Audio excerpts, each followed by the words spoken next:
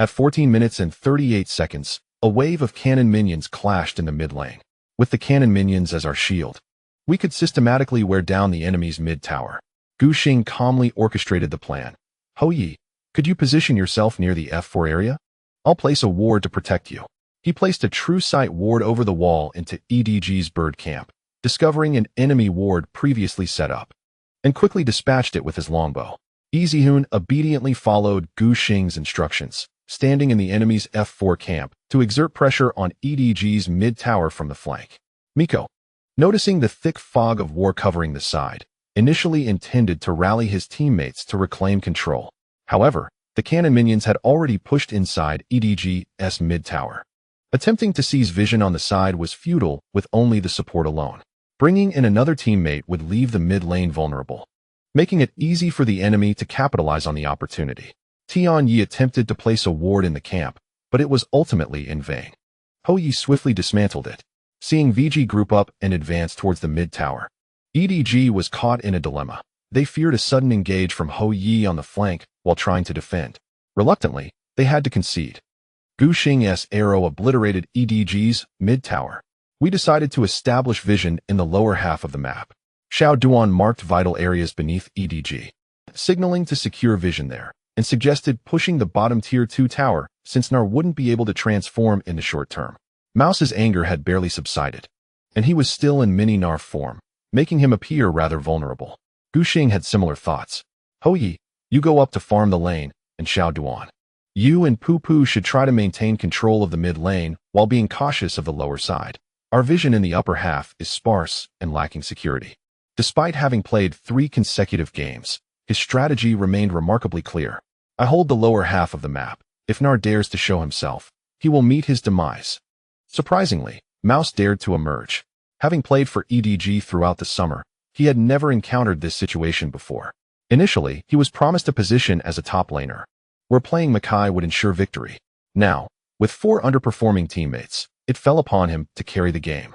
In the river, Mouse, who had never genuinely engaged in split pushing, saw the lower half of the map shrouded in darkness, but managed to lead the minion wave away from the bottom tier 2 tower. Gu Xing hesitated for a moment, suspecting EDG might have a scheme, using Nar as bait. However, the other 4 enemy teammates revealed themselves within VG's vision, indicating there was no plan to use Mouse as a decoy. Gu Xing then resolutely decided to ambush Nar. Dragon brother, wait a moment. I'll mark him to hasten the spirit of the lamb, placing the mark of Qianjue on Nar. Realizing the impending danger as the mark appeared above his head, Mouse quickly retreated. Yet, before he could reach the tower, Gu Xing emerged from the mid lane. He skillfully dodged Nar's boomerang by leaping sideways, countering with dreadful presence, to apply a slow. Now, VG's attempt to eliminate mini Nar would likely take only 4 to 5 seconds. With only the ice hammer, Mouse was merely a facade of strength, utterly defenseless against Gu Xing's percentage damage. Yet, despite reducing Nair to a sliver of health, he chose not to secure the kill, instead positioning himself to prevent the opponent from retreating to the tower. As the 8 seconds elapsed, the previously cast sheep spirit mark finally activated, allowing Gu Xing to unleash a crossbow bolt, claiming the kill and unlocking his 7th layer of passive. Nice, Zhu Xiaolong exclaimed with uncontainable excitement. Let us push down the 2nd tower. He could feel victory in the finals was tantalizingly close. Even his hand gripping the mouse trembled slightly from exhilaration, his heart racing as if it might leap from his chest. Focus and advance, the Lord urged, his speech quickening. Let us avoid any mistakes. The communication within Team VG descended into chaos. Zhu Chongbin mumbled incomprehensible phrases, while Xiao Duan's voice fragmented into disjointed snippets. The cacophony of voices blended together, rendering their intentions indecipherable. Calm down, calm down. Gu Xing attempted to regain their attention, but when his efforts yielded little result, he raised his voice to cut through the noise. Hold on. Can you let me and Brother Duan speak? The 2 primary carries fell silent, and after a brief moment, Longbow also ceased his chatter. Both Korean players had tasted the sweetness of World Championship victory. Although Zhu Xiaolong's experience was limited, he was no novice to the trials of life. Their excitement stemmed from the long drought without championship glory. The Lord, a champion from the S5 World Championship, had not even participated in the finals, rendering his experience profoundly lackluster. barely superior to Ding Ran from VG's back office. He had joined the team for financial gain, but equally sought to prove his prowess. A championship would serve as the ultimate rebuttal. Imp's most recent championship was from the S5 summer split. His journey thereafter included hardships, from the Iron Man's head-splitting defeats to the descent into alcoholism, followed by peaks and troughs after his transfer. Now, he had finally climbed out of the abyss, his thirst for victory at an all-time high. As for Zhu Xiaolong, he had yet to reach the semi-finals of a top-tier league, let alone claim a championship. With victories so close at hand, the trio was naturally ecstatic. Gu Xing was no saint. As a newcomer who had reached this stage, he too was overwhelmed with fervor and passion. However, he recognized that the match was not yet over and could not afford to grow complacent. I will finish pushing the second tower before moving up. Gu Xing compelled himself to remain calm. Lord, wait for me to position before you push the lane. Their jungler is likely still up there, so do not leave the tower. Steady as Easyhoon, he understood his teammates' intent and opted to remain under the tower to farm. Imp and Xiao Duan maintained firm control over the mid lane, continuously applying pressure to EDG with minion waves. Gu Xing returned to complete the Luana's hurricane, then proceeded to assist the Lord with the minion waves in the top lane. As a result, both mid and top lanes were secured, rendering the entire upper river under VG's dominion. Tian Ye repeatedly attempted to breach their defenses, attempting to establish vision in the river. Ultimately, his efforts failed, costing him his life. Following the spawn of the Baron, VG, under the guidance of their jungler and support, frequently utilized Nashor to bait EDG into revealing their vision, sending them back to their fountain. The tally of kills continued to be updated. As the match progressed to the 25-minute mark, the kill count stood at an astonishing 18-5, with an economic disparity reaching a staggering 110,000 gold. Even the staunchest supporters of EDG could not deny that the momentum had shifted irreversibly against the home team. After eliminating EDG's jungler and support, Gu Xing felt confident enough to secure the Baron. His passive ability had accumulated to 10 stacks, granting each basic attack an additional physical damage equivalent to 125 of current health. The remaining 3 members of EDG were too intimidated to even approach the Baron pit, with only Def daring to scout from a distance using his E ability, Hawkshot. As the desperate roar of Baron Nashor echoed throughout the canyon, Ming Kai's expression fell into utter despair. In such a dire situation, EDG faced an inevitable demise. We will push up the mid lane to their high ground. Lord, you can initiate the fight. I will provide damage from behind with no issues. Gu Xing brandished his blade of the Ruined King. His attack speed was sufficient, and as long as he could survive, victory for EDG remained out of reach. VG's for members charged forward with unwavering confidence along the mid lane, while Long Jiishun continued to split push in the bottom lane. The unstoppable force surged towards EDG's high ground, just as Mao Cisnar transformed back into his miniature form. Lord's Ice Claw heralded the commencement of battle. Shin's ultimate ability, Stand United, descended upon the Ice Mage. VG's mid and top champions drew EDG's attention, while Zhu Sungbin's Jin activated his Duskblade, converting attack speed into attack power, unleashing his ultimate from a distance, as the super bullet soared through the air, piercing through the enemy lines with devastating impact. Gu Xing activated his Wolf Spirit Frenzy, connecting his Q ability, Dancing Arrows, to unleash a barrage of attacks from behind. The front line, led by the support, was utterly defenseless. In mere seconds, his health evaporated completely. Gu Xing claimed the first kill. As the wolf spirit emitted a bloodthirsty howl of delight, Kiana leapt forward, her Ledin's Tempest scattering arrows, allowing the exaggerated passive damage of the Eternal Hunter to splash onto EDG's formation. The rookie Syndra attempted to unleash her QR combo alongside her E ability, Disperse the Weak, in a bid to eliminate Gu Xing in a burst. However, he had prepared for this moment, knowing that few heroes on EDG posed a threat to him, Syndra being one of them. The Blade of the Ruined King he purchased before departing proved invaluable. Withstanding Syndra's full damage combo, his health remained relatively intact.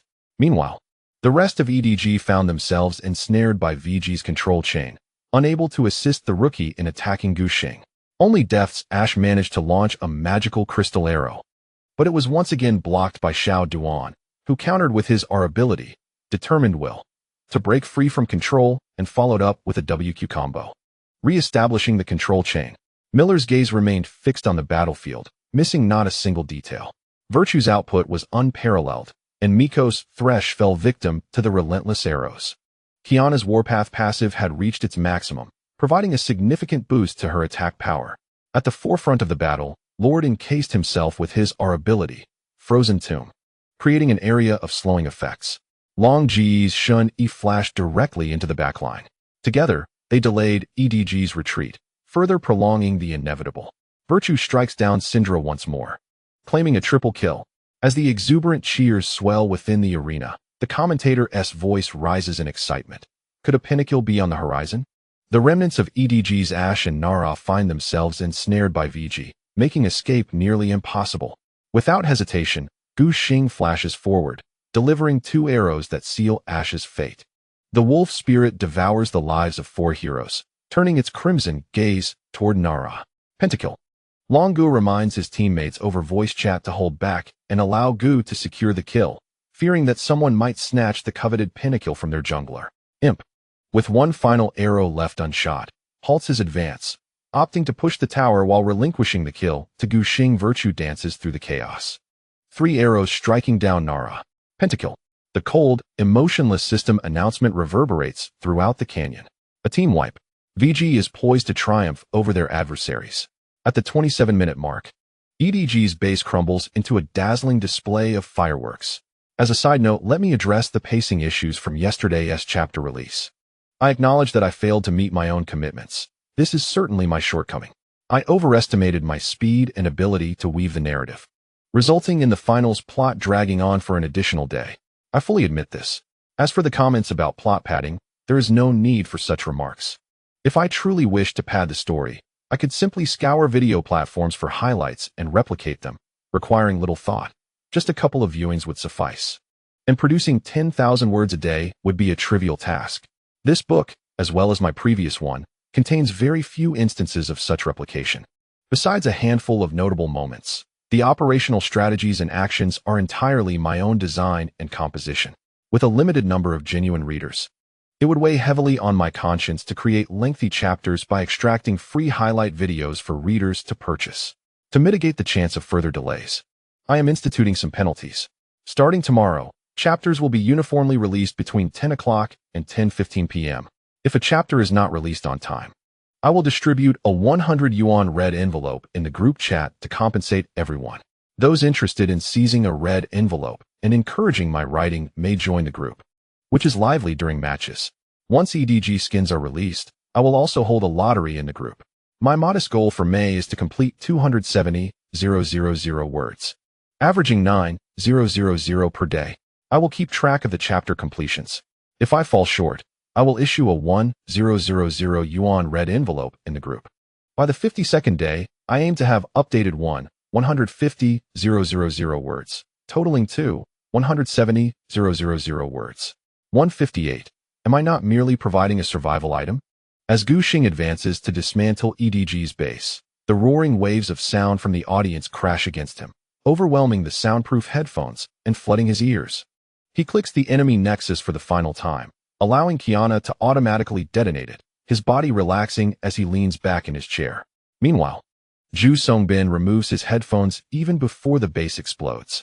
A young referee at the back of the player area attempts to intervene, but is dissuaded by an older staff member. At this juncture, any interruption would be a dampener on the celebration.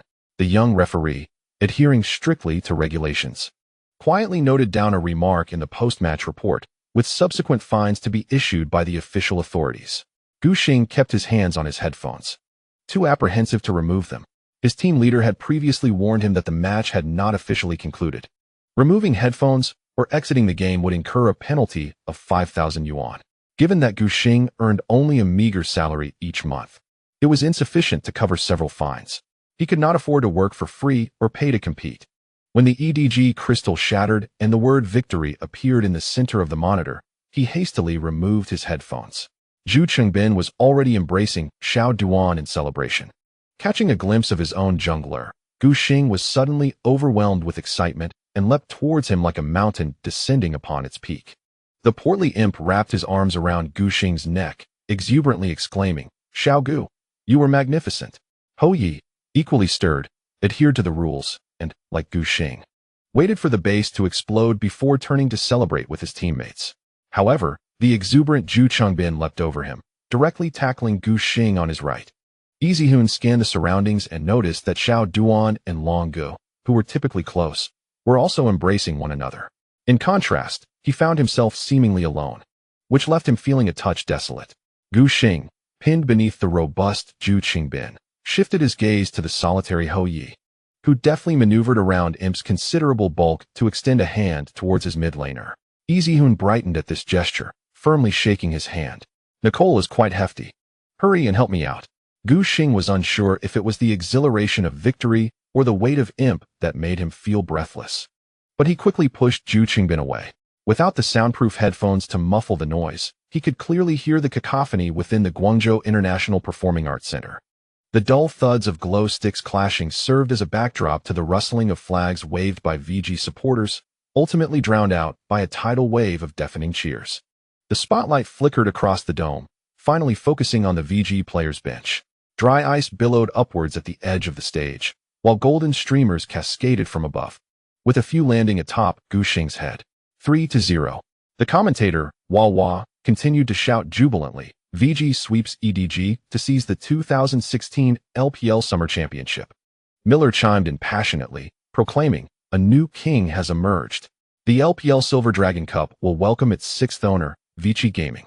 Within the giant funnel screen overhead, a Silver Dragon Cup was unveiled, adorned with the emblems of champion teams since the inception of the LPL, OMG, PE, EDG, LGD, RNG. Notably, EDG had dominated from 2014 to the spring of 2015, securing 3 consecutive championships. The insignias of the 5 teams gradually faded, signifying their decline. Ultimately, a silver-white emblem ascended. Within the colossal character, a symbolizing victory rose, hovering in midair for 3 seconds before resoundingly embedding itself into the base of the Silver Dragon Cup. Behind the dazzling special effects, the group photo of VG for the summer tournament dominated the grand screen, showcasing 7 players clad in unified black and green fitted shirts, each bearing distinct expressions. This photograph was taken prior to the commencement of the summer tournament, capturing Gu Xing's youthful visage, with his right arm resting across his chest, his left hand grasping his right wrist, and a subtle smile gracing his lips. "Wah," murmured Shun Guanshan softly, raising her phone to capture Gu Xing on the funnel screen, repeatedly pressing the shutter button. Noticing her friend's actions, Gu Pan found it perplexing. What was the fuss about? It was merely an unremarkable photograph. For the past 18 years, she had gazed upon that face daily, growing weary of it. She hardly perceived any charm. "You wouldn't understand," Shun Guanshan replied, her gaze unwavering, disinterested in engaging further. Gu Pan, however, felt no embarrassment. What was the allure of romance compared to the joy of earning?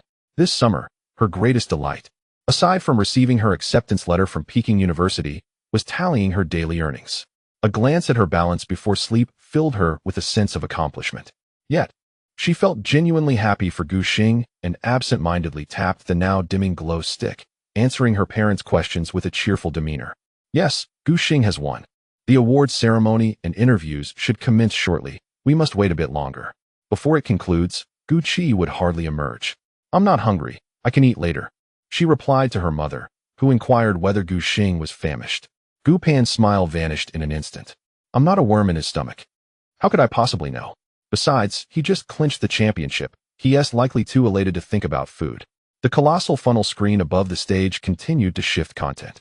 The edges of the VG group photo shimmered with golden light, the characters for champion elegantly inscribed in the center, embodying a spirit of grandeur. The director's camera gradually zoomed out, encompassing the spotlight's brilliance and the golden streamers cascading from above, collectively crafting the climactic conclusion of the LPL's 2016 season. Before the summer tournament commenced, no one could have anticipated VG's triumph. Dawam marveled at the myriad surprises they had delivered to countless viewers this season. Most supporters only joined the fanbase midway through the summer tournament. Witnessing VG's performance improve dramatically, few had followed them from the depths to the heights. Among this small group of diehard fans were some who had originally supported the Dual C players and now rallied behind VG after their transfer. Some were merely enamored with VG's racing attire from the S5 season, Yet the team's performance had always been mediocre, leaving many devoted fans exasperated with VG's annual struggles. Fearing a continued lack of success, unexpectedly, this summer, VG surged unstoppable, achieving victory after victory until they claimed the championship. The director's camera focused on the VG players celebrating an embrace behind the players' seats. Gu Xing's smile remained as radiant and bright as ever. If one were to identify the key player for VG in this summer tournament, it would undoubtedly be Virtue. Dowa freely lavished praise upon him. Gu had captured over half of the team's MVP awards during the regular season and maintained his excellent form through the semifinals and into the finals. Indeed, it is quite remarkable. Miller holds great expectations for Gu Xing and cannot help but sing his praises at this moment. In 2 best-of-5 matches, he successfully subdued the renowned junglers, Xiang Gua and Chang Zhang, both of whom are illustrious figures in the league, particularly in the recently concluded 3rd game. The final team fight saw Qianzhu achieving a pentakill. It is worth noting that pentakills are a rare occurrence in LPL finals, especially from the jungle position, marking the first of its kind.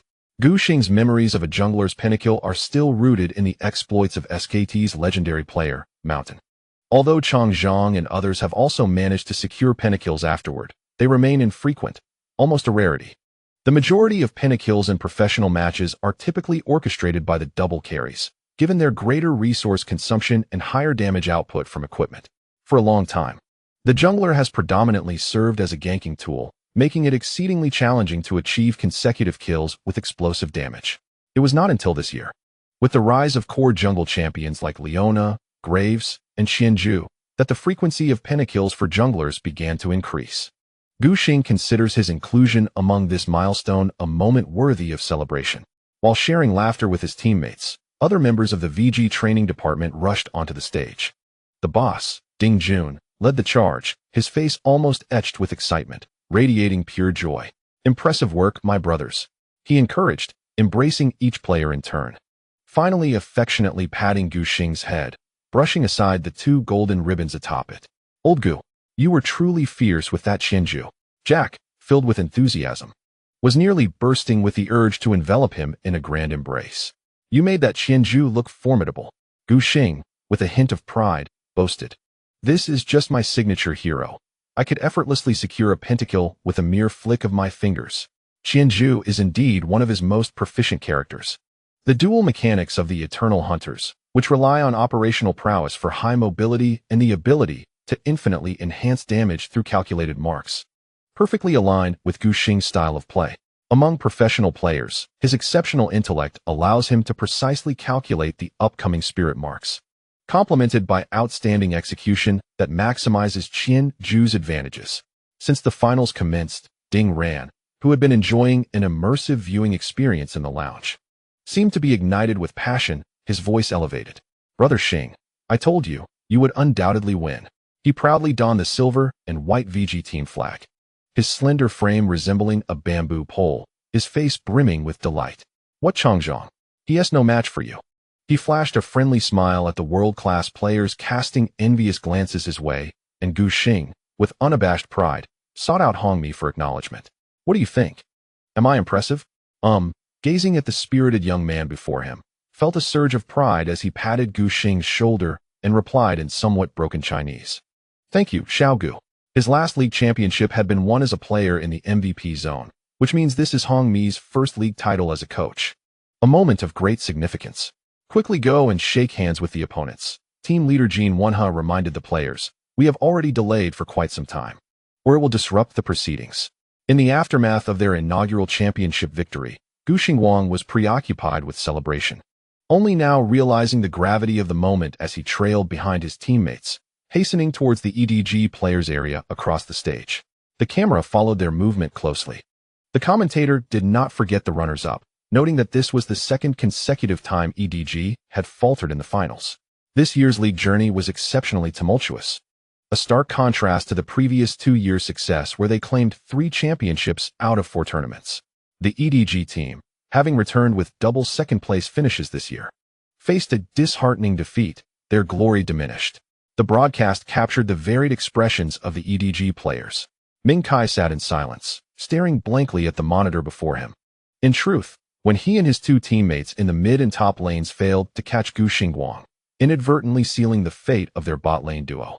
The coach realized that they were likely to lose the finals. Yet, when EDG's crystal shattered, he still found it hard to accept this harsh reality. The loss was devastating. Having been dominated in 3 consecutive matches, he could hardly conceal his frustration. The younger players looked equally dejected. Joining EDG, their goal was undoubtedly to clinch the championship, not just one, but multiple victories.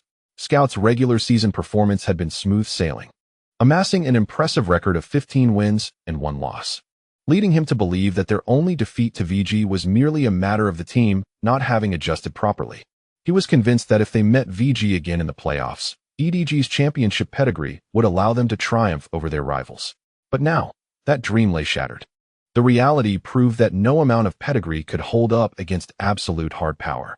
Deft chewed gum, a habitual stress relief tactic, now merely a subconscious act devoid of the pressure of competition to alleviate. In the final match, his performance as Ashe was marked by a dismal record of 1 kill, 7 deaths, and 3 assists. For a marksman, such statistics were nothing short of disgraceful. Fortunately, Hou Ye, known for his impassive demeanor during matches, maintained his characteristic stoic expression, displaying no signs of distress. After all, it was only reasonable to feel fatigued and refrain from expressing emotions, wasn't it? Among the team, only Mouse appeared relaxed. His personality was adaptable, and he maintained an optimistic outlook.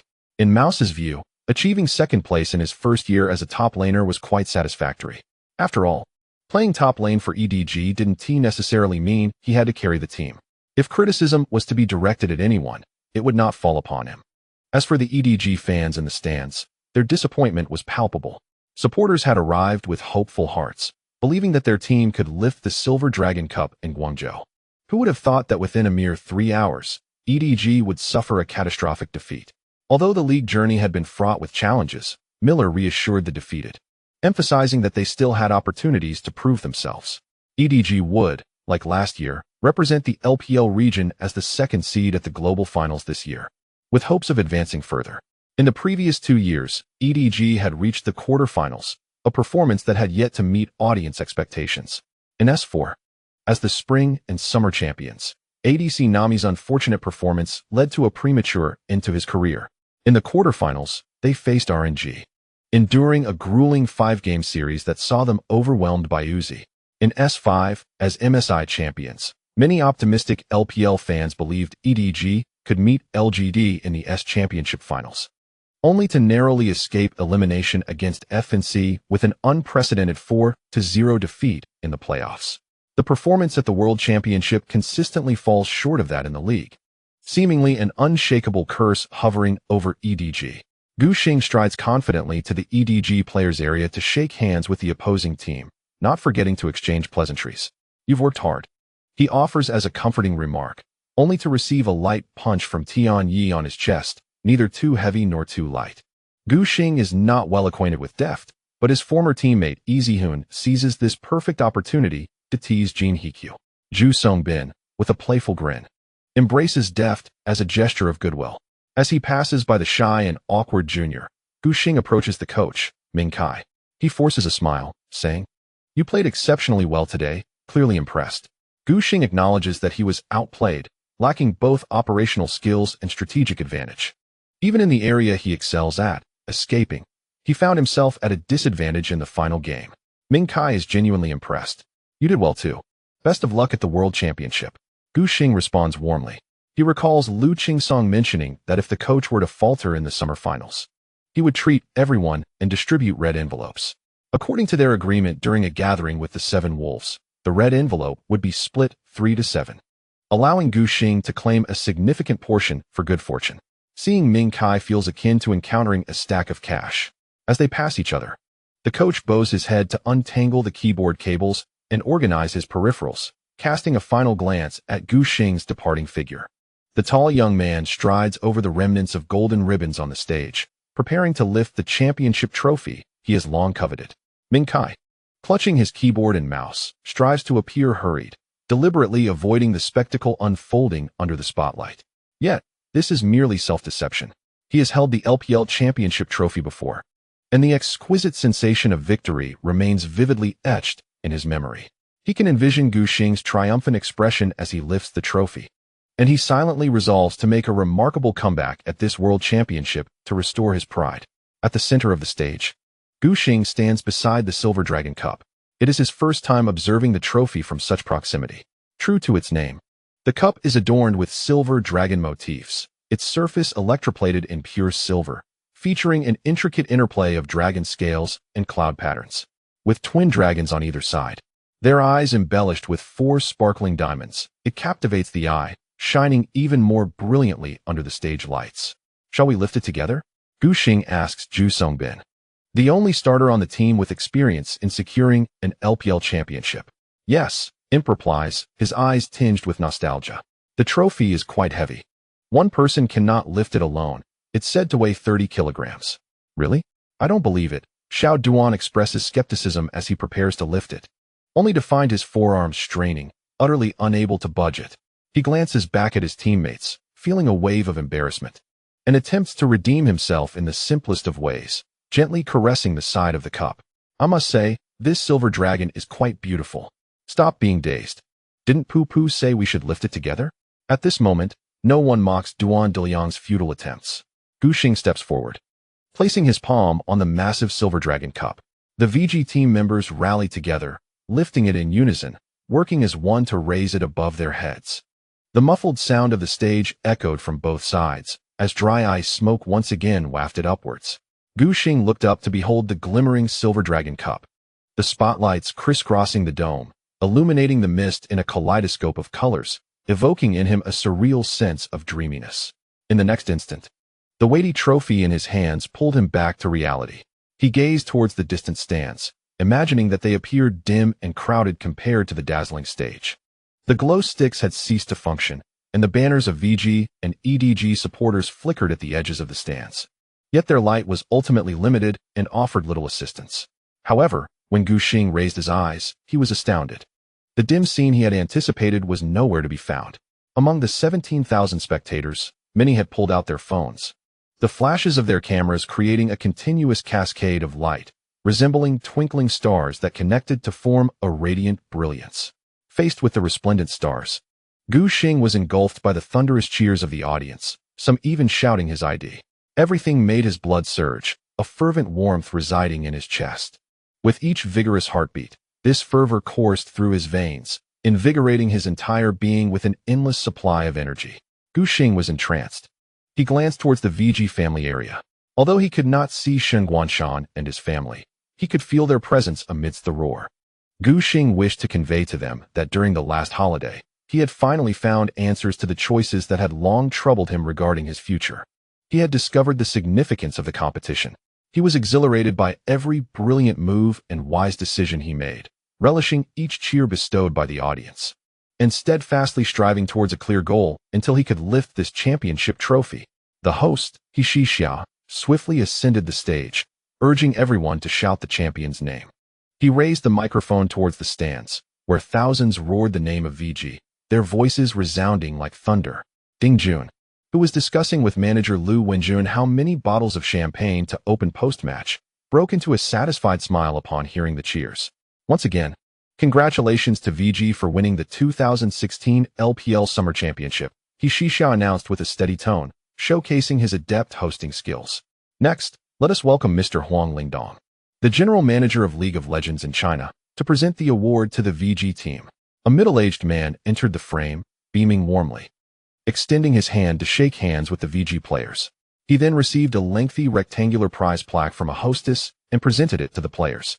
After expressing his gratitude, Gu Xing glanced down at the plaque, which bore the inscription 2016 League of Legends Professional League Summer Championship, beneath which was a sum of 1.5 million renminbi. For him, it was undoubtedly a substantial amount, though he wondered how much would ultimately remain in his hands. Thanks to both teams for their splendid showdown, Huang Lingdong remarked, raising the microphone, especially VG, who showcased not only seasoned veterans who had previously faced hardships, but also the backbone of the league and rising stars. I hope VG will continue to strive for excellence and achieve remarkable results at the 2016 World Championship as the #1 seed. He spoke eloquently for a minute, while Gu Xing seized the opportunity to process the tumultuous emotions within him. After Huang Lingdong concluded his speech, he stood aside to take a commemorative photograph with the VG team members. Following the farewell to the leaders, He Shixia maintained an air of composure as he continued with the proceedings. Next came the eagerly anticipated post-match interview segment, where he pointed out Gu Xing from the crowd. Virtue player, your performance today was truly remarkable. Care to share a few words with the audience? As Gu Xing stepped forward, Ding Ran draped the VG team flag, which he had been wearing, over his friend's shoulder. Clad in the silver and white flag, Gu Xing stood beside He Shixia. Although Gu Xing stood at an impressive height of 183 centimeters, he appeared somewhat slender compared to the tall and robust He Shixia. Fortunately, he held his own in terms of facial features. Virtue player, this is your first time entering the LPL playoffs, and it has only been 2.5 months since the start of your professional career. How does it feel to step onto the final stage and claim the championship? Upon hearing the question, Gu Xing took the microphone handed to him, contemplating how to respond. Unlike the regular season, where there were several minutes between the end of a match and the interview, allowing players to discuss questions with the host to ensure accuracy, the finals included a trophy presentation, leaving no time for interview preparation. Gu Xing had to switch to live improvisation mode. Nevertheless, the questions posed by He Shixia were straightforward and clearly not intended to challenge the players. Naturally, winning the championship brought immense joy, and he answered calmly, expressing gratitude to the coaching staff for their thorough research prior to the finals, which allowed for a seamless strategy during the match. This was Gu Xing's heartfelt sentiment. Had Hou Ye not noticed the opponent's habitual early invasion, VG might have struggled to gain an early advantage and could have faced a tough battle. In his view, the coaching staff deserved at least 13 of the credit for their victory. He also expressed thanks to his teammates, casting a glance at his companions with whom he had spent so much time, and continued earnestly, I was quite nervous before the match, but they constantly reassured me to maintain my composure and not to panic. Zhu Xingbin looked puzzled. What is Gu saying? When did I ever comfort him? Xiao Duan was confused, as it was clearly Gu who had calmed him before the match. How did it turn into such a reversal? Longbow concurred. He has learned to be deceitful. Those who fall for his tricks must be quite foolish. Gu Pan in the stands, aware of his brother's nature, scoffed at the interview content. Gu would be nervous? That's pure nonsense. I see he would rather interact with the opposing team on the public screen during the match. Shen Guanshan smiled with his lips pursed.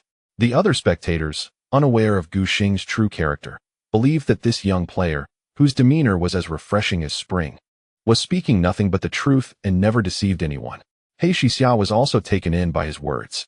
In the second question, you utilized the barrel in the subsequent match, synthesizing the death cap in the mid-game, and opted for a rather unconventional full AP build, aiming for pure damage output in the crucial finals. What was your thought process at that moment? Did you ever consider crafting a more secure defensive item? Gu Xing's voice was laden with confusion, as he questioned whether the death cap wasn't already a form of protection. He Shixia, being a seasoned player, was able to connect with the League of Legends community due to his background as a player himself. With a slight turn of thought, he grasped the underlying implications of Gu Xing's inquiry, and a subtle smile crept onto his lips. The stands erupted in a flurry of whispers and laughter. In the event's live streaming channel, players who had been engrossed in the official bullet screen lottery activities finally found the time to express their emotions in the chat. That's truly remarkable. Using the death cap as a defensive item? A reverse form of protection, perhaps? To be fair, Xiao Gu's theory lacks substance. Acquiring the death cap necessitates preserving its stacks, which certainly requires one to strive to avoid death. Sure, that sounds quite reasonable. Items like the blue shield and green armor are objectively defensive, while the death cap serves a subjective purpose of protection. So Xiao Gu transitioned from mathematics to philosophy for his undergraduate studies, did he? In the third game, the quintuple kill occurred during the final team fight. Could the virtue player elaborate on the internal communication at that moment? He Shixia was exceedingly curious. Everyone was incredibly excited, and Gu Xing responded with ease, stating that he merely had to focus on attacking from the back during the team fight. Long Gu was vocally urging teammates to secure kills, and the quintuple kill was a result of their generosity in allowing kills throughout the match. A few more wouldn't team matter. Laughter erupted from the audience as Gu Xing clearly teased several teammates. The vivid memory of the 4 VG players rotating to grant resources to Qianzhou in the final game remained fresh, compared to the typical 4 protecting 1 ADC strategy. Safeguarding the jungler was evidently a rarity. VG executed this tactic with remarkable ease. Despite a notable shift in tactical dynamics, their strategy flowed seamlessly. Gu Xing eventually tempered his smile and responded earnestly, emphasizing the need to express gratitude towards his teammates.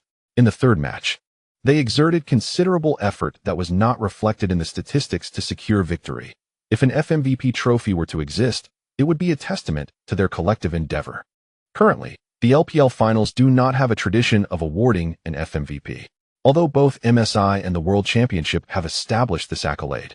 The LPL tends to adopt trends in a rather skewed manner, and it may not be officially implemented until next year at the earliest. Hei Xia was quite pleased with Gu Xing's performance. In a setting notorious for missteps during player interviews, his conduct stood out commendably. Hei Xia then shifted his attention to other players, engaging in pleasantries with the VG team before focusing on Imp compared to the humble and composed Hou Ye. Gu Xing evidently provided a more entertaining dynamic. As Imp prepared for his fourth consecutive entry into the global finals, did he have any words for familiar or unfamiliar opponents? Upon hearing this question, Gu Xing felt a surge of anxiety. Observing Gu Xing's insistence on conducting the interview in Chinese only heightened his apprehension. The reasons were quite simple. Gu Xing was apprehensive that Imp would casually utter something crude, a mere bang or the like, which would tarnish his reputation. In his prime, he could easily outshine him. While such casual banter might be permissible in private, a slip of the tongue during a post-match interview could lead to a live broadcast mishap. Gu Xing pondered for a moment, then spoke in imperfect Mandarin, expressing that he believed any contender making it to the World Championship must be formidable in their respective regions. Certainly not to be underestimated. After some contemplation, Imp managed to articulate a response, shifting the conversation to his own confidence. As long as he could regain about 50 to 70% of his peak performance, he believed he could achieve commendable results. He initially intended to boast, yet recalling the dismal outcome of the previous year's World Championship, Gu Xing refrained from overconfidence. He made some customary remarks before concluding with a resounding congratulations to VG for securing their first Silver Dragon Cup in history. His voice rang clear, marking the conclusion of the 5-year anniversary celebration of League of Legends. Tomorrow, they would face the more grueling bubble tournament, with VG clinching the Summer Championship. The global finals qualification for the LPL became increasingly clear. First seed VG, second seed EDG, and the third seed remained uncertain, to be decided through a single elimination bubble match involving IM, Snake, Wii, and RNG, competing in a series of best-of-5 matches. Notably, 2 bubble matches would take place tomorrow, allowing time for the anniversary ceremony and a star-studded performance segment. This meant that a certain unfortunate team would inevitably face 2 best-of-5 matches in a single day. However, this was of no concern to Gu Xing. He and his teammates returned to the backstage lounge, hearts full of celebration plans.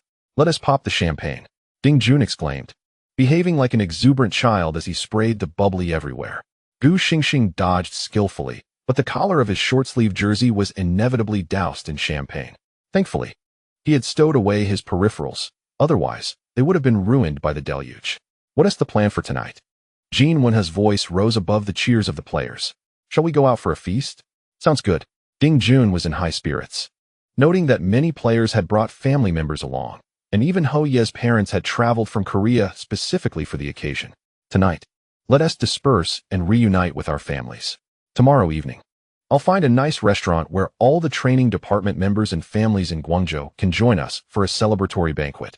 And we'll throw another one when we return to Shanghai."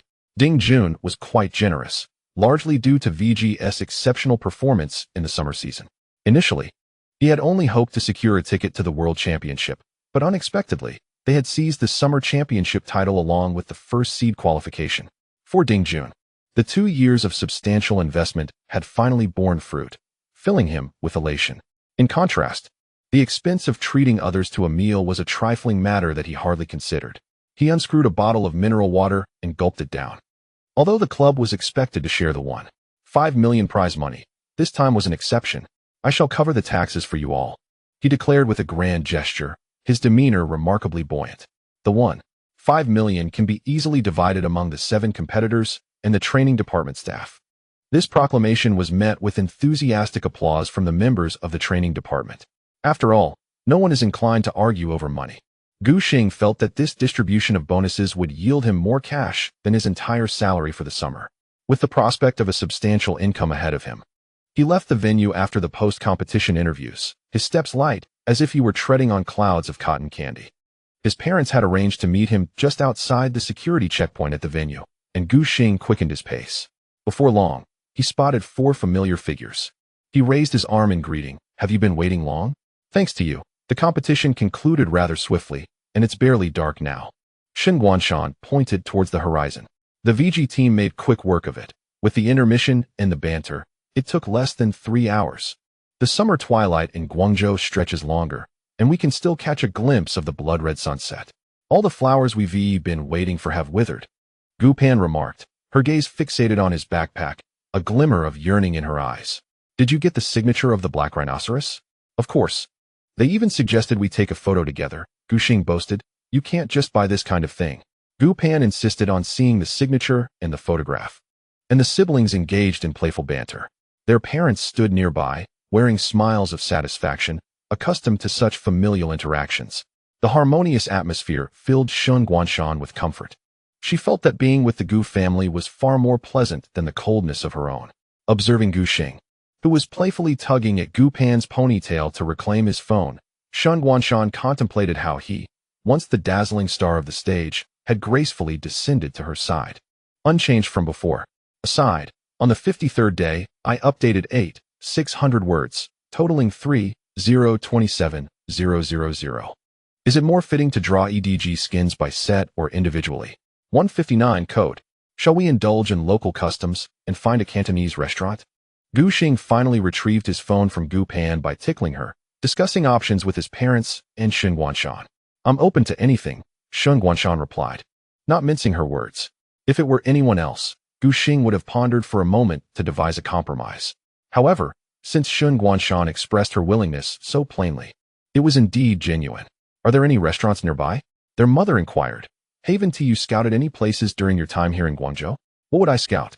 I've been busy training every day, and my meals have either been takeout or at the hotel's dining room," Gu Xing replied, rubbing his stomach. To maintain his condition, he hadn't eaten anything at noon, and now hunger gnawed at him. His father, noticing Gu Xing's actions, seized the opportunity to tease. "Gu Pan mentioned you must be too elated after your victory to even think about food." Before he could finish, Gu Pan interjected excitedly. "There's a highly rated Cantonese restaurant just 200 meters away." Gu Xing mused that Gu Pan was only half right, while he was indeed overjoyed after winning. Which dulled his focus on trivial matters like hunger, he instructed his sister to navigate them to the restaurant using her map. As dusk descends, the sun's retreat heralds a welcome respite from the afternoon's oppressive heat. Initially, during this trip to Guangzhou, Gu Pan seldom engaged in one-on-one conversations with her parents, wary of neglecting Shen Guanshan, who stood nearby. However, the circumstances have shifted. Gu Pan carefully assessed the situation and decided to step forward, positioning herself between her parents, linking her arms with theirs, and softly lamenting about her father's tendency to report her to Gu Xing. This maneuver effectively created space for her brother and Shen Guanshan. Gu Xing found himself perplexed. He remained oblivious to the late-night conversation the two girls had shared in his absence, mistakenly believing that Gu Pan's demeanor had simply changed. "Congratulations," Shen Guanshan gently offered. "This summer has been quite fulfilling for you."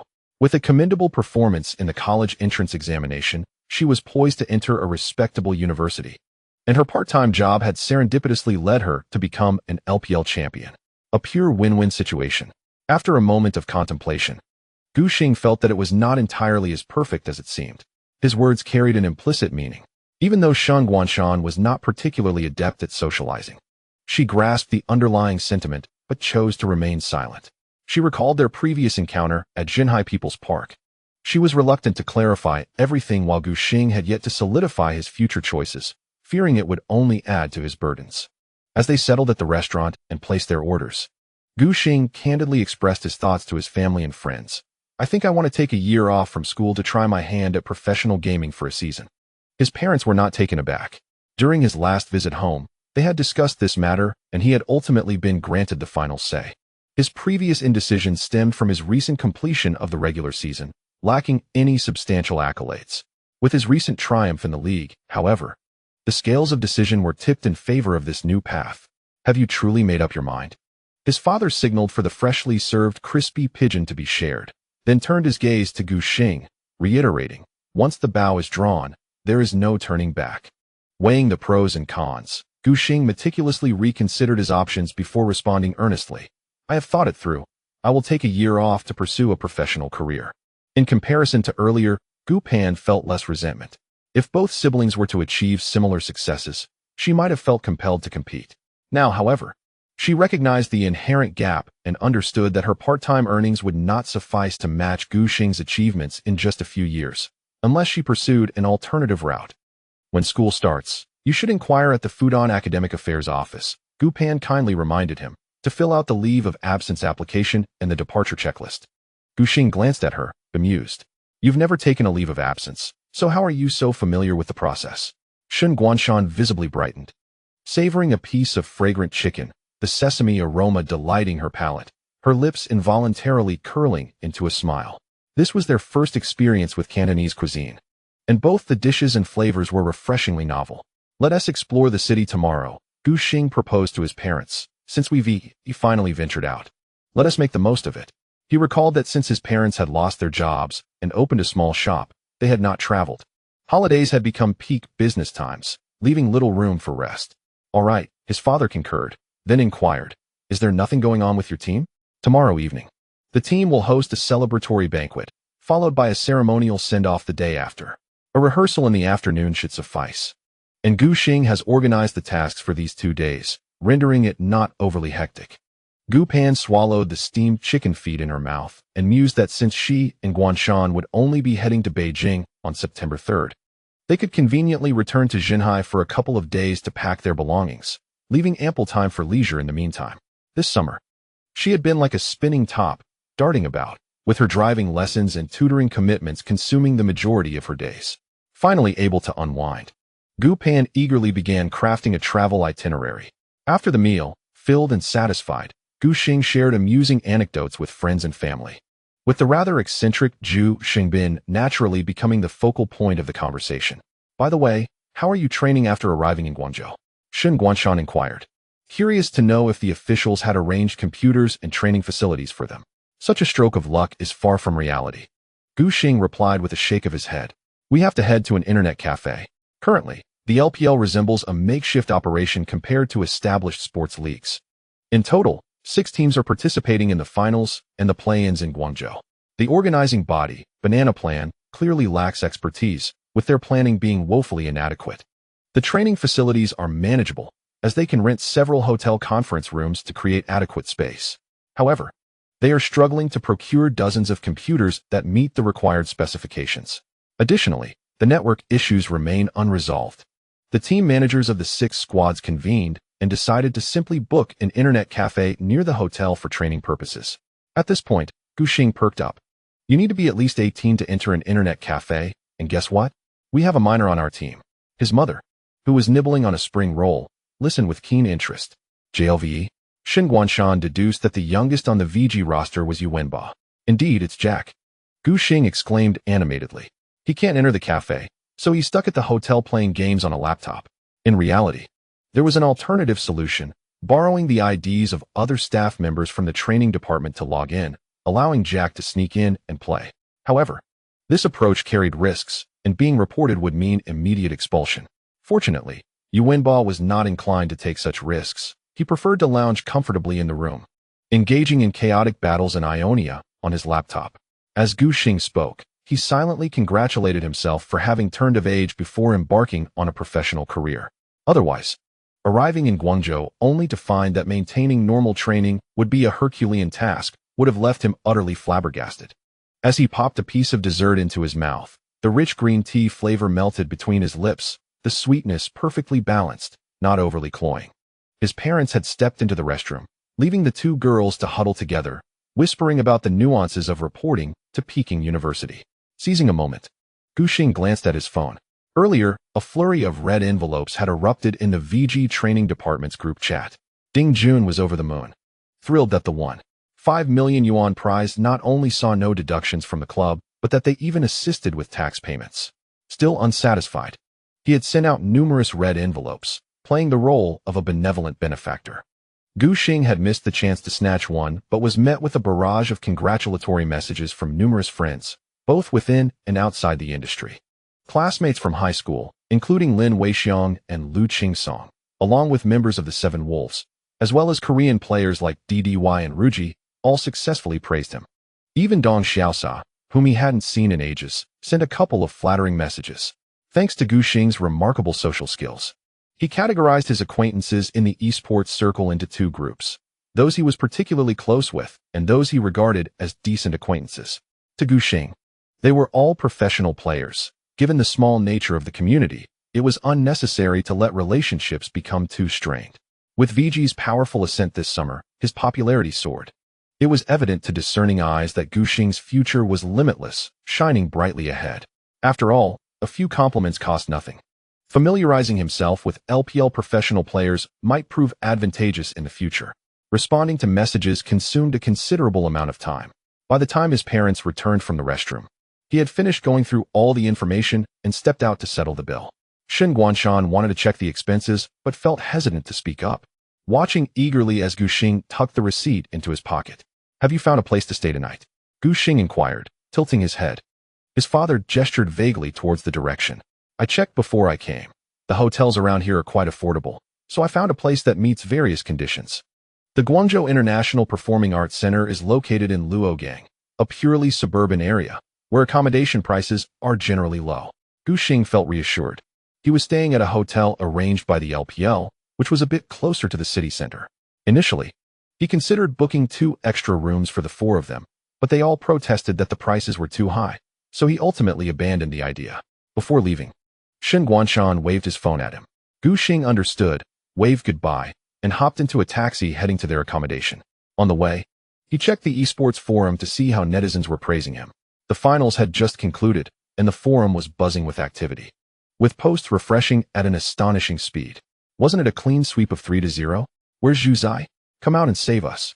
That settles it, right? Vert is indeed the #1 jungler in LPL. Factory Manager really isn't doing well this year. He was crushed by Xiangguo in the spring finals and by Xiao Gu in the summer finals. Congratulations to EDG for claiming 2 runner-up titles in a year. If they snag another second place at the World Championship, I suggest the team take a vacation in Sanya to pay their respects. World Championship runner-up? Are you misunderstanding EDG? What about VG at this year's World Championship? Is Xiaogu competing or attending school? Gu Xing typed rapidly, leaving a comment in response to the last post. I am the esports chair from the VG base. I heard Vert say he wants to continue competing. In 2016, during the peak activity period of the anti-pressure bar, his seemingly ordinary comment quickly drew several replies. Is this for real? Is this gossip reliable? It's true.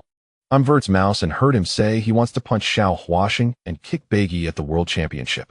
I feel that as long as VG has Xiao Gu, they can at least reach the semi-finals at the World Championship. Have you gone too far with the Final Four? Who can defeat the top 3? Moreover, let us not overlook the European region, which secured 2 semi-final slots last year, demonstrating their formidable prowess, does it not? I advise the LPL to adopt a more pragmatic approach, comprehending the essence of operational philosophy before aspiring to breach the top 4. Gu Xing's fingers glided across the screen, perusing posts. The online community unanimously praised his performance in the finals, with deft individuals crafting animated GIFs. These included, but were not limited to, the beer man executing a tower dive to single-handedly eliminate the factory manager, the explosive output of the nuclear barrel, and Qianzhu's miraculous escape. In a moment of whimsy, Gu Xing saved the GIFs onto his mobile device.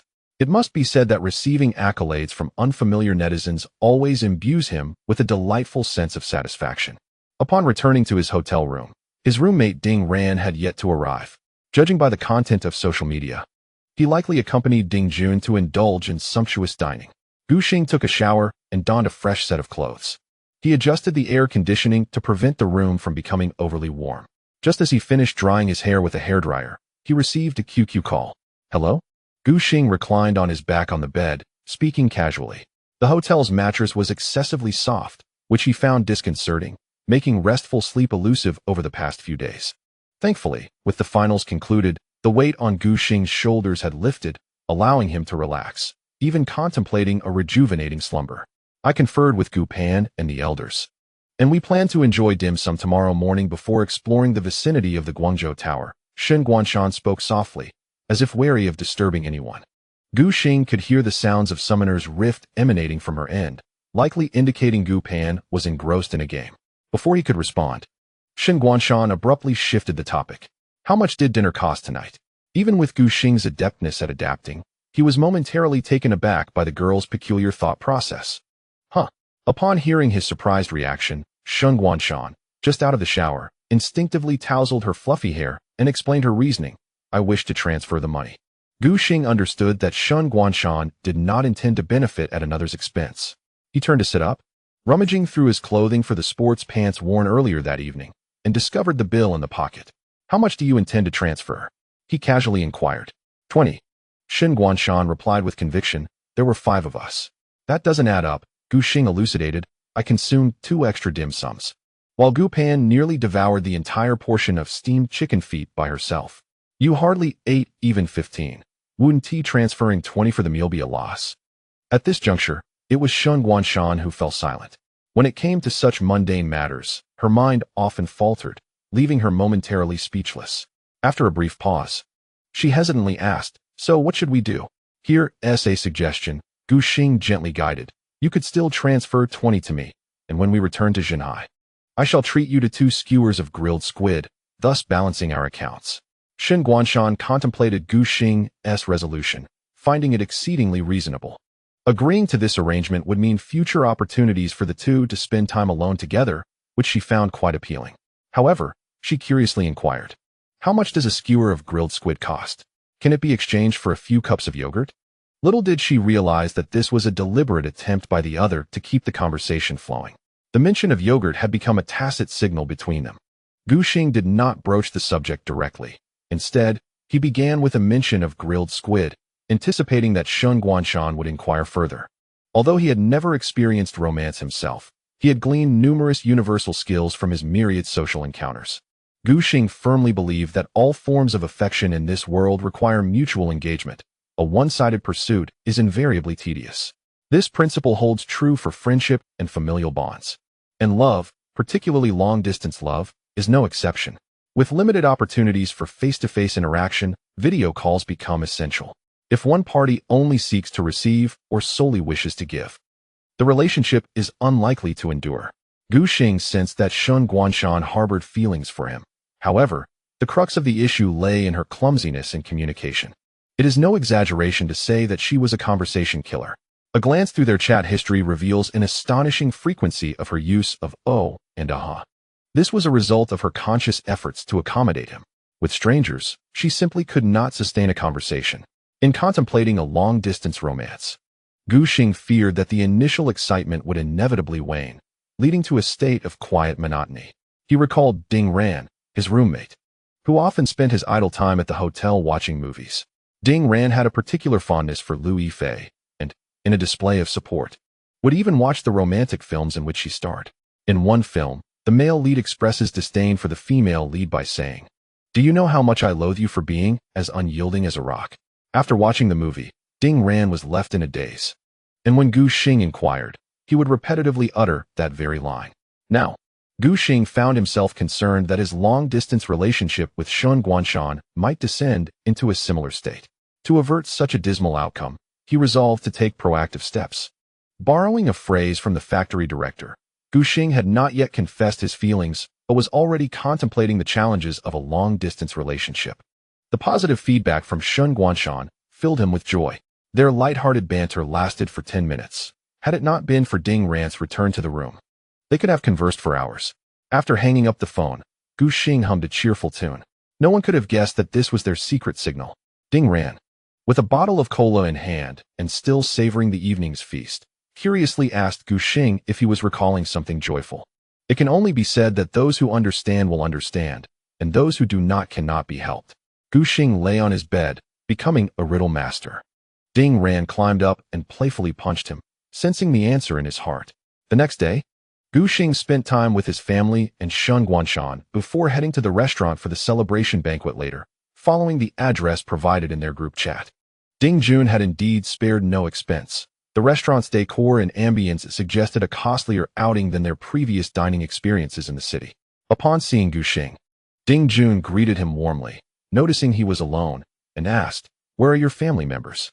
Gu Xing replied, "They were exhausted after a day out and returned to the hotel." This was indeed the truth. However, it was also true that no one wished to join him. His parents understood that their presence at the banquet was merely to fill seats, and given the generational gap, they had little in common to discuss. Gu Pan was reluctant to move, having finally found time to relax. Attending the banquet meant she had to socialize. As for Shen Guanshan, he was inherently averse to social interactions.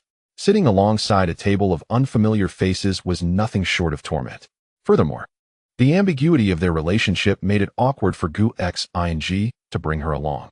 Consequently, Gu Xing attended the banquet alone. Nevertheless, there would be ample opportunities in the future.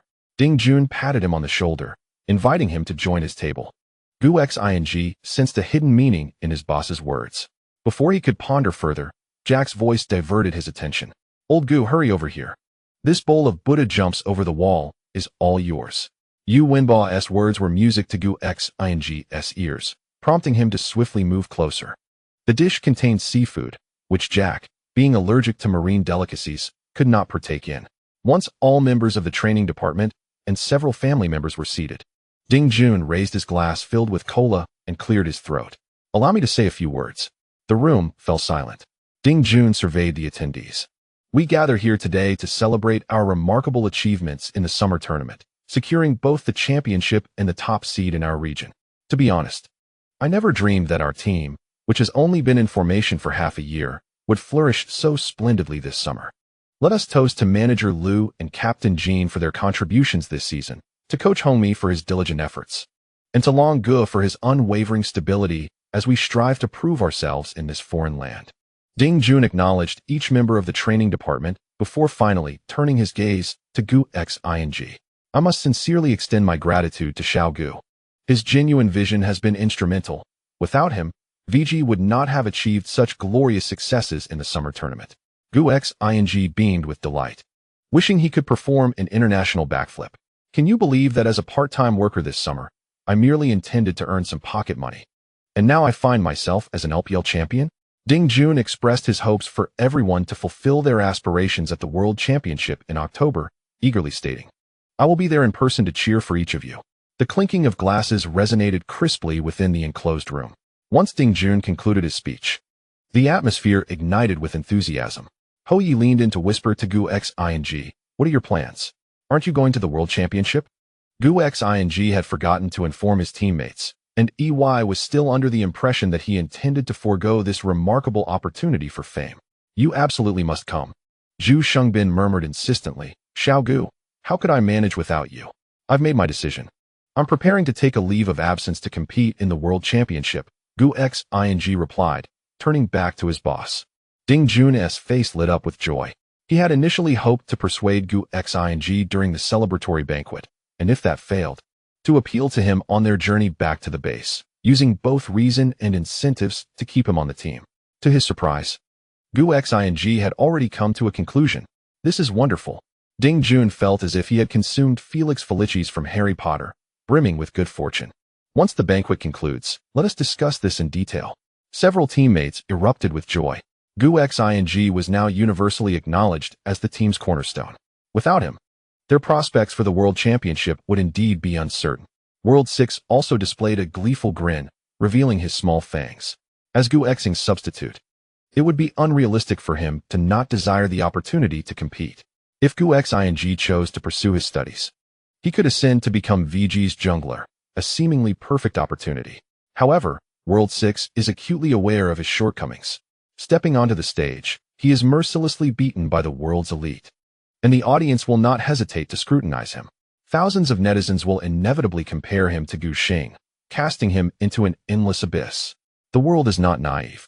He would prefer Gu Xing to continue performing, allowing himself a year of diligent study and practice before seeking another opportunity to compete. Gu Xing inquired jovially to EY, "My lord, do you indulge in deep well-roasted goose?" "Deep well what?" Li Zhishuan responded, utterly perplexed. It was the first time he had encountered such a term, and initially mistook Gu Xing's words as an insult to his sanity.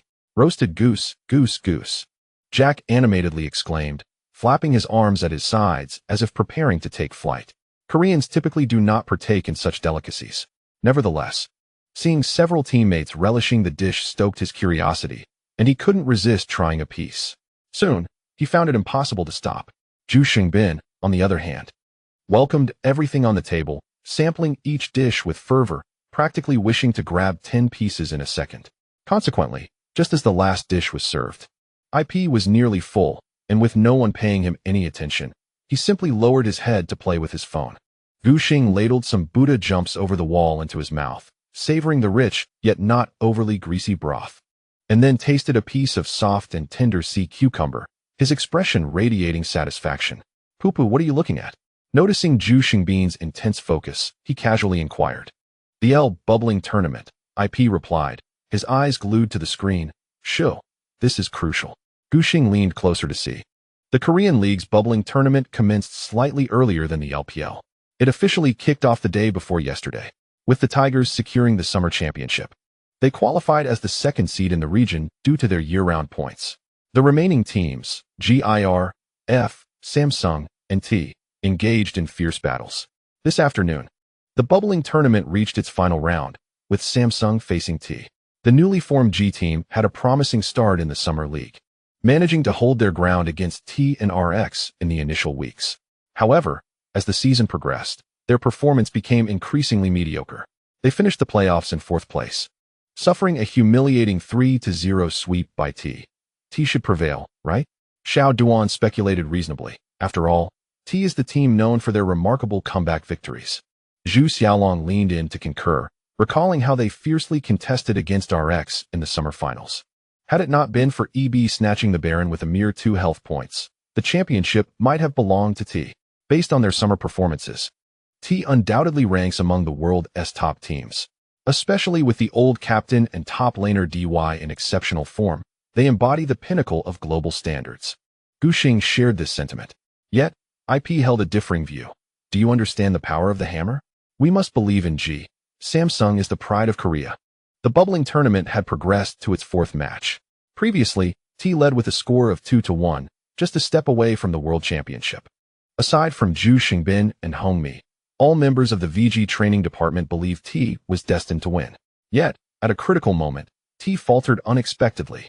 The traditionally slow-paced Samsung dispatched T in a mere 28 minutes. The kill count was an astonishing 14-1. Such a staggering score, combined with a match duration that was a full 10 minutes faster than the average, was undeniably a crushing defeat. Gu Xing was left speechless. It's already over. With an air of triumphant exuberance, he proclaimed, T's mindset will undoubtedly crumble in the 5th match. This assertion came from IP, a seasoned veteran who has traversed the competitive arena for many years. Indeed, the events unfolded precisely as he had predicted.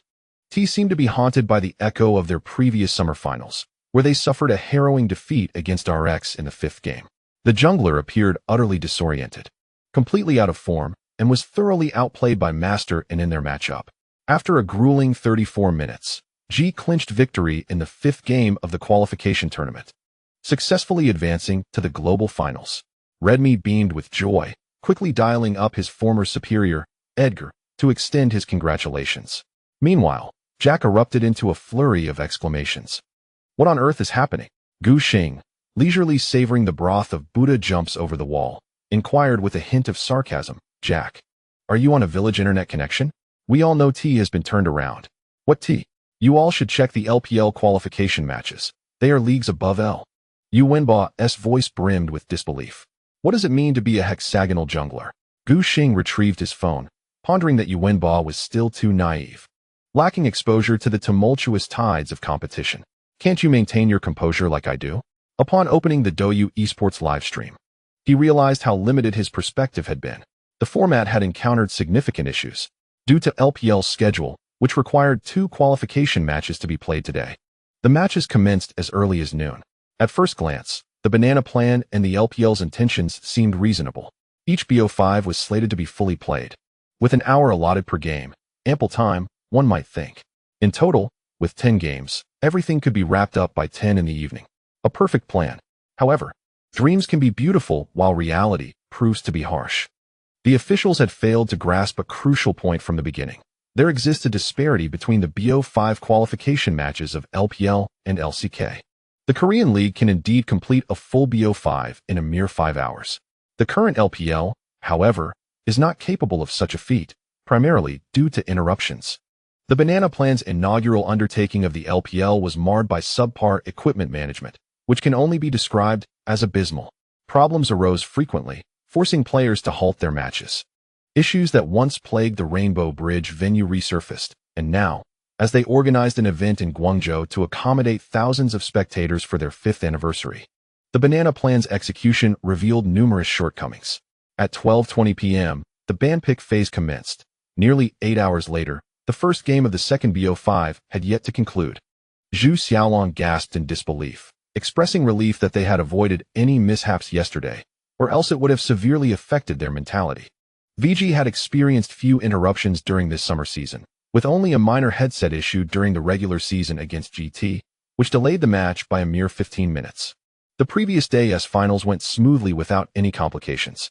However, the teams in today's qualification matches were not so fortunate. They were all unfortunate souls. Earlier, it had taken 7 hours to finish the first BO5, with frequent pauses contributing to a delay of at least 13 minutes. How could one maintain any sense of rhythm under such circumstances? A glimmer of sympathy flickered in Xiao Duan's gaze.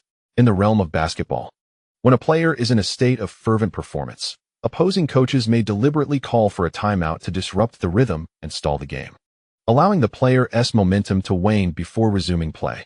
In the world of League of Legends, however, there exists no mechanism for a manual pause. Yet, in the event of technical difficulties, the match must be halted by necessity.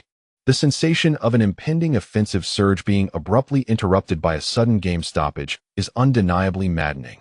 All present are professional players who can empathize with this plight. If this best-of-5 series were to reach its full length, would it not extend until midnight? Gu Xing discerned the implications. If they were to play the full set, 4 additional games would remain. Even if no further pauses were encountered, it would likely carry on until the early hours. Would they truly conclude by midnight?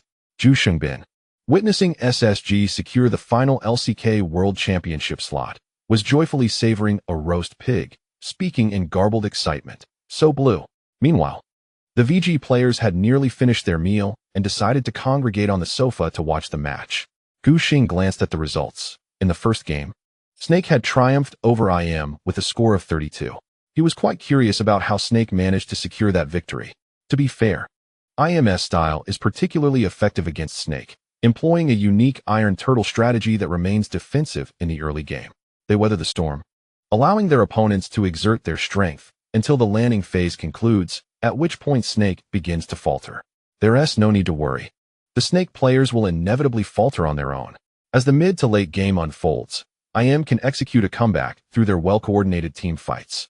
Logically, it should be exceedingly difficult for Snake to prevail against IM. Yet, remarkably, Snake achieved just that. This revelation left Gu Xing utterly astonished, and his teammates shared his surprise. Crystal is quite formidable, Jack interjected. His capacity to exert pressure is substantial. Yuwenba had spent the afternoon in the hotel, watching the match. Halfway through the victory banquet, he glanced at the live stream to whet his appetite, only to witness the disastrous consequences wrought by the LPL's unconventional tournament structure, prompting him to loudly urge his teammates to observe the game. The aggressive landing style, dominating IM's south bot lane, filled Jack with pride, affirming that those who master Draven possess elevated taste and refinement. Crystal's prowess with Draven is indeed notable. He has even achieved pentakills in professional matches. However, due to injuries and age-related issues, his appearances this summer have been few and far between, with Snake consistently opting for Martin as the starting player. It wasn't until the playoff qualifiers that Snake finally realized the truth. Relying on Martin meant the team had no ceiling, merely existing as an unremarkable mid-tier squad in the league. They needed to enhance their mid to late game capabilities to carve out a path through the competitive playoff qualifiers. In this context, Crystal was called upon in a moment of crisis. In mid-August, prior to their journey to Guangzhou, Snake enlisted an Australian doctor to treat Crystal's ailments, resulting in a rather gruesome and distressing scene. The official Weibo account even published a brief announcement heralding Crystal's return. It has since been proven that his abilities remain commendably intact.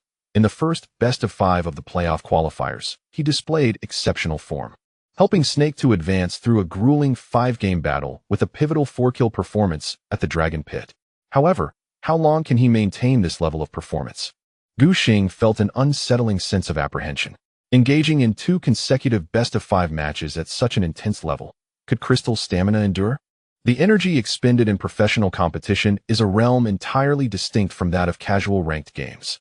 The professional arena demands unwavering focus and concentration from its players to mitigate any possibility of error.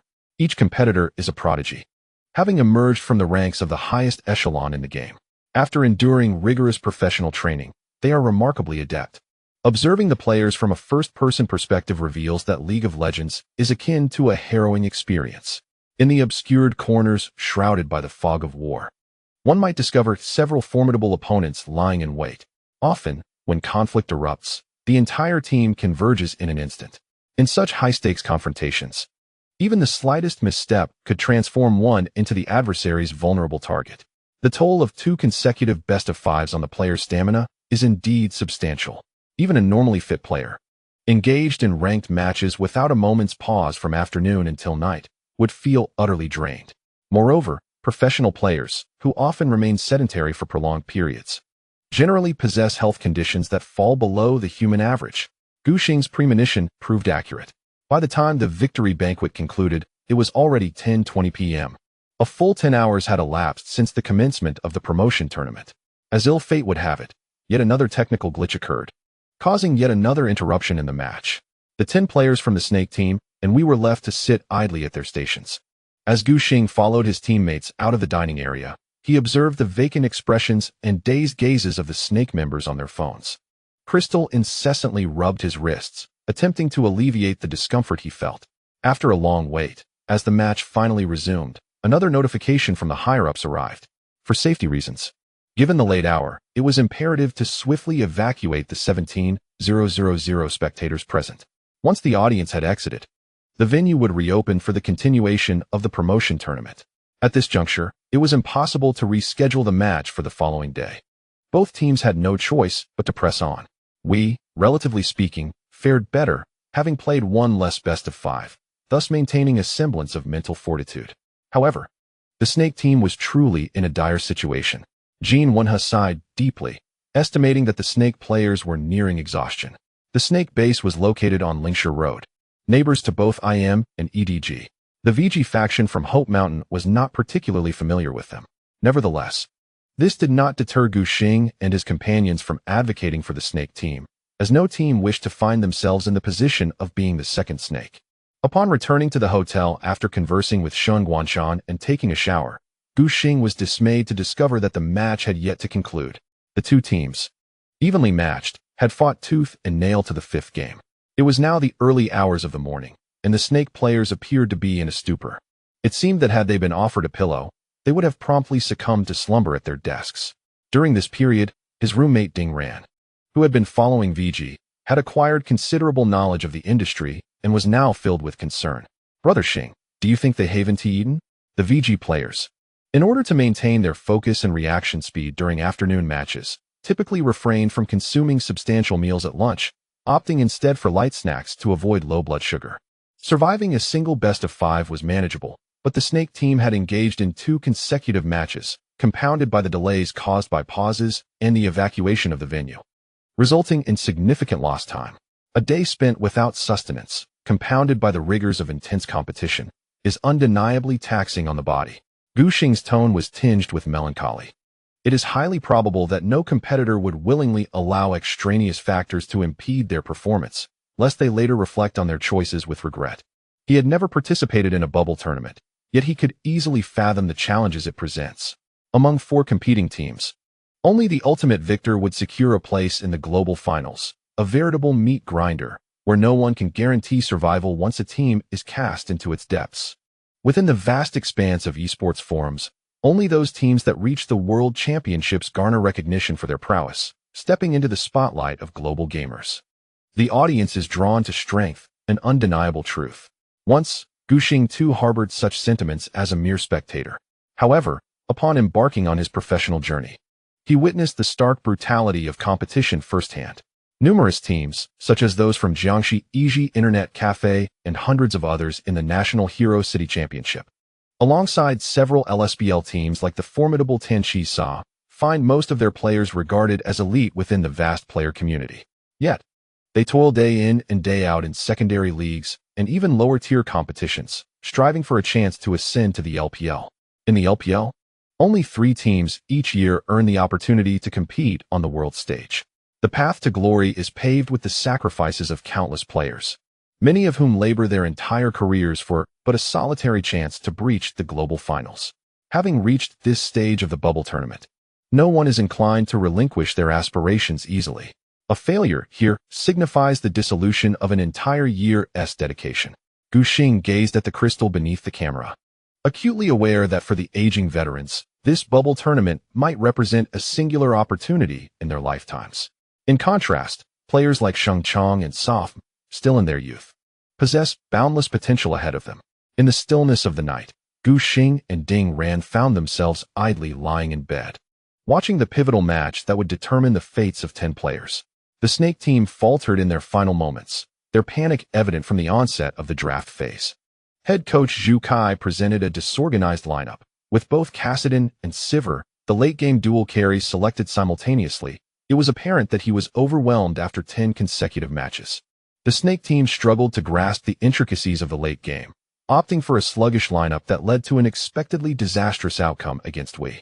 Truth be told, the Snake team ranks as the weakest in terms of raw strength among the 4 bubble tournament teams. Their victory over IM was merely a result of sheer bravado. No matter how fierce their assault, after 12 hours of grueling battle, their vigor had utterly waned. Once we established an early advantage, they did not rush to push forward, intentionally decelerating their pace to ensure stability. In a BO5, a critical misstep could lead to a lifetime of regret. As long as we continued to constrict the Snake team's space for survival, victory would soon be within their grasp. Alas, from his vantage point, Gu Xing discerned significant flaws in Wu's strategy. Did they truly forget to account for such flank maneuvers? He rolled over on the soft mattress, unable to suppress a sarcastic remark. The current coaching staff of Wei cannot be deemed entirely ineffective, yet it scarcely achieves any commendable results. The players are undeniably gifted. However, inadequate training has led to a rather mediocre demonstration of their operational capabilities. They have failed to eliminate even the most fundamental vision control. Fortunately, Wu's adversaries, the Snake team, are similarly lacking in operational finesse. Had they faced seasoned veterans, the ward placed in the top lane would likely have become a mere foreshadowing of their demise. I cannot shake the feeling that neither of these teams would prevail against RNG. As Ding Ran observed the absence of kills in the rift for some time, he yawned in boredom. Quancher noted that RNG is currently in good form, to which Gu Xing readily agreed, suggesting they would likely secure their ticket tomorrow.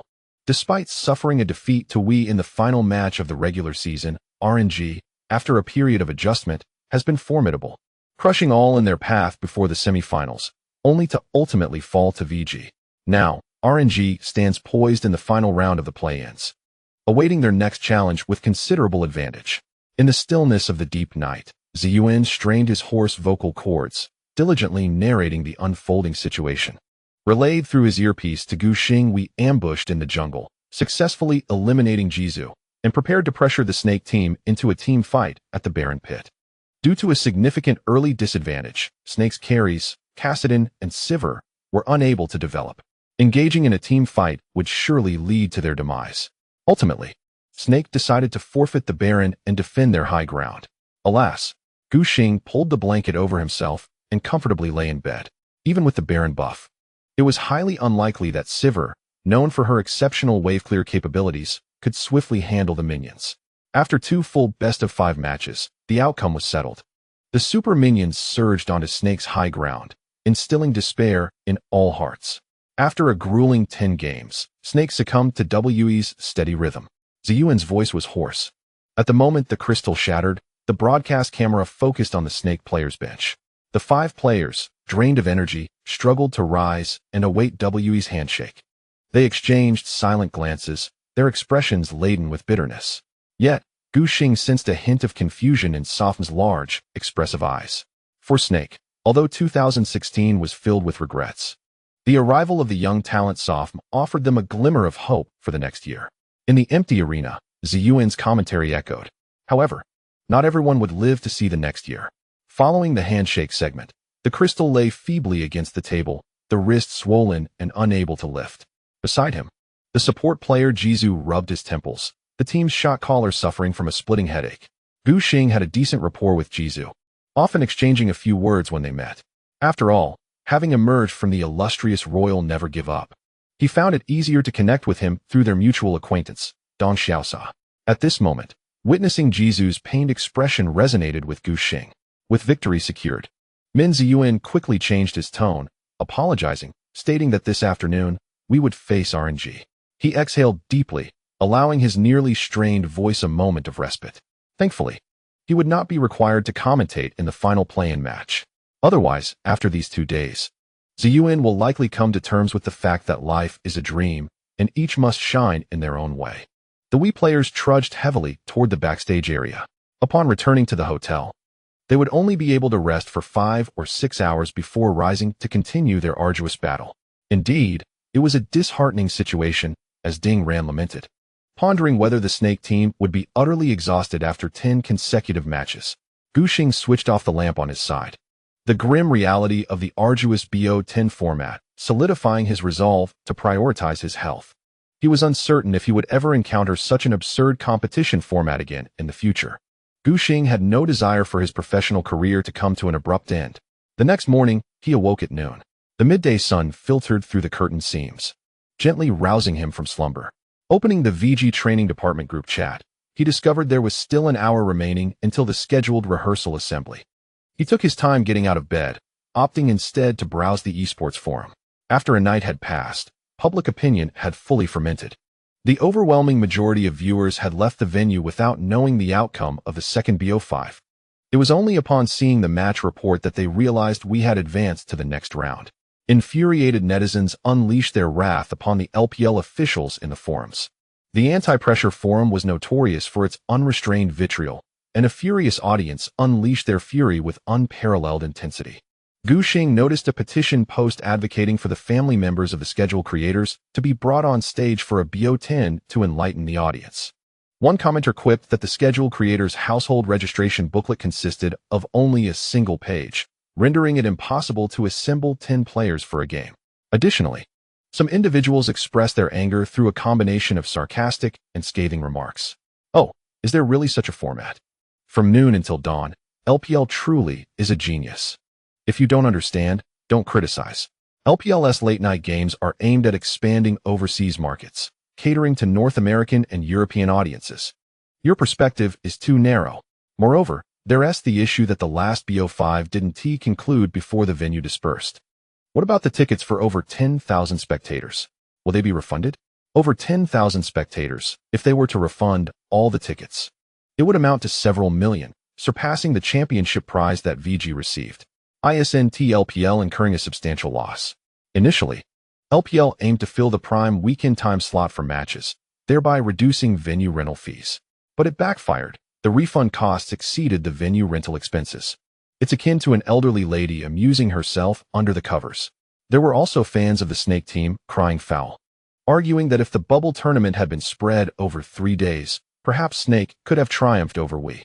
Their theory held water, as the Snake team had fought Wii to the brink of exhaustion, merely falling short at the final move.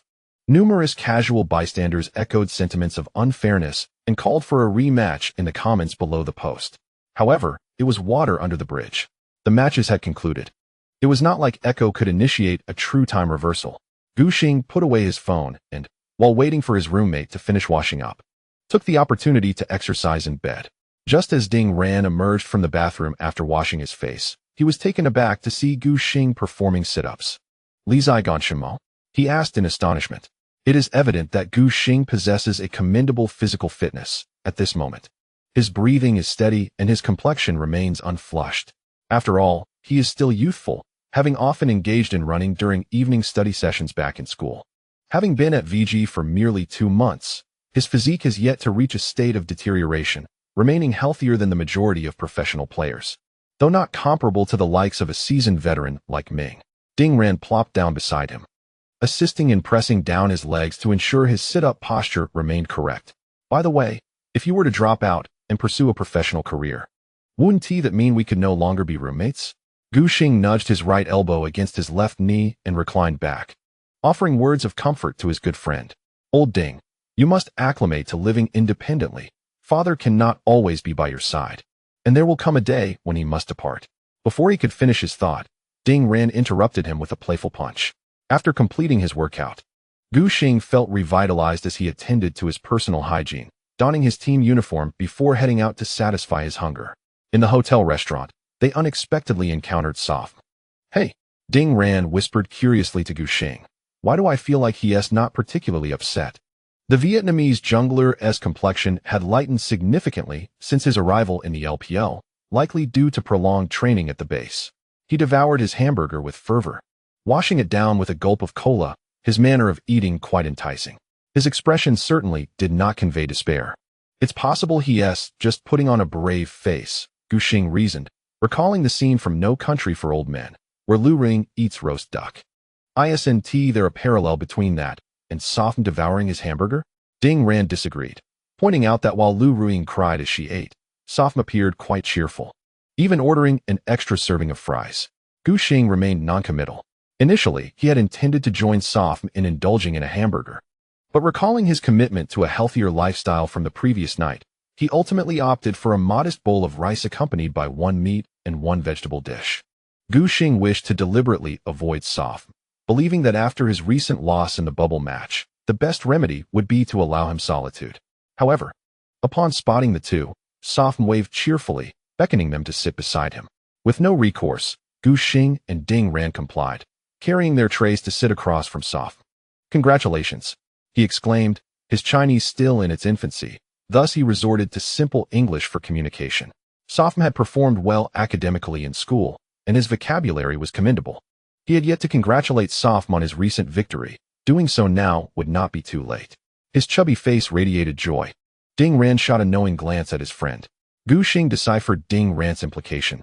See, I told you Soft isn't really upset. Why bring up No Country for Old Men? Thank you. You performed admirably this summer, Gu Xing genuinely praised. If your Chinese were a touch better, your potential would be extraordinary.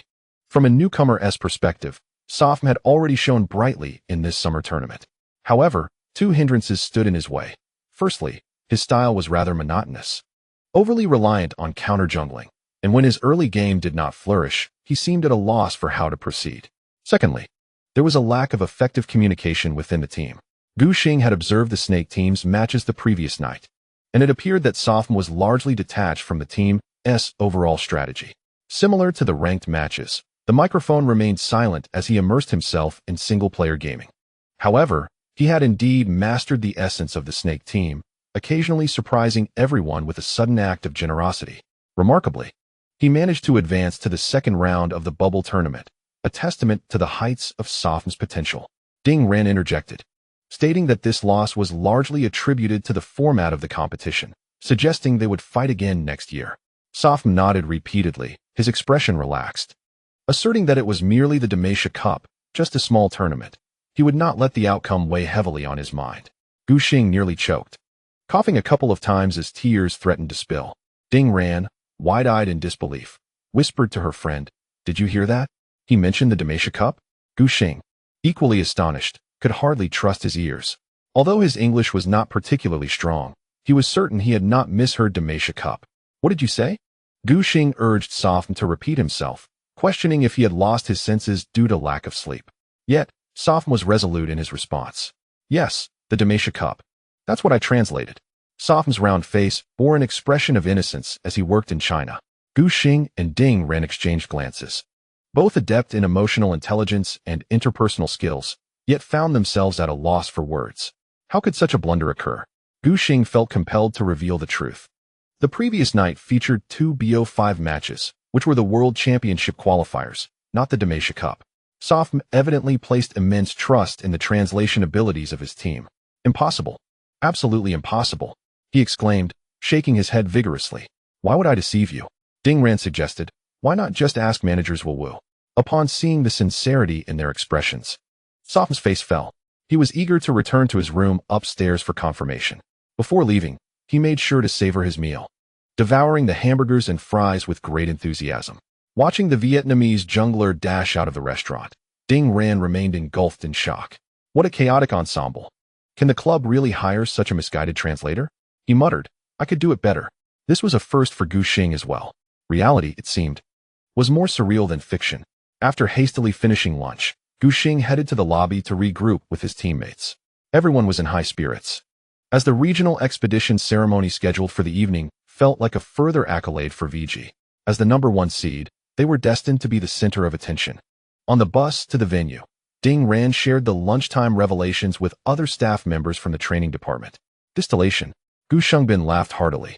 His grasp of language was somewhat lacking, often mispronouncing really impressive as distillation, prompting Gu Xing to reminisce about the nuances of chemistry class. Li Jixuan adjusted his glasses, noting that Vietnamese is not widely spoken in the country, making it difficult to find a competent translator. In contrast, Korean players do not encounter such errors. Considering the domestic scenario, Korean and Japanese are relatively more popular languages compared to Vietnamese. But one can't be too definitive. How did Ruji and Kaka almost get tricked into coal mining? Gu Xing jested. Laughter resonated throughout the bus. The noble gentleman awkwardly realized the oversight as he once again arrived at the Guangzhou International Performing Arts Center. Gu Xing had just alighted from the vehicle, eager to inhale the fresh air, only to find that his back felt as though it were ensconced in a drenched garment, nearly suffocating him. The climate of Guangzhou starkly contrasted with that of Ningbo and Shanghai, making it challenging for Gu Xing to adjust in such a short span. This time, however, his mindset was markedly different. Jean Wenhe stood with his hands on his hips, exuding an air of self-satisfaction. The last time they visited the venue, they were burdened with uncertainty and apprehension regarding the finals, their future shrouded in ambiguity, leaving them little time to appreciate the scenery surrounding the venue. Now, upon their return, they were the newly crowned champions of the league, the undisputed rulers of the LPL this summer. Aside from the players, the rest of the training staff took pride in their contribution to the team's triumphant journey, especially since Ding Jun had lavishly celebrated their victory the previous night, promising substantial year-end bonuses. At the entrance of the venue, staff members awaited their arrival. Everyone had come quite early, and EDG had not yet arrived. Gu Xing squinted against the blazing sun and was surprised to see a familiar face, the head of the ace commentator, Hou Ye, a formidable presence. He appeared even more intimidating under the relentless sun, his bald head gleaming. This time, I am in charge of coordinating the expedition ceremony, Hou Ye announced, shaking hands with the members of the VG training staff. Let us head inside to enjoy some air conditioning, and I will briefly outline the process for everyone. Upon entering the venue, the cool air enveloped Gu Xing, finally restoring him to a state of dryness and comfort. Hou Ye led them towards the backstage area, providing a brief introduction along the way. The LPL had a distinctive expedition attire, which should be familiar to those who watched last year's World Championship. Instantly, Gu Xing's mind conjured the image of the classic blue and white porcelain jacket, in stark contrast to the dismal performance of the LPL at the S5 World Championship. That year's expedition attire had been crafted with great care, seamlessly integrating traditional Chinese aesthetics with the blue and white porcelain style. The jacket had been tailored to reflect the characteristics of each position, with the Chinese characters for battle, strategy, fight, conquer, and plan embroidered on the back, adapted for different roles. Regrettably, the LPL had performed poorly, and the blue and white porcelain jacket had fallen into obscurity after the World Championship concluded. Reflecting on this, Gu Xing felt a swell of anticipation for this year's expedition attire. Make sure to provide me with your sizes for the expedition ceremony, he instructed. We will be using the elevator. Hou Ye gestured from a distance towards the central area of the stage, indicating that they would access the main stage directly from the backstage corridor. He reassured the VG team members, it's straightforward. There are no extra matters to consider. Just keep an eye on the elevator. We will conduct a few trials shortly. Once EDG, RNG, and we arrived, they would simulate a rehearsal to ensure everything was in order before dispersing. Gu Xing lowered his head to chat with Shun Guanshan via message, noticing she curiously examining the elevator. During the rehearsal, both RNG and we participated as a precaution. However, only one of these teams would emerge on stage that evening before countless LPL spectators via the elevator. What are you staring at? The factory manager quipped as he passed by, playfully delivering a light punch to Gu Xing's back. As Gu Xing raised his hand, he greeted, "Hello, runner-up jungler." Meiko was momentarily taken aback. "Who did you learn that from? I feel your trash talk skills surpass mine." "Rock," Gu Xing responded nonchalantly. "Do you fear the roaring heavenly sovereign?" This professional player, renowned in the Dota 2 community, had gained fame for his sharp wit, with classic moments including, but not limited to, a 3-on-1 counter kill and the question, "Can you even play?" Currently, Rock was a member of VG, residing next door in the Dota 2 division. Sometimes they would chance upon each other while heading out for late-night snacks.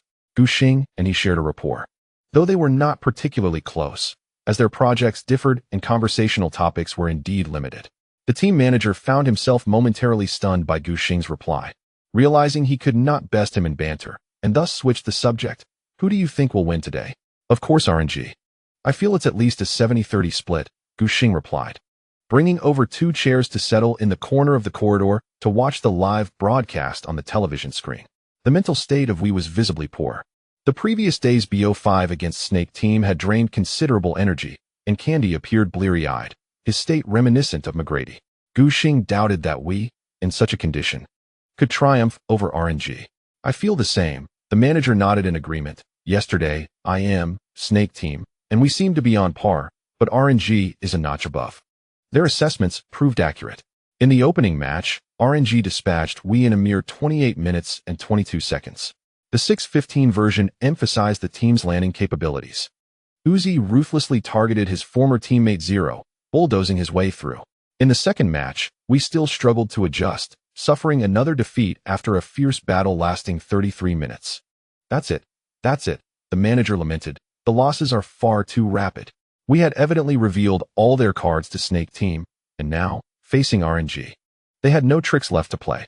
In contrast, RNG, poised at the final hurdle of the playoffs, had conducted thorough research in advance, striking with precision at their opponent's vital points. Yesterday's BO10 had been exceedingly arduous, yet today unfolded differently, with swift victories. 3-0. Miller's voice resonated so loudly that Gu Xing could hear his commentary from backstage. RNG had swept Wei, securing the final ticket to the 2016 World Championship. "Hurry up. It's time to go on stage," Jin Wenhe urged. Gu Xing returned the chairs to their place and hurriedly followed the team leader down the backstage corridor. "Remember to line up. The lift is quite large. Just stand side by side," Swai reminded for the last time. No sooner had he finished speaking than the RNG players burst in, excited and impatient, beads of sweat covering their brows. "Dog, stop wiping your sweat. There's no time to adjust. Get up here." Swai quickly pulled Uzi onto the lift. 3, 2, 1. The lift began to ascend slowly. Gu Xing stood between Long Gu and Hou Ye, rising steadily with the machine. The familiar yet foreign stands gradually came into view, the roar of the crowd overwhelming him. Golden streamers cascaded down while the spotlight flickered incessantly, and Gu Xing remained immersed in the emotion of the moment. Suddenly, I glanced up to see a triangular iron frame gently descending from the dome above, adorned with a brilliant red battle attire. However, paired with the lighting effects, an eerie sensation enveloped the atmosphere. Was something amiss? The critique of the new agreement's offer was audible from beside me, where my companion voiced his discontent. "Isn't this akin to a funeral shroud descending from the heavens?"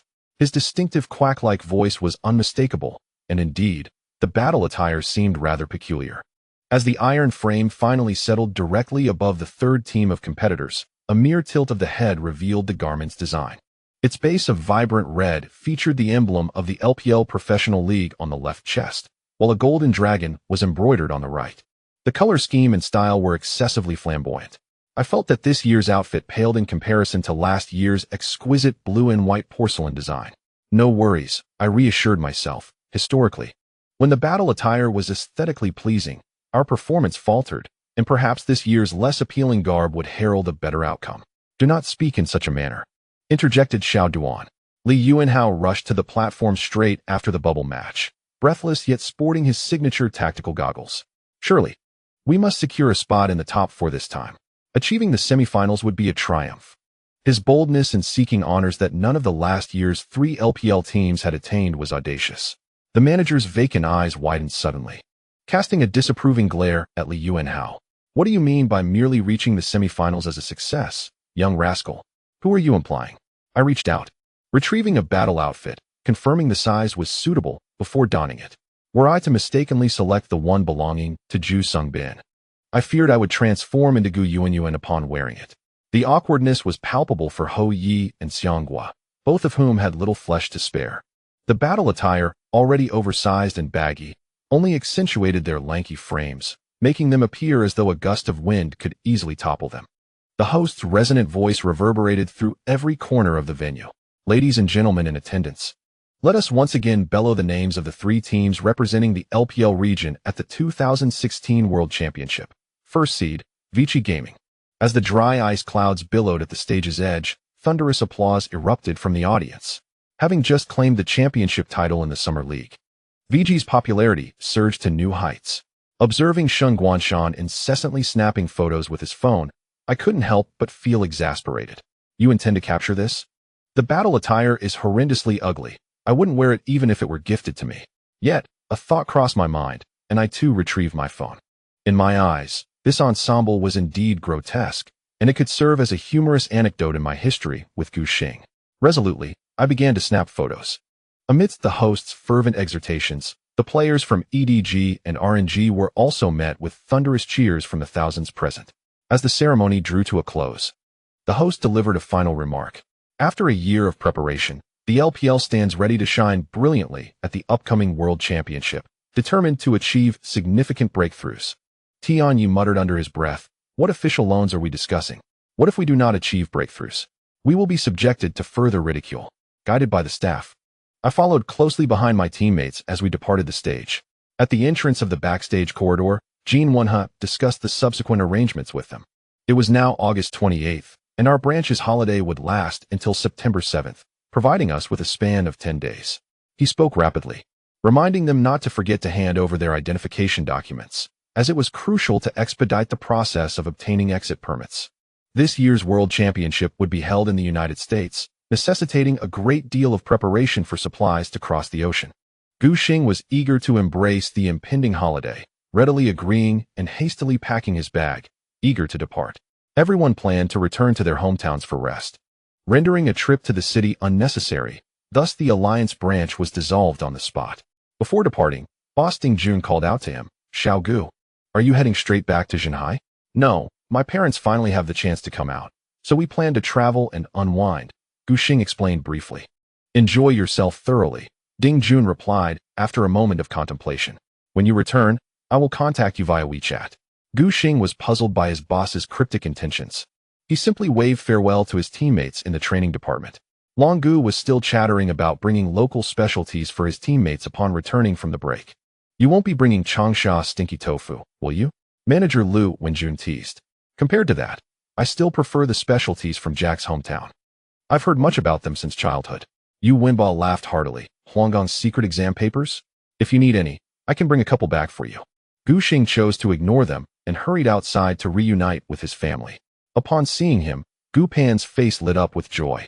This year's expedition outfit is truly a delightful surprise. Gu Xing acknowledged his sister's comment about his lack of aesthetic sense, yet he still attempted to defend himself. He turned to Sheng Guanshan. "Isn't this expedition outfit nice?" Seeing Gu Xing direct the question at him, Sheng Guanshan nodded vigorously, his tone bright and assured. "It's beautiful." "Beautiful? My foot." Gu Pan scoffed. "Guanshan, your entire wardrobe consists of black, white, and gray.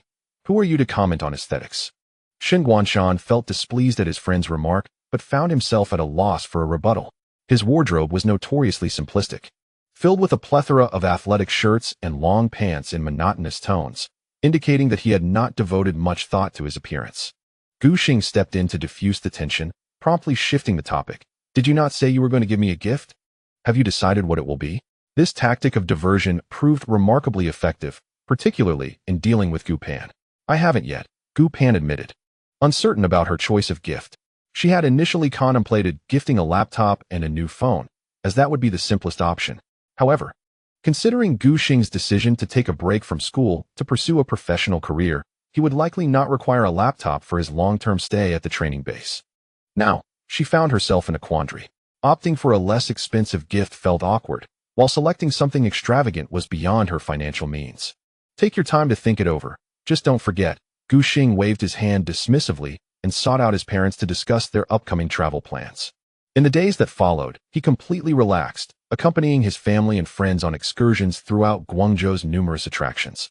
However, the sheer abundance of sights to explore in the city made it impossible to see everything in just 2 short days.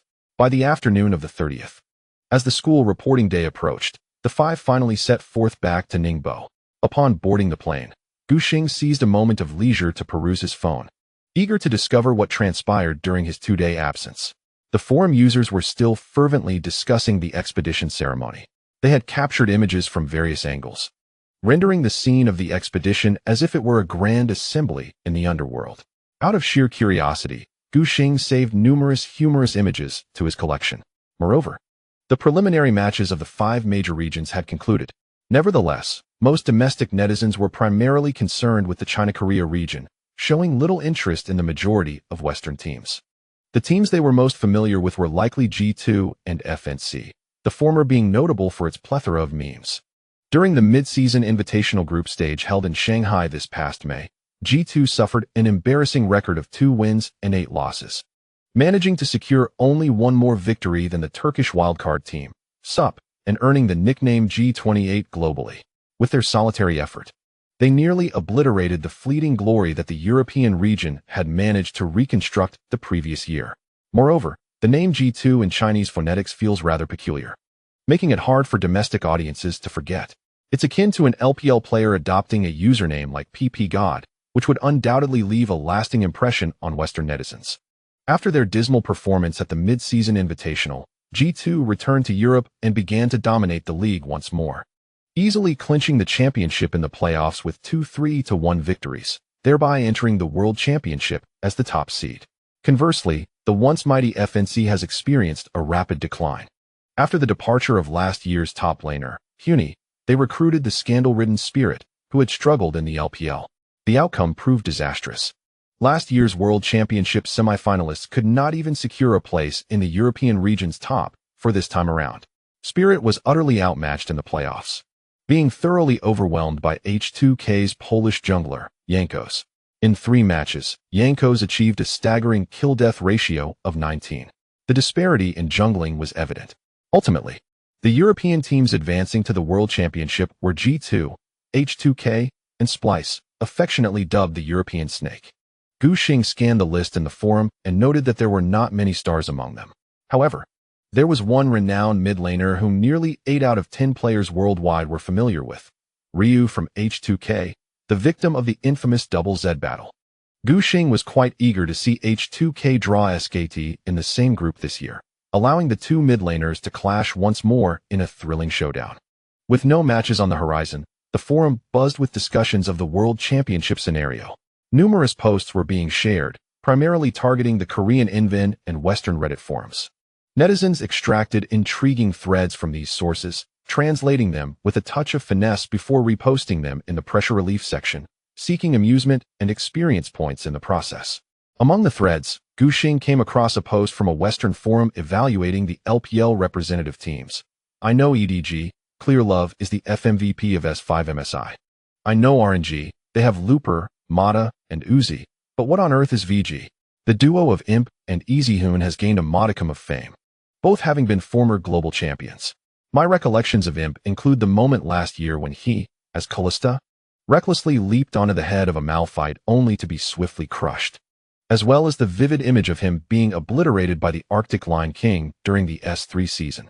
While it is true that Imp secured a world championship in S4, the true linchpins of Samsung White were the jungle and support players, rendering Imp somewhat less remarkable.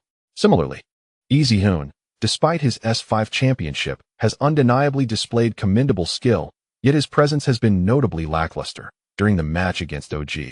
The audience clamored for Faker to take the stage. A revelation has dawned, my friends. The core of VG is the jungler Virtue, who decisively outperformed Clear Love in the finals. Is Virtue another iteration of MLXG? To be honest, I still do not grasp the meaning behind MLXG SID. Virtue SID, however, feels more amicable to me. Just as the vast majority of LPL viewers do not deliberately watch European and American matches, Western fans possess a rather superficial understanding of LPL teams. The two sides can only cross paths during the biannual international tournaments. Gu Xing, upon reflecting on their evaluations, realizes that he and VG are indeed relatively obscure. Upon hearing the flight announcement for takeoff, he promptly stowed away his phone. As he shifted in his seat, Gu Xing suddenly felt a twinge of discomfort in his back and instinctively rubbed it. "What's wrong?"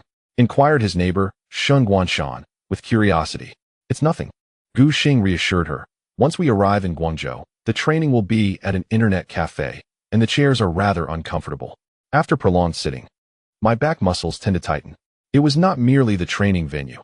The hotel bed was excessively soft, and Gu Xing always felt discomfort in his lower back when lying down.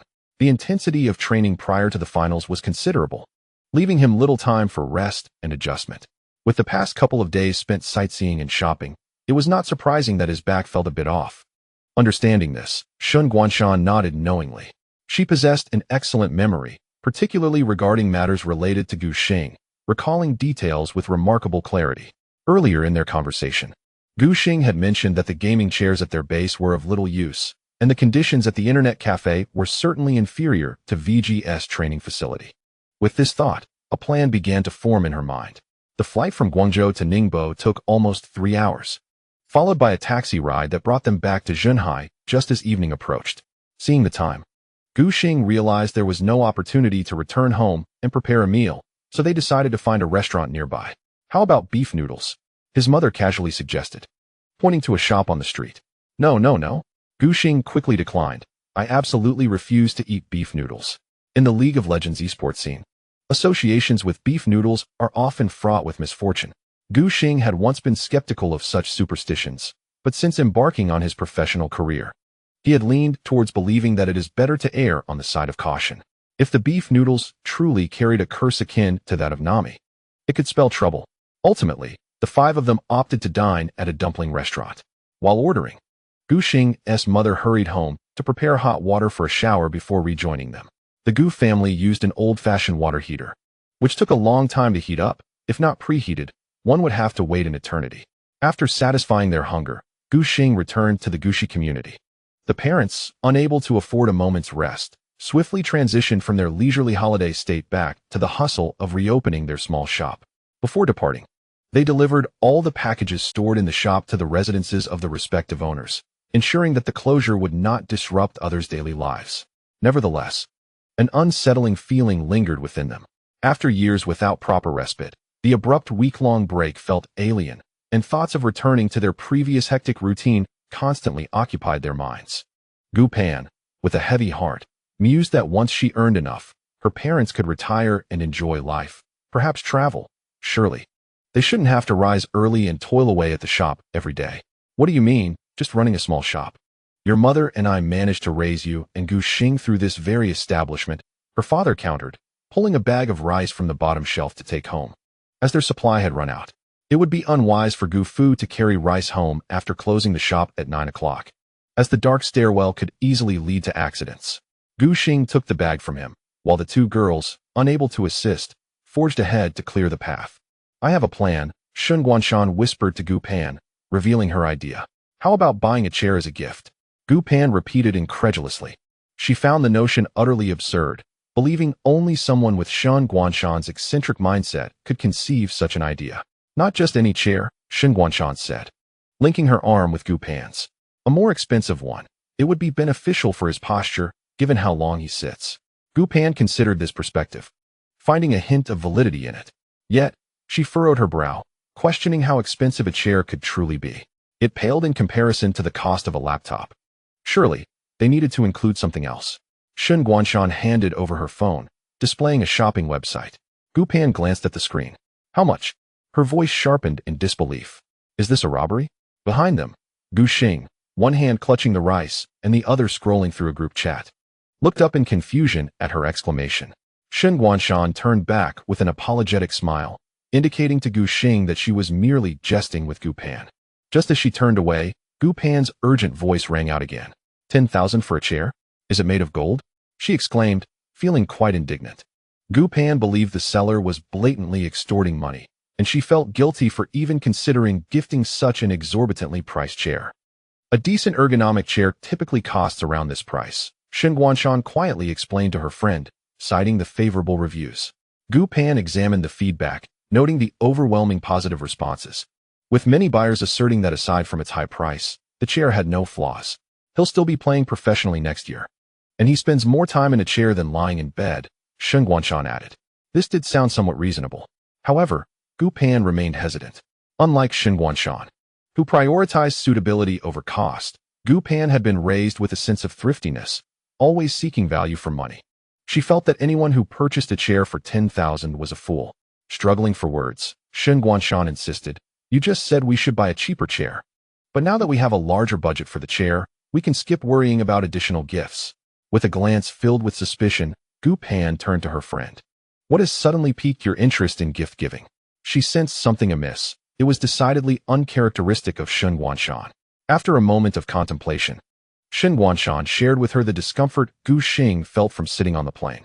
"I would like to gift him an ergonomic chair, but given our current circumstances, he wouldn't accept anything too extravagant. I thought since you're already planning to give a gift, and he has a need, it could solve both issues." Her voice was soft as she ascended the staircase, activating her flashlight to illuminate the path for Gu Xing behind her. "Of course, this is merely a suggestion. Ultimately, it must align with your sentiments," Shen Guanshan added, acknowledging that the decision rested with Gu Pan. Gu Pan grimaced as if biting into a lemon, acutely aware of the drawbacks of her brother dating her friend. What will happen in the future if they engage in this manner before establishing their relationship? Gu Pan pondered thoughtfully. She had been mulling over the gift for several days, and Shen Guanshan's suggestion indeed pointed to an ergonomic chair as the optimal choice. While it was indeed costly, it remained within budget. Gu Xing's recent purchases, a laptop and a phone, totaled just over 10,000 yuan. Gu Pan's budget aligned closely with this amount. However, she had not anticipated that such a sum would only suffice for a chair. In the end, she steeled herself and made a resolute decision. After all, that 10,000 yuan must be spent. It's for Gu Xing, not for my own use. It would not be an eyesore, a constant reminder of her generosity. Gu Pan placed the order, filling in the address as the VG base, and her bank card was swiftly debited over 10,000 yuan. Exhaling deeply, she turned to glance at Gu Xing, who was slowly making his way up the stairs with a bag of rice. "Could you hurry up a bit? It's just a few flights with that bag of rice." Gu Xing, upon hearing her use his nickname, slowed his pace further. "You go ahead. I still need to use the bathroom to shower." "Who would compete with you for that?" Gu Pan had initially intended to let him use the bathroom first, seeing him sweat under the heat while carrying the rice. However, upon hearing his response, she quickly dismissed her kind intentions and dashed up to the 7th floor.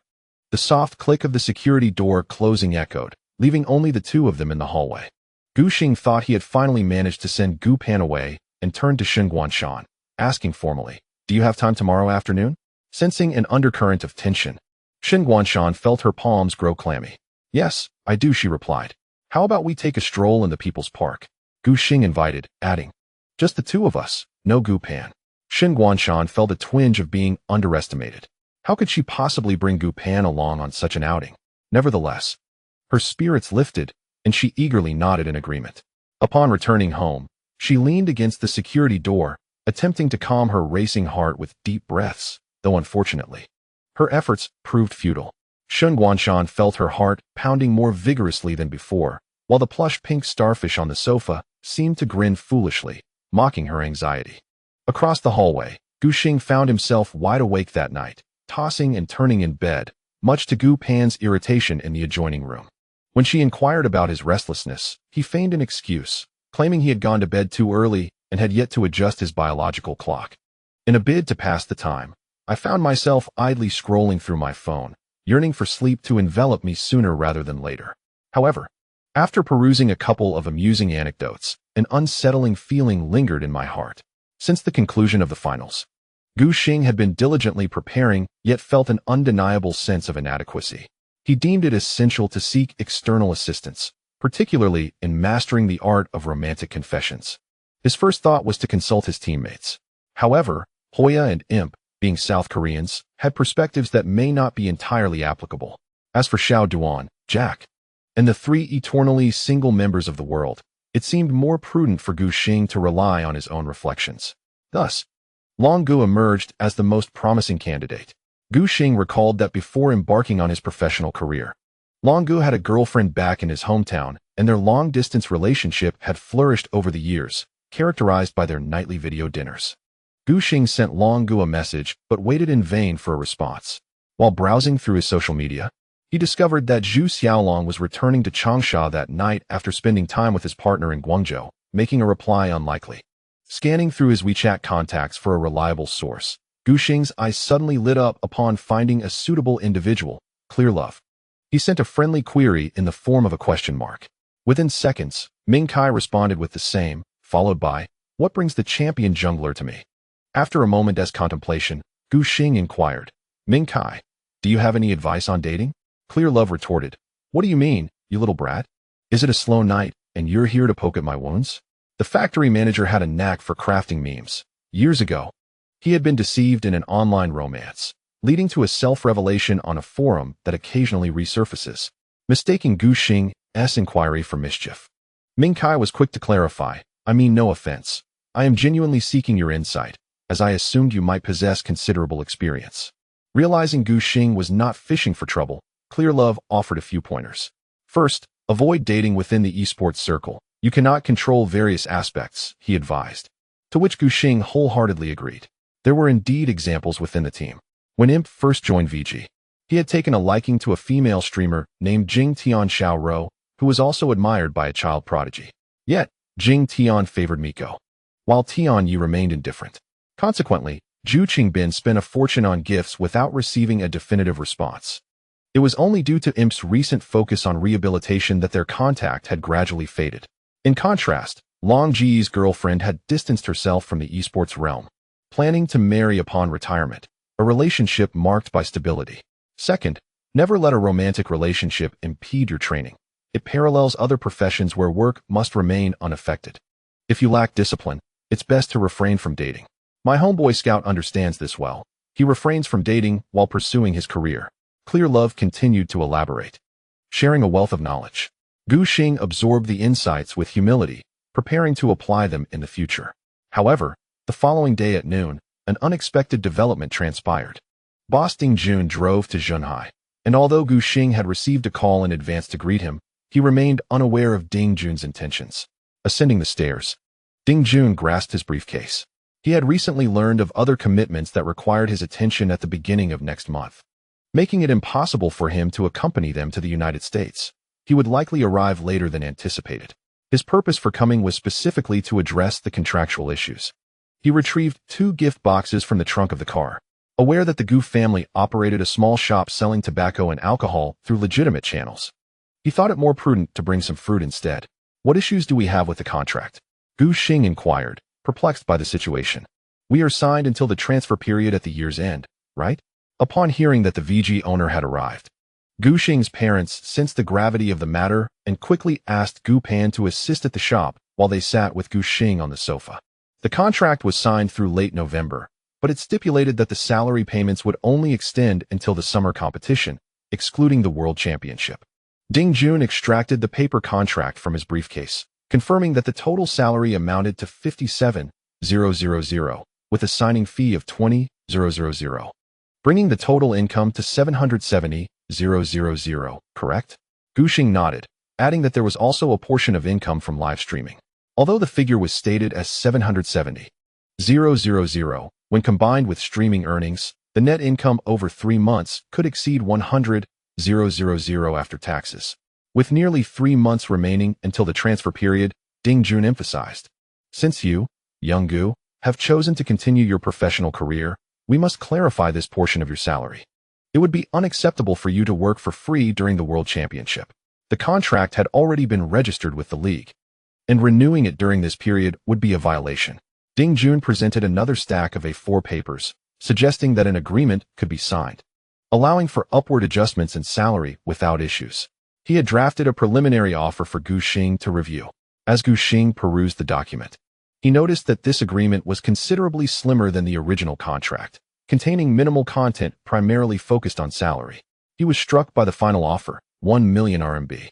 Having never encountered such a sum, Gu Xing endeavored to maintain an outward calm to conceal his astonishment. However, he took a sip of water from a glass to steady his nerves before passing the agreement to his parents.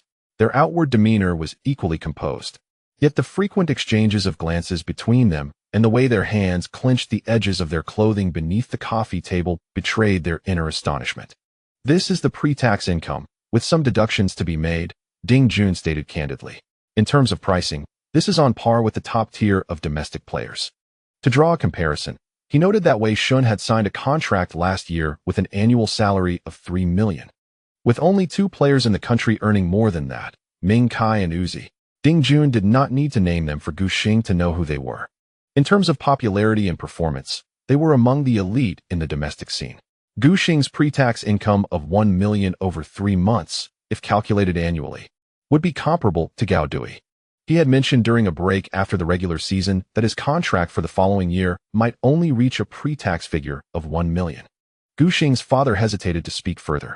The rapid inflation of salaries, despite his trust in Ding Ran and VG, left him with lingering doubts, concerned about potential pitfalls.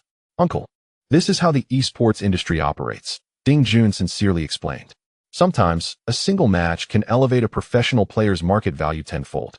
The quotation I provided to Xiao Gu was merely a projected minimum income, based solely on his performance in the regular season. He could secure a 1 million contract with me for a year. Now that he has become the champion of the summer tournament, his value is undoubtedly on the rise. There is no need for me to play any emotional cards. His demeanor is gentle, and VG is a relatively mature esports club. Contract pricing must be assessed comprehensively based on the player's performance and future potential, and Xiao Gu is undoubtedly worth this amount. While VG could continue to renew his contract at a monthly salary of 20 to 30,000, allowing him to compete in the World Championship until the contract expires. Ding Jun is acutely aware that if they proceed this way, Gu Xing is no fool, and it is highly probable he will not renew his contract with VG next year. Although Gu Xing entered the scene at a relatively mature age, he has realized his talent at a staggering pace, claiming his first league championship in less than 6 months. With his formidable mental fortitude and humble, ambitious attitude, his potential will undoubtedly soar even higher. Ding Jun believes this expenditure is well worth it and will foster goodwill. More critically, VG's Dota 2 division performed poorly at TI6. He intends to shift focus appropriately, leaning towards the League of Legends division, which shows significant improvement. Gu Xing is the very object of VG's investment. After Gu Xing's parents reviewed the agreement and confirmed it contained only salary stipulations, they felt reassured upon hearing Ding Jun's words. "So shall I just sign?" Gu Xing understood Ding Jun's intentions and gladly accepted the new offer. After seeing the boss nod in approval, he pinned his signature on the agreement with a steady hand. Once the mundane matters were settled and Ding Jun was sent off, Gu Xing gathered his belongings, preparing to meet Shen Guanshan. Arriving 2 minutes late, the red envelope was sent in the group chat. The skins were also drawn in the group. My tardiness is not to blame. Today's gossip was simply too shocking, and I enjoyed it thoroughly. Do you want a girlfriend or not? Just as I knocked on the anti-theft door of the neighbor's house, the door was gently pushed open, revealing Shen Guanshan, who had already changed into her shoes. Gu Xing discreetly assessed her from head to toe. Shen Guanshan, as always, wore no makeup. Though she lacked the vibrant and exquisite appearance of other women, her youthfulness shone through, her skin fair and luminous, accentuating her bright eyes and rosy lips. Her eyebrows were perfectly shaped, neither too thick nor too sparse.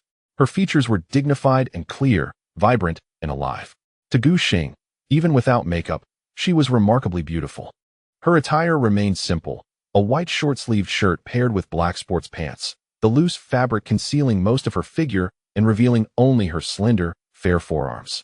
Unlike usual, she had tied her recently lengthened hair into a ponytail, her fair neck fully exposed, giving her a polished and tidy appearance.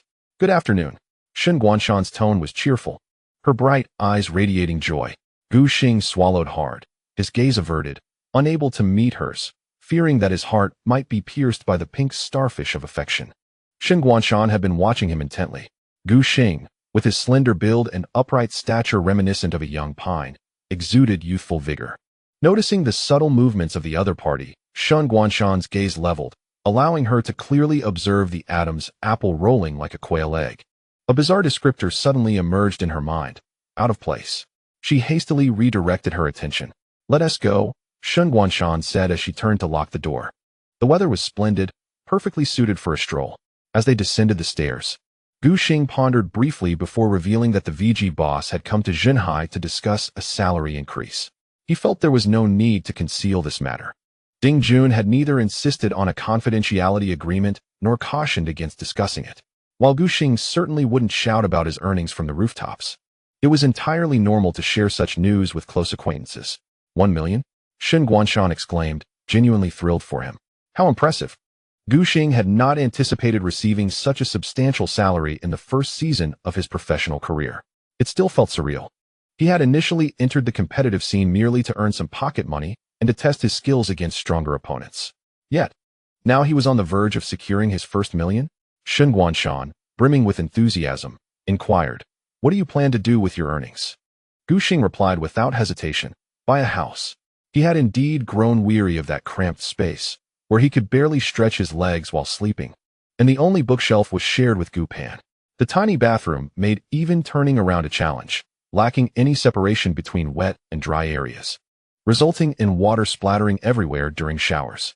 To make matters worse, during their school days, for people had to share a single toilet, an inconvenience that was almost unimaginable.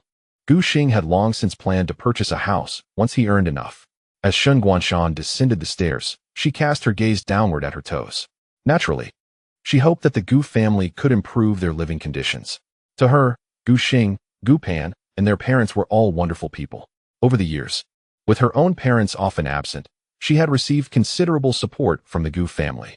However, if the Gu family were to buy a new house and move away, she and Gu Xing would no longer be neighbors. This thought suddenly filled her with unease. Passing their family store outside the community, Gu Xing pushed open the door, awakening a cascade of wind chimes that chimed melodiously. At the counter, Gu Pan was engrossed in her book. Only upon hearing the chimes did she lift her head. Before she could finish her sentence, her gaze fell upon her brother, swallowing the last word unspoken. She walked to the window to glance outside, but saw no sign of their mother. "Where's Mom?" Gu Pan had previously witnessed the VG boss departing in a Mercedes, assuming that after the meeting, their mother would come to take over, yet she had waited a long while without seeing her. Shortly after, Gu Xing descended to the shelf and retrieved 2 bottles of yogurt. When he left, their parents were still reeling from the shock of their son's earnings of 1 million in 3 months, likely needing some time to adjust. Upon reaching the counter, Gu Xing noticed his sister perusing a book on Introduction to Computing, presumably a first-year course. After a moment of contemplation, he decided to offer Gu Pan some appropriate support before the semester began, asking, "Can you understand it on your own?" Shen Guanshan also displayed a concerned expression. "It's a bit challenging," Gu Pan admitted, her face reflecting distress, regretting not taking the informatics Olympiad seriously back then. Now, she felt she was starting too late. Zhejiang stands as a premier province for information technology competitions in China, with its foundational education in computer science remarkably advanced. Within the region, there are several distinguished schools known for their prowess in informatics competitions, consistently producing members for the national training team. However, Gu Pan felt a lack of inherent talent and was often distracted, leading her to neglect her studies, primarily focusing on the college entrance examination. Now, she experiences profound regret. Although her raw score secured her admission to Peking University, the seemingly high score does not confer the expected advantages. Rather, it often results in disadvantageous circumstances. Upon joining the freshman group for the computer science program, Gu Pan discovered that many of her peers possessed substantial competition experience. While the most exceptional informatics competitors had primarily enrolled in the neighboring Yao class, Peking University remains a prestigious institution, and the informatics proficiency of the admitted competition students far surpasses her own. Gu Pan does not consider herself deficient in comprehensive examination skills compared to her peers. Yet, in university, the computer science curriculum does not include much in the way of language and cultural studies, focusing predominantly on specialized courses. Those who had previously engaged in competitions possess significant advantages in terms of both the time to start and their understanding of the subject matter. Consequently, Gu Pan feels she is at a disadvantage relative to many of her peers, causing her considerable discomfort and frustration. Observing her demeanor, Gu Xing initially contemplated teasing her by suggesting that had she devoted her attention to competitions, perhaps she would have achieved notable results, and her entrance scores might have sufficed for admission to Peking University. However, he refrained from voicing this thought. Instead, Shun Guanshan took the initiative, offering to assist with calculus, which they were studying in their first year. Lacking the ability to comfort others, she believed that addressing problems directly was the best form of consolation. "Thank you," Gu Pan responded, her mood quickly adjusting as she adeptly retrieved the scanning device. Having just scanned 2 bottles of yogurt, she noticed her brother emerging from the refrigerated section, disdainfully clutching a can of Pepsi. "Here, this is for you," Gu Xing said, pushing the cola toward her while paying through his phone. Although they owned the store and could take items without charge, settling accounts would be cumbersome. Thus, paying was the more convenient option. "What is this?" Gu Pan chuckled at his antics. "If you wanted a drink, I could have purchased it myself. I merely asked if you wanted one." Gu Xing, showing impatience, replied tersely. Gu Pan smiled brightly and ceased her objections. Her gaze caught sight of Gu Xing handing a bottle of yogurt to Shun Guanshan, prompting her to playfully inquire, "If I wanted yogurt, would you treat me to?" Shun Guanshan lowered her head, avoiding the question. Gu Xing, well aware of his sister's cleverness, chose to disregard her teasing and waved his hand as he led Shun Guanshan outside. "You have changed," Gu Pan exclaimed, feeling mischievous. "You used to treat me to yogurt." In Gu Xing's memory, he had only treated her once. He had initially bought yogurt for Shun Guanshan, concerned that she might disclose this to Gu Pan, which prompted him to purchase an additional bottle. Now, with a tacit understanding between him and Shun Guanshan, he questioned why he should still buy yogurt for Gu Pan. As Gu Pan opened the tab on her icy cola and leaned against the windowsill, she watched her brother and his friend walk past the fragrant camphor trees until they vanished from her sight. She then settled down to continue her studies and prepare for classes. After traversing the dappled shadows of the camphor trees, the two arrived at the nearby People's Park, where a district youth center was bustling with students engaged in supplementary classes, with summer vacation still in full swing and a wide age range among the attendees. A group of children, laughter echoing as they dashed towards him with their backpacks, rushed past from behind. The narrowness of the sidewalk forced Gu Xing to yield and evade. Shun Guanshan, slightly slower to react, inevitably collided with Gu Xing's forearm. Her immediate sensation was the warmth of his body, akin to a small furnace. And then she noticed the faintly visible veins and muscular texture on his fair skin. A blush crept across her cheeks. Once the children had sprinted ahead, Gu Xing turned to Shun Guanshan and initiated a casual conversation, asking if she had packed her belongings. Not yet, she thought to herself, recalling how she had spent the previous night confiding in her friend, Patrick Starr, leaving her both anxious and eager about what the day might bring, with little energy to focus on packing. However, she realized that her brief response might stifle the conversation, so she quickly added, "But I don't have much to bring. Textbooks can be sent via courier. I'll just take the essentials, some clothes, my laptop, and tablet.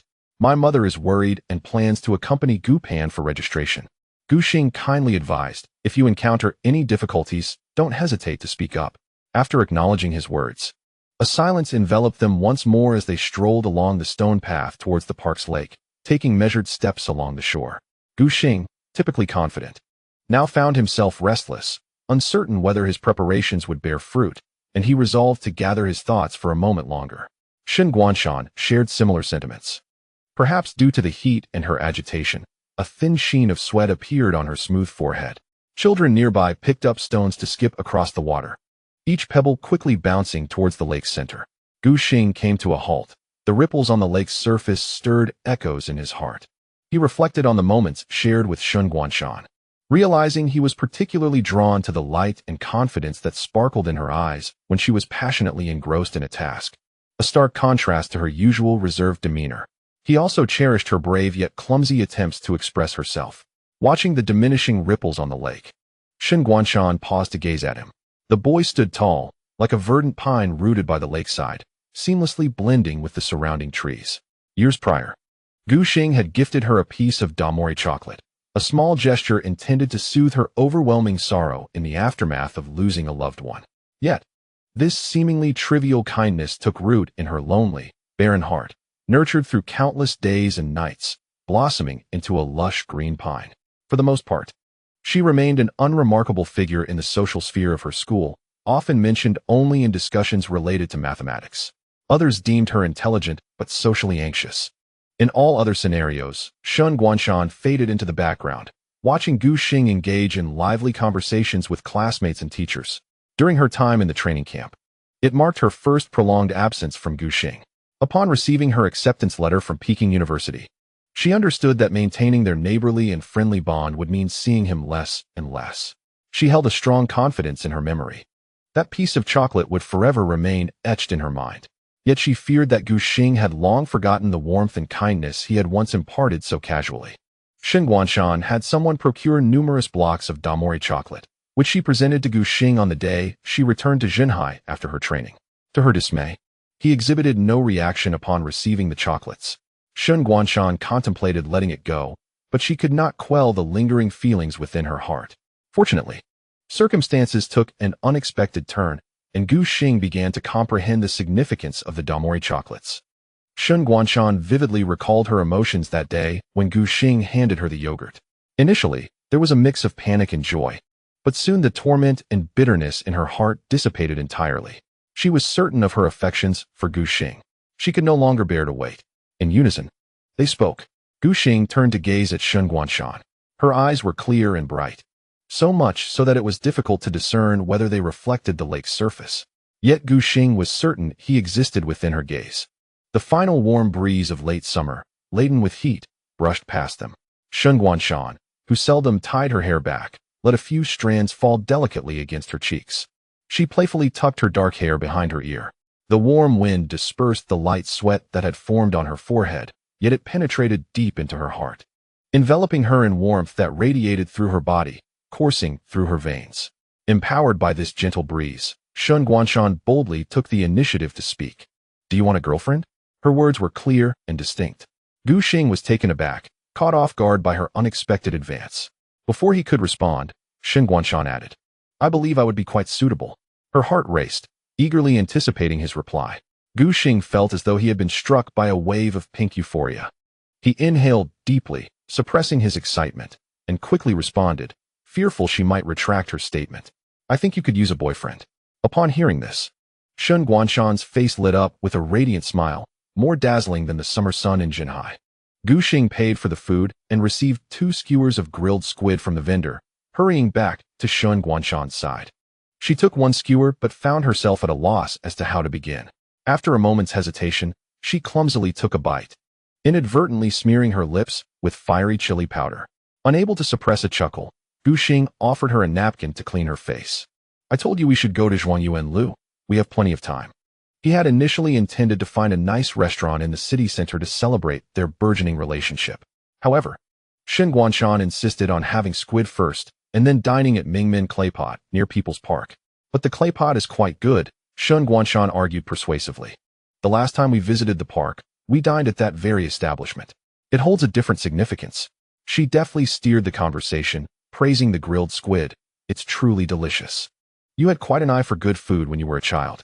"Indeed," Gu Xing replied with pride, recalling how his father had taken him there after performing well on an exam, and he had felt that the grilled squid was a gem among affordable foods. Shun Guanshan had a hearty appetite that day, managing to savor both the snacks and a claypot dish. As night fully enveloped the earth, the two of them set off for home, their stomachs content. "Look, the drum tower." Shun Guanshan's cheeks were flushed with excitement as she extended her finger. Gu Xing lifted his gaze to behold the town sea tower, which radiated a dazzling array of colors, standing resplendent against the darkness of the night. Numerous tourists surrounded them, capturing this moment with their cameras. "Shall we take a photo too?" Gu Xing recalled that his first solo picture with Shun Guanshan was also taken beneath the town sea tower, and he felt an eager impulse to replicate the moment. Noticing his girlfriend nodding enthusiastically, he decided against asking a passerby for assistance, opting instead to stretch out his arm for a selfie. "Come closer, or we won't fit in the frame." A bit closer, Gu Xing directed Shun Guanshan. Eventually, their heads nearly touched, allowing him to catch the faint scent of her minty shower gel. As he pressed the shutter, Shun Guanshan beamed radiantly, playfully forming rabbit ears above his head with her fingers. Neither of them was particularly fond of photography, yet they found themselves relishing the experience. They lingered near the town sea tower for half an hour before hurrying back to the Gushi community. The small shop's lighting was dim, and Gu's father was at the counter, savoring a rib dish that his wife had joyfully purchased from the market that day. It was tender and flavorful. Just as he chewed on a piece of rib, he spotted a couple passing under the light, hands intertwined in an intimate manner. He was certain that one of them was his son. No way. Panic surged within him, prompting him to spring up and follow them. It wasn't until he caught sight of Gu Xing's silhouette that he exhaled in relief. Thank goodness. He had never heard of Gu Xing having any romantic entanglements while playing professionally in Shanghai. If he were to suddenly bring home an outsider, Gu's father would struggle to accept it. As for Shun Guanshan, she was quite a remarkable girl. Gu Xing and Shun Guanshan walked hand in hand, only intending to release each other upon reaching the ground floor. Unfortunately, the stairwell of Gushi community was too narrow to allow two adults to ascend side by side. How about I lead the way, holding the flashlight in my left hand, while we hold hands with the right? Shun Guanshan proposed. Initially, every moment felt wonderfully perfect. She was acutely aware that in just a few days, she would be heading north for her studies, and it was uncertain when they would reunite again. Shun Guanshan wished to seize every moment to enjoy this fleeting intimacy with Gu Xing. She recognized that her actions were somewhat childish. Yet she had long fantasized about the day they would climb the stairs hand in hand. In the night, her eyes sparkled brightly. Gu Xing contemplated the safety of such antics in the dim stairwell, but ultimately succumbed to his girlfriend's earnest gaze. He suggested walking ahead, ensuring that if Shun Guanshan were to stumble, she would fall safely against his back. Shun Guanshan grasped her boyfriend's hand, following closely as they ascended the stairs. In the quiet, dark stairwell, only the flashlight emitted a faint glow.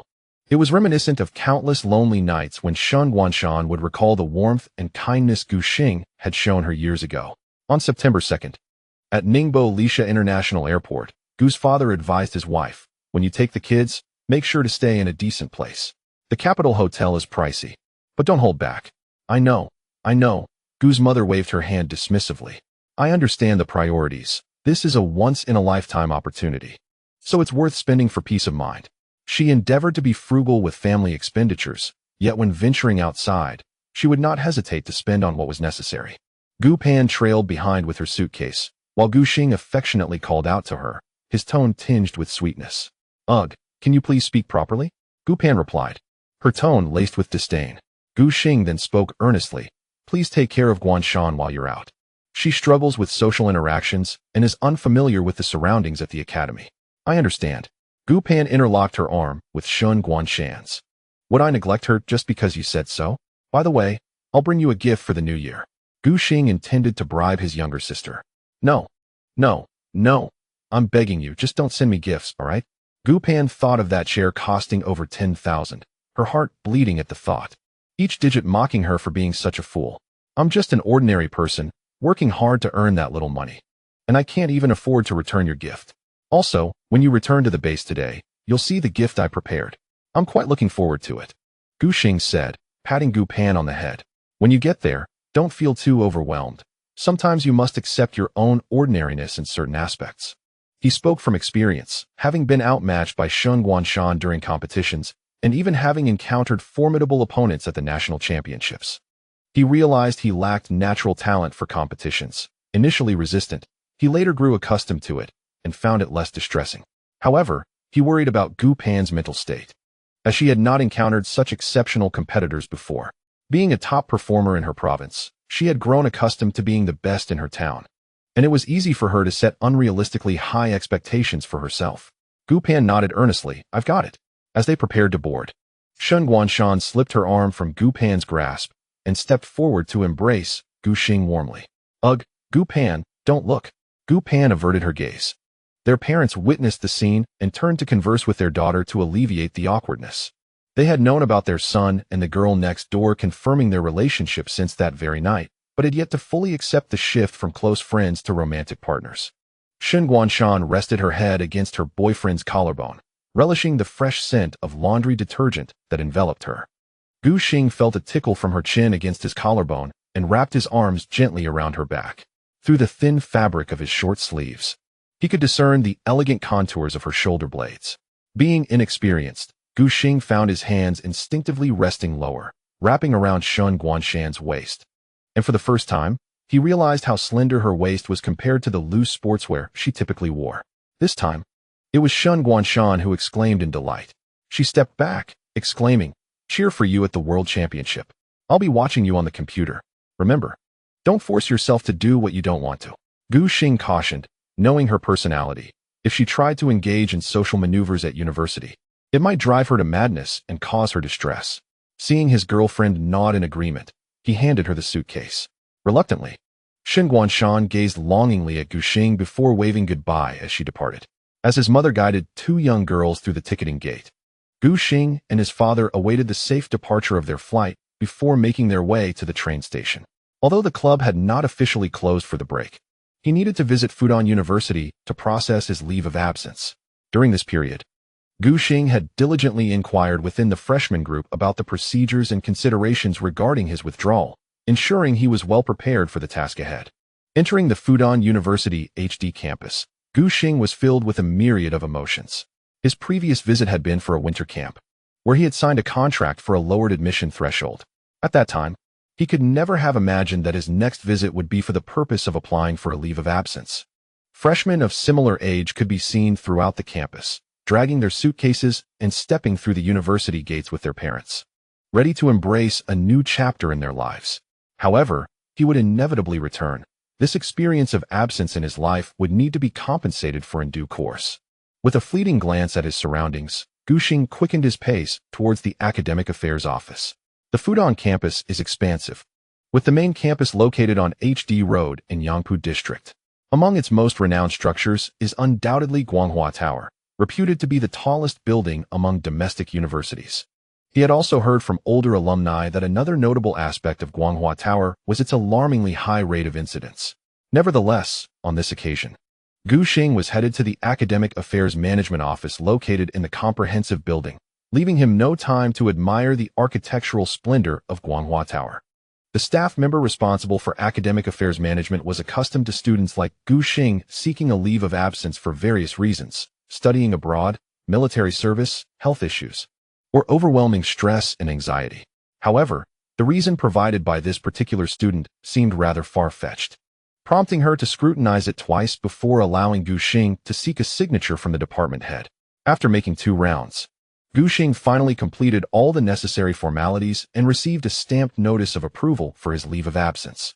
With everything settled, he could now devote the next year to the professional arena without distraction, contentedly returning to the Heowangshan community in Songjiang.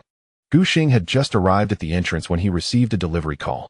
A delivery truck, imposing in stature, came to a halt beside the community, and 2 staff members emerged to unload the items from the cargo. Chairs. Gu Xing was taken aback to see that Gu Ban had actually sent such an item. Already assembled, the instruction manual was packaged within the box, and the staff offered to help bring it inside for him to test. Gu Xing, bewildered, still directed them into the VG base. Upon sitting down, he realized that this chair was indeed far more comfortable than the esports chairs he was accustomed to. Confirming that the chair was satisfactory, he bid farewell to the delivery personnel and opened his phone to search for its price. What? A Herman Miller chair costs 10,000 yuan. Having never sat in such a high-end item before, he was initially hesitant to use it vigorously, only daring to gently roll the chair's wheels to acclimate himself. Suddenly, the base door swung open, and he found himself locking eyes with a newcomer, both of them momentarily taken aback. As a side note, the daily routine has concluded. The plot has been challenging to write these past few days, hence the brevity of the text. Preparations for the World Championship are underway, and the narrative will flow much more smoothly. With the major plot arc just concluded, let me report the results. An average subscription of 15,000 per chapter, with 11,000 reads of new chapters within the first 24 hours. The aspirations have soared significantly beyond the zenith of the previous volume, and the goal has indeed been achieved. Moving forward, relentless efforts shall continue. Today, I have written 800 words, totaling 606,000 and 27,000. An update will be posted shortly. The narrative holds considerable significance and requires meticulous revisiting. A red envelope will be distributed. The chapter is extensive, a substantial and gratifying one. In Chapter 163, the beginning and end of a change of heart, a grave grouping situation. Puff, how did you return? To my surprise, it was Imp who walked through the door. Gu Xing was quite taken aback to see the plump rat, Zhu Qingbin. He had returned to Shanghai in advance to handle his leave of absence before the new student's enrollment. What had prompted Imp's return? He had been idly passing time in Korea. Without a computer at home, and gaming required a trip to an internet cafe, so he decided it was better to come back. Zhu Qingbin, carrying his flamboyant LV suitcase, glanced over and noticed Gu Xing's chair. What is this? A divine artifact? Imp was exceedingly curious. An ergonomic chair, Gu Xing replied, puffing with pride. A gift from my sister. Zhu Qingbin examined it closely, even circling it out of sheer curiosity. Viewed from the front, the chair, entirely in a mineral white hue, appeared sleek and minimalist, while the backrest support structure was far more intricate, resembling a human skeleton that upheld the entire chair. It looks rather ordinary, Zhu Qingbin commented, as he preferred more vibrant items. His usual attire was a riot of colors, akin to a flamboyant peacock strutting down the street. I find it quite appealing. Gu Xing beamed. Isn't it far superior to a gaming chair? Those are merely aesthetic but lack functionality. The design chosen by Gu Pan was precisely to his liking, albeit rather costly. Nevertheless, in the presence of Zhu Qingbin, Gu Xing felt compelled to boast a little. He spun around in the chair a couple of times, awkwardly adjusting the backrest angle and height according to the manual, aligning his back with the chair. Gu Xing's expression radiated satisfaction. Indeed, it was comfortable. He felt the tension in his back muscles dissipate. Now, his waist was no longer sore, and he wished to remain seated from dawn till dusk. Zhu Qingbin felt a twinge of envy. Being older and having gained weight, he had not noticed the physical toll during his training sessions. However, after 15 hours of intense practice each day, prolonged sitting inevitably led to bodily discomfort. Sometimes, after arduous training, lying flat on his bed, he could feel a persistent ache in his back. Seeing Gu Xing in such a state of comfort on the chair, he too contemplated purchasing one. If only he could add a splash of vibrant colors to the chair's surface, that would be splendid. In the vast training room, it was just the two of them, and Gu Xing prepared to start a live stream to explore the rift. Although he could earn $1 million in the next 3 months, the streaming income seemed negligible. Yet he never found too much money to be bothersome.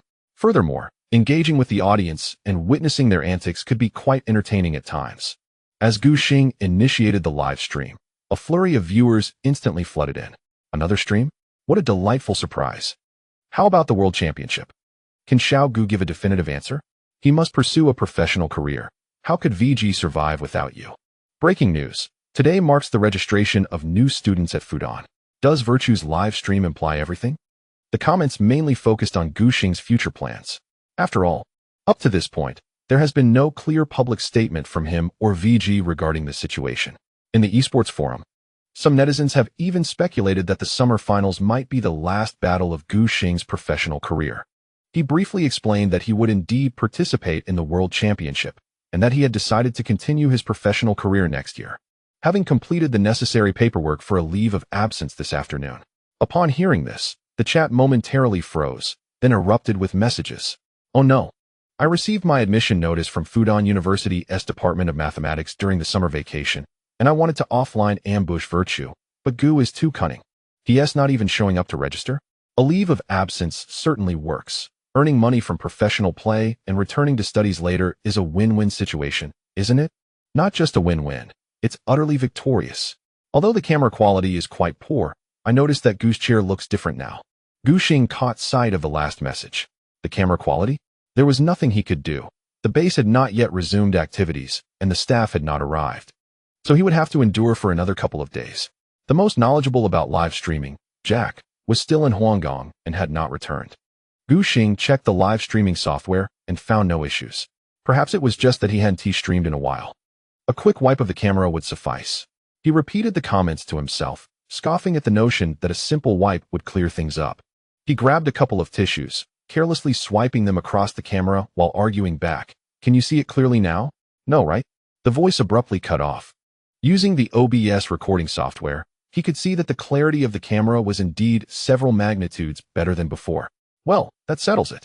Gu Xing awkwardly shifted the topic amidst a flurry of 233 comments. Hurry up and log in. Let us duo queue and rank up. Only the two of them were in the training department, and solo queue would be far too dull. Gu Xing's mouse wandered over the desktop, clicking on multiple League of Legends icons. Due to different service providers, he could simultaneously open the domestic and international servers. He planned to queue in both. canceling the other account SQ once one matched an opponent. This method maximized efficiency, truly a master of time management. During the summer season, Gu Xing rarely played this way. After all, when professional matches were ongoing, the number of active players in the high-tier Korean server was substantial, and the evening queue times were relatively short. However, the situation was quite different now. As September rolled in, the summer competitions across various regions had long concluded. Aside from a few teams that secured spots for the World Championship, most had entered an extended off-season, with players returning home for a break. For many professional players, League of Legends was their job. The novelty of earlier years had faded, and many players avoided the game entirely during their time off. This led to a significant decrease in the number of players in the high-ranking Korean server. Gu Xing opened the Korean server client, only to find the once bustling friends list on the right now lit up with just a handful of IDs.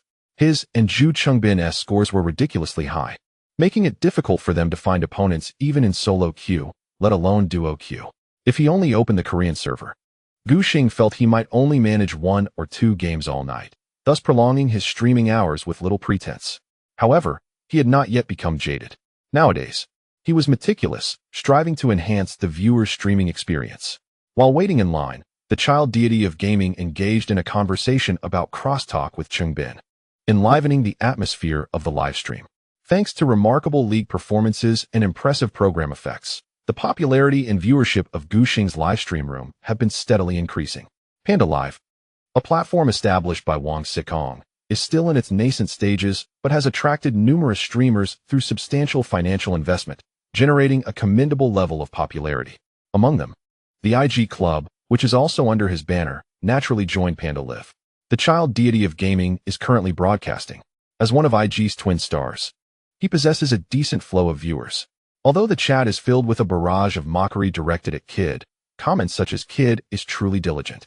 Is today another good day for ranking up? And what do the black fans say? Watch me as Kid slays with 1,000 points in the national server. Fill the screen." Others remark, "I believe in Kid's vein. Even the skin owner Piglet cannot overshadow his brilliance," and lament, "Unfortunately, the child deity's competition level is akin to his ranking of Diamond Eye. This year, IG might even qualify for the World Championship."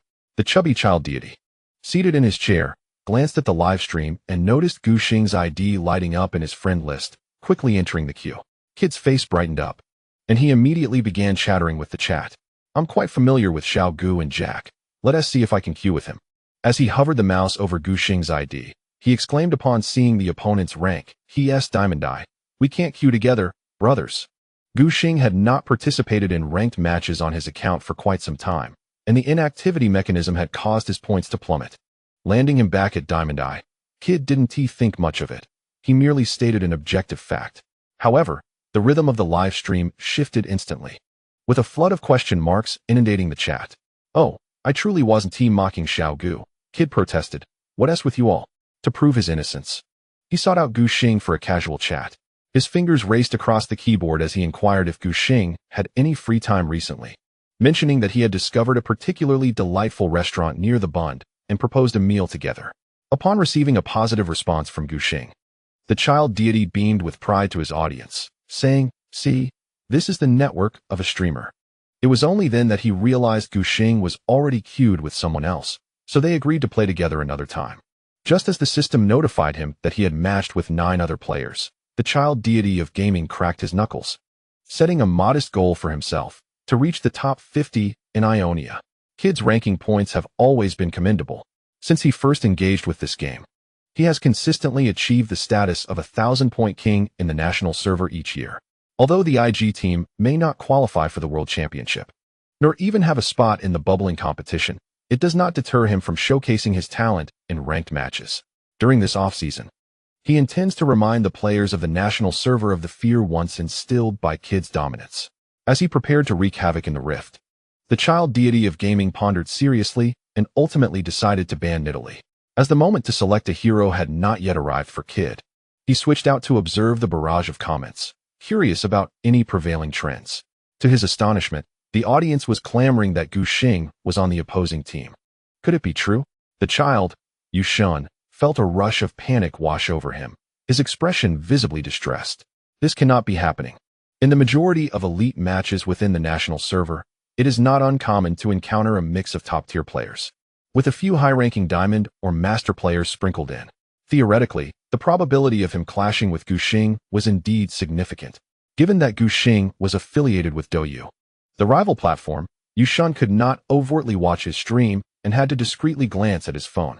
After a thorough comparison, Kid confirmed that their band champions aligned perfectly. The child's heart sank into despair.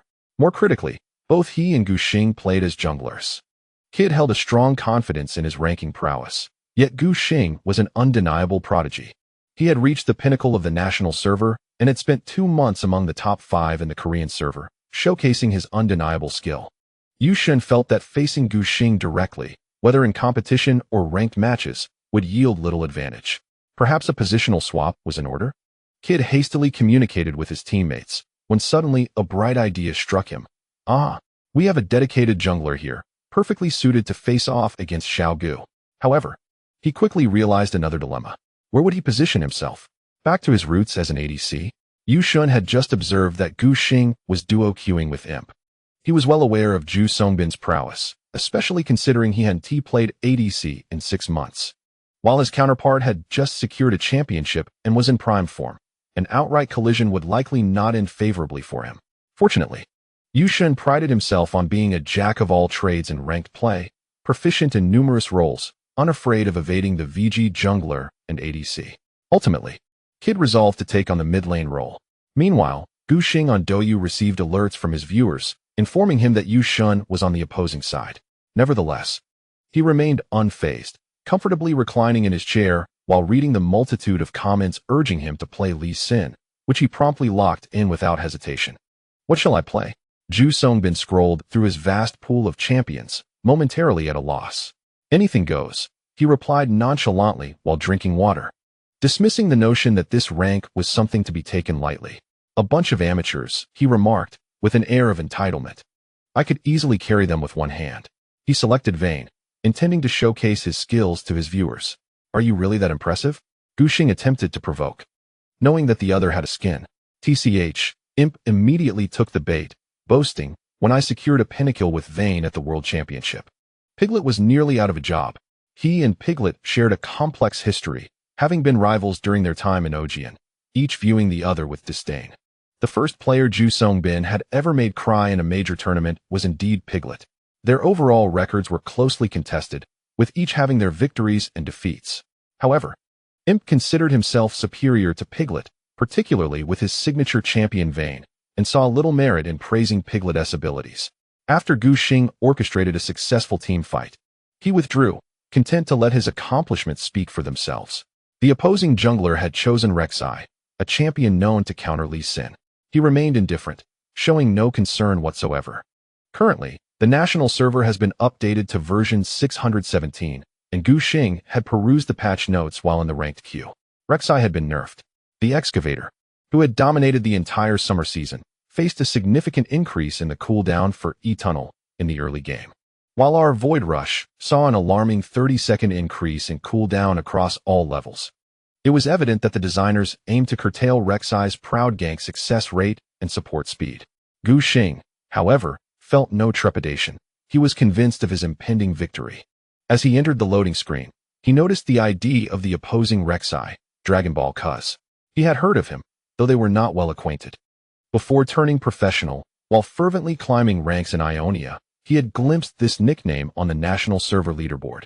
Cuz was a Korean jungler who frequently streamed on the Dragon Ball platform and often competed for the top spots on the national server, maintaining a win rate hovering around 70, with Rek'Sai being his signature champion.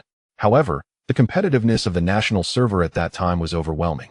Gu Xing, Dopa, Jakilove, The Shy, and other members of Seven Wolves had all achieved top ranks. Distinguishing levels in ranked matches was exceedingly difficult. Amidst such brilliance, Cuz did not stand out prominently. Gu Xing had never encountered him in ranked play. At that time, Gu Xing was still studying, playing games only during the hour before evening classes or on holiday afternoons. Cuz, on the other hand, was a typical night owl, only coming online after dark on Dragon Ball Live. This resulted in both players having high ranks, yet never crossing paths in the ranked arena. Gu Xing believed that playing duo with Imp would allow them to ascend the ranks effortlessly without requiring intense focus. However, 10 minutes later, he realized his oversight. Why was Rek'Sai lurking in this spot to ambush me? Gu Xing felt utterly frustrated as he gazed at the black and white screen. Cuz understanding of Rek'Sai had reached an extraordinary level, with tunnel placements that deviated entirely from typical player strategies. Just moments ago, Cuz had sprinted from the fountain using our Void Rush to a remarkably obscure tunnel, lying in wait in Gu Xing's jungle for the perfect opportunity to strike. Even though the designers had reduced Rek'Sai's mobility, they had not significantly altered her damage output. With sharp fangs and claws, she swiftly reduced the monk to a sliver of health. Despite Gu Xing's rapid reflexes, using wards and flash to create distance, he could not withstand the onslaught of the mid-lane Kid, who activated Ghost and Flash to come in for the kill. Kid, witnessing his victory over Gu Xing, erupted into laughter, exclaiming in the livestream, "Did you see that? This is the perfect synergy between the streamer and Cuz." Alas, if Cuz were not also a jungler, the two of them on the same team would undoubtedly decimate the LPL. His brash proclamations continued. In Kid's eyes, Gu Xing had been effortlessly dispatched like a lamb to the slaughter by LPL's junglers. If Cuz could successfully ambush Gu Xing, it was clear that his prowess was formidable. As Kid elaborated on this, a bold idea suddenly emerged in his mind. The team is in need of an ADC, and there happens to be an open slot for a foreign player. Why not bring Cuz on board and allow him to reclaim his talent in the ADC position for the upcoming season? It's a win-win situation. Kid is bubbling with excitement at the thought. If he successfully recruits a powerful foreign player for the team, when Wang Xikong celebrates his birthday in Hainan next time, he won't just bring Song Yi along, but he too could bask in the glory. Who knows how much appreciation the team's star player might express at that moment. With aspirations aimed at S7, success seems imminent. Young Kid is overjoyed. Yet Gu Xing finds little to celebrate.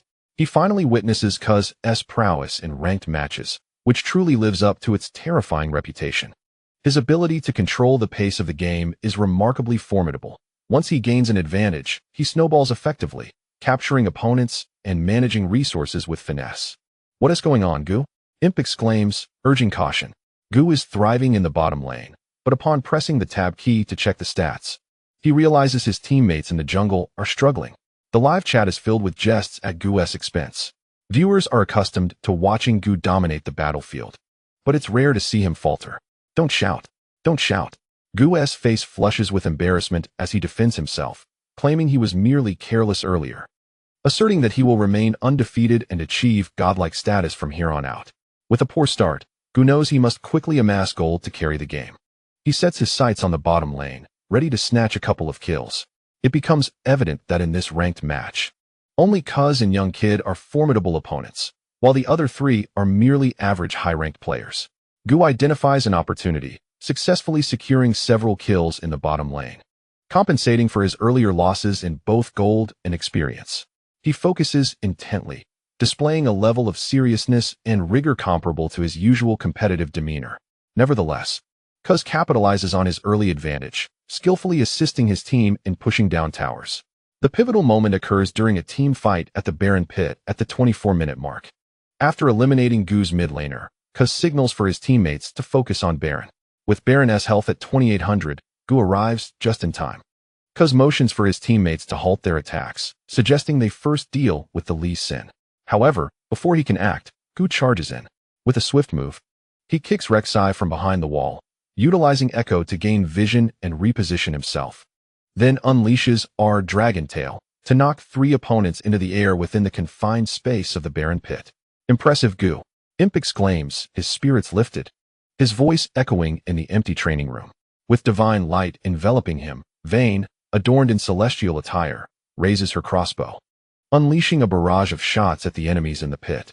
Braum enters the fray, following up with our Glacial Fissure to knock up foes. The control chain from the jungle support creates ample space for Imp to deliver devastating damage.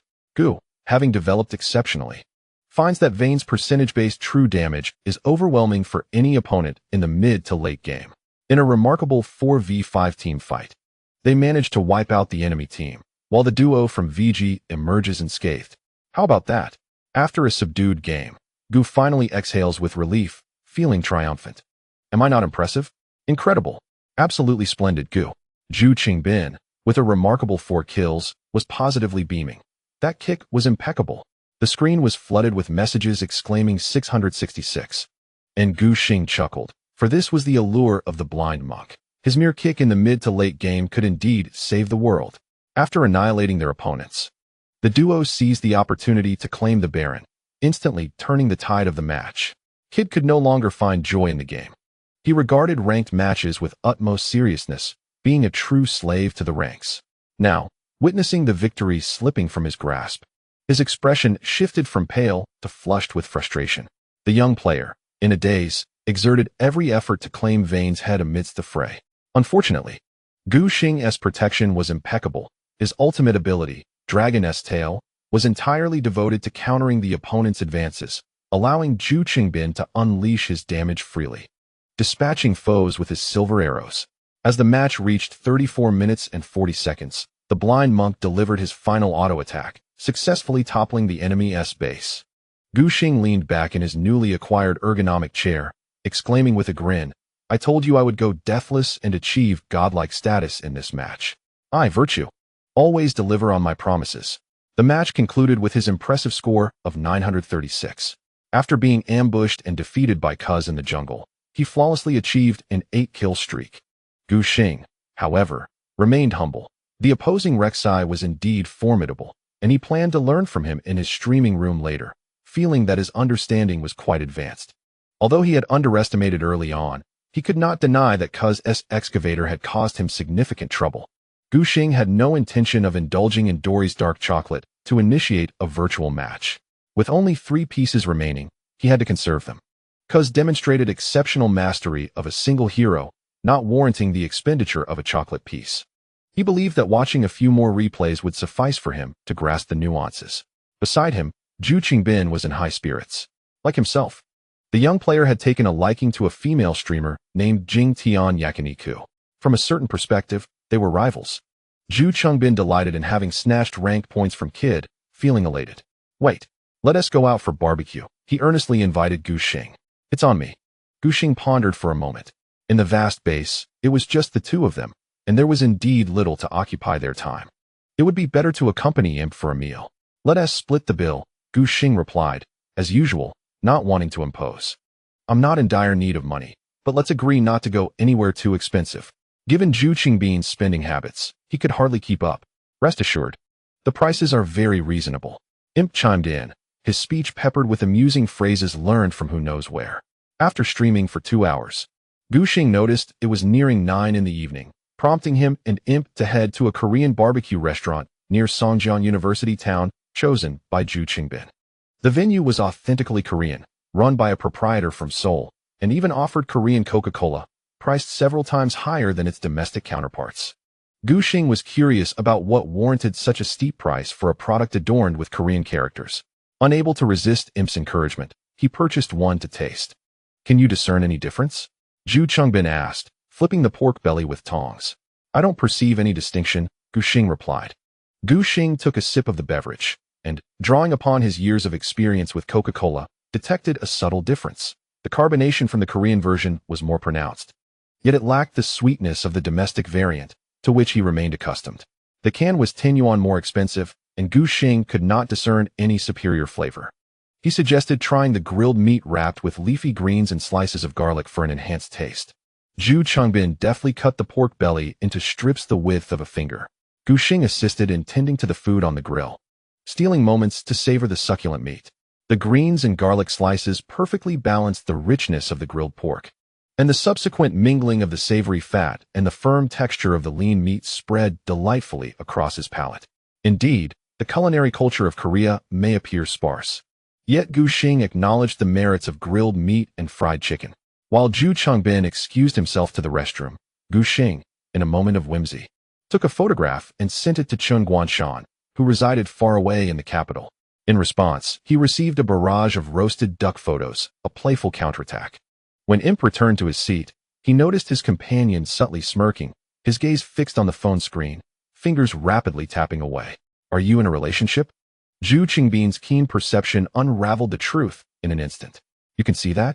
Gu Xing was momentarily taken aback, believing his demeanor was rather inconspicuous. "Hey, Shi, do you think I've never been in love before?" Once Zhu Changbin had satisfied his hunger, he began recounting tales of his romantic history. Eventually, the conversation meandered back to his family as he consumed the cola as if it were wine. However, his clumsy Chinese made him stand out in the predominantly Korean establishment, where patrons conversed in their native tongue. After listening for a while, Gu Xing found himself perplexed by Zhu Qingbin's change in attitude towards the summer competition this year. "When you first joined VG, to be honest, your lifestyle habits and training intensity were quite health-conscious," Gu Xing remarked diplomatically, avoiding a direct accusation of Imp's lackadaisical approach.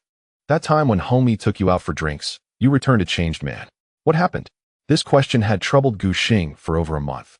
Zhu Changbin pondered for a moment, feeling it unnecessary to conceal the truth any longer. "Let me explain why I initially just coasted along at VG," Imp said candidly, his temper flaring as he recalled past grievances. That LGD World Championship was definitely sabotaged. His curse words were articulated with clarity. "Who did we play in the first match?" "Oh gee, I was in peak form early on, a 400 gold lead at 23 minutes, and their lineup couldn't even reach me. Gao Dui was using Lulu, and Xiaoping was on Brown. There was no way I was going down.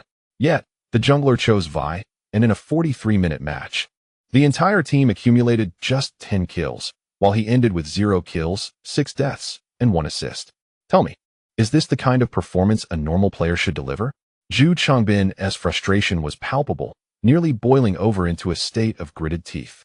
"I understand if you're having an off day. Who hasn't experienced that? But then, facing a lineup of Vladimir, Elise, Oriana, and Annie, all AP champions. And I could only build a Warden's Mail to prepare for Azonius. How am I supposed to explain that?" The memory of that match remained vivid in his mind. To speak candidly, LGD's performance last year was indeed lackluster. The inability to secure a spot in Europe left us at a disadvantage, especially with the absence of a coach, forcing us to rely on analysts.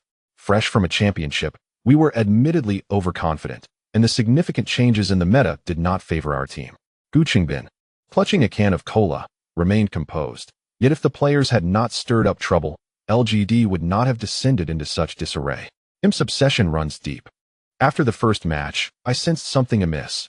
As the game progressed, with the Iron Man delivering a crushing blow, Gu Changbin slumped in his chair, and I thought, exhausted. Let it all end. I could not bear the torment any longer. Gu Xing listened intently, refraining from casual commentary, merely offering Imp a piece of beef. He had been a spectator at last year's World Championship. While perusing the forums, many suggested that Taba's authority was akin to betting on spinach. Gu Xing, unaware of the true circumstances, hesitated to make any assumptions. However, hearing Gu Qingbin's words, it felt rather absurd. "Can you fathom the sensation?" Imp vented his frustrations with beef, as everyone anticipated a finals appearance.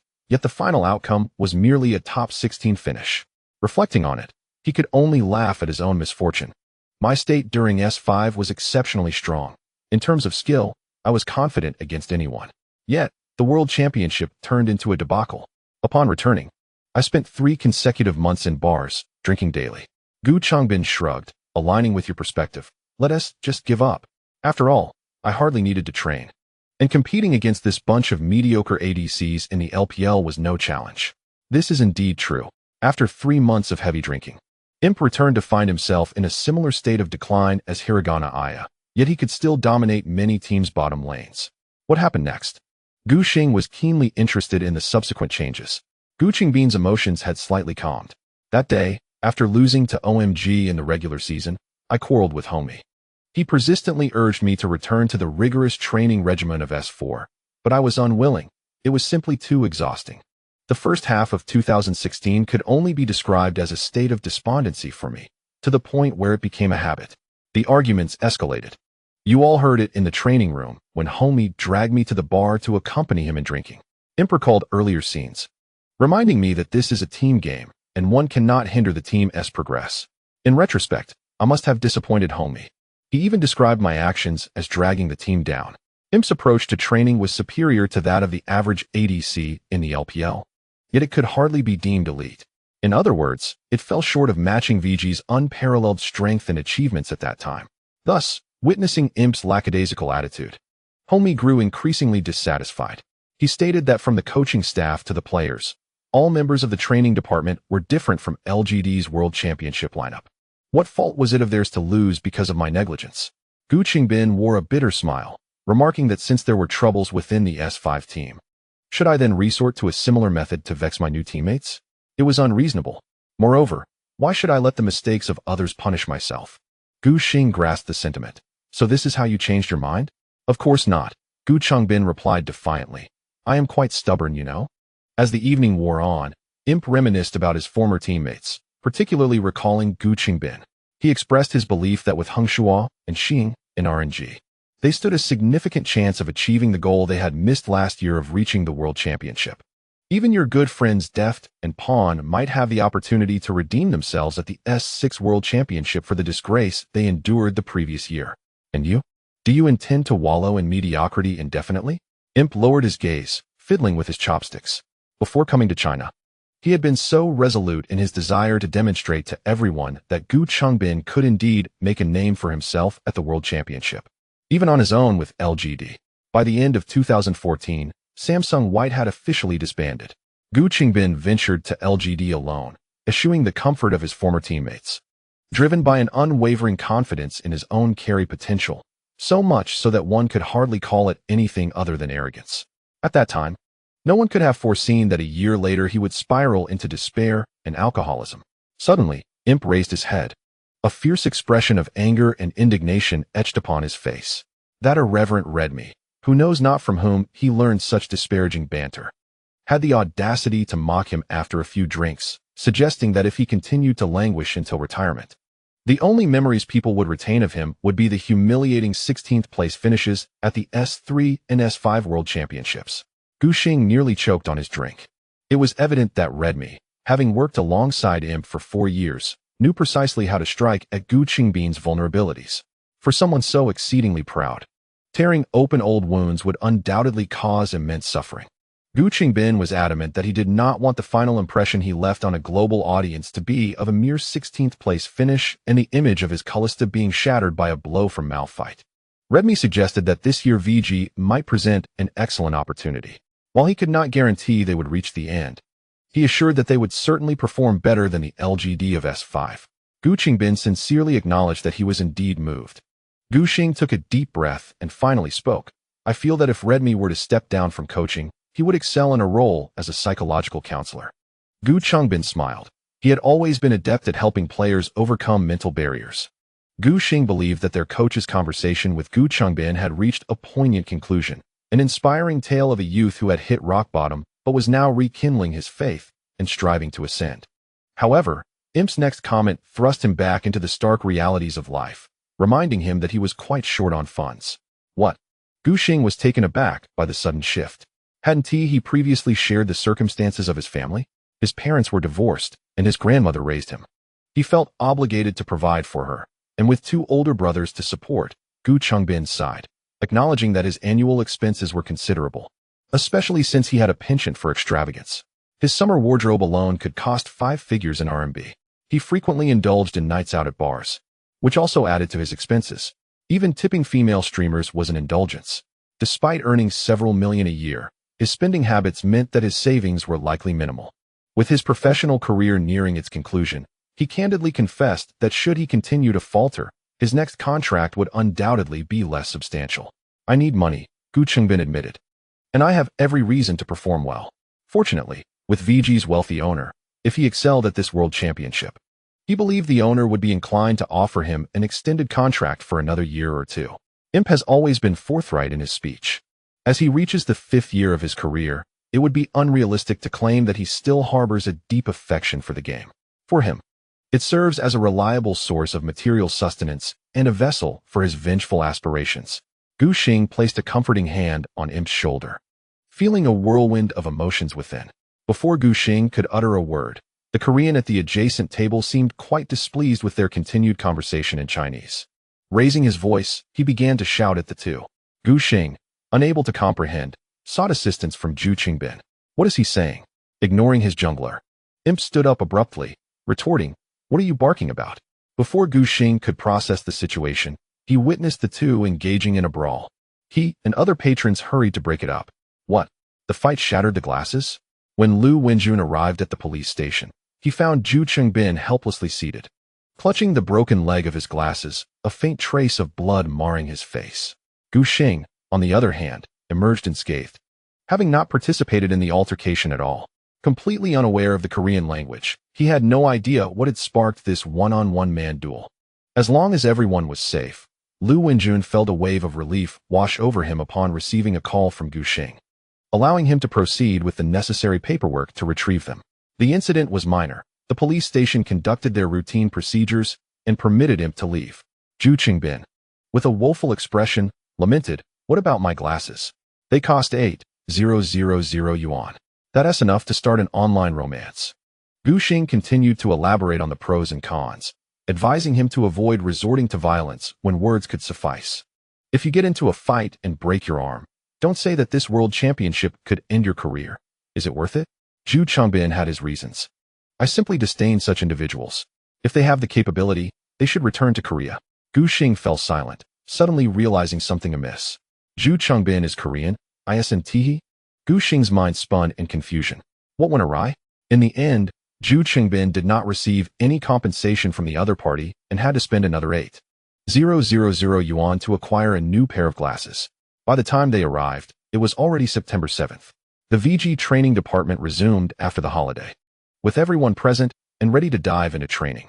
Upon learning that Gu Xing had engaged in a scuffle with Koreans at a barbecue joint and incurred an 8,000 yuan loss, the others erupted in laughter, filling the training room with mirth.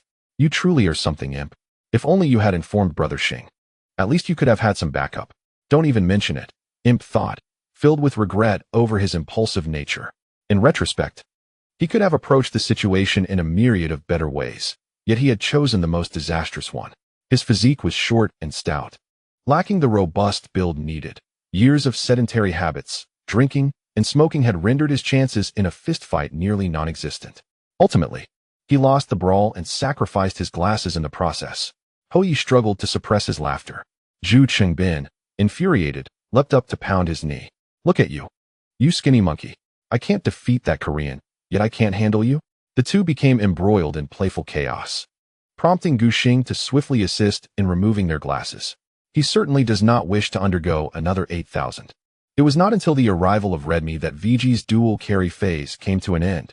That day held even greater significance, the draw ceremony for the global championship. Jin Wenhe had meticulously arranged everything in advance. I merely needed to activate the camera, and we could comfortably observe from the training room.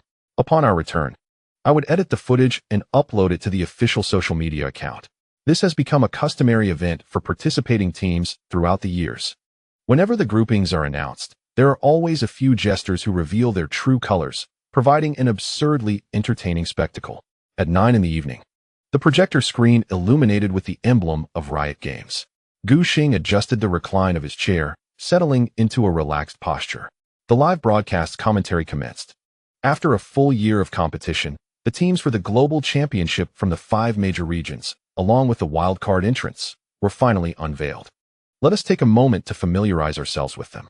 Familiar and unfamiliar team logos flashed before Gu Xing's eyes. First up were the number 1 seeds from the NALCS region, TSM, followed by the 2nd seed CLG and the 3rd seed C9. Each time a team was announced, the live stream showcased their recent highlights. From the LPL region, the number 1 seed VG. The footage displayed the bustling Guangzhou International Performing Arts Center, where Gu Xing and his teammates triumphantly lifted the heavy silver dragon cup beneath a cascade of golden confetti. The original trophy has long since been returned to the officials, leaving VG with only a replica, now displayed in the trophy room on the 3rd floor. This was the first team honor achieved by the League of Legends division. Subsequently, teams like EDG and RNG also made their appearances. Only after all 16 club logos had been presented did the commentary delve into the rules in detail. Based on the results of the 2016 mid-season invitational, the 16 teams were divided into 3 pools. The first pool consisted of the summer champions from the MSI's top 4 regions, VG, ROX, TSM, and the Flash Wolves from the Hong Kong, Macau, and Taiwan region. Each group in the global championship would feature 1 team from Pool 1, ensuring they would not face each other until the knockout stage. as a recognition and encouragement for their performance in the first half of the year. The second and third seeds from the LPL and LCK, the first and second seeds from the European region, and the second seeds from North America and the Hong Kong, Macau, and Taiwan region, 8 teams in total, were allocated to Pool 2. They would be drawn according to the principle of avoiding teams from the same region, with 2 teams from Pool 2 assigned to each group. The remaining wildcard teams from Brazil and the CS, along with the third seeds from the European and American regions, comprised Pool 3, filling the last slots of each group. This draw ceremony took place at Riot's North American headquarters. When the draw guests appeared, Gu Xing spotted 2 familiar faces. Captain Jack, the unfortunate victim targeted by Faker's Alistar in the Korean ranked matches, and the legendary ADC from the domestic scene, Smile. "Come on," Captain Jack shouted loudly. "My idol, give it your all during the draw." "Oh, come on. You win, ba. Isn't your idol me?" Gu Xing quipped. Smile was one of the few Chinese ADCs who had left a lasting impression on him. Not long after making his debut, he suffered a brutal defeat at the hands of his opponent, nearly haunting him with nightmares that night. Both players competed on the same stage, utilizing the same champion, Easyhoon, while he, Gu Xing, was still equipped with dual Doran's blades. The disparity between the ADCs was starkly evident. Despite Imp's subsequent improvement in skill, he could never find an opportunity for vengeance, as Yu, with a bold spirit, opted to gracefully retire from the professional arena. This left Gu Xing with a lingering obsession. "Enough of this," Yu Wenba waved dismissively. "Let us not make a fuss. The draw is crucial." Captain Jack approached the glass bowl containing 4 palm-sized colored balls and began to stir them slowly. He drew the first ball. To be fair, it wouldn't have a significant impact, merely determining which group VG would enter. Captain Jack retrieved a black ball, opened it to reveal a colorful ribbon, and smiled as he showcased it to the camera. The gray ribbon prominently displayed a silver team emblem. "VG. Group A, we are in Group A," Jin Wenha exclaimed loudly. The Tigers were placed in Group B, followed by the Flash Wolves and TSM. The allocation of the first pool teams was complete. What awaited them next would be challengers from other regions. Gu Xing sat up straight, filled with anticipation for his first global championship group stage opponents. Captain Jack then moved to the adjacent glass bowl containing 8 colored balls, stirred for a moment, and drew another ball. Upon unfolding it, a green ribbon bore a familiar team emblem, RNG. Gu Xing felt a wave of disappointment. There was no way they could be placed in Group A. The principle of avoiding same region teams was now in effect. With VG's presence in Group A, RNG, originally meant for that group, was forced to shift to Group B, where ROX resided. "Now it's our turn, right?" Lu Wenjun murmured a prayer, hoping for a favorable draw. As Captain Jack retrieved the second ball, he was the first to glimpse its contents. His shoulders trembled, unable to suppress a smile. The ribbon unfurled, and Gu Xing leaned forward in his chair. A pair of golden wings adorned a red circle. "No way," Zhu Xiaolong exclaimed, holding his head in disbelief. Gu Xing felt his blood run cold as the VG training room fell into an eerie silence. Anyone following the League of Legends events would recognize the significance of that emblem. KT, the only dual champion team in global finals history, due to not securing the summer championship. They were classified into the second pool. Yet, everyone knew this was a formidable shark. As the SKT emblem appeared beneath VG, Gu Xing's expression turned grave. Each group consisted of 4 teams, with only the top 2 advancing to the knockout stage. KT was bound to secure one of those qualifying spots, implying that VG would have to contend with 2 other opponents for the last slot into the quarterfinals. "This is bad, very bad." Jin Wenha's face turned pale. Not just him, most in the training room shared his sentiments. They were too preoccupied to focus on the subsequent draws. Samsung was assigned to Group C, while their colleagues EDG ended up in Group D alongside TSM. As it was time for Smile to take the stage, he drew yet another colorful ball emblazoned with the emblem of Pool 2. "Let us have some luck, Debulucha," Jack exclaimed, voicing the collective hopes of everyone in VG. However, Smile this time was infused with a sense of helplessness. The ribbon unfurled, revealing the G2 Knights emblem before the crowd. With no triggering of the regional avoidance, G2 found themselves placed beneath VG and SKT. The world's going mad," cried out a frustrated fan. "What kind of draw is this?" Although G2 had faltered significantly at this year's MSI, failing to reach the semifinals, they had lost their status as a Pool 1 seed and were allocated to Pool 2, alongside SKT, adding an air of uncertainty to the draw. The burden fell heavily on VG. With the two-time champion SKT and the European Summer Split champions G2 in the mix, one could only lament, our luck is abysmal. Gu Xing, with his hands cradling his head, wore a look of distress. The situation was dire even before the last team in Group A was drawn. The challenge of advancing from the group stage seemed excessively daunting. Even the seasoned Lord Hou and Zhu Qingbin wore expressions of deep concern, clearly not optimistic. The North American second seed CLG was drawn into Group B, while Europe's second seed H2K found themselves in Group C. The Hong Kong, Macau, and Taiwan region's Red Pegasus HQ entered Group D with EDG. As the last draw approached, Longbow fervently prayed for a wild card. Smile drew a blue ball, shaking his head repeatedly during the unrolling of the ribbon. Gu Xing felt a pang of unease as he sensed the ominous turn of events. It bore a resemblance to the Baidu Cloud logo. The North American third seed C9. Heavens above, Jean Wenhe was utterly flabbergasted. While it is often said that North America is a place of underachievement, one cannot ascertain how their level compares to that of the wild cards. Hong Mi and Lu Wenjun exchanged glances, ultimately settling for a grim smile. Gu Xing propped his chin on his hand, watching as all 16 teams found their respective places. Group A, VG, SKT, G2, C9. Group B, R, Splice, European Snake.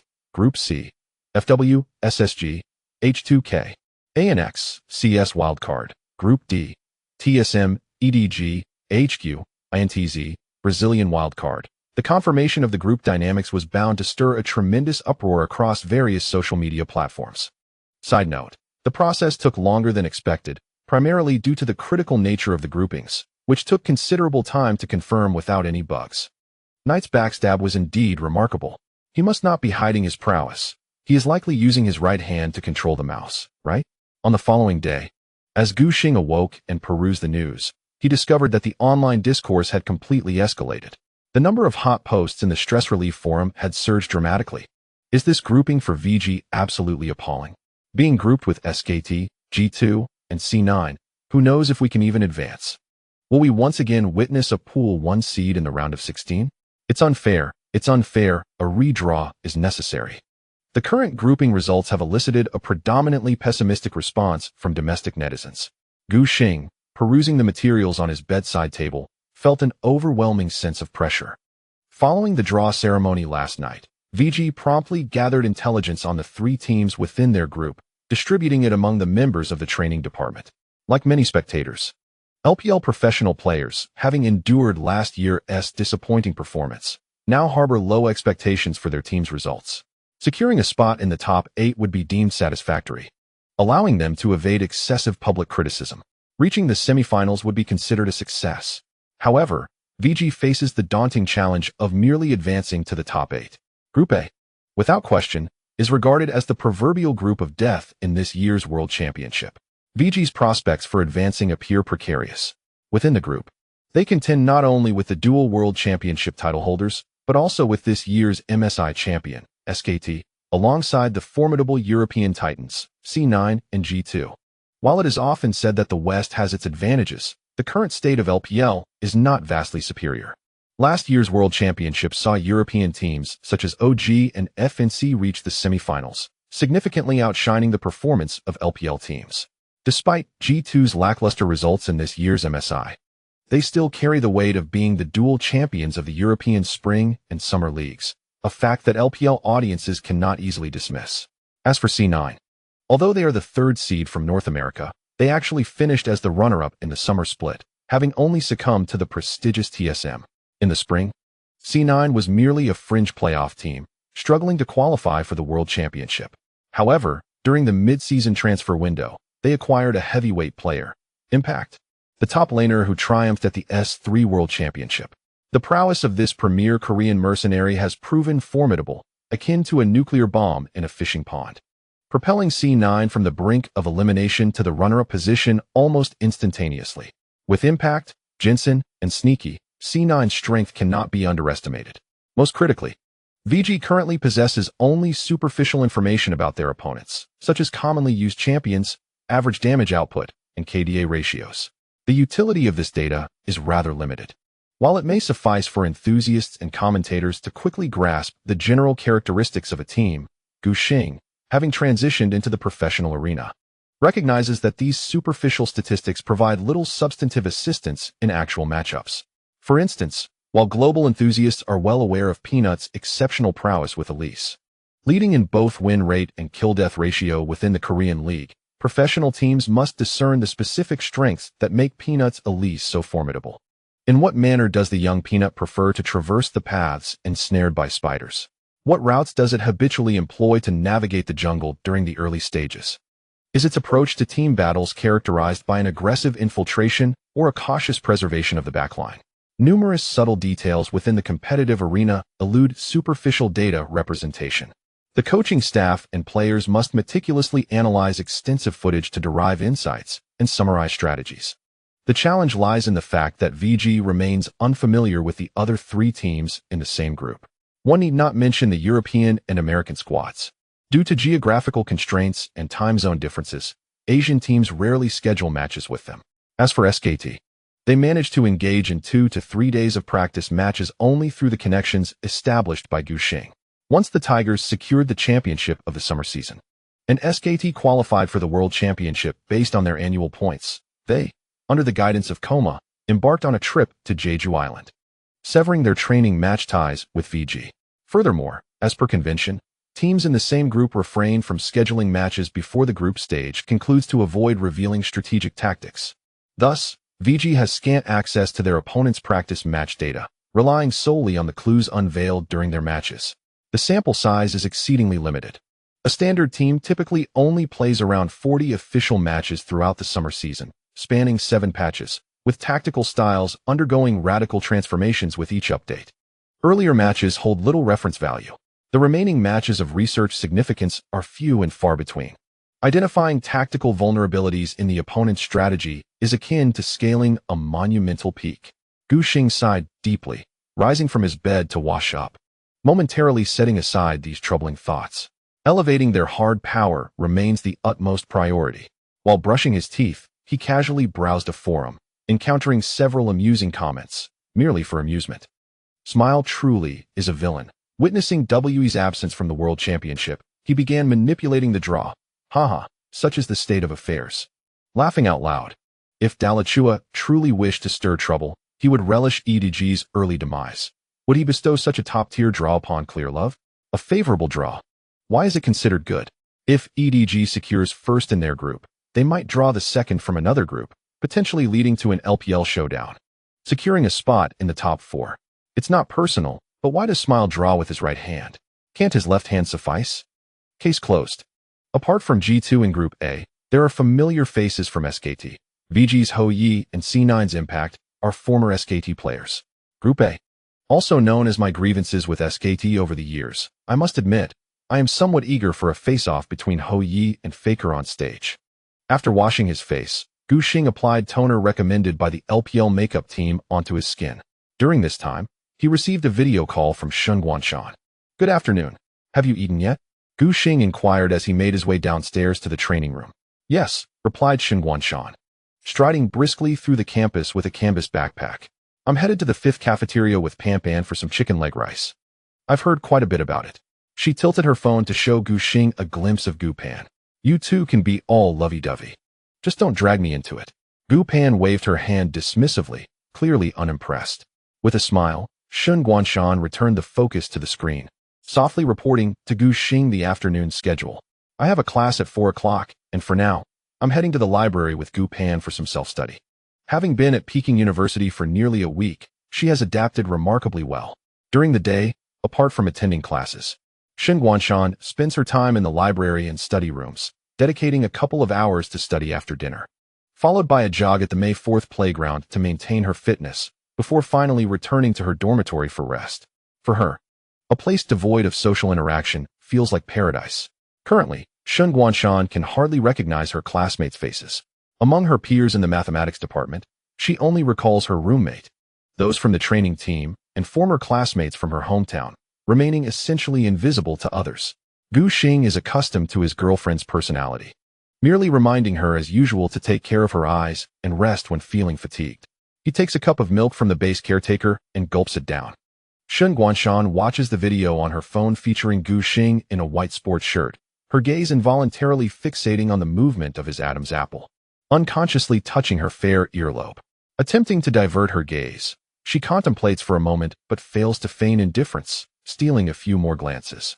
I need to go out today to buy some tape and similar items to make some simple repairs to my bed, Gu Pan murmurs beside her. The dorms at Peking University are simply unacceptable. Why are those next door at Tsinghua so much better? Peking University is quite small, in every conceivable sense. The campus is compact, and the dormitories are no exception. Gu Pan feels that her allocated space in the dormitory is comparable to the cramped quarters back home in Jinhai. Moreover, the bunk beds are standard in Peking University's dormitories, and some buildings suffer from severely aging furniture. Gu Pan considers herself rather unfortunate to encounter such circumstances. Each time she climbs into bed at night, she experiences the unsettling sensation of wobbling, accompanied by the occasional creaking sounds. Gu Xing offers a few comforting words before discussing his own plans for the day. He intends to play a couple of ranked matches. As the coach for the Redmi team has a meeting in the afternoon, followed by a training match in the evening. At this point, Gu Pan cannot help but encourage him. Though you cannot change the draw results, you certainly have the potential to win the league championship. Have confidence in your abilities. Gu Qichu. Upon hearing the first part of her statement, Gu Xing feels quite pleased. But his sister's insistence on adding a nickname causes the slight smile on his lips to freeze. Fortunately, Shen Guanshan interjects just in time. The version before the World Championship differs from that of the summer split. With the shifting of dominant heroes, everyone starts from the same line again. Practicing diligently from the outset naturally provides an advantage. Gu Xing, you can definitely do it. She purses her lips, delivering this earnest statement with a serious demeanor, her fair face reflecting utmost sincerity. Shen Guanshan possesses a deeper understanding of the League of Legends competitions than Gu Pan. However, her exposure remains brief, leading to some misconceptions in her remarks. Each version shift inevitably allows certain professional teams to gain an early advantage. While exceptional professional players are required to have a profound hero pool, most players do not excel at every character in their respective roles. There are always heroes they master and others they struggle with. For instance, Hou Ye's Talia cannot be mastered. But if the version were adjusted to feature champions like Lissandra or the yellow chicken ruling mid lane, he would likely soar to great heights. Nevertheless, Gu Xing appreciates his girlfriend's earnest demeanor and understands her good intentions. Let us meet in the evening. For I must seize the moment to train Gu Xing to finish the remnants of milk in his cup, bidding farewell to the two with a wave. He remains steadfast in adhering to Ming Kai's advice. Emotions must not interfere with daily responsibilities, particularly in long-distance relationships.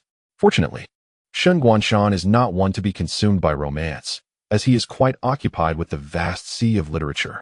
The two have agreed to converse during the intervals between lunch and dinner. The biological clock of a professional player differs significantly from that of a student, allowing only these 2 moments throughout the day for them to gather without hindering their commitments. Gu Xing entered the training room, where Lord Ho hesitated at the pick and ban interface, contemplating which hero to select. Come on, hand over the yellow chicken, and let us showcase the championship skin to the opposing team. Gu Xing jested as he settled into his ergonomic chair, firing up his computer. Ah, Easyhoon, he murmured, yet he ultimately heeded Gu Xing's suggestion, clicking on the Emperor of the Sands to lock in his choice. The champion skin of the Emperor materialized at the center of the client. Differing from the typical mid-year release of championship skins, this year's champion attire debuted later than usual, officially launching on major servers only in late August.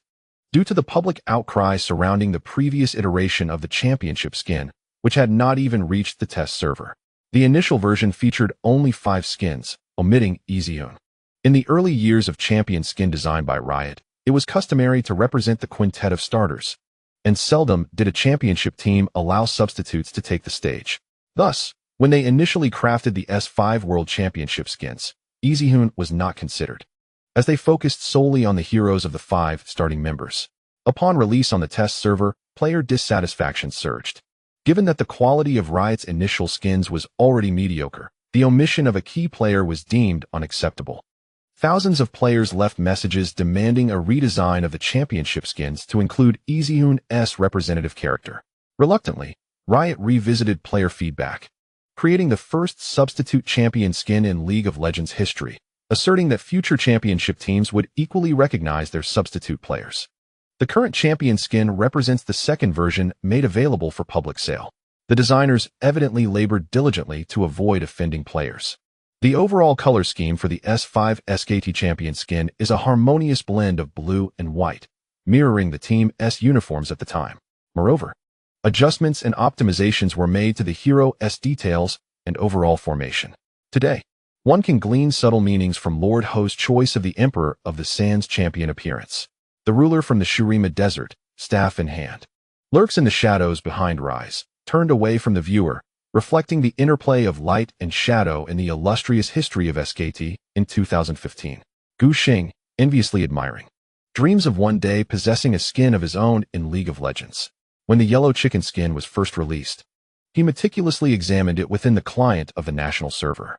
The skin interface bore an inscription paying homage to Easyhoon's victorious performance with Exert during the 2015 World Championship. Lord Hou instinctively moved his mouse to check the runes and talents, his emotions a tumultuous blend of sentiments. Before the initial skin was released on the testing server, Easyhoon was acutely aware of the slim chances of acquiring the skin. Typically, designers would consult champion players to gather insights on their desired heroes and general aesthetic elements. Yet he had not received any notification regarding such discussions. Upon seeing the prototype skin, Easyhoon had mentally reconciled himself to this reality. Little did he anticipate a twist in fate. The collective petition of the players compelled Riot Games to reconsider, leading to the design of his iconic yellow chicken skin. Easyhoon once encountered a description of himself in a media report, likening him to Pawn from the S4 World Championship, suggesting that he was, in some respects, a victim of fan culture. Mid-laners of his era, contemporaneous with Li Xianhe, were destined to remain overshadowed by the formidable figure of Faker. Reflecting upon the S5 World Championship semifinals, where he had secured 2 victories only to be substituted out, Easyhoon found this characterization to hold a semblance of truth. However, upon reading comments from players voicing their support for him on Riot's official Twitter, Easyhoon's perspective began to waver. In hindsight, this viewpoint seems to lack completeness. Gu Xing, having ceased to engage with the contemplative marquee, energetically immersed himself in the ranked mode after observing the champion skins. The waiting time for ranked matches in the Korean server remained interminably long, as always. Consequently, Gu Xing played 2 ranked matches in the Chinese server, successfully elevating his Diamond 1 account to the Master Promotion Series. As the afternoon meeting time approached, he paused his ranked play, once again perusing the patch updates, comparing them with data from Korean server websites to discern which heroes had emerged as favorites post-patch. Seeing that the team had concluded their ranked matches, Hou Ye distributed the printed materials he had prepared. The draw results truly caught everyone off guard, including himself, who bore an expression of resignation. Yet, with circumstances as they were, there was no alternative but to confront them positively. The opponents in the group stage possessed formidable overall strength, and we could not afford to be complacent. Following the introductory remarks, Hou Ye delved into the main agenda. The focus of today's meeting was the World Championship version, and he briefly outlined the official information confirming that the championship would utilize the 618 version. Team leader Jean Wonha diligently translated beside him, noting that the Chinese server was still on version 617, while the Korean server had already advanced to version 618. My directive was clear. Before the Chinese server transitioned to version 618, all players were to compete exclusively on the Korean server. Gu Xing raised his hand to signal a question. Anticipating his inquiry, Hou Ye preemptively responded, I am aware that the high-tier matches in the Korean server currently have fewer players, resulting in longer wait times for ranked games. Nevertheless, we must primarily focus on the Korean server, Hou Ye explained. We need to swiftly adapt to the rhythm and hero strengths of the World Championship version. Having participated in 2 World Championships, Hou Ye possessed considerable experience, and many present had yet to compete in the global finals.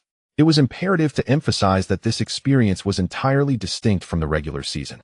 In the regular season, we employ a league format, stretching over 2 months, with an extensive timeline that necessitates a version change approximately every 2 weeks.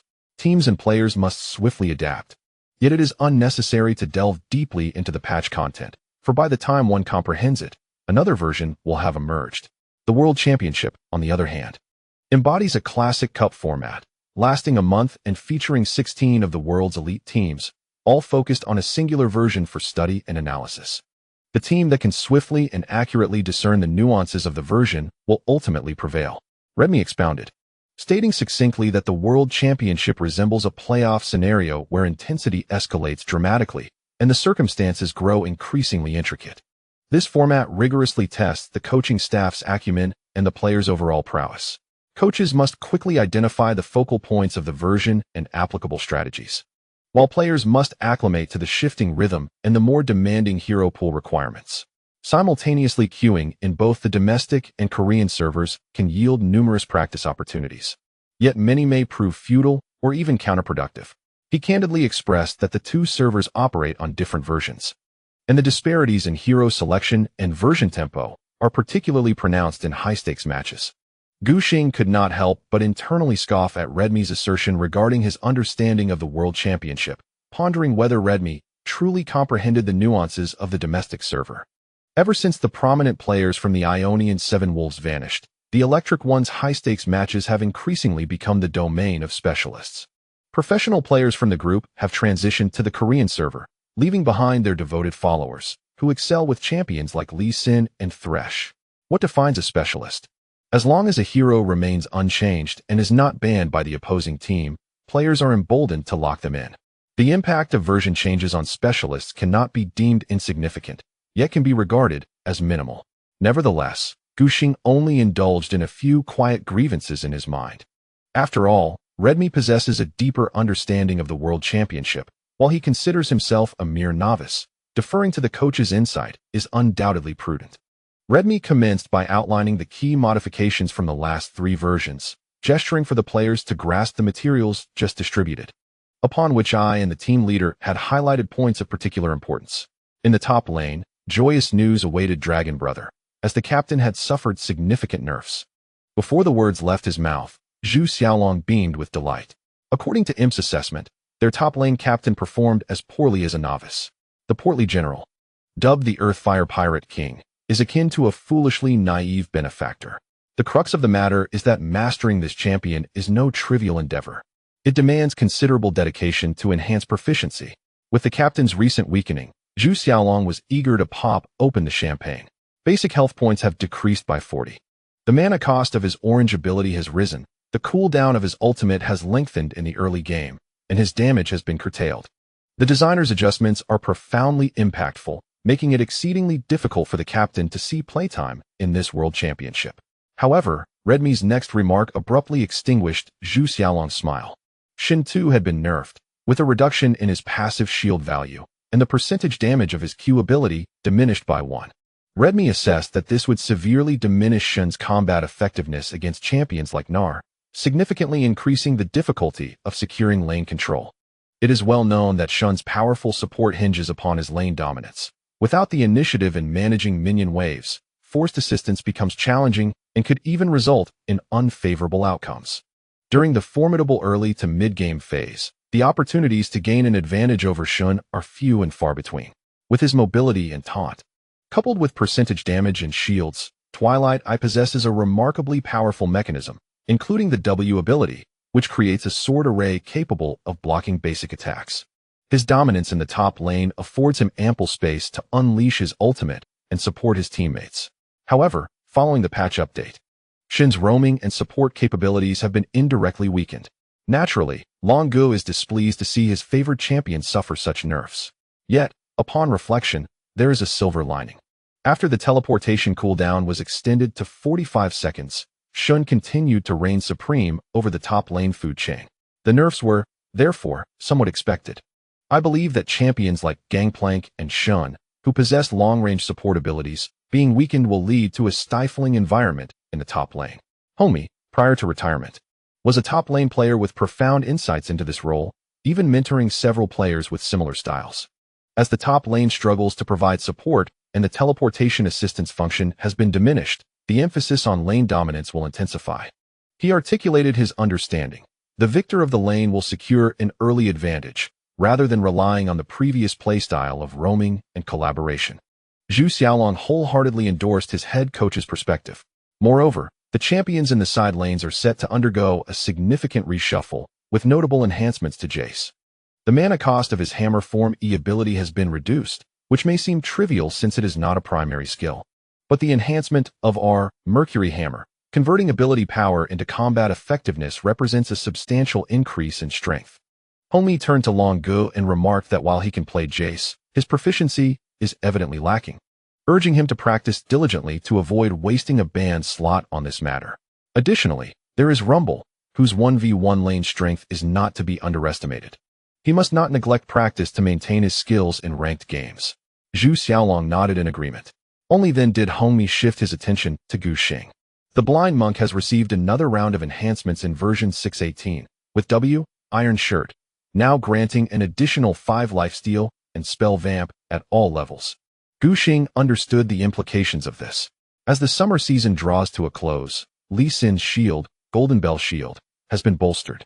With the enhancement of his lifesteal capabilities, he is poised to become a standout among warriors. Furthermore, Rek'Sai and Gragas have also faced nerfs, with Gragas's E, Cask of Meat and Scallion, experiencing increased cooldown, and R, Explosive Cask, now having a fixed duration rather than being distance-dependent. Gu Xing lowered his gaze to the patch notes. The changes to Gragas are particularly significant. Originally, R, Explosive Cask, could be cast at close range without delay, allowing the beer-loving champion to collide with opponents and immediately follow up with a basic attack before detonating. This tactic is no longer viable. Now, he must commit to using R upon contact. Otherwise, opponents have the opportunity to escape with summoner spells like Flash. I believe that the duo of Graves and Nidalee will emerge as the dominant forces in the jungle during the World Championship. Though the precise strength comparison between them will ultimately depend on their performances in scrims and high-ranked servers, Gu Xing stated. Graves has a favorable matchup against the Blind Monk, which is his advantage over Nidalee. However, his jungle clear speed is slower, with inferior invasion capabilities, and his ability to snowball in the early game pales in comparison to Nidalee's. The gaming environment is intricate, making it challenging to elucidate succinctly. Hou Ye meticulously discussed and analyzed the patch details with the other players, finally pausing only when his throat was parched. The training focal points I have delineated for you are solely predicated on the patch assessments, he concluded, emphasizing that specific strategies must evolve in tandem with the shifting dynamics of the game.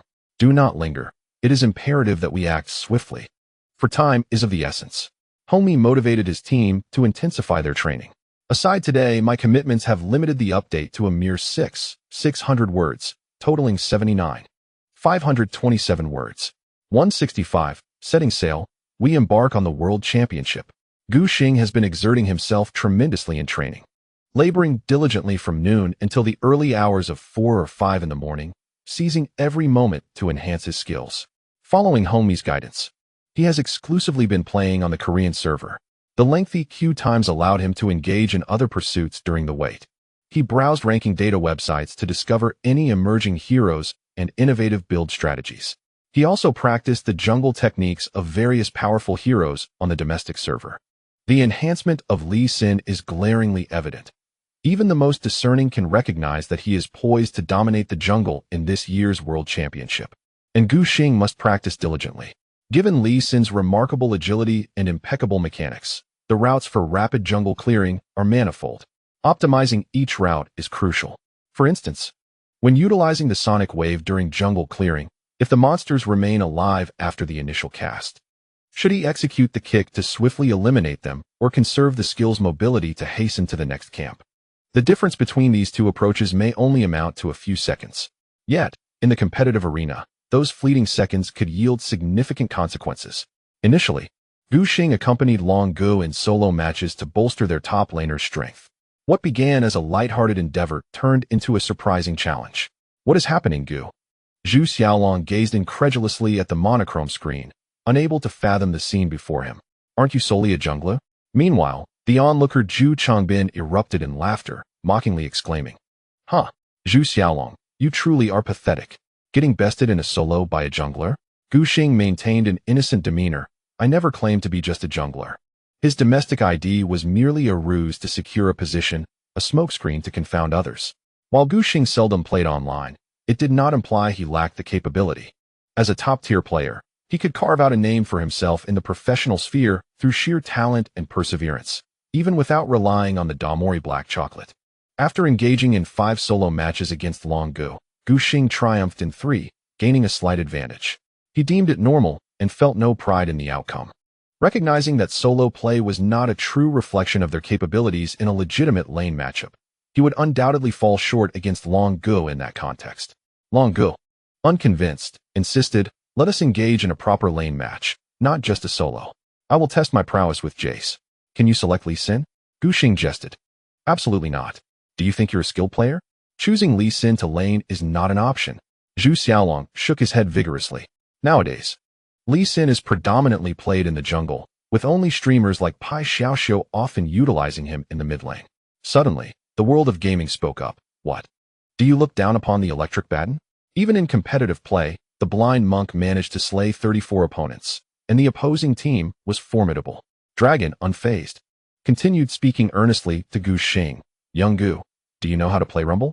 Let us engage in a few matches." Seeing that the queue time for the Korean server had reached 15 minutes and 57 seconds, which was ample time to conclude a game. Yet he had not matched with a single opponent. Gu Xing had no choice but to launch the domestic server client and continue his duel with Dragon. He possessed a clear understanding of his own capabilities. Winning in a solo match did not necessarily imply exceptional lane prowess. While playing Rumble, he faced pressure from Dragon in the canyon, yet he could not resist the temptation to retort, "Dragon, your Jace is lacking in finesse when you shoot in cannon form. You ought to swiftly switch to hammer form. That basic attack could restore your mana effortlessly."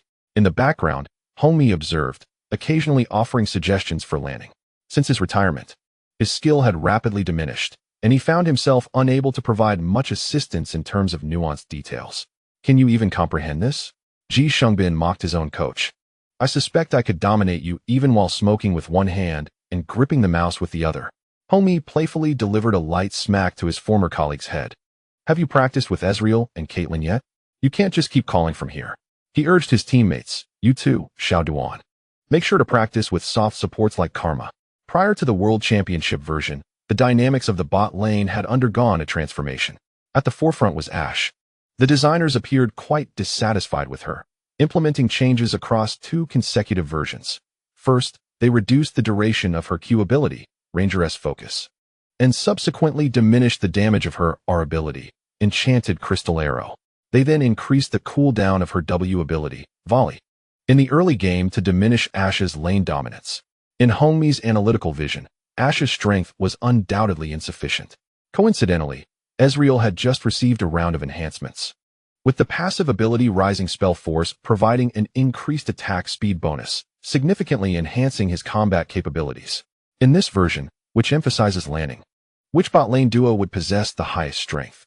It is widely recognized that Ezreal exhibits extraordinary pressure after pushing lanes and reaching the tower, executing Q skills with remarkable accuracy to disrupt enemy last hitting. Whether in trading blows or interfering with the opponent's farm, his effectiveness is impressive. Furthermore, frequent lane pushing ensures that Ezreal's passive remains at elevated levels, making him formidable in skirmishes. This implies that if a support can facilitate rapid lane pushing for Ezreal, his potential can be maximized. Moreover, exerting pressure in the bot lane might pose a severe threat to the enemy's first tower. Securing first blood on the tower during the landing phase would yield significant economic advantage, signaling the ascent of their combination. Having experienced the S3 World Championship, Hou Ye's mind instantly conjured the solution, Janna. There was no escaping it. The iconic moment when Piglet executed a cunning Q through the tower left an indelible impression, making it difficult to forget. Coincidentally, Janna received enhancements in the Summer Playoffs version 6.15, with increases to the base damage and AP scaling of her Q ability. Howling Gale. Initially, this seemed like a minor adjustment. After all, that version of Ezreal was not particularly popular, and few teams would consider the little blonde as a staple choice. Moreover, while picking Zyra provides formidable wave-clearing capabilities, she is exceedingly vulnerable to ganks. With no mobility and a frail physique, pushing the minion wave can lead to dire consequences if the enemy decides to ambush. It is essential to remember that during the playoff version, the pick rates of top laners like Gangplank and Shun were quite high, as both could influence the bot lane from a considerable distance with their ultimates. When Zyra gets caught, it often results in her demise, akin to a mere cash dispenser. Currently, with the designers having nerfed Gangplank and Shun to the point of rarity in matches, and with teleportation being less effective, top laners struggle to impact the bot lane during the landing phase. At this juncture, Zyra finds her niche. Additionally, there are champions like Karma and Nami, both of whom synergize splendidly with Ezreal. Simultaneously, in response to the potent pushing power of Ezreal and his soft support, the evolution of the duo's strategy will revolve around preventing the opposing team from rapidly pushing the wave and threatening the health of the towers, as well as how to counter-push against Ezreal and his soft support's minion waves. Reflecting on the semi-final match against RNG, Hou Ye was struck with inspiration.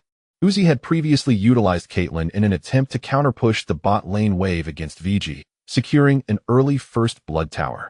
However, the Caitlyn strategy ultimately bore no fruit due to Mata's relatively weak landing capabilities and the team's overall lack of a cohesive tactical approach.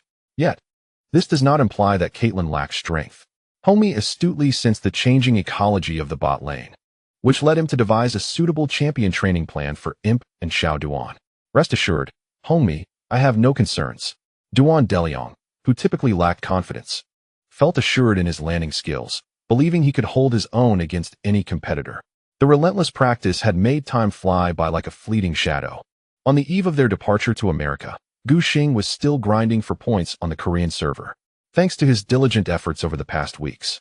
His rank soared to 1520. He was merely 7 victory points behind him. Come on, Ju Songbin boldly declared. Let us see who can claim the top spot on the Korean server before we leave. Gu Xing was eager to participate. Meanwhile, Hou Ye, who was diligently practicing his last hitting skills, curiously turned his head towards the two. The internal competition for the #1 spot on the Korean server was indeed a rare event. Not only Easyhoon, but even the team leader, Jin Wonha, joined in on the excitement. After anxiously waiting for nearly half an hour, they finally gathered enough players to enter the room. Upon seeing the IDs of his 4 teammates, Gu Xing nearly burst into laughter. Their lineup was nothing short of an all-star team. Gu Xing would be playing jungle, while the double carry comprised Lee Sang-hyuk and Deft, both alumni of Meiko High School. The support was Wolf, with Lee in the bot lane.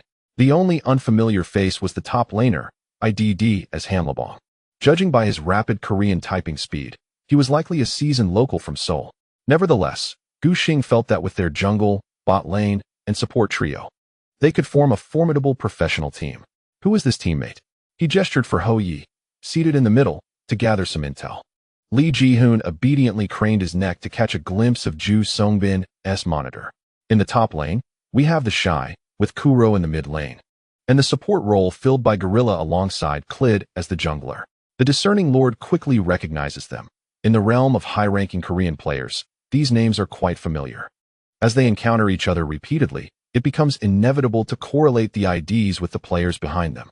The top player on Gu Xing's side is either a newcomer to the Korean high-tier matches or has recently altered his username. The opposing team's prowess appears somewhat lacking. Much to Gu Xing's delight, one can easily deduce that Kuro would struggle against Faker, and their bot lane, seasoned veterans, would likely not falter against their adversaries. As for Clid, Gu Xing had only heard of him through Lin Weixiang. This summer, Clid and Doim formed a formidable mid-jungle duo that dominated the secondary leagues and successfully led their team to ascend to the LPL. Nonetheless, Gu Xing does not perceive the opposition as superior. There exists an insurmountable chasm between the top-tier leagues and the LSPL. His only concern lies with the top lane. He selects Kiana, determined to seize the coveted title of the highest rank in the Korean server. Yet, it turns out that Gu Xing's apprehensions were unfounded. Han Leibong's choice of Jace flourished in the top lane, demonstrating prowess that rivaled the Shy himself. With the innate strength of the Piltover artilleryman, he held his ground admirably. Observing the deep push in the top lane, Gu Xing ventured over and executed a tower dive to eliminate the Shy. The Jace player remained remarkably composed during the dive. He first switched to cannon form to trigger the armor penetration effect, then unleashed a shot from his acceleration gate, which conveniently granted Gu Xing a movement speed buff. Following that, he transformed into hammer form, augmenting his defenses, and positioned himself at the edge of the turret's range to absorb the incoming fire. Every detail was executed with precision. Gu Xing was left pondering the origin of such a formidable player. Do you know him, Lord? Li Jixuan scoured his memory, but found no recognition. He decided to consult the statistics website to investigate the Jace player's performance. After perusing the records, Lord felt reassured. The player had only recently ascended to the rank of master, which explained why he had not encountered him before. Gu Xing understood. Before he could utter a word, he heard Zhu Qingbin's triumphant exclamation. Hou Ye, you are simply a basket case. Operating as Ezreal, he leapt forward, activating his essence flux, just as he used arcane shift to close the gap, gaining a surge of attack speed, and unleashed a flurry of basic attacks on Death's Jin. Hou Ye attempted to create distance with his healing and acceleration, but alas, Gorilla's karma bestowed him a shield and speed boost. While Zhu Qingbin sealed Death's escape with his mystic shot, had Death retreated directly, he would have faced skill shots. Yet attempting to evade the Q would leave him vulnerable to Imp's basic attacks. Ultimately, Death decided to flash away, but Imp mirrored the flash, accelerating his healing a second time. Leveraging the stacked passive attack speed, he relentlessly fired his water gun, securing the kill on Hou Ye. A lane kill. Zhu Qingbin reveled in his triumph. Gu, did you see that? The bot lane is about to explode. Observing Imp's relentless aggression, Gu Xing resolved to respond decisively. He returned to base to replenish his supplies and directed Qiyana to descend, signaling his teammates to coordinate their efforts. Death's performance was exceptionally on point, adeptly portraying the tension of wanting to advance for a last hit while simultaneously fearing Imp's imminent aggression. Ultimately, he reluctantly took a step forward only to secure the cannon minion. Zhu Songbin's style in ranked matches starkly contrasted with that in scrims and official games. It was utterly reckless, charging directly at Jin's face with the shield provided by Grell and Karma. In his perspective, Jin Hikyu had merely 2 bullets left, and to engage in a duel with him would inevitably lead to an awkward reload period. At that moment, Jin would merely be a target, left to endure his relentless onslaught. However, just as Imp lunged forward, Gu Xing emerged from the shadows of the tower's vision. Goodness! Zhu Songbin exclaimed, flustered and bewildered. Are you kidding me, Gu? Gu Xing beamed, leaping forward with dance of arrows and applying the slow from fearsome presence. Without his summoner spells, Ezreal could only watch helplessly as Qiyana closed in to claim his life. Jin Wunny, joining in the fray, chuckled, you dare to jump in, Bin? With Ezreal's demise, the advantage Zhu Songbin had previously established evaporated in an instant. A discount? Gu Xing taunted, I want to howl, haha? Infuriated and humiliated, Zhu Songbin's face flushed as he stammered, Gu, just you wait. I'll push down the first tower in the bot lane with Grell, and then hunt you down in the jungle. Upon hearing this, Gu Xing resolved to retaliate. After pushing the next tower, you think you can find me in the jungle? First, see if you can take down this tower. He ventured into the enemy jungle, confidently utilizing Qiyana's agility to eliminate monsters and place vision wards for a secure escape. Once the wards revealed Clid's presence in the jungle, Gu Xing seamlessly proceeded to assist Faker in clearing the minion wave mid lane. After dispatching the minions, he beckoned Lee Sanghyuk to rush towards the bot lane. Kuro, preoccupied with managing the minions beneath the tower, refrained from disturbing the enemy's mid-jungle, merely signaling his bot lane to retreat. Zhu Songbin was visibly displeased. Yet, he could only swallow his frustration and retreat with Grell. Wolf acted decisively, executing a flash with Thresh to ensnare Grell with death sentence. Let us go, Gu Xing exclaimed with enthusiasm. Beside him, Lee Sanghyuk utilized the newly released Rise from version 6.14, fervently slamming the ground with his spellbook. Realm Warp. A cerulean teleportation circle manifested, landing right behind Zhu Songbin and sealing off his escape route to the second tower. Imp, gritting his teeth, moved backward. Humph, trying to escape? Gu Xing scoffed dismissively. The straightforward EW combo from Rise ensnared Ezreal for a full 15 seconds. Gu Xing followed up with damage, effortlessly securing the kill. The Grell caught by Wolf could not evade his fate either, as Death claimed another kill, amply nourishing his growth. Zhu Songbin, in a frenzy, bemoaned, I can't believe this. Dragon Brother chuckled with delight, relishing the chaos. You think you can be reckless? An ADC daring to challenge the jungler? Little Gu is just toying with you. Gu Xing showed no signs of relenting. He continued his relentless assault on the bot lane, suffocating Zhu Songbin's Ezreal's growth in its cradle. Imp finds himself relegated to a precarious existence, having relinquished his former pride, now relying on the efforts of his 3 teammates from the upper and middle lanes. The Shy undoubtedly possesses formidable strength, Although he often exhibits overly aggressive behavior that grants opportunities to the opposing team, his ferocious style, coupled with exceptional skill, consistently leads to astonishing plays. Recently, Gu Xing has been active in the lower lane, while Hanlabong's Jace, bereft of teammate support, hesitates to engage directly. Consequently, during a defensive stand, he is forcefully eliminated by the Shy, losing a wave of minions. Zhu Chongbin breathes a sigh of relief, seemingly confident in his top laner's reliability, as he fantasizes about a myriad of ways to secure an effortless victory. Gu Xing returns once more. This time, Qiyana seizes the lantern dropped by Wolf's Thresh to arrive at the battlefield, while Deft Jin activates his ultimate for a perfect finale shot. Zhu Chongbin is utterly exasperated. Where are his teammates? He desperately pleads for assistance. Observing the mini-map, he sees his teammates languishing miles away, idly awaiting their demise, his mouse incessantly marking Clid.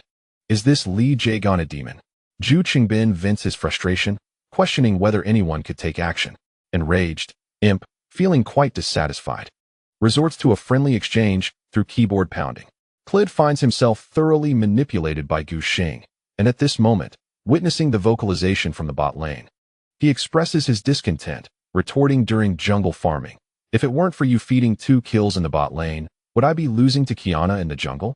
Upon hearing the crisp sound of Imp's keyboard, Gu Xing bursts into laughter. Isn't it quite normal that they cannot contend with me? He feels a sense of pride, declaring himself the #1 in Korean servers. As the match progresses to the 15-minute mark, the outcome is entirely devoid of suspense. Gu Xing has successfully targeted the bot lane 7 times, treating Imp and Gorilla as mere ATMs. On Zhu Qingbin's side, only the Shy in the top lane holds an advantage, yet the lead is marginal. Hanlabong manages to withstand pressure adequately, and seeing that his other teammates are in favorable positions, he refrains from eagerly trading blows with the enemy. In such circumstances, the Shy stands as a solitary pillar. With Gu Xing's mark stacked to 7 layers, the fully equipped Qiyana possesses unparalleled damage. Approaching the mid lane, she sets her sights on Kuro, leaping forward with a flurry of arrows, executing an impressive 3-hit combo that reduces the opponent's health from 70% to a mere sliver. Gu Xing, without a glance back, turns to retreat. Unexpectedly, Faker flashes forward. Before he even raises his hand to cast a spell, Kuro is incinerated by Qiyana's red buff damage. Sent back to the fountain. What?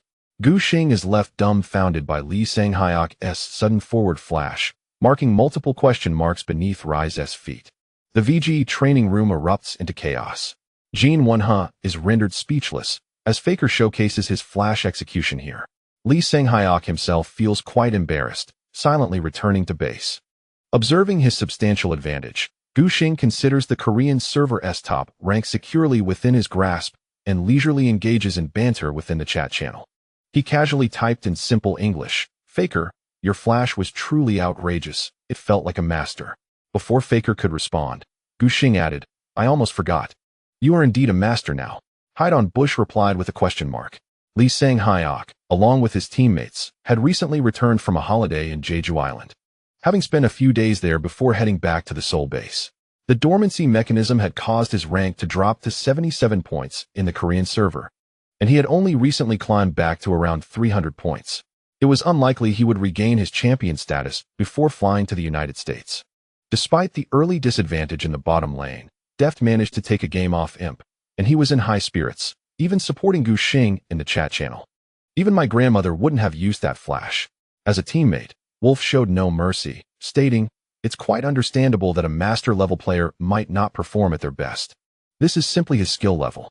In contrast to the cheerful banter from Gu Xing's side, Zhu Sungbin's team had devolved into a frantic performance reminiscent of a piano rendition of Flight of the Bumblebee, showcasing impressive speed and keyboard dexterity. Aware that professional players could be reported and punished for toxic behavior, he opted for a more sarcastic and indirect approach. However, before he could finish typing, their side surrendered, and their base was reduced to ruins. Nice. Gu Xing, feeling content, reclined in his chair and stretched, first in Korea, woohoo. After refreshing the leaderboard, he saw himself ascend to the top position. Congratulations, old Gu. Jack affectionately patted Gu Xing on the shoulder. Is this your first time? Gu Xing gleefully agreed, taking a screenshot to share on his social media. Ever since acquiring his Korean account, he had consistently ranked among the top players on the server. However, due to often practicing heroes in ranked matches, his win rate was not particularly impressive. This time, achieving the top rank before his departure left Gu Xing feeling thoroughly satisfied. Redmi was still trying to calm the furious imp, saying, "You've held the #1 spot in Korea for over a month. It's only natural to drop a bit." Upon hearing this, Ju Sungbin felt a sense of balance restored. Removing his headphones to congratulate Gu Xing, "Your Qiyana truly has an incredible sense of rhythm." From across the lane, he could genuinely appreciate Qiyana's formidable strengths. Just as Gu Xing posted on his social media, the likes and comments began to surge. He rarely shared updates, yet he had a significant number of friends added on WeChat, with players from various LPL teams keeping an eye on him. At that moment, Liu Qingsong sent him a transfer of 777 yuan. Gu Xing replied with a question mark. "I like Qiyana the most. Mingkai treated us and sent a red envelope. According to our agreement, it's a 70-30 split." It was then that Gu Xing remembered, during their last Wolfpack gathering, Liu Qingsong claimed that whoever could defeat EDG would receive 30 of Mingkai's red envelope. But why was it 777? Who sends a red envelope of 2,590? Liu Qingsong explained briefly, "We went to eat hot pot at a Western-style restaurant. After settling the bill, he had only 2,590 left, which he handed over to me as a wager. A staggering amount of nearly 3,000 for a single hot pot meal." Gu Xing sent him a thank you sticker and then approached the manager, expressing his gratitude sincerely. "Thank you, Mingkai?" Clear Love responded with a series of terse ellipses. The two arranged to meet at the airport the following day to continue their conversation when Gu Xing heard Long Gu calling out to him, "Xiao Gu, hurry up and practice Jace with me." The initially cheerful Gu Xing's expression instantly soured. Over the past few days, cooped up at the base, he had accompanied Zhu Xiaolong in practicing at least 50 matches. To be fair, Gu Xing's initial performance with Rumble was mediocre. However, after numerous duels with Zhu Xiaolong, his proficiency had increased significantly, and his control techniques had become increasingly refined. There was no other choice. Long Gu wanted to master Jace before the World Championship, and facing opponents in lane was a significant challenge. They needed a practice partner. Within the team, apart from Gu Xing, no one could match Long Gu in a duel on the top lane. Lord Ho's champion pool consisted entirely of mages, which was vastly different from the top lane dynamics. Similarly, Zhu Qingbin couldn't possibly play Kalista or Vayne in the top lane. Gu Xing began to suspect that if he continued to practice with Long Gu, he would have to bring his talents to the top lane next year. Listening to Zhu Xiaolong's urging, his gaze swept across the Korean server client, and a brilliant idea struck him. "Long Gu, why not practice with this player?" Gu Xing pointed to the account Hanlabong in the matchmaking interface. "His Jace is exceptionally strong. Would he be willing to help?" Zhu Xiaolong felt it was somewhat inappropriate. The enhancements to Jace were quite evident, and all the top laners in practice matches had been using him, even in ranked matches. Practicing Jace was hardly a secret worth concealing. However, they were still unfamiliar with each other. "Let us just chat." Gu Xing volunteered to add him as a friend. "Don't let him help for nothing. You can showcase your skills, and we can improve together." The friend request was quickly accepted. Gu Xing intended to greet him in English, but the response was immediate. "Virtue ni hao, was sure ni finesse I." Gu Xing was momentarily taken aback. He had assumed the other person was Korean, as they had been chatting in Korean during matches with Deft and others, yet here they were using Pinyin. Realizing the only possibility, Gu Xing typed, "Korean aid?" Hanlabong replied, "An inconspicuous nobody." Gu Xing understood immediately. He had friends with all the starting top laners in the LPL. Given the response, it seemed the player was from a lower-tier league. The trend of Korean aid was not only prevalent in the LPL, but also in the lower leagues. For instance, in the past, the mid-jungle duo of Nejin White Shield, Watch and Gung, had practiced in the LSPL, originally intending to catch a fish. They ended up being completely outmatched by the level of the lower league players. Gu Xing inquired if the player could spar with their top laner for a few matches. For reasons unknown, Hanlabong readily agreed. Zhu Xiaolong was overjoyed. He had just inquired about his opponent's track record and discovered that this player was a master of Jace. The two engaged in practice matches, which were equivalent to 100 sessions with Gu Xing, enabling him to learn a great deal. Long Gu also generously shared some lane control techniques, considering it a form of gratitude. Before bed, he entrusted all external devices to me for safekeeping. Jean Wenha reminded everyone that I would keep a separate suitcase for the team's keyboards and mice. Gu Xing disconnected the data cable, coiling the red field and handing it, along with the G900 mouse, to the captain. Upon returning upstairs, he packed his limited belongings, and only then did he retire to bed with a heart full of excitement. The following noon, he awoke to a scene of chaos in the base. Members of the training department hurriedly dragged their suitcases downstairs. The sound of wheels colliding with the steps creating a cacophony that echoed throughout the villa. Don't forget anything. Once on the plane, there's no turning back. Lu Wenjun gestured for the players to double-check their luggage before departing. Gu Xing confirmed that everything was in order and took a seat on the bus, watching as the Good Hope Mountain gradually faded from his view. Upon arriving at the airport, the other two teams from the same district were gathering. Let's take a group photo for memories before we board, Jin Wenhe organized smoothly. After settling trivial matters, Gu Xing followed his teammates into the cabin, found his seat, and settled in to regulate his breathing. His long-anticipated journey to the World Championship was officially underway at this moment. Additional note, these chapters lay the groundwork, with characters relevant to the upcoming plot. 7,100 words, totaling 866W, 27W166. The much-anticipated opening ceremony is approaching. Is it going to be a long flight? Xiao Duan nervously asked Gu Xing, her fingers unconsciously fidgeting with her seatbelt. Gu Xing pondered for a moment before giving an affirmative response. This was indeed a significant journey. In 12 hours, they would reach the shores of San Francisco. It's my first time abroad, Duan Deliang admitted, excitement intermingled with a hint of anxiety. What a coincidence. Me too, Gu Xing shared his anticipation. I've heard about adjusting to the time difference. I wonder what it feels like. It's quite unpleasant, Tian Ye, having experienced it, imparted his wisdom. If this World Championship weren't held in the United States, I would absolutely avoid going through it again. Meiko had traveled to the United States during last year's mid-season invitational, and aside from the joy of victory, the most vivid memory was the agony of adjusting to the time difference. The schedule was exceedingly tight, an arduous 12-hour flight followed by 2 days of recovery before competing for 4 consecutive days, completing everything from group stages to finals. Tian Ye struggled to adapt to the time difference, and by the end, his mind felt like mush, a lingering dread still haunting him. Hello, brothers. Xiao Hu's familiar voice rang out, as he appeared behind Gu Xing wearing a baseball cap. How was the practice match? Other RNG members filed in, with the robust General Pang struggling to rise and greet old teammates Looper and Mata. It was all right, Gu Xing replied vaguely, about the same as the summer tournament.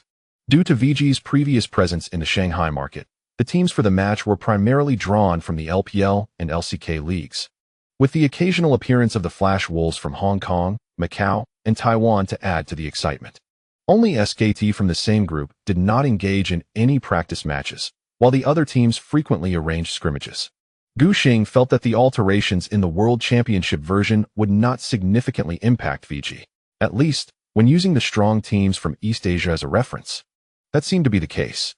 VG had played 4 sets of practice matches against the Tigers, with each team claiming victories in equal measure, resulting in a balanced outcome. It is noteworthy that this was the newly crowned champion of the LCK summer split, and managing to hold their ground against them was a testament to VG's prowess. Gu Xing had a lingering belief that this journey to America would not mirror the dismal experience of the previous year's World Championship. He was confident that the depths of the dark night would eventually yield a glimmer of hope. Well, you all seem quite formidable, Xiao Hu remarked with a self-deprecating sigh. Our situation isn't quite as optimistic. RNG was still embroiled in a heated debate over whether to retain Uzi in the bot lane or to continue exploring jungle support synergy. With no clear resolution in sight, this uncertainty had also affected their practice matches, yielding subpar results. Gu Xing felt helpless and could only offer a few words of comfort. As the flight had yet to depart, he settled into his seat and perused his phone. His family and girlfriend were aware of VG's departure for America today and had reminded him of several precautions. Gu Xing had promised to check in once they arrived in San Francisco. Then he briefly engaged with the Ionian 7 Wolves group before turning to social media. VG had posted several updates today, including images of the training department leaving the base and a group photo of all members gathered around the VG flag at the airport.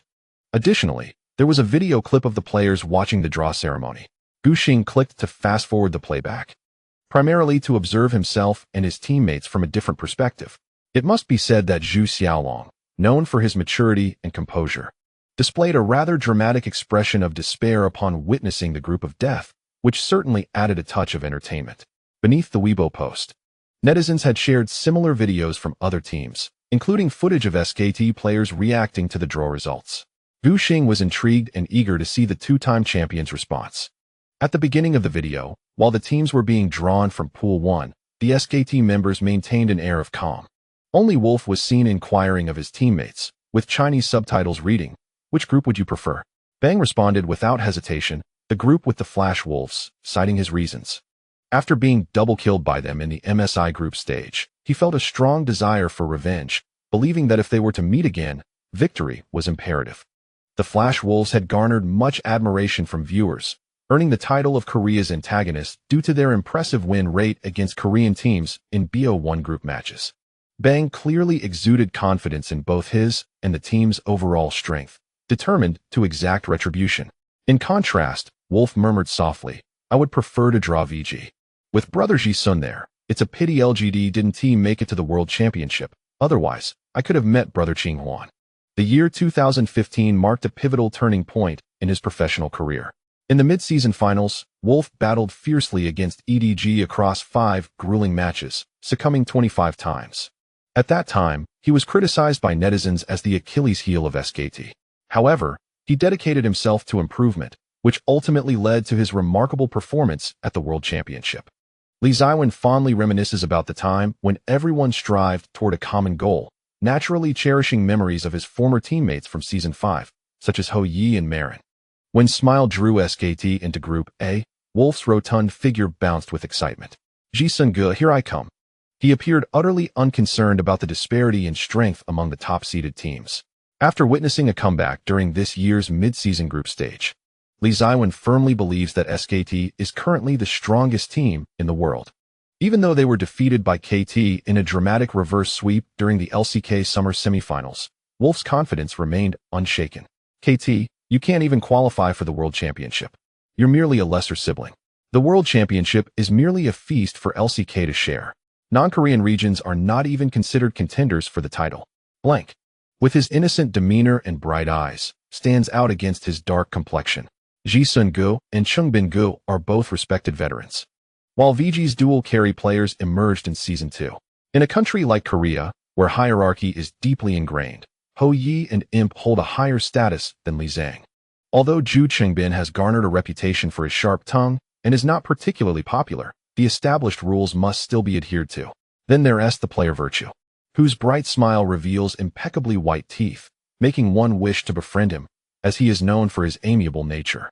Previously, Blank learned about Gu Xing from his old friend, Ma Xianghua.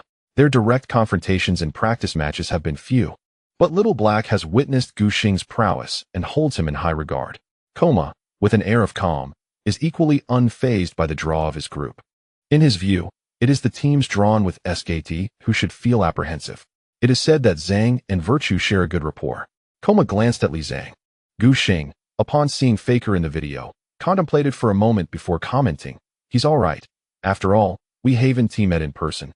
We just have good synergy in ranked matches."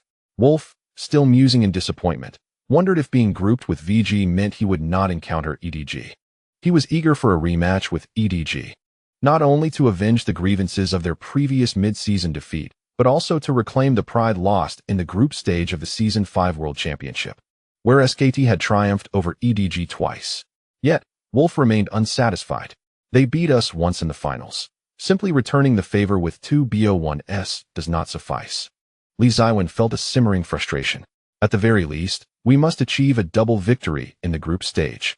Moreover, EDG boasts Scout, who, as the cherished younger brother of SKT, shares a close bond with several of his elder teammates. If they were to meet on the battlefield, delivering a lesson to Scout would be nothing short of perfect. Before leaving, Rankin had humorously blocked the dormitory toilet with a delivery of rice cakes. Truly impressive. As Wolf pondered this, he gritted his teeth, wondering if he had truly found safety by moving to the LPL. "Upon our meeting, you shall find no shortage of delightful juice to enjoy." SKT enjoys immense popularity domestically, as a dual champion. They are undoubtedly the team from the foreign competition most familiar to the LPL audience. The video regarding the draw ceremony has garnered thousands of comments. Gu Xing swiftly perused the comments, eager to see what engaging insights the highly rated users might contribute. EDG Esports Club, come see the fine work your mid laner has done. Is it true that Faker has a good relationship with Virtue? I once watched a live stream where Faker added Xiao Gu as a friend. Could there be undisclosed secrets between them? It's quite normal. I now suspect there isn't a professional player who harbors a poor relationship with Xiao Gu. Hearing the captain's announcement, Gu Xing obediently turned off his phone and stowed it away. Sitting by the window, he cast one last glance at Hangzhou Airport, pondering how long he might stay in America this time. Although it seemed unrealistic, he hoped that VG's return tickets would be booked for some day in November. The longer they could stay, the further the team would progress in the World Championship. Requesting a thin blanket from the flight attendant, Gu Xing draped it over himself and succumbed to a deep slumber. During the 12-hour flight, like many others, he drifted in and out of light sleep, only waking to visit the restroom or dine. This being his first international journey, Gu Xing managed well, catching up on sleep, and before long, they would reach the other side of the ocean. For the portly General Pond seated in the rear, however, the experience was torturous. His back injury was severe. While at the club, he could manage with medical consultations and medication, but on the plane, the uncomfortable seat and inability to frequently rise and stretch were unbearable.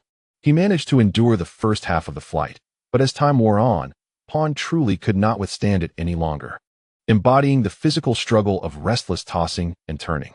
Noticing Pond nearing the brink of discomfort, Gu Xing offered him the blanket, suggesting he use it for some support. Let it all out, he encouraged. Pond cast him a grateful glance. Though it offered little relief, it was better than nothing. To be fair, Pond's command of Chinese was even less proficient than that of Zhu Sungbin. Gu Xing pondered the meaning of the words in his mind before comprehending, smiling gently and waving his hand while donning his headphones to listen to Jay Chou. At 10 in the morning, the plane finally arrived at San Francisco on the west coast.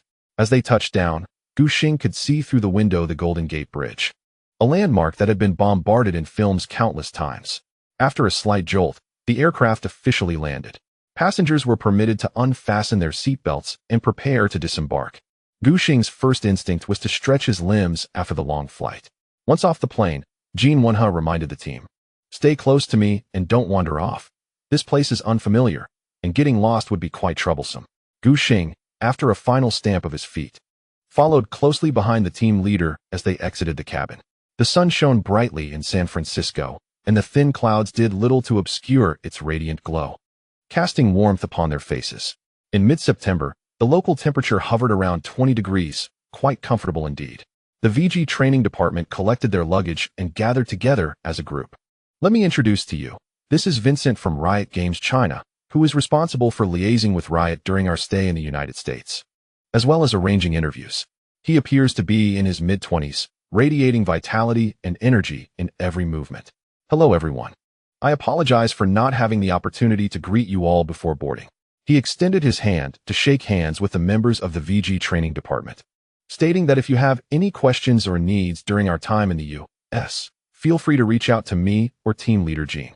Vincent glanced at the itinerary, noting that there were no activities scheduled for the next couple of days.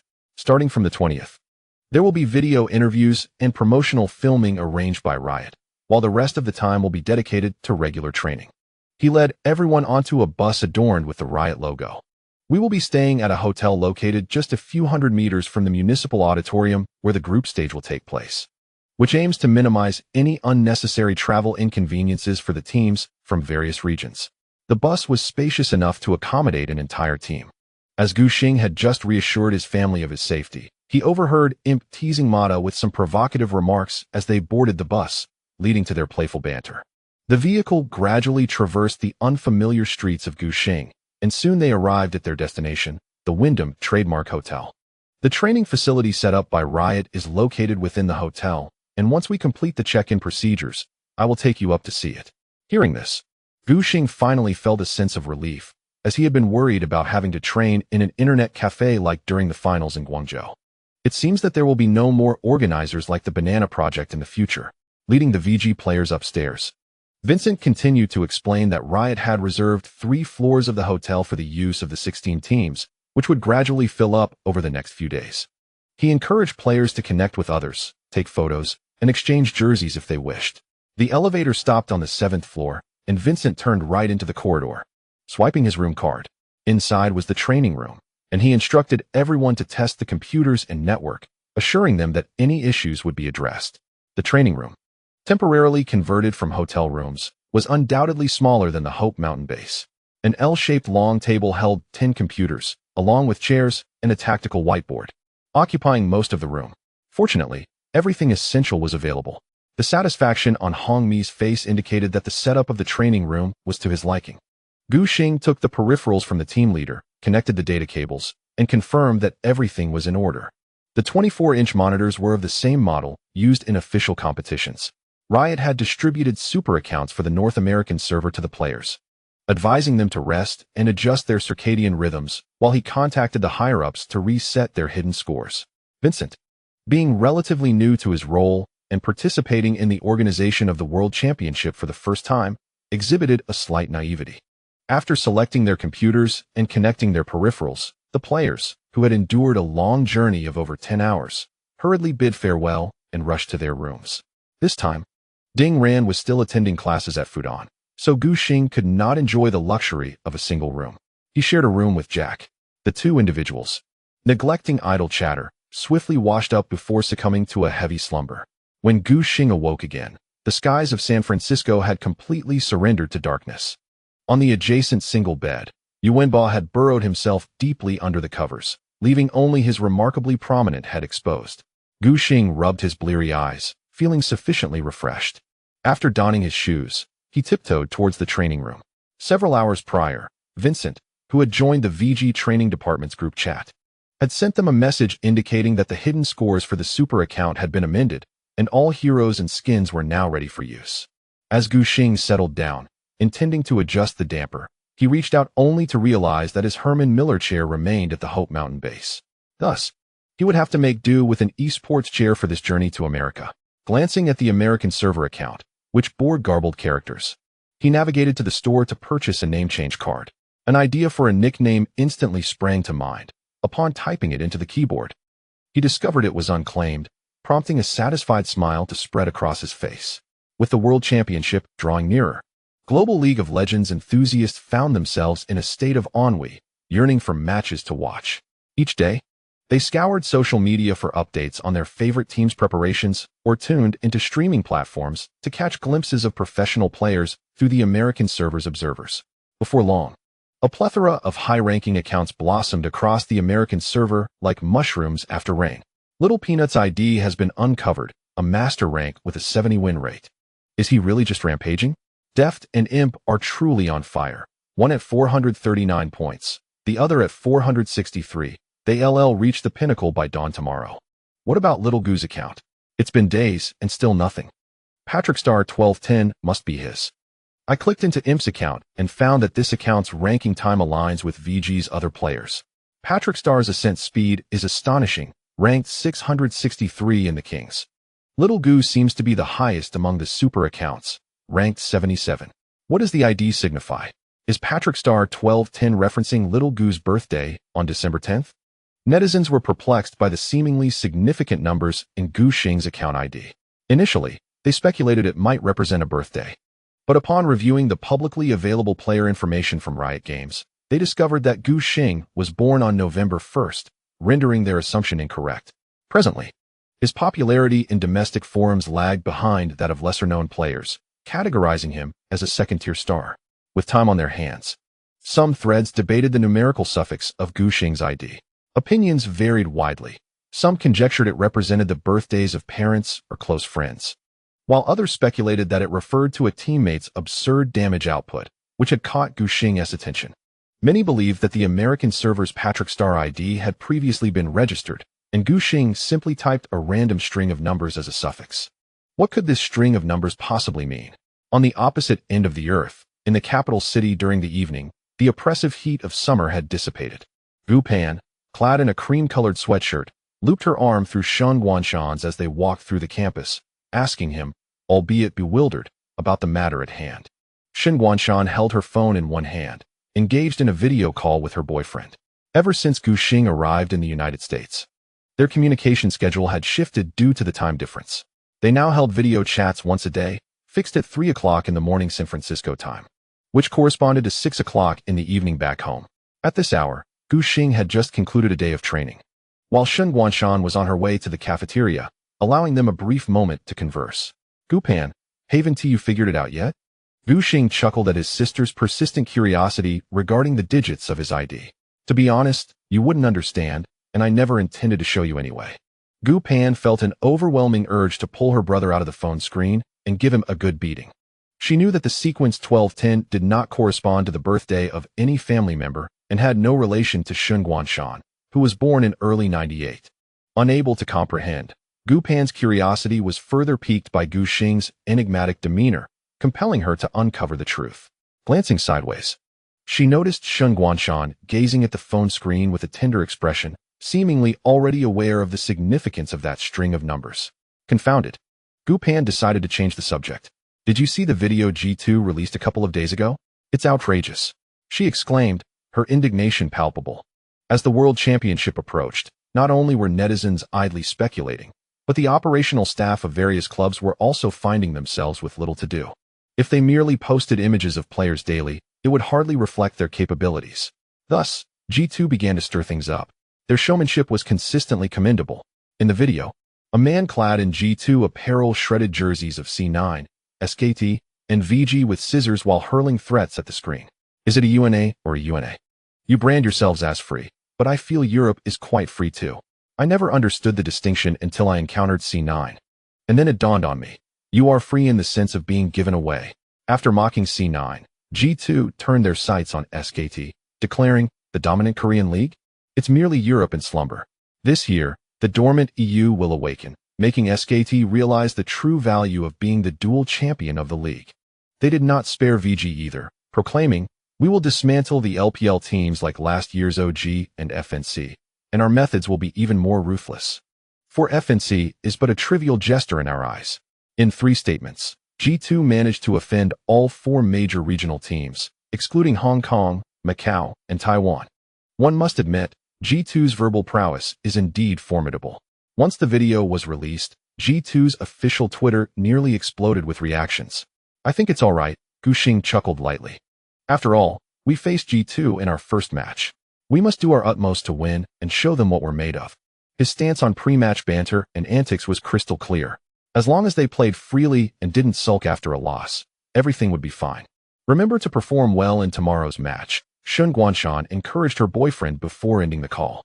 Turning her head, she noticed Gu Pan's gaze filled with curiosity, clearly still eager to decipher the meaning behind the numerical suffix. My birthday is 0109, his is 1101, and together they total 1210, Shen Guanshan explained, feeling somewhat helpless against her sister's inquiries, adding that they formed a pair of amicable numbers. If the sum of all divisors of 2 positive integers is equal, they are commonly regarded as amicable numbers, exemplified by the pair 1210 and 1184. Recently, Shen Guanshan, upon encountering this ID, grasped her boyfriend's intention and decided to append 1184 to her game ID, similar to Gu Xing's. Gu Pan's mouth slightly agape. She struggled to fathom that this was indeed the answer. How old are you two? She blurted out, isn't that rather childish? Shen Guanshan, disinterested in her opinion, thought it was inevitable that Gu Pan, who had never attended math tutoring sessions where the concept of amicable numbers was discussed, would find it silly. However, for the couple in love, it felt perfectly appropriate. After finishing his dental routine, Gu Xing prepared to retire for the night, having extinguished the lights, but suddenly recalled a jungle technique. He threw off the covers and dashed back to the training room. Upon entering, he found Longbow being mercilessly beaten by Hanlebong. Despite Zhu Xiaolong's recent efforts, mastering the champion Jace was not something that could be accomplished in just a few days, especially against an opponent who was a seasoned Jace player with unparalleled proficiency. How's it going? Gu Xing inquired from behind Longbow. Not bad. I'm fairly satisfied with my progress. Zhu Xiaolong exhaled a sigh of relief. I don't aim to reach his level, just enough to be competent.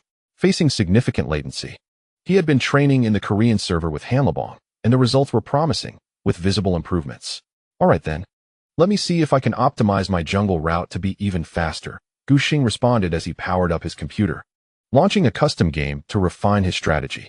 After 2 iterations and confirming that his method was sound, he finally retreated to his room to rest. As he drifted into slumber, Dawn broke over San Francisco. On September 29, 2016, the World Championship was set to officially commence today. Side note, today's chapter consists of 6,200 words, with a total of 928W, 27W. The World Championship begins tomorrow. 167. The wild shall instill fear in them. When Gu Xing awoke, it was still midday local time. Although East Asia has emerged as a focal point for global championship viewership in recent years, Riot Games evidently had no special accommodations planned. The matches were scheduled to commence at 4 p.m., which meant that across the Pacific, China and Korea would still be in the morning. This arrangement had its advantages. Professional players participating in the competition need not adjust their circadian rhythms, as they were accustomed to competing during the afternoon and evening hours, and any deliberate alteration could adversely affect their performance. Old Gu, wake up. Yu Wenba snuggled in his blankets, squinted his eyes, and elongated his tone in a bid to prolong his slumber. Get up quickly, even as a substitute. You need to report to the backstage. Gu Xing, invigorated, brushed his teeth while perusing the domestic forum updates. The moderators of the Endure Pressure Forum had meticulously cleaned up the posts about experience points, leaving only discussions pertinent to the upcoming matches. The host predicts the qualification spots for the next 4 groups, expressing that the non-Korean teams in Groups A and B are particularly challenging to forecast. While being an LPL spectator, it is indeed a daunting task. G2 and CLG are formidable contenders, if one were to assess purely based on theoretical strength. Group A undoubtedly boasts the highest overall prowess, yet Group D is not to be underestimated. Ka mentioned in an interview that both EDG and TSM have shown impressive results in their scrims. Can scrims be taken seriously? Am I foolish, my friend? TSM has consistently excelled in scrims since the S5 mid-season invitational, and borrowing from IMP's North American ID, North America is merely a dog basket. After reflecting on last year's World Championship, I realized that as long as one does not harbor any expectations for the LPL, it cannot inflict harm upon you. The worst-case scenario is merely a top 16 finish, a situation we've encountered before. Observing the matches with a tranquil mindset is the way to go. I wonder what delightful surprises the LPL teams will present at this year's World Championship. Last year's entertainment value was exceptional. IG surrendered during the National Day. A child's face peeking through the grass, Zitai elevating Huni's market value, LGD's reverse Q, being hit 4 times by Oriana, Imp being crushed by Malphite. The opposing team S4 AP champions wielding blue shields, and Fireman S iron forging, EDG S golden lantern, the fat general being controlled to death by Faker S rise, and the historic first team to lose a BO5 4-0. I anticipate that this time, our beloved LPL teams will once again deliver performances that could induce cerebral hemorrhaging from sheer excitement. As Gu Xing reached the final comment, each mention of a memorable scene conjured vivid images in his mind. He was momentarily taken aback, nearly swallowing the toothpaste foam in his mouth. The toothpaste he was using had a strong mint flavor, filling his throat with a rich minty essence. From another perspective, it also served a refreshing purpose. However, he was quite alert at the moment, needing no stimulation, but rather found himself slightly uncomfortable from the irritation, quickly downing the water from the glass on the bedside table. Cough, Gu Xing muttered in dissatisfaction. This toothpaste is terrible. What's wrong? Yu Wenba, still groggy, showed no inclination to rise. As the gathering time approached, Gu Xing promptly pulled back his blanket. The two changed into their team uniforms, slung their bags over their shoulders, and hurried to the hotel lobby. When the elevator doors opened, Gu Xing spotted a head of gray hair. Xiaogu, Peanut, clad in a black ROX jacket, greeted him cheerfully in poor Chinese, his fair skin and slender frame contrasting sharply. Upon hearing this address, Jack's mouth stretched into a wide grin, almost inclined to perform a public rendition of the grinning woman. Good afternoon, little Peanut. You can't call me that. Gu Xing stepped into the elevator, purposely adopting a stern expression to retort, I'm older than you. According to Korean customs, you should call me Hyung. Peanut, with his gentle disposition, offered no resistance and obediently switched his address, Hyung. Do you have confidence for today's match? Of course, Gu Xing replied, brimming with confidence. We must secure a victory against G2. Not to mention, G2 had been stirring the pot on Twitter for several days, igniting his competitive spirit. Even for the sake of group qualification, Gu Xing felt an undeniable impetus to triumph. In the match following VG, although it was a mere formality, The group stage would see them victorious regardless of their opponent. Peanut remained indifferent. ROX had long begun their preparations for the playoff adversaries. With sheer strength, they could undoubtedly advance. This was beyond question. The Tigers arrived at the World Championship with the singular aim of securing the coveted Summoner's Cup. Naturally, it would be all the more delightful to topple SKT during their ascent. Jack expressed a keen interest in Peanut's hair, curious about how he achieved that gray hue. During Peanut's early days in San Francisco, major esports media outlets clamored to report on his new hair color, which undeniably captured the attention of numerous netizens. Yuwenba was equally intrigued. Peanut lamented the upkeep, finding it challenging to manage. The color faded quickly, and in an effort to maintain its appearance, he had to re-dye it periodically. Had he known it would be such a hassle, he certainly would not have opted for gray. Upon hearing the cumbersome details, Yuwenba promptly dismissed the idea. For someone as notoriously lazy as him, investing excessive time on hair care was evidently not worthwhile. As the elevator descended, Peanut shifted the conversation, asking if they had scrimmaged against EDG and TSM. Not yet, Gu Xing pondered for a moment, stating that they were scheduled to face EDG later that evening. By convention, teams within the same group typically refrained from scrimmaging one another. VG, in their quest for practice matches, could only seek opponents from the other three groups. EDG from Group D, as a brother team within the same region, and TSM, the North American top seed, naturally fell within VG's purview for scrimmages. However, with the sheer number of teams, scheduling had become a challenge. Only in the next couple of days would it be EDG's and TSM's turn. You ought to be cautious, Peanut murmured. They are particularly fierce. ROX's encounters with these two teams were nearly 50-50, with only a slight edge. Gu Xing raised an eyebrow in surprise. Yuwenba gasped, contributing to global warming. Is that true? Jack could hardly believe it. What would I gain from deceiving you? Peanut continued. SKT is no different. Otherwise, why would Ka state in an interview that the two teams in Group D might perform exceptionally well? KT's head coach Ka's interview had been fervently circulated by domestic media. The essence of his words conveyed a desire to avoid facing EDG in the playoffs, given their remarkable performance in scrimmages. Gu Xing had seen this article.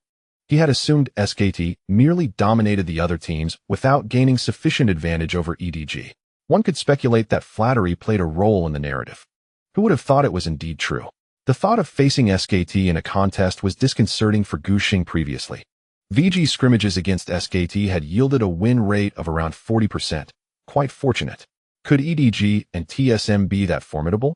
Viewers had been misled by various scrimmage results in the past couple of years and now regarded the situation with skepticism. Yet, for any professional player or team, scrimmages remained the most crucial gauge of strength. The reason was simple. Before a player engages in a single official match, they may have already played 10 scrimmages. The match venue was undeniably significant. Gu Xing wore a serious expression that remained until he reunited with his teammates. What is going on? Zhu Chengbin playfully punched him on the shoulder. Gu Xing relayed the training match details disclosed by Xiao Huaxing to the other members of the training department. The ever-astounded boss Ding Jun exclaimed in admiration. To be able to hold their own against the top seeds of LCK, EDG is destined for greatness. He had just arrived in San Francisco after dealing with club affairs and, without taking the time to adjust to the time difference, insisted on watching the team's match. Although Ding Jun's proficiency in League of Legends was rather average, he was well aware of the dominance LCK held in this tournament. Hongmi furrowed his brows, eager to confirm with the senior veteran Edgar. After hanging up the phone, his frown deepened. Indeed, Samsung's training match results against EDG and TSM were not optimistic. And Yu Fan was also troubled. We must remain vigilant, my brothers, Long Gu urged cautiously. Perhaps these two teams have uncovered the meta solutions. Otherwise, it is simply inexplicable why the two teams in Group D would suddenly excel in recent training matches. What's there to fear? Zhu Chengbin teased. We have 3 top 20 players on our roster. We are not intimidated. A couple of days prior, the official rankings for the strongest 20 professional players at this global championship were announced. This was a customary event before the World Championship each year. VG secured 3 positions on the list, with Hou Ye ranked 17th, Gu Xing at 15th, and Zhu Chengbin leading at 5th. Unlike the previous year, when many LPL players dominated the top 20, this time the domestic league had a notably smaller representation. This was likely due to the dismal performance of LPL in the S5 World Championship, which led Riot and the majority of fans to lower their expectations. Among the top 10, only Imp and Deft made the cut as marksmen. The top 10 Guardians included North America's TSM mid laner Gu Xing, with all others hailing from LCK. Smeb, the top laner of the Tigers, even surpassed Lee Sang-hyuk to claim the top position among the top 20 players this year. Of course, if we disregard LCK teams, VG had a commendable presence on the list, surpassing both EDG and TSM. A flicker of discontent passed through Long Ji's eyes. He and Xiao Duan were the only ones on the team not selected. Zhu Xiaolong had significant grievances regarding the official evaluations. The thought of facing G2 in their first match made his hands itch with anticipation. He longed for the opportunity to prove his strength in a fierce contest. Let us go, let us not dwell on the training matches, Jean Wenha urged, signaling to Vincent to lead the team towards the venue. No matter how formidable Group D is, it doesn't concern us at the moment. Our immediate priority is to advance to the knockout stage. The hotel was in close proximity to the venue, just a short walk across 2 traffic lights. Within 5 minutes, all members of VG beheld the grandeur of the city hall. They had visited the venue during the rehearsal the previous day and found no novelty in it now. They hastily glanced at this landmark of San Francisco before following the staff to the backstage area. Gu Xing allowed the makeup artist to fuss over his face for a while, during which Blank entered to exchange a few words with him. Today marked the opening ceremony, with all 16 teams in attendance, and the backstage was bustling with activity. After agreeing with Xiao He to swap team jerseys at the hotel post-match, Gu Xing turned to engage in pleasantries with On, the captain of Samsung. The two shared a comfortable rapport during the summer split. Thanks to his connections with Hou Ye and Edgar, Gu Xing had participated in numerous scrimmages with SSG. Naturally, as a direct competitor, his relationship with him was particularly close. And by Easyhoon unconsciously rolled a pamphlet into a tube, tapping his knee as he sat, resembling a seasoned bureaucrat. Hey, Gu, do me a favor. When you face SKT in 2 days, just camp mid and try to take down Faker a few times. His English was not particularly fluent, and he stumbled over the words. Gu Xing was following the makeup artist's directions, tilting his head toward the mirror. When his peripheral vision caught sight of the rolled pamphlet in Anne's hand, which resembled a baseball bat and perfectly matched the fierce persona circulating online. Do you two have a grudge? Gu Xing asked, feigning ignorance, and gritted his teeth. What do you think? He held deep respect for Lee Sang-hyuk's achievements since debuting. Yet he could not accept that every time Faker was mentioned, aside from the routinely beaten Ryu, there was also an by Easyhoon. It was akin to the infamous duel with the double assassins. As long as League of Legends existed, the online community would remember that Lee Sang-hyuk's first kill was taken from him by Easyhoon, and the manner in which it occurred was utterly absurd. And by Easyhoon mused that should he ever retire from the professional scene, reminiscing about this small detail might bring a semblance of solace, as he would be the one to have gifted the first kill to the esports titan. Every time Faker broke a kill record, people would inevitably think of him. Yet, Mbai Easyhoon was still a professional player, and he could not bear the thought that his most memorable moment was being solo killed by Faker's Nidalee under the tower while evolving. I would have gone mid even if you hadn't said anything, Gu Xing replied, resolving to ensure Faker met his demise at least 3 or 4 times. After finishing his makeup and returning to the team lounge, it wasn't long before he received a prompt from the staff to take the stage. Let me reiterate. We are the first to go on. Vincent is worried that the VG players might forget the procedure, so he was still reminding everyone before leaving the backstage. After the hostess introduction, take 2 steps forward to clear the podium. Other teams will need it. Gu Xing gestured to reassure him. The San Francisco City Hall was packed to the brim. The venue, capable of accommodating 7,000 people, was filled to capacity, with the cool blue World Championship flags raised around the audience. The atmosphere was lively, as spectators engaged in spirited discussions about the various teams. Suddenly, the lights dimmed, leaving only the large screen aglow.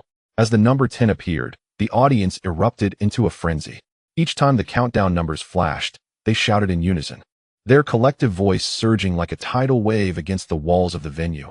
A truly spectacular sight. As the numbers dwindled, the roar of the crowd intensified. Finally, when the number 1 emerged, the arena was engulfed in deafening cheers. The familiar fist logo gradually faded away. The venue resonated with the majestic prelude of a grand orchestral composition. The 2016 World Championship, deserving of accolades befitting a musical powerhouse. naturally called for an anthem to enliven the occasion. In addition to commissioning Zed for the theme song Ignite, a reimagined version of the previous year's championship melody was unveiled. Compared to its original, the S6 season's rendition exuded a more profound and solemn atmosphere, akin to the creation of an epic narrative. Amidst the transformed melody, the Summoner's Cup materialized at the center of the grand screen, prominently displaying Fnatic's vibrant orange emblem. In the next moment, as XPK and Shushai embraced, the Taipei Assassin's logo swiftly took its place, capturing Toys as he raised his arms in exultation amidst the thunderous cheers of the crowd, an image brimming with tension. As the SKT wings ascended, the cacophony within the Civic Hall surged an octave higher. 5 young men stood at the heart of the Staples Center, triumphantly raising the SKT T1 gesture towards the heavens, embodying the exuberance of their accomplishments. Following this was the emblem of Samsung White, showcasing a beaming Jaehwan, who at the time sported striking red hair. Gu Xing, positioned at the side of the stage, observed the large screen displaying Imp, glancing at Jaehwan beside him. He shook his head in heartfelt disbelief, jesting, "Look at your physique. How did you become Omp?" Jaehwan patted his belly, left speechless. The showcase of past champions on the large screen approached its finale. When the SKT emblem graced the Summoner's Cup for a second time, the audience erupted into fervent cheers once more. The host's resonant voice echoed throughout the Civic Hall. "First, let us welcome the 2015 World Championship champions, SK Telecom T1. The spotlight converged upon the center of the stage. Together with head coach Ka, the entire SKT roster gathered, waving to the audience and reveling in their adulation. The robust figures of Wolf and Duke hoisted the tangible base of the Summoner's Cup, placing it upon the pedestal.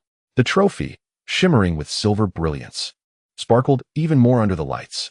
Gu Xing gazed intently at the Summoner's Cup at the center of the stage, his eyes brimming with yearning. Next, a warm welcome for the other teams from Group A. Gu Xing felt the spotlight illuminating his head as the host's spirited voice resonated throughout the venue. From the LPL region, the champions of the 2016 Summer Split, the #1 seed, Vici Gaming.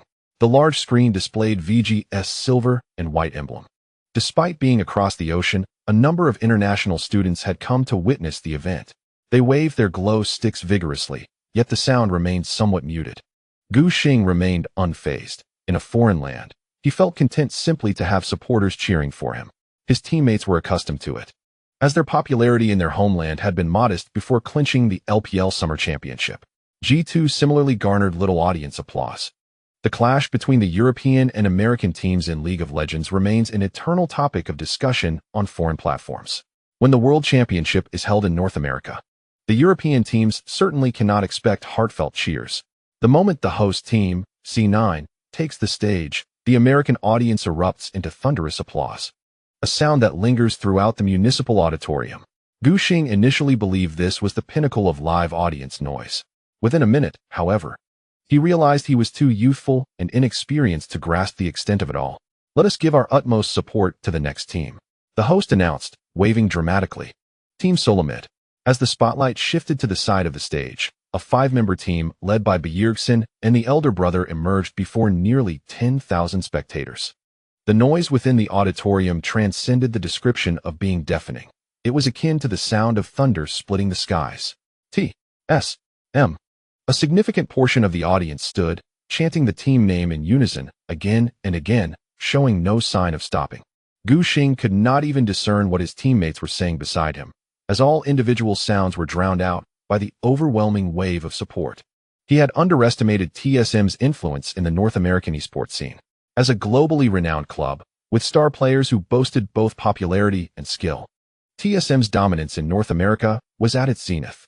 All 16 teams took to the stage, the former champions striving to defend their title, while the disheartened alliance aimed to topple the reigning dynasty, seeking to prove their newfound strength. The world's top teams had gathered. And now I announce the official commencement of the 2016 League of Legends World Championship. In this month-long battle, only one team will emerge victorious, lifting the Summoner's Cup. The spotlight once again shines upon the shimmering silver trophy at the center of the stage. As the other areas plunge into darkness, Gu Xing and his teammates return backstage to watch the opening match, TSM vs HQ. Riot Games had not catered much to the East Asian audience in their scheduling. But being in North America, they surely put in extra effort. It was fitting to have TSM, the reigning popularity king of North America, as part of the opening match. They assigned a formidable yet manageable opponent to ensure TSM would not falter. In contrast, the Brazilian wildcard, INTZ, lacked both strength and recognition, while EDG seemed too formidable. Ultimately, HQ was chosen. After all, they were a team from one of the 5 major regions and had a lineage of champions. Having HQ in the opening match was hardly a loss. Gu Xing watched the live broadcast on the television, profoundly impressed by the enthusiasm of the North American audience. What? Even the support for vision control from the support player warrants cheers? He thought. It was understandable for the audience to shout when a kill or neutral objective was secured. But the applause for dismantling wards seemed excessively dramatic. Even Longbow, who had witnessed many grand events, was taken aback by the resounding cheers amplified by the venue's sound system. If TSM were to reach the top 8 this year, he believed the audience could lift the very roof of the arena. Last year, HQ advanced to the knockout stage thanks to the impressive performance of their top laner, Ziv, while mid laner Shiman Yeshua and ADC Xiao and also showcased commendable abilities. However, this time they faltered under the overwhelming onslaught of TSM, with the economic disparity reaching 77k within just 22 minutes. Indeed, TSM's prowess in scrims was evident. Gu Xing observed TSM's fluid and dazzling offensive rhythm, increasingly convinced of the credibility of the scrim reports shared by Hou Ye. After annihilating their opponents once more, TSM emerged with 3 survivors, claiming the Baron Nashor. It's time to take the stage, Ding Jun encouraged his teammates, reminding them not to burden themselves excessively, but to do their utmost. World Sister donned a small VG emblem on her face, cheering on her brothers. I'm counting on you to take me to Chicago. Unlike the LPL League, which allows multiple substitute players, the World Championship mandates that each team comprises 5 main players, 1 substitute, and 1 emergency substitute. The substitute can participate normally, while the emergency substitute is only activated when uncontrollable circumstances prevent any of the starting 6 from playing. In most cases, the emergency substitute acts as a cheerleader. World Sister came to the realization that this trip to America was essentially a funded vacation, with the remaining time spent practicing jungle routes with Gu Xing and climbing the ranked ladder. Life was quite pleasant. Vincent also entered, inviting everyone to join him on stage. On the television screen, HQ suffered a catastrophic defeat, shattering like glass before TSM. In merely 31 minutes, TSM secured the first victory of this World Championship. The North American audience could hardly contain their exuberance, celebrating TSM's triumph in myriad ways. English commentator Jot could barely hide his glee, congratulating TSM. Based on their pre-match scrim performance and in-game display, as long as they performed consistently, a spot in the quarterfinals was within reach. Historically, wildcard teams have consistently struggled, as none have ever advanced beyond the group stage. Prior to the match, most spectators placed INTZ at the bottom of Group D. The remaining 3 teams were vying for 2 advancement spots. TSM's victory over HQ undoubtedly cleared a significant obstacle on their path to progression. The outlook was bright. Jot was overjoyed, almost wanting to shout, "The advantage is ours." After his partner Defi bowed to the audience and exited the commentary booth, a team of Asians clad in black uniforms approached from the side. VG is here. He beamed at Jot in the pre-match selection of the top 20 players. I wanted to place Virtue in the top 10, but you disagreed. Today, Virtue will prove the validity of my perspective. Jot shrugged. Let us hope so, to be honest. Others and I believe Virtue should rank between 10 and 20. Indeed, his performance in this year's LPL Summer Split was remarkable, securing over half of the team's MVP awards. But that was merely in the LPL and cannot be compared to the World Championship. Jot elucidates the rationale behind his relatively low ranking of Gu Xing. In his view, compared to the already proven stalwart imp, Virtue resembles an unpredictable variable. After all, he is merely a novice who has participated in professional competitions for less than half a year. Lowering expectations would be beneficial for all. He believes that placing Gu Xing in a higher position would be tantamount to a backhanded compliment. The tragic experiences of Dade from that year remain vivid in his memory. Should Gu Xing replicate that scenario, he might very well become the sole recipient of this year's Dade Award, a grassroots accolade primarily aimed at players who, despite being lauded pre-tournament, fail to deliver when it truly matters. On the other hand, G2 is flourishing in the European circuit this year. Defio observes the G2 players seated on the opposite side of the stage, having clinched both the spring and summer championships. Looking across the 5 major leagues, the last team to exhibit such dominance was last year's SKT.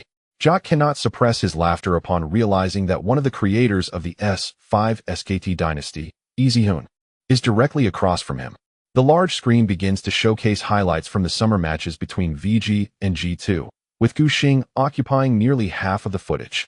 From the Beer Man to the Blind Monk, and then to Kiana, Graves, and Nidalee, his seamless executions elicit astonished gasps from the audience in the venue. The vast majority of European and American spectators typically do not follow their own leagues, let alone the LPL. They only join the fray when the global finals commence. Learning from the draw ceremony that VG has triumphed over RNG and EDG to secure the top seed in their region. Yet, apart from Imp and Easyhoon, the roster is filled with unfamiliar faces. This is their first encounter with Gu Xing's highlight reel, igniting fervent discussions in the chat channel. Virtue's barrel is truly impressive. Can they really pick a niche hero like Kiana in the LPL Summer Finals? What an eye-opener. Although the LPL Championship may lack prestige, Virtue undeniably possesses skill. His speed with the Blind Monk Cyclone kick is astonishing. I feel he is as fast as Peanut. But does it really matter? Surely no one believes G2 will lose? Nevertheless, G2. The foreign netizens' discussions escalate into a transatlantic clash. European viewers often criticize G2 for their lackluster international performances, lamenting that they tarnish the reputation of old Europe. Yet, in this moment, they steadfastly rally behind G2. The North American Titans TSM have already secured a victory. Should G2 falter, they would find themselves at a disadvantage. Moreover, G2 had previously taken to Twitter to mock their opponents. Failing to secure a win would likely cast the entire European region into disrepute. Meanwhile, Gu Xing at the Player S bench is engrossed in customizing his game settings.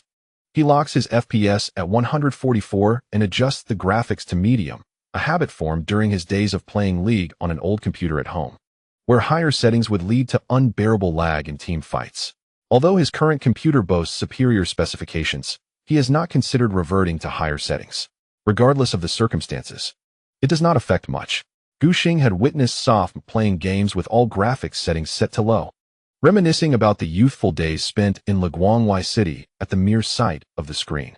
The jungler on the opposing team, could he possibly be a member of CJ? Zhu Qingbin had only reviewed the common champion data and some recordings of the opposing team, yet he felt an uncanny familiarity upon their encounter. Gu Xing nodded in affirmation. Indeed, it was Trick, who had once mingled with Zhang Men at CJ.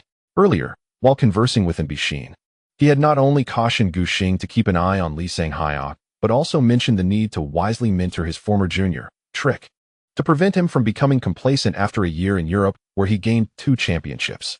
And Zhang Men recognized Gu Xing's formidable prowess, unlike G2, who had never scheduled a practice match with them. The youthful mid-laner Perks was still engaging in light-hearted banter with his teammates.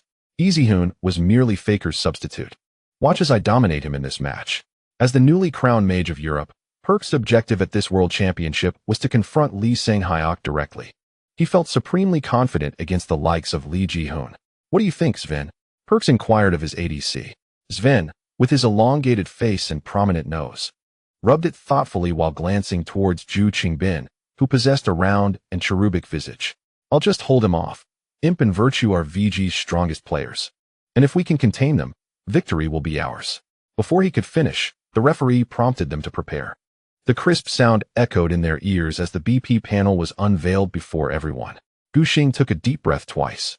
Neither of the teams was particularly popular in North America, and the audience's enthusiasm was evidently less than in the previous match. The white noise from their headsets effectively drowned out the scattered murmurs of the crowd. Nevertheless, after nearly half a month in North America, Gu Xing was filled with excitement at the prospect of finally stepping onto the stage to compete. Let us first ban Syndra and see how the opposition responds. Red Rice had not faced G2 before and was unaware of their strategies. However, as the European Mage King, Perks undoubtedly possessed a high level of proficiency with such a fundamental champion. From the data gathered in previous practice matches against various teams, Syndra could be considered a dominant force in the mid lane for this World Championship, with her high burst damage and formidable combat capabilities in small skirmishes. Coupled with her unparalleled lane control, she even boasted the ability to initiate fights in the jungle during the mid to late game. More importantly, the current ecological environment is exceedingly favorable for Syndra. With the successive nerfs to champions like Rek'Sai, Sejuani, and Gragas, the jungle meta has shifted to favor champions such as Nidalee, Graves, and Lee Sin, resulting in a significant decline in average tankiness.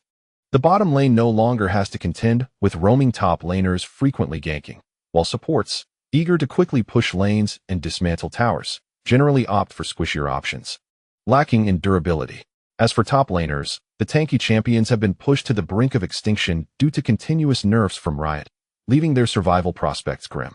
In the practice matches leading up to the World Championship, it was not uncommon to see scenarios where the entire team consisted of only one frontline champion, while the rest were all damage dealers. This was a stark contrast to the summer split. In such a context, Syndra's dominance is self-evident. Once she acquires her mid-game items, a single burst of her thunder damage can eliminate squishy targets in an instant. G2 opted to ban the female marksman, seemingly wary of Imp's aggressive push strategy. Jot, resting his chin on his hand, observed as VG targeted the support role by banning Tahm Kench, evidently wishing to prevent G2's bot lane from thriving during the landing phase. In their second round of bans, G2 chose to restrict Long's Rumble. Upon witnessing this, Gu Xing's heart raced. They wouldn't let this slip, would they? He swiftly took a moment to compose himself. Hou Ye sensed something amiss as well. There exists a hero widely acknowledged as a formidable jungler in the current scrims. The red side often bears the burden of bans. Typically, such indispensable heroes are prioritized in the initial 2 bans to afford the team some flexibility, preventing the opposition from executing an unexpected strategy that could leave the red side in a precarious position. Yet, G2 had yet to impose such a ban. Could it be that Hou Ye was exuberant? Get ready, Xiao Gu. He placed the cow-headed champion in the ban slot, his gaze fixated on G2's final ban. Poppy. Hou Ye exhaled a sigh of relief. G2, you are truly generous. Pick, pick, pick. HME urged insistently, seizing the moment, for opportunities like this are fleeting. Long clicked on a champion, decisively locking it in. The wild spirit would instill fear within them. Aside, to keep it brief, if the author updates less, I can accept that. Constructive criticism is welcome, but there's no need for trivial comments. The competitive chapters are indeed far easier to write than the casual ones. Additionally, some readers insist on comparing with the neighboring content. I can only assert that the narrative styles for advancing plots differ. What is the necessity of comparison? 8,400 words. 1012W, 27W 168. An unexpectedly fierce assault. The figure of Nidalee appeared in VG's champion selection frame. Gu Xing beamed with joy. He never anticipated that a team would actually let Nidalee go. Woohoo, let us take off. Gu Xing was exhilarated, proclaiming, brothers, I will carry this game. Zhu Xingbin was left dumbfounded. Was G2 truly so reckless? How could they allow Nidalee to slip through? What astonished Imp even more was that the opposing team chose to ban his marksman instead of letting Nidalee go. Gu Xing laughed heartily at the player's bench. The director, noticing his expression, switched the camera to capture this moment for the global League of Legends audience. In chat rooms for languages such as French, Russian, and Spanish, a flurry of question marks and various emoticons filled the screen. Why was he so elated? Ja was puzzled, wondering if he had thought of something joyous. Deficio, evidently well-versed in LPL, spoke confidently, noting that Nidalee was one of Virtue's signature champions. In the first game of the summer semifinals, he was the first to utilize the patched Nidalee, wreaking havoc in MLXG's jungle and showcasing remarkable prowess, exhibiting extraordinary skill. Moreover, Nidalee is exceptionally powerful in the current patch. I cannot comprehend why G2 would let her through, Deficio mused, baffled by the reigning European champion's logic. There was truly no need for this. Before the commencement of the World Championship, he sought information through various channels regarding the champions that exhibited formidable prowess in the scrimmages, aiming to conduct a thorough analysis of the current meta and prepare for his commentary duties. Players and coaches from various teams repeatedly emphasized this in interviews with esports media. As per the current understanding, Nidalee and Lee Sin are regarded as the most potent champions in the jungle. The latter at least possesses counterplay options, while dealing with Nidalee proves to be exceedingly challenging. Deficio thus posited that G2's interpretation of the meta prior to the matches was flawed. Gu Xing hummed a nocturne. Feeling elated within, Hou Ye approached him, cautioning him not to become overconfident. The group stage consists of merely 6 games. We must secure our advancement, winning at least half. Succinctly analyzed. Excluding the match against SKT, only 4 matches remain, and none can be overlooked. He feared that if their jungler selected Nidalee, he might recklessly engage. Rest assured, Gu Xing was well aware of Hong Mi's concerns, and he knew precisely how to proceed. He held great confidence in his understanding of the champion. Previously, he had discerned the essence of the 6.15 patch, which seemingly nerfed Nidalee's dueling damage while, in reality, enhancing her jungle clearing capabilities. Consequently, Nidalee became a dominant force in the jungle with an exceptionally high ban rate across various regions. Riot Games made no alterations to her in the World Championship patch. Nidalee stands as one of the few champions that remained strong towards the end of the summer split without facing any nerfs. Upon reaching the global finals, her strength is poised to escalate. This is due to the monumental shifts in the overall game environment. Nidalee's efficacy in late-game team fights diminishes for 2 primary reasons. First, her spears either miss the target or are blocked by the enemy's frontline. Tanks, once they have built adequate magic resistance, can absorb a couple of spears without significant consequence. However, with the drastic reduction in frontline champions, the number of tanks in each game is exceedingly scant. The enemy's frontline struggles to shield all damage dealers. At this juncture, Nidalee's spears become a nightmare for all squishy champions. If they are hit by her abilities, their health can be halved, or in dire circumstances, they may lose their capacity to fight entirely. Secondly, Nidalee's timing for engagement is exceptionally stringent. To unleash sufficient burst damage, she must transform into her cougar form and leap into pounce. If the enemy merely maintains a single crowd control ability, Nidalee could easily be eliminated upon her entry. This tactic is no longer viable. Presently, champions like Rek'Sai, Sejuani, and Gragas have faced consecutive nerfs, while soft supports dominate the bot lane. And top lane largely remains in the era of Rumble and Chase. Most of the meta's formidable champions lack reliable crowd control, with the control chains faltering. As long as Nidalee possesses Zhonya's hourglass, her margin for error becomes significantly higher, allowing her to engage without the fear of being swiftly dispatched. Furthermore, Nidalee boasts an exceptionally high jungle clearing efficiency, strong map control, and an exaggerated snowballing potential.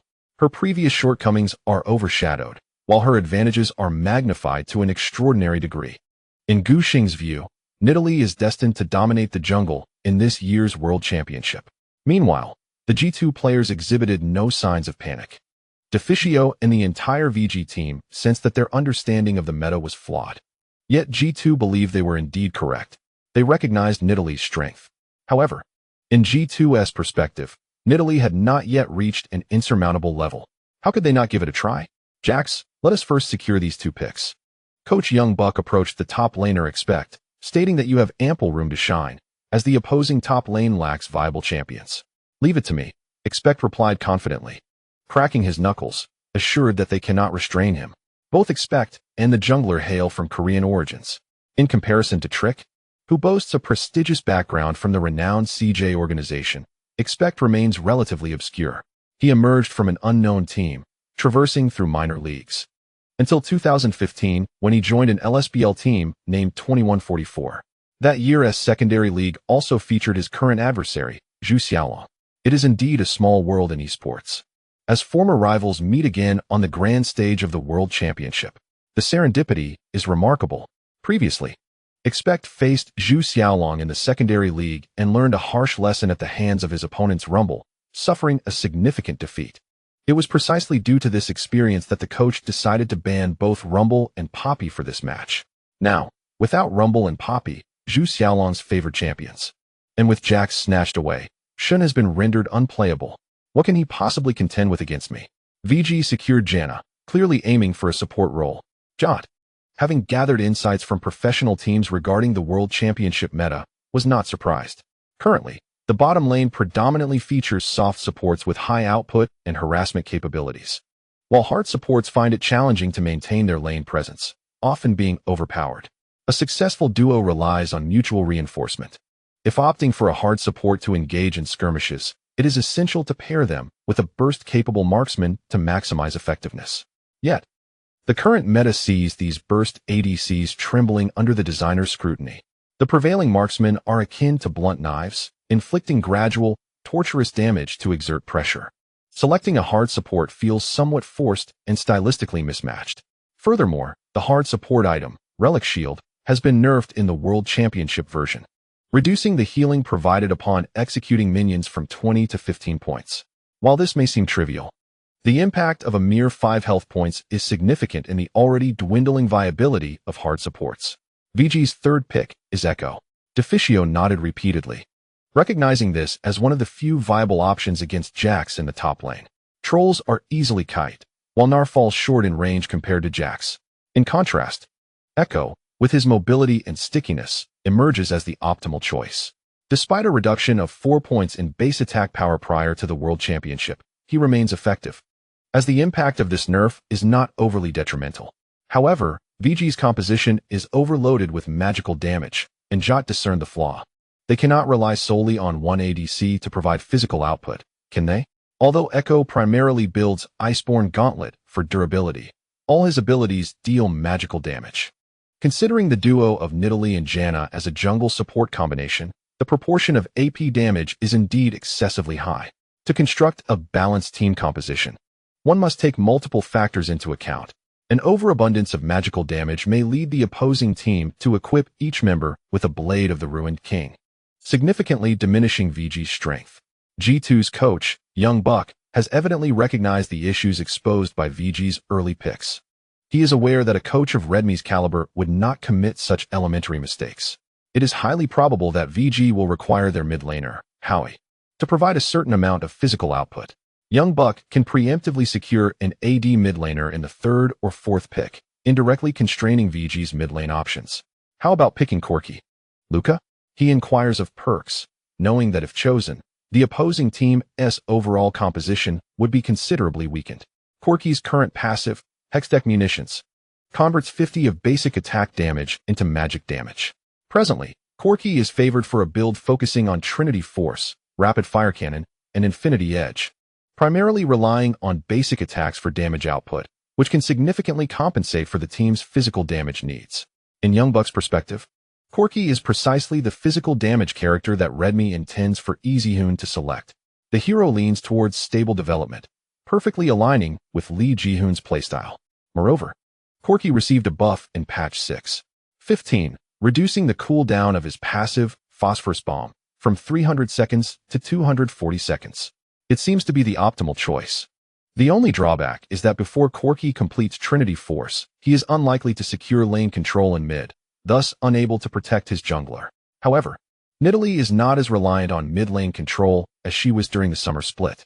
This is primarily because, aside from a few champions, most mid laners are generally cumbersome, reliant on farming in lane, and the team controlling the lane lacks rapid support and crowd control abilities. In short, the jungle now often resembles a 1v1 duel. After G2 secures Corki, they complement their choice with a Karma support, leaving the counter pick for the jungle. Jot expresses curiosity about VG's champion selection, without physical damage. How do they intend to construct a coherent composition? Upon witnessing G2 lock in Corki, Redmi slightly raises his lips, intentionally digging a pit for his opponents. G2 dares to tread boldly. Surely, the opposing team does not believe that only Corki and Jace can fulfill the role of physical damage in mid lane in the current patch. In the next moment, VG locks in their choice. Although the number of VG supporters is modest, a greater proportion of the audience inevitably gasps at the unexpected hero selection. Varus. Jot is quite astonished. The enchanted arrow was not included in the pre-match training intelligence he received. This champion has seen a significant decline in selection since the conclusion of Season 5, making it an unconventional choice. Varus himself has not been nerfed.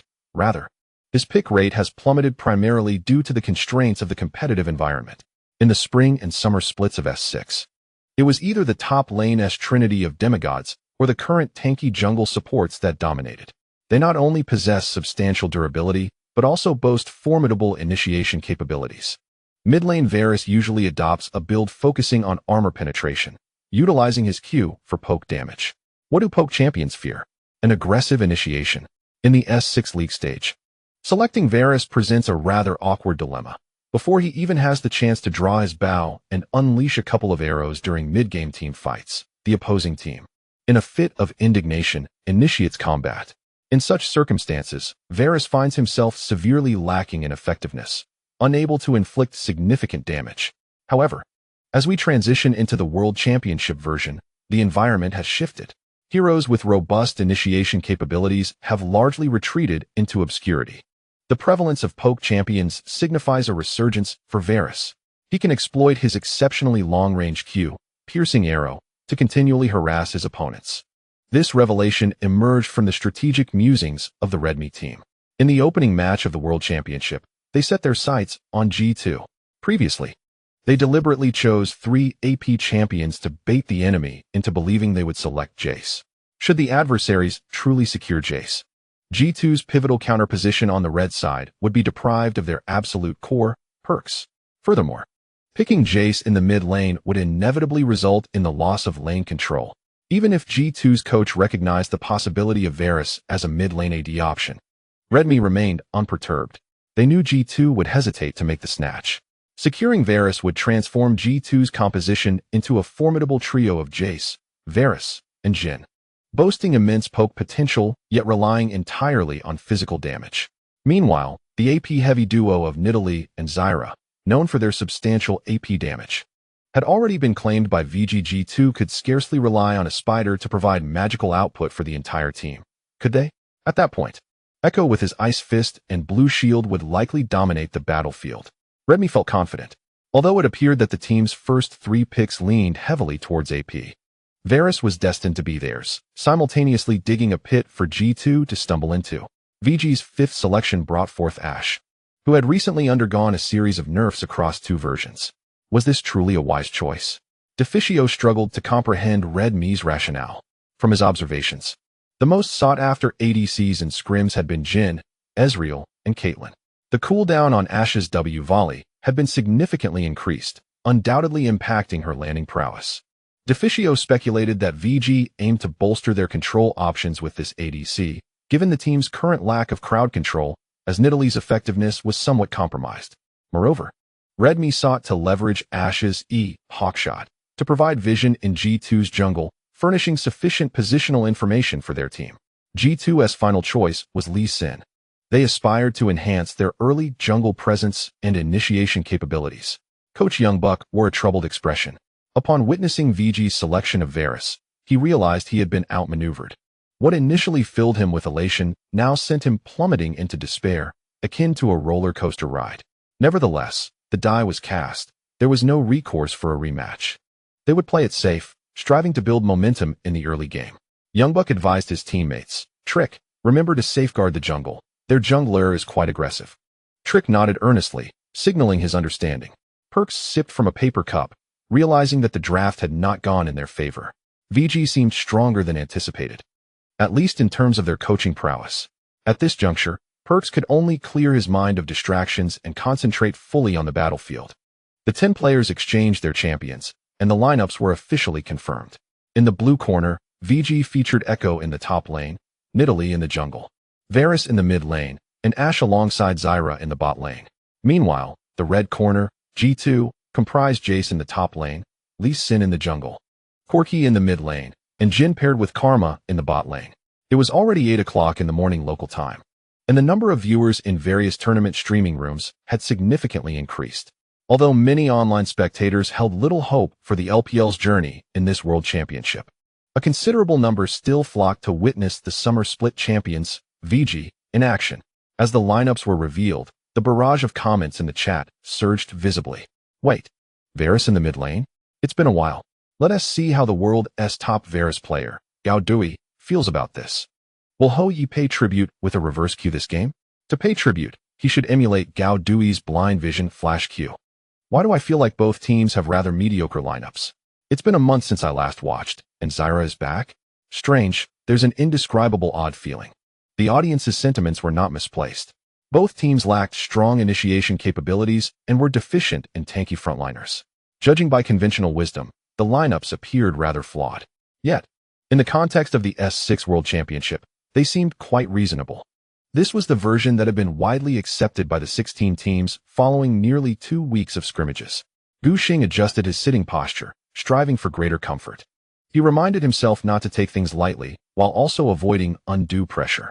Before leaving, Hou Ye urged the players to perform as they had in practice matches, assuring them that he would await news of their victory backstage. Xiao Duan nervously rubbed his hands, while Hou Ye maintained his usual composed demeanor. Varus had not been utilized by him in competitive play for quite some time, having only practiced with the champion in scrims. However, the champion suited his role perfectly, enabling him to lurk at the back and unleash devastating attacks from afar. Gu Xing was engaged in a discussion with Long Gu regarding the upcoming opening strategy. Meanwhile, a referee approached from behind the players' seats, holding a clipboard, prompting them to confirm the accuracy of their champion selections and rune setups. Should a rematch be required, these details could not be altered. Gu Xing gave a thumbs up, signifying that everything was in order. The white noise from his headphones was abruptly interrupted by the sounds of the Summoner's Rift.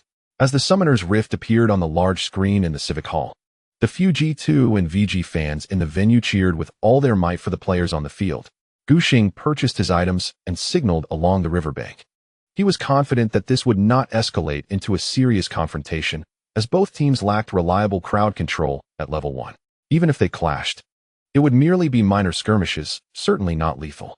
Hua and Xiao Duan advanced to the bot lane early to secure the wave, while Zhu Chengbin informed Gu Xing of the situation, checking if the opponents had warded the lane. With the evolving game ecosystem, the opening strategies had also adapted, most notably with the bot lane duo. Throughout the entirety of the summer season, unless the narrative of invading the jungle to exchange buffs was triggered, the duo would invariably consume jungle monsters at the outset to assist the ADC in swiftly reaching level 2. This strategy has now become obsolete. Primarily, this is due to the fact that the support's durability is no longer as robust as it was during the summer season, often proving to be even more fragile than the marksman. Engaging in jungle consumption at the beginning results in significant health loss. Furthermore, there is the necessity to contest the lane. For champions like Zyra and Karma, who are adept at harassing, gaining the level 2 advantage is exceedingly exaggerated.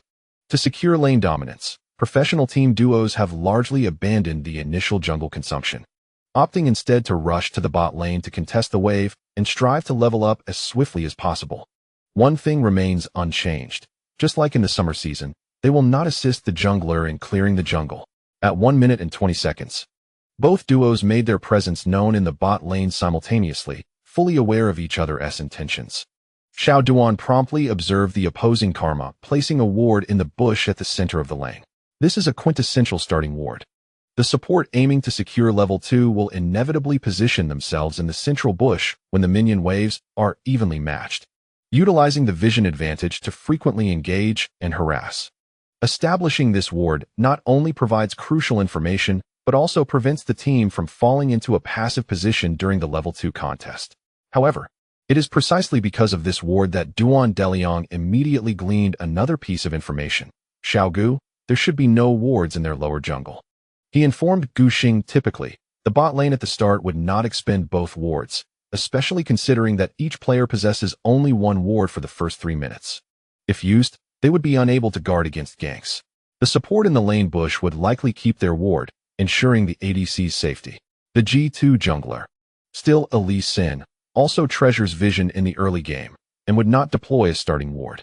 Therefore, only Perks in the lower half of the map possesses an extra ward, as the plane will inevitably lack lane control early on, leaving him unconcerned about being tower dived by the uncontested mid-jungle duo of Varus and Nidalee. The ward can be utilized freely, potentially offering Trick some defensive advantages. However, this ward will not be placed in the G2 jungle. Doing so would alert G2 to Gu Xing's movements, likely too late for a response. Gu Xing speculated that the opposing team would place their ward at the entrance of the Dragon Pit in the river, a conventional defensive ward to prevent aggressive early incursions from strong junglers like Nidalee. Gu Xing's mind raced. At 1 minute and 40 seconds, as the jungle monsters respawned, he landed a spear on the red buff from a distance. The bot lane duo contested the wave while Nidalee farmed the red buff alone, an endeavor that was slow and damaging. Gu Xing opted to endure without using his smite, choosing instead to consume a potion to maintain his health. Virtue secured the red buff, reaching level 2 as the clock approached 2 minutes. He then moved downwards, traversing through the lower triangular bush. Jot instinctively raised an eyebrow, wondering if Virtue intended to invade. The broadcast camera shifted to the bot lane, where both duos were embroiled in fierce combat. The first wave of minions had only exchanged for a little over 10 seconds, yet the scales had already tipped in favor of Zhu Xingbin and Xiao Duan. Although the G2 duo has made every effort to conceal themselves behind the minion wave, Imp skillfully eliminates a wounded minion and immediately follows up with W, Rain of Arrows, to harass Karma. Dandy exhibits even greater ferocity, thanks to the passive ability, Thorn Queen. He prepares an advance at the bottom lane, accumulating 3 plant seeds before the minion wave collides. As Q, Deadly Bloom, strikes the enemy minions, the seeds are activated, transforming into thorn spitters that incessantly bombard the minions. The formidable strength of Janna is abundantly clear. With the assistance of the plants, the VG duo is empowered, having significantly diminished the minion wave while relentlessly advancing. Should the G2 duo dare to attack the minions, they would be subjected to the harassment of 2 long-range champions. Reluctantly, the G2 bottom lane retreats to their tower.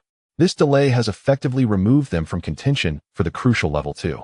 However, returning to the safety of their tower means that the G2 duo can no longer venture into the river to scout for the movements of the Panther champion.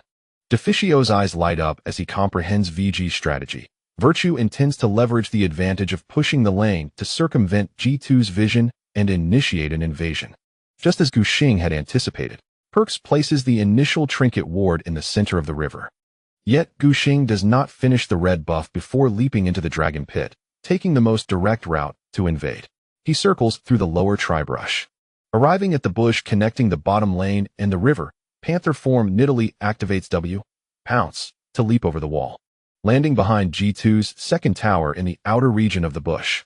The entire maneuver goes undetected by G2. The broadcast specifically switches to G2's perspective, where the trinket ward in the center of the river diligently provides surrounding vision for the team. However, at this moment, it leads to their complacency. Trick, who has been farming in the lower jungle, finishes off the magic toad and is now clearing the blue buff, completely unaware of the unfolding situation. Jot's heart races with anxiety. Indeed, Virtue has executed a successful counter. A rustling sound emanates from the audience. Gu Xing spots the second-level Lee Sin, whose W, Iron Mantle, effect has yet to dissipate, and decisively hurls a javelin. Trick is startled by the elusive Panther woman. He did not anticipate that the opponent would perfectly circumvent the vision, seeking him out at level 2. Reacting instinctively, he dodges the javelin. But the blue buff is left critically weakened. Trick now finds himself in a precarious position. In recent patches, Lee Sin's W ability has seen improvements in shield strength and lifesteal from the second hit. Meanwhile, E-Dragon's Rage has not undergone any changes in cooldown, leading Lee Sin to prioritize QW in the early levels. This not only ensures a swift jungle clear, but also maintains his health. Yet now he is ensnared. Setting aside the fact that the shield was not activated in time, Trick is unable to engage and ward effectively, even if he waits for W to become available. What can he achieve by closing the distance? With only the reward from his smite, he has not selected E-Dragon's Rage, rendering him unable to pin down the Panther woman, and he risks being drawn into a confrontation by the opponent's red buff. Moreover, the bottom lanes of VG are enjoying a significant wave-pushing advantage. Prolonging the game would be detrimental to Trick. The blind monk, realizing that the leopard woman possesses a smite, opted to relinquish the contest for the blue buff. Deficio's voice was filled with agitation, lamenting Trick's futile efforts, leaving him in a rather uncomfortable position. After Gu Xing's spear struck the blue buff, it triggered the additional movement speed bonus from his passive, Hunt. He then employed his auto attacks, imbued with the burning damage of the red buff, to strike the blind monk twice. Observing his opponent's retreat, Gu Xing chose not to pursue aggressively, and instead turned back to secure the blue buff. Should G2 be pushed to desperation, their mid and bottom lanes might abandon their positions and come to the jungle for assistance, placing him in a challenging predicament. Gu Xing was well aware of the wisdom in reaping benefits early in the game. The leopard woman retreated to her jungle to farm the sharp beak, while the blind monk bypassed the 3 wolves and headed directly to the upper jungle. Trick, understanding that his blue buff had been countered, had no opportunity to finish his initial round of jungle camps to reach level 4. Thus, he decided to adopt a fast level 3 route, disregarding the Shadow Wolf camp. Jot suddenly sensed something amiss with Gu Xing's movements, his English tinged with an accent. Is Li Zygon a demon? The director shifted the camera to focus on Nidalee within the summoner's rift. Utilizing her frequent W pounce, the leopard woman swiftly eliminated the Sharpbeak family with her area damage. However, she failed to secure the smaller minions from the opponent's blue buff, preventing her from reaching level 3 and leaving her at full experience at level 2. She leaped out of the camp and made her way to the mid lane. Lord Hou, leveraging the passive Vengeance of Varus to enhance his attack speed through minion kills, quickly pushed the wave to G2's tower. Even as Gu Xing traversed the mid lane close to the wall, he went unnoticed by Perkz. With the match not even 3 minutes in, Perkz' second trinket ward had yet to be placed, rendering it impossible for him to set up ward vision. Gu Xing confidently strode through the mid lane toward G2's upper jungle. Just as he was about to exit the mid lane, he deliberately pressed the S key to halt his movement. Lord Hou coincidentally eliminated a G2 minion, allowing Gu Xing to share in the minion experience and successfully reach level 3. The director switched perspectives once more. Gu Xing maintained a consistently advantageous distance. The vision provided by regular minions extends to 1,200 units. He intentionally lingered in the shadowy corner, 300 units away, to share in the experience. Such meticulous experience management impressed Officio, who exclaimed loudly that Virtue would also counter jungle upon reaching level 3. He had become accustomed to the drawn-out operational rhythm of both the European and LCK leagues. Aggressive junglers like Gu Xing and Peanut were indeed remarkable. Trick, however, adhered to the conventional operational style. The European league's gameplay is generally sluggish. Prior to the match, he had analyzed data from the coaching staff and was aware of Gu Xing's aggressive playstyle. Yet he was still caught off guard, just after losing the blue buff. While he was engaged with his own F4 and attempting to secure the red buff, he saw the leopard woman intrude once more. The blind monk, at only level 2, lacked any means of resistance. Jot exclaimed that with the jungle being narrow, the distance between the two was quite close. Gu Xing simply utilized his auto attacks to poke at his opponent. As the blind monk finds himself cornered, he finally hurls his spear. Trick can only retreat and leave the jungle to Gu Xing. This blind monk is crumbling, lamented Officio. Off-topic remarks. A rematch is possible. Indeed, you are remarkable. We will discuss the version trends through the BP to prevent any details from fading with time. The subsequent group stage BPs will not delve into such depth. The EDG champion skin is now available, and a lottery event should occur in the next few days, with 49 unsigned versions to be drawn in the group. 7,300 words, 1085W, 27W. 169. How is this played? The director switches the camera to the G2 player bench. Trick appears utterly bewildered. He has never encountered such a ferocious Nidalee on the professional stage. Whether in the Korean league he previously played in or in the European circuit, everyone adheres to a meticulous operational style, steadily developing until team fights ensue. It is evident that Gu Xing's relentless invasions at levels 2 and 3 completely caught him off guard. Truly impressive. Is this even a viable strategy? Nidalee's final bite claims the red buff, and the venue erupts into applause. The domestic stream is filled with jubilant scenes. Little Gu's classic counter jungle. What a splendid start. This is blatantly stealing, utterly outrageous. Trick, the founder of the zero buff, blind monk. I sense that Virtue will play heavily this match.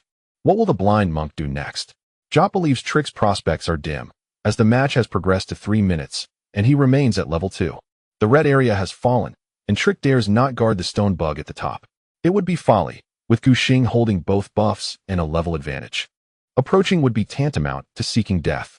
Reluctantly, Trick must return to the lower area to consume the shadow wolves he had previously abandoned. First, he must reach level 3. Virtue counters G2's stone bug and rushes to the top lane to apply pressure. G2's top laner, Expect, feels deeply frustrated.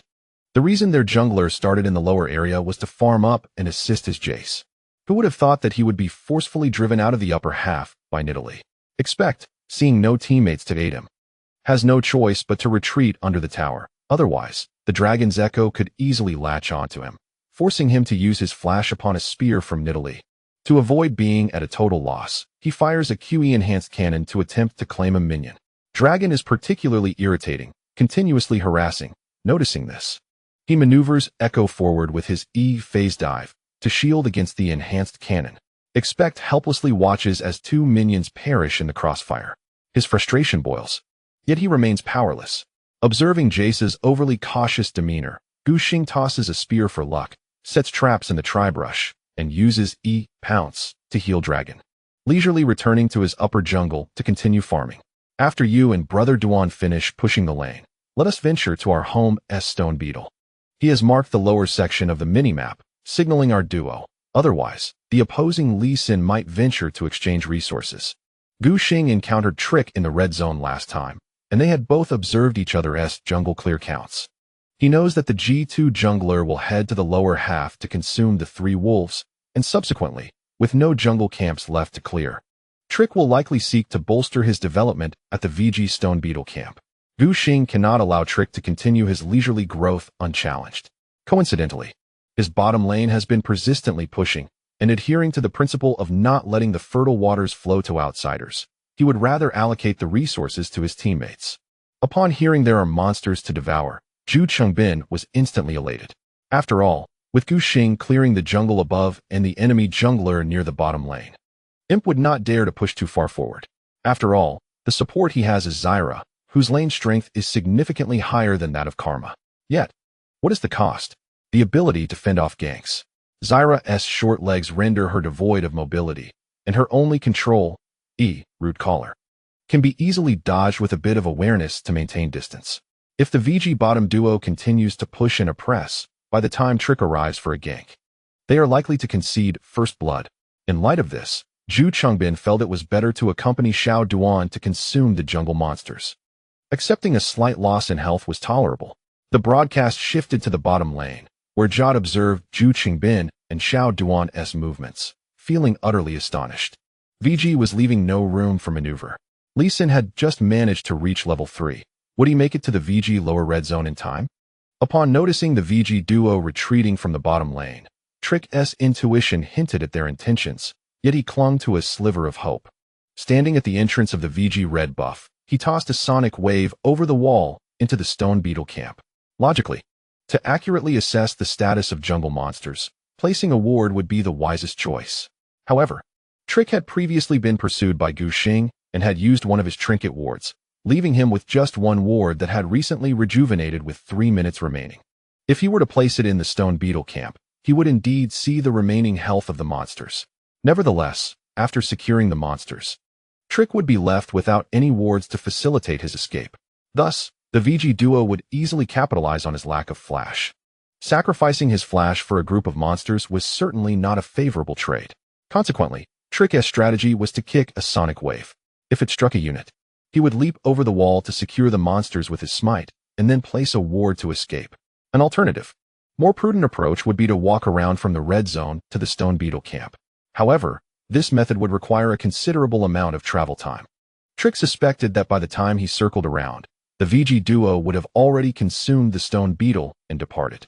With no other options, he could only attempt to kick a sonic wave. By a twist of fate, he precisely hit Ash. Trick's spirits soared momentarily. Yet, in the next instant, his mood plummeted. The vision granted by the sonic wave revealed a clear sight. The stone beetle's health was merely 77 points remaining. Before Trick could even press the second cue for Echo Strike, Janna and Ash's basic attacks had already claimed the life of the stone beetle. Oh dear! Deficio exclaimed with a sense of regret. They were so close. Dandelion did not let this opportunity slip away. Using W for rapid growth to plant seeds through the wall, triggering them with his skills. The plants that sprouted from the seeds relentlessly pursued the blind monk with fervent shots. Trick found himself unable to recall back to base. So he retreated to a secluded corner to evade the onslaught, contemplating whether to take down the river crab instead. What was once deemed insignificant in the eyes of the jungler now seemed worthwhile. Even the smallest mosquito was meat. This back and forth cost a considerable amount of time. And Jot furrowed his brow as Virtue was nearly finished clearing the upper jungle. Gu Xing had resolved to finish his jungle route before returning to base for supplies, neglecting his own health in favor of swiftly eliminating the jungle monsters. In total, Trick managed to clear 3 camps along with a river crab, earning just enough gold to purchase a long sword and a pair of boots.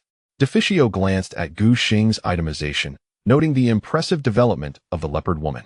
He had cleared a total of 8 camps, creating a significant economic disparity between the two junglers. Gu Xing was in no rush to upgrade to a jungle item.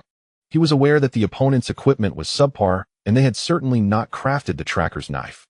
With this in mind, Gu Xing refrained from purchasing it as well. If neither could acquire a jungle knife, then neither would suffer a disadvantage, and the rhythm of the game remained relatively even from a certain perspective. He opted for boots, a dark seal, and an amplifying tome, enhancing both his combat effectiveness and mobility. He sold his refillable potion for a control ward before finally departing from the fountain.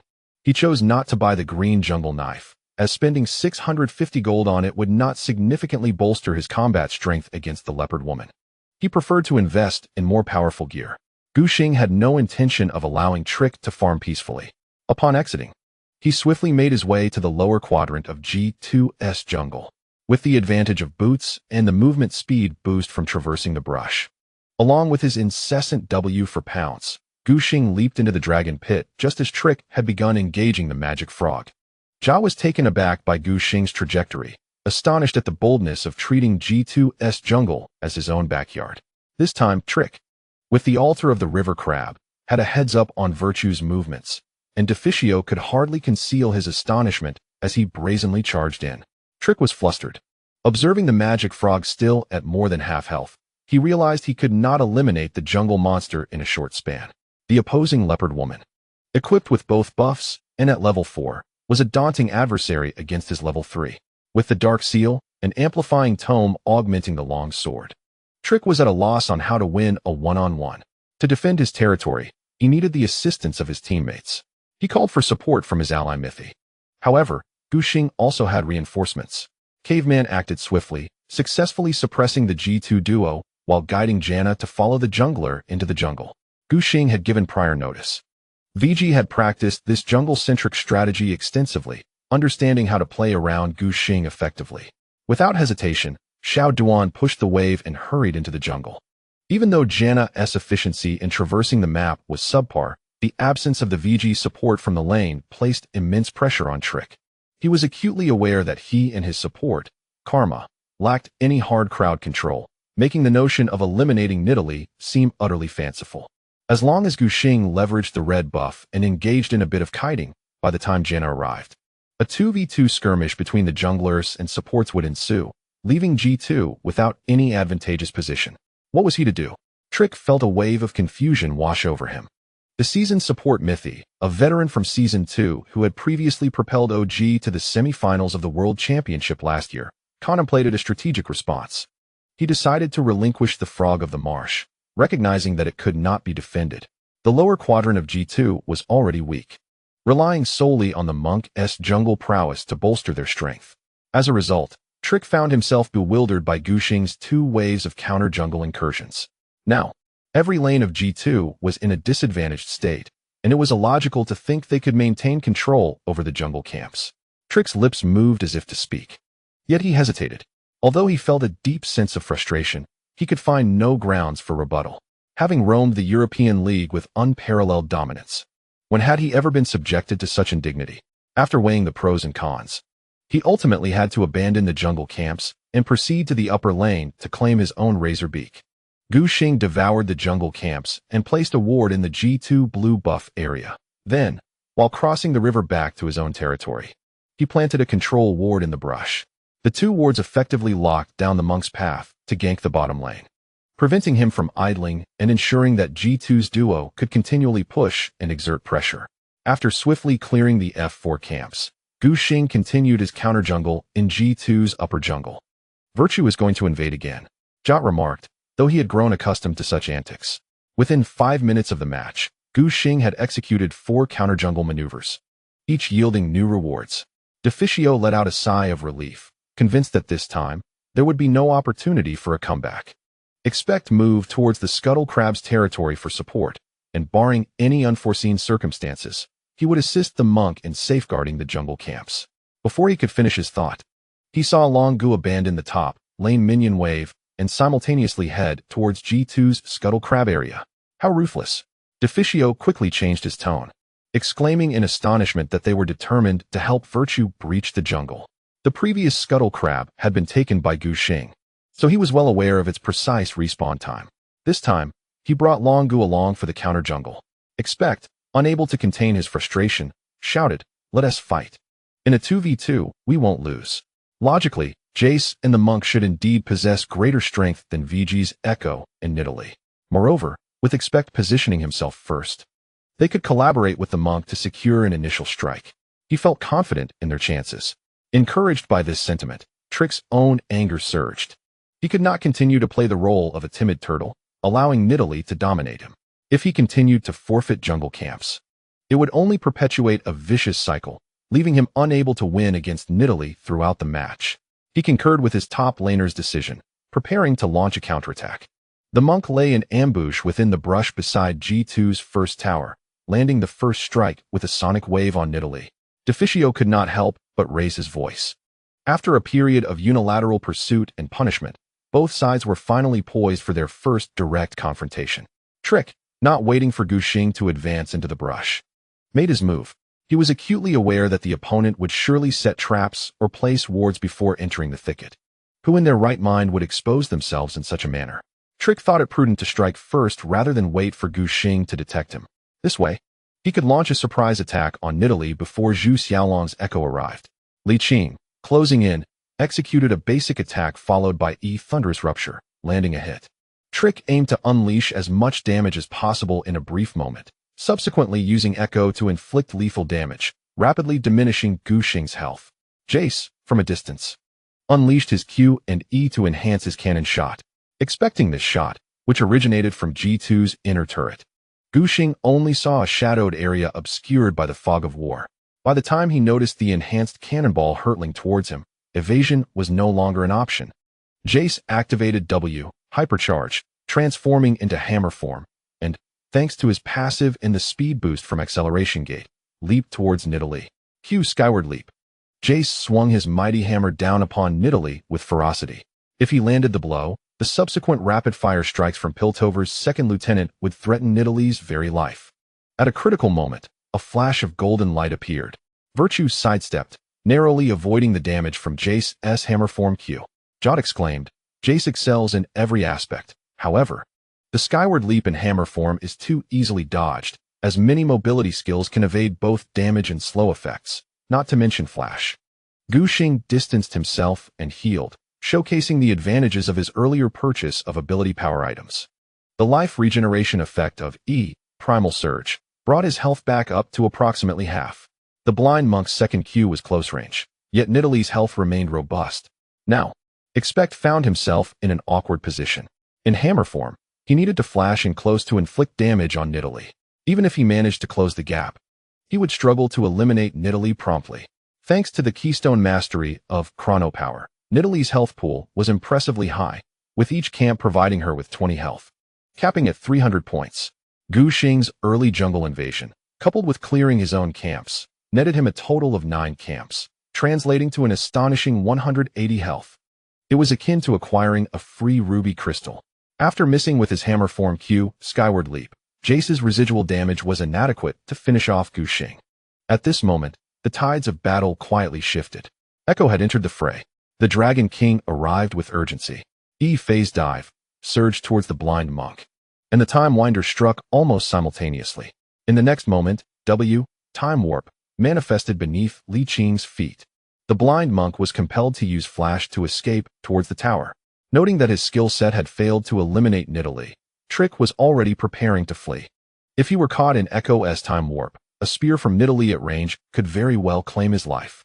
Expect sought to close the distance and deliver a thunderous strike to Echo.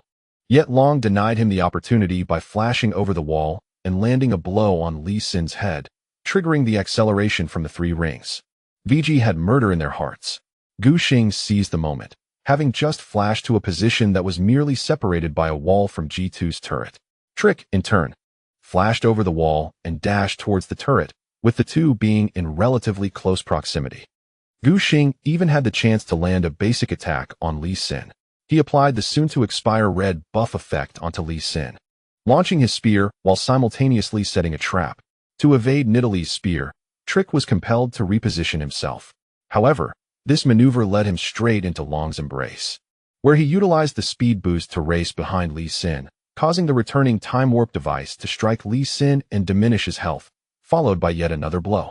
Trick needed to navigate around to return to the previous turret, Otherwise, stepping onto the trap would spell certain doom. Jot, from the commentary booth, shouted earnestly. Gu Xing's trap placement was exceedingly cunning. With a skill casting range of 900 units, he positioned the trap above Lee Sin across the wall.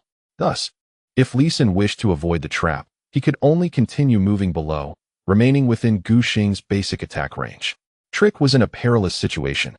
Deficio watched as Lee Sin's health dwindled, his tone more frantic than before.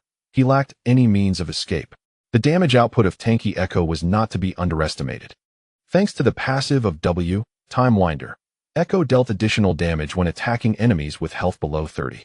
Trick had no tank items, and his durability was utterly insufficient. Expect found himself at a loss. He could only use E Thunderclap to fend off Nidalee, hoping his jungler could muster the strength to survive. Alas, this was clearly an unrealistic hope. Echo's final basic attack claimed Lee Sin's first blood. Amid Jot's fervent commentary, the unique emblem of first blood illuminated the large screen. What was left was only Jace. What could he do? Gu Xing, leveraging the arcane affinity talent, extended the duration of the 15-second buff. Only a few seconds remained before the red buff expired, and he incessantly poked Jace to slow him down. Previous wild charges had given him a bit of health, along with an attack speed boost, and he grew increasingly spirited with each poke. Fortunately, in hammer form, Jace possessed considerable defenses and was not in immediate danger. Long's Echo returned, aiming to join forces with his jungler, encircling Jace in a pincer movement. Expect flashed. This flash was imperative.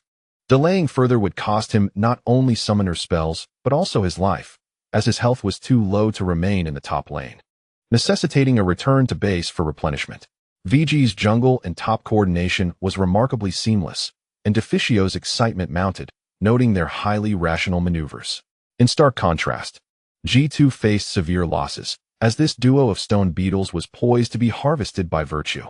The director's camera focused on Gu Xing and Zhu Xiaolong in the VG players area. Achieving a flawless synergy, they swiftly eliminated the neutral monsters and simultaneously pressed the recall button, finally relaxing and allowing radiant smiles to blossom. The cacophony within the municipal hall grew ever more resounding. The North American audience exhibited a clear disposition towards the match. With no representatives from their own region, they cheered for whoever performed well, ensuring the atmosphere remained lively rather than resembling a library.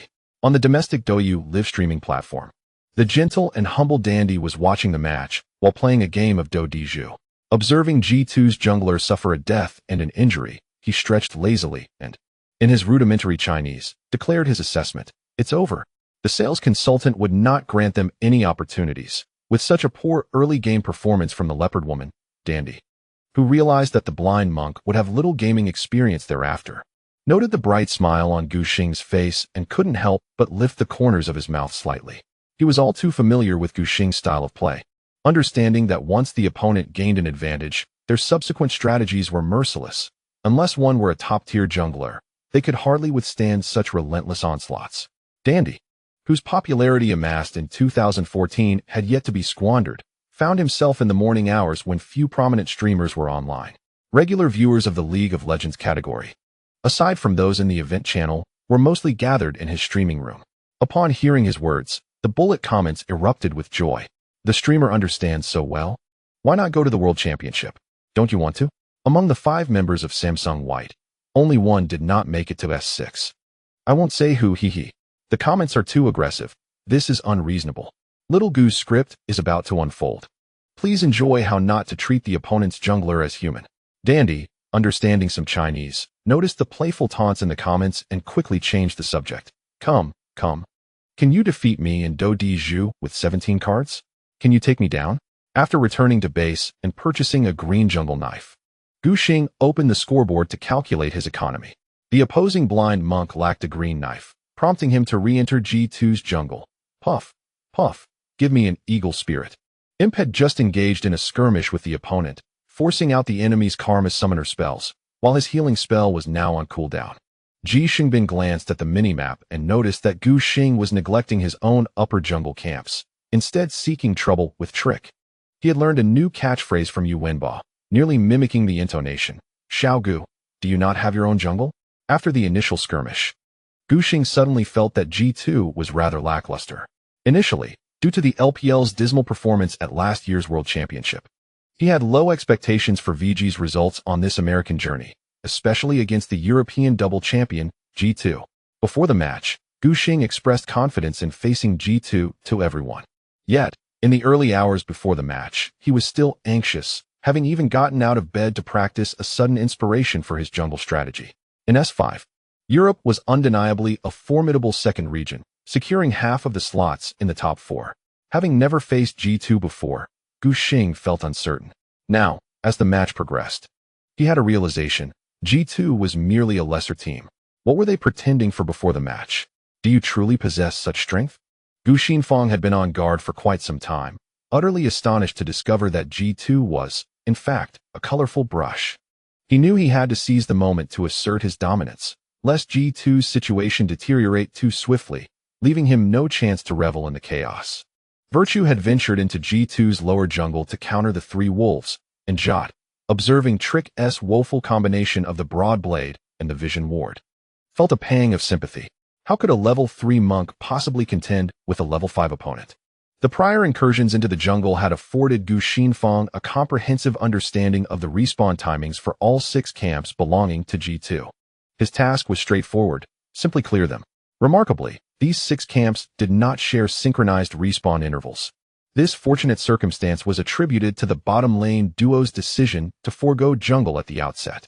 G2's mid and bot lanes were already at a disadvantage, while the top laner, Longbow, capitalized on his first blood advantage to return to base and procure a pair of cloth shoes. Facing a Jace without flash, he felt no pressure and was able to frequently poke the opponent. With leads in all 3 lanes, Gu Xingfang's invasions grew increasingly brazen. Trick found himself unable to farm, as Virtue leaped in and promptly drove him away. Deficio regarded this scene as extraordinarily cruel.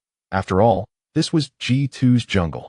The audience was taken aback, many witnessing such a ruthless and unyielding invasion for the first time. Their spirits soared. Each time Gu Xingfang reclaimed a camp, cheers erupted from the crowd. The speed at which the leopard woman farmed was astonishing. Trick had no opportunity to even pick at the leftovers. Nidalee's snowballing potential was vividly on display in the current version. The jungle camps respawned every 100 seconds, and with neither red nor blue buffs reset, there were a total of 8 camps available. Even with an advantage, it is challenging for a typical jungler to clear all 8 within 100 seconds. Usually, they manage to clear 5 at best. However, the equipment and levels of the leopard woman put her at a starting point of 6 camps. Though the snowballing potential seemed to differ by merely 1 camp, upon closer examination, this equated to an approximate 200 gold disparity. A difference of 200 gold every 100 seconds could translate to the economic equivalent of 2 champion kills within 5 minutes. Trick appeared despondent, helplessly scratching his head. The leopard woman, having already acquired the sorcerer's shoes, had just dealt him significant damage in a single combo. Had it not been for Perk's timely arrival with his passive explosive package, Trick would likely have faced a solo kill once Nidalee's W pounce was off cooldown. Perks was at a loss for words. Should he not just experience the lane and gain some experience to reach level 6? As the match approached the 10-minute mark, the monk had just reached level 5. Given the current state of the jungle, it would take him at least another 2 minutes to level up on his own. Recognizing the futility of attempting to rectify the jungle disadvantage alone, Trick resolved to assist his mid laner in alleviating some pressure. Perks paused momentarily. How could he repay ingratitude with kindness? Yet, it seemed that this was not the time for grievances. Seeing Trick truly had nowhere to grow, Perks acquiesced to his request. In the mid lane, the blind monk was subtly farming, while Virtue made his way to the bottom lane. Seizing the moment as G2's Karma narrowly escaped a flash, he launched an assault. A brief E rooted at the edge of its range passed through a seed, blossoming into a vine whip that struck Karma, applying a slow. Imp's hail of arrows found their mark, and despite Mythi's E Inspire, providing a speed boost, it was insufficient to counter the initial velocity. The Source Plan's Frost Archer seized the opportunity, launching a magical crystal arrow straight toward Karma. G2's support, Mythi, swiftly evaded the projectile. Gu Xing hurled a spear from a distance. Karma had already retreated into a corner, with no escape in sight. The dull thud of impact resonated within the San Francisco City Hall. Just a solitary spear caused Karma's health to plummet by half. The leopard woman transformed. pouncing and unleashing a flurry of skills that swiftly eliminated karma. Jot clenched his fist tightly, with 10 minutes into the game. The Rune Echo Jungle Knife had enabled the Leopard Woman to output damage capable of securing kills. Typically, in this version, the Leopard Woman would opt for either the Sorcerer's Shoes or Mercury's Treads. However, Gu Xing's early advantage was insurmountable. He felt that not acquiring the magic penetration shoes for a swift kill would be a disservice to himself. Sven's Jin retreated to the second tower. Observing VG's 3 players dismantling the defenses, chipping away at the tower's health. The G2 outer tower remained with merely 15 health points. Gu Xing prudently halted his advance. Firstly, he wished to avoid entering the lane swap phase too early, which would allow the blind monk to capitalize on the opportunity to farm. Secondly, Gu Xing had already spent considerable time demolishing the tower. The G2 jungle had also reset. He did not want Trick to farm and develop further. After taking down another trio of wolves, Virtue continued to expand his economic lead. Gu Xing's last hitting count reached 64, with a disparity of 39 minions. How could this be played? Zhao was perplexed. Off topic. Well done, RNG. The lottery event has commenced. Those who haven't seen it in the group can check the group owner's chat history. The draw will take place tomorrow morning. 7,200 words, 11:57W, 27W.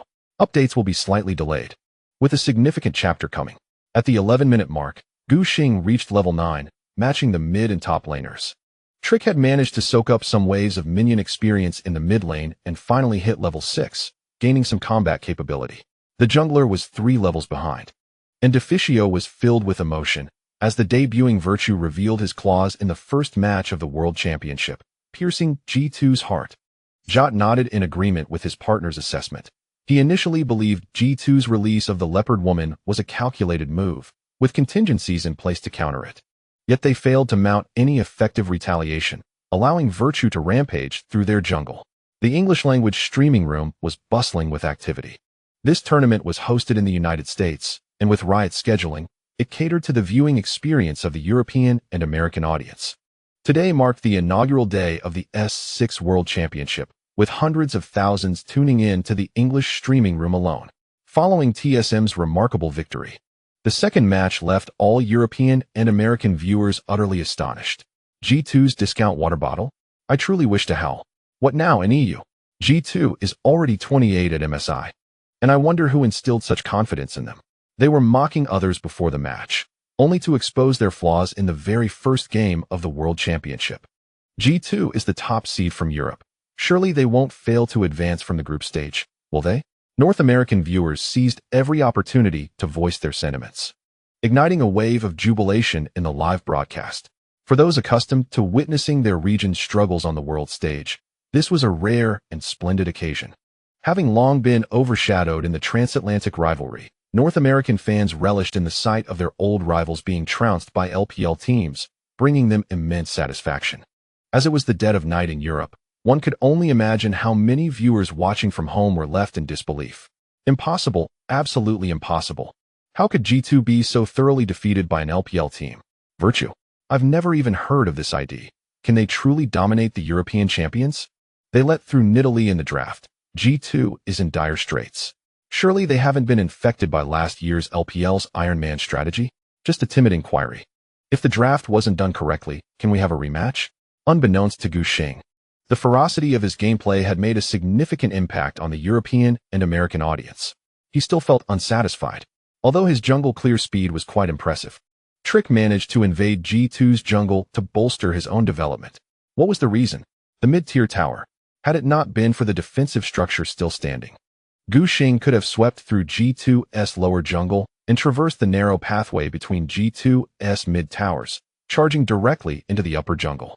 With the tower intact, he was forced to make a long detour to clear G2's entire jungle, undoubtedly wasting precious time. How could they dismantle Perk's guard over the mid-tower? Clearly, Gu Xing and Hou Ye alone could not achieve this. They needed to rally their teammates to push mid together. To accomplish this, Gu Xing must assist in demolishing the lower tower, freeing up his duo to join Ashe and Zyra in mid for wave control. However, shifting lanes meant Trick could sneak in for a surprise. Moreover, whether they could successfully topple G2's mid tower in a short time remained a pressing concern. As he found himself in this predicament, Gu Xing devised a brilliant alternative. Since Trick could stealthily farm regardless, why not eliminate him to resolve all troubles? Gu Xing felt like a genius. Being the first to reach level 9, he had upgraded his red trinket and could now patrol the jungle, ensuring no vision was left for the enemy. Knowing the respawn timers for all of G2's camps, he deliberately left a set of jungle monsters for Trick to entice him to farm. Trick, now dazed and confused by Gu Xing's relentless assault, failed to analyze for traps and hurriedly rushed to devour the remaining jungle creatures. The blind monk had fallen into a trap.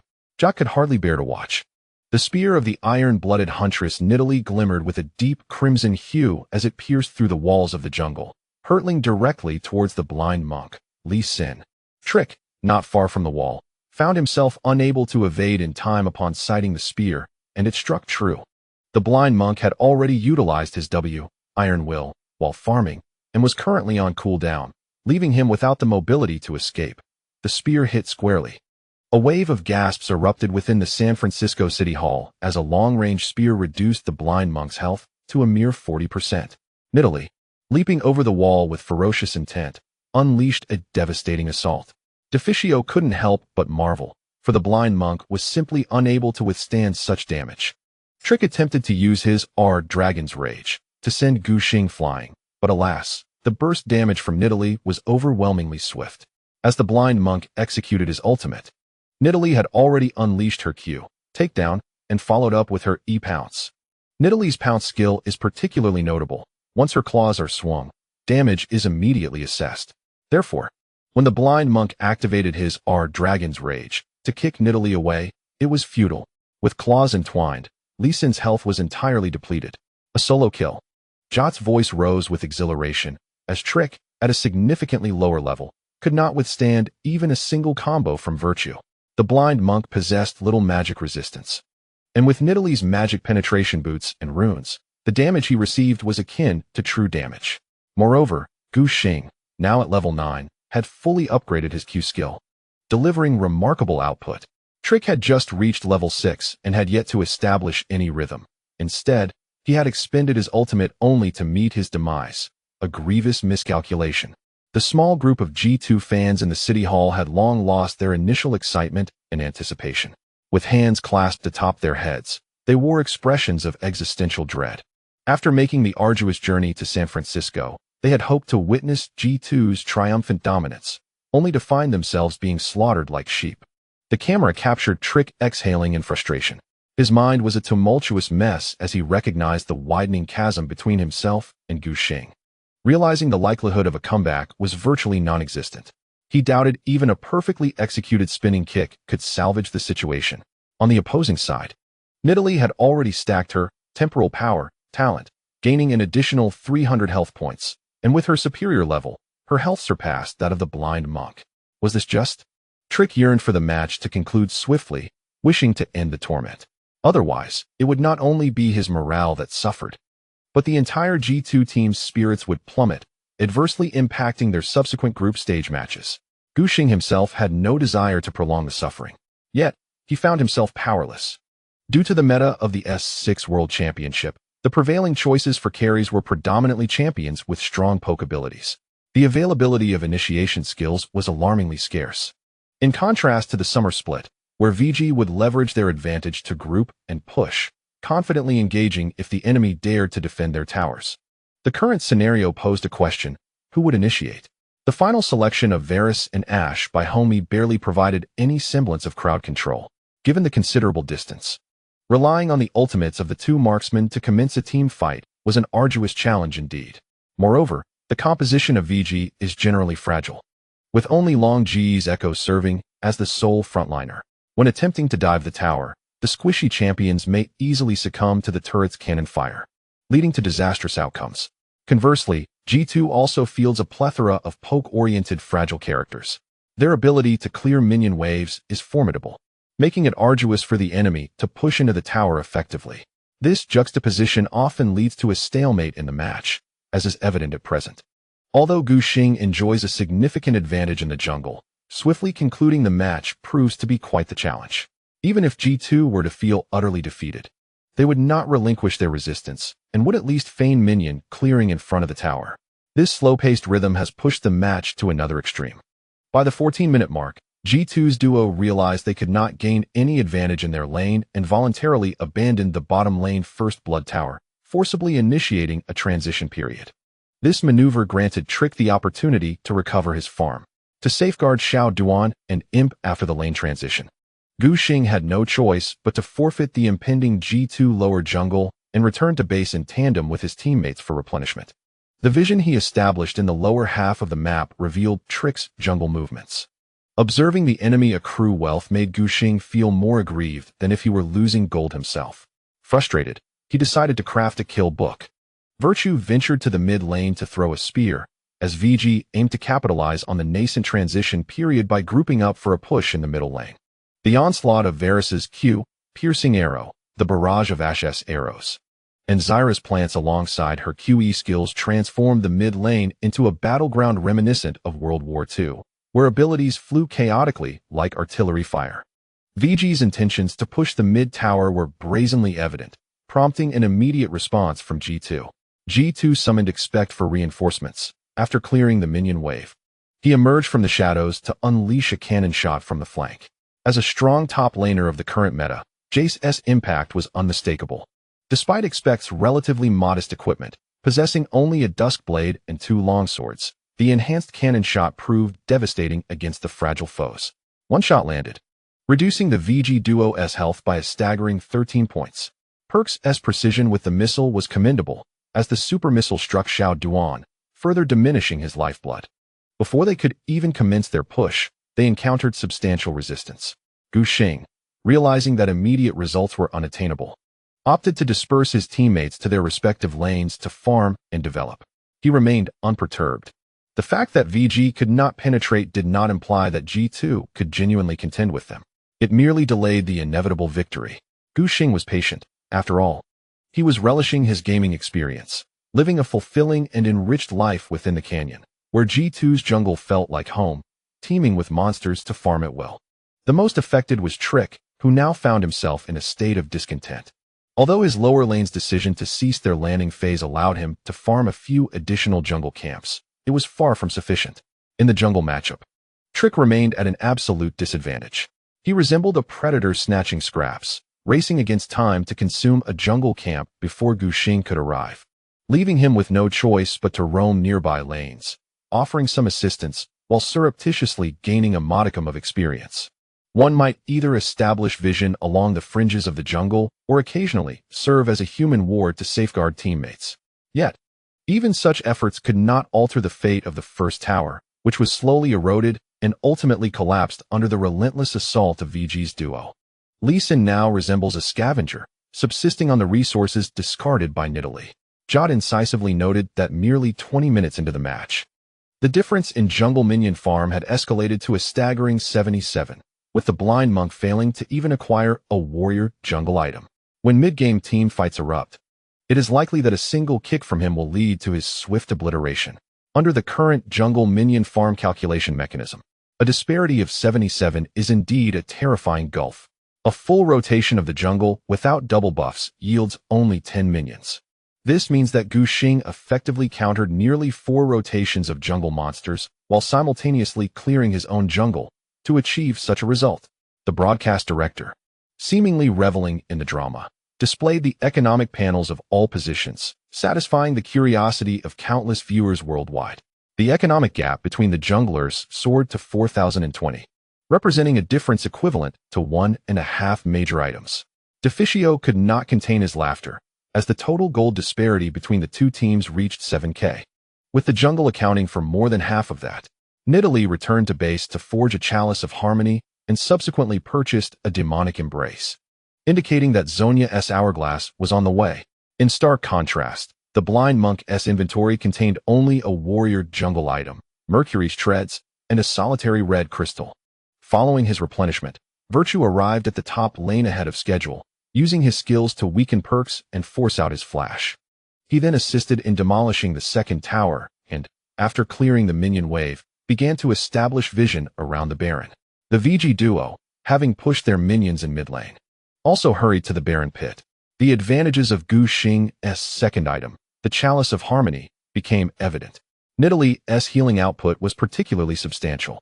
Just prior to pushing the tower in the top lane, she unleashed a flurry of damage on Karma, filling the Athene's unholy grail with blood. Upon the next use of her healing ability, the accumulated blood would convert into additional healing.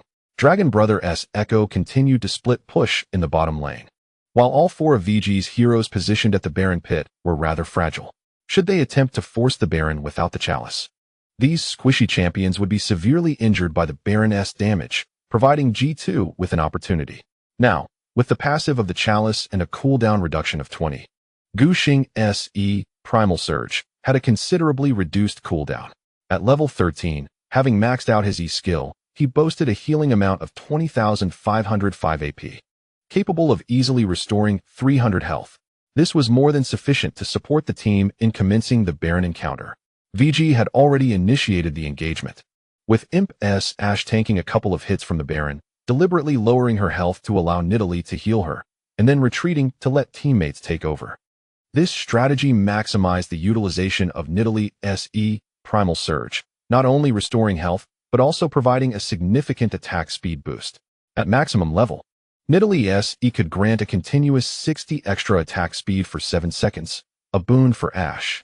G2, sensing that VG's 4 members had long been absent from their vision range, suspected something amiss. Marksman Sven utilized a blue trinket to illuminate much of the vision around the Baron pit, discovering that their opponents were indeed attempting to secure the Baron. The resilience of the VG team may indeed be lacking, yet their damage output is astonishingly high. Although Lord's Varus is equipped with a lethality build, he was still able to sustain from a heal by Gu Xing. With an exceptional attack speed, coupled with the percentage damage from the skill that triggers on withering stacks, he swiftly diminished the Baron's health. The brief presence of Janna's plants provided additional assistance. Within mere seconds, the Nashor's health plummeted to a mere 5,500 points. The G2 players were alarmed. Perks quickly urged his teammates to intervene. Having just returned from the brink of defeat and completed his explosive package, even with a speed boost, it would be a challenge for him to arrive in time.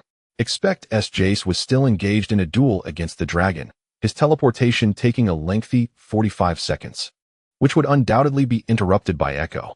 Sven, you initiate your ultimate from the rear, while I attempt to seize the moment.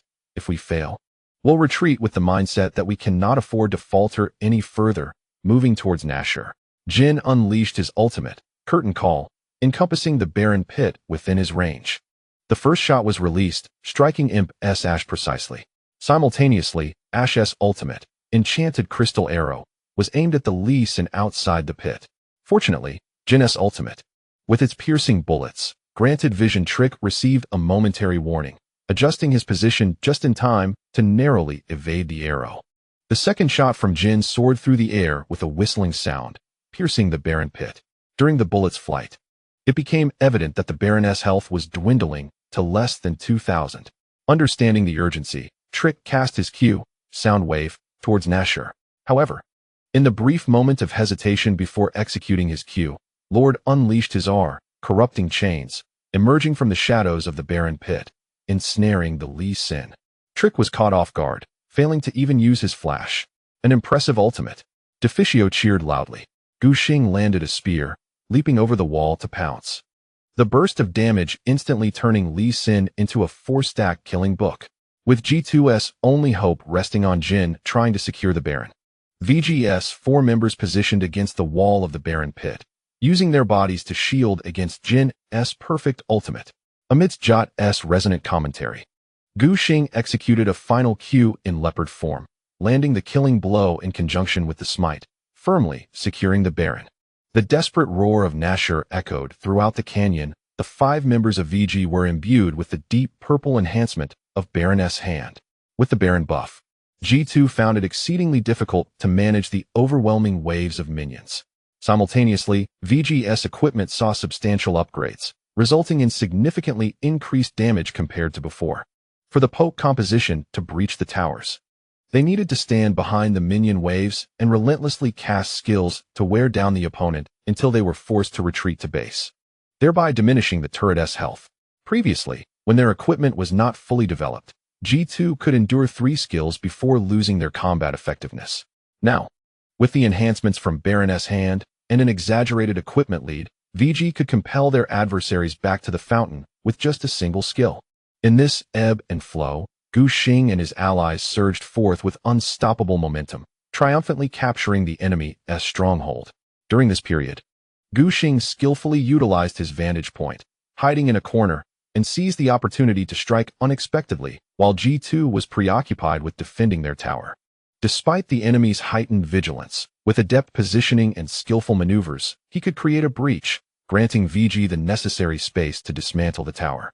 Moreover, this diversion would inevitably distract G2, whose focus was already heavily taxed while attempting to counter VG's frontal assault, all the while remaining wary of the lurking threat posed by the elusive Nidalee.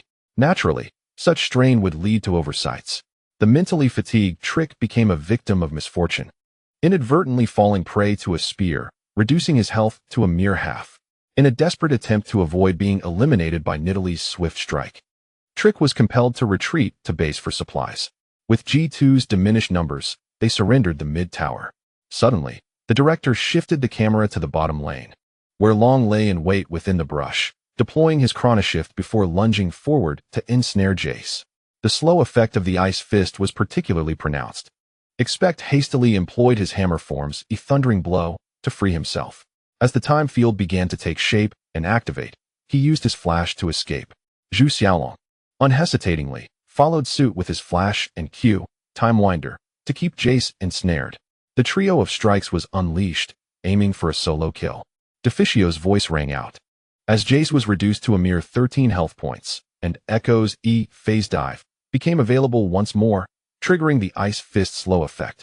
The substantial shield gained from passing through the time field allowed Zhu Xiaolong to confidently withstand turret fire. Expect, witnessing his health dwindle, felt a surge of panic. He shifted to cannon form, hoping to use the acceleration effect to cover his retreat. However, he ultimately failed to escape. Longbow relentlessly pursued him to the base of the bottom lane's high ground tower, and with a slowing effect from the time winder, a basic attack sealed his fate. G2 faced a total collapse. The San Francisco City Hall was teeming with spectators. It was evident to all that G2 had lost its momentum, stripped of any capacity for resistance. Fortunately, they had not dismantled many towers prior. During the duration of the Baron buff, VG systematically obliterated all outer turrets of G2's high ground and subsequently pushed down the top lane's crystal. This was far from good news. Trick would have to endure a prolonged period of torment. His level matched that of Mythi's Karma, yet he found himself at a staggering 4 levels behind Gu Xing. Such a disparity would be deemed a disgrace for any player. Trick felt a constant sense of dread as he farmed in his jungle, fearful of a sudden ambush from the shadows by Nidalee. Meanwhile, Gu Xing was assured of victory, calmly sipping water from a paper cup. "Let us regroup and push once the Baron spawns," he declared, having purchased the Zhonya's hourglass and even acquiring the locket of the Iron Solari. "For now, just avoid dying. I will go secure the dragon." As the first match of the tournament progressed, Gu Xing had learned his lessons well.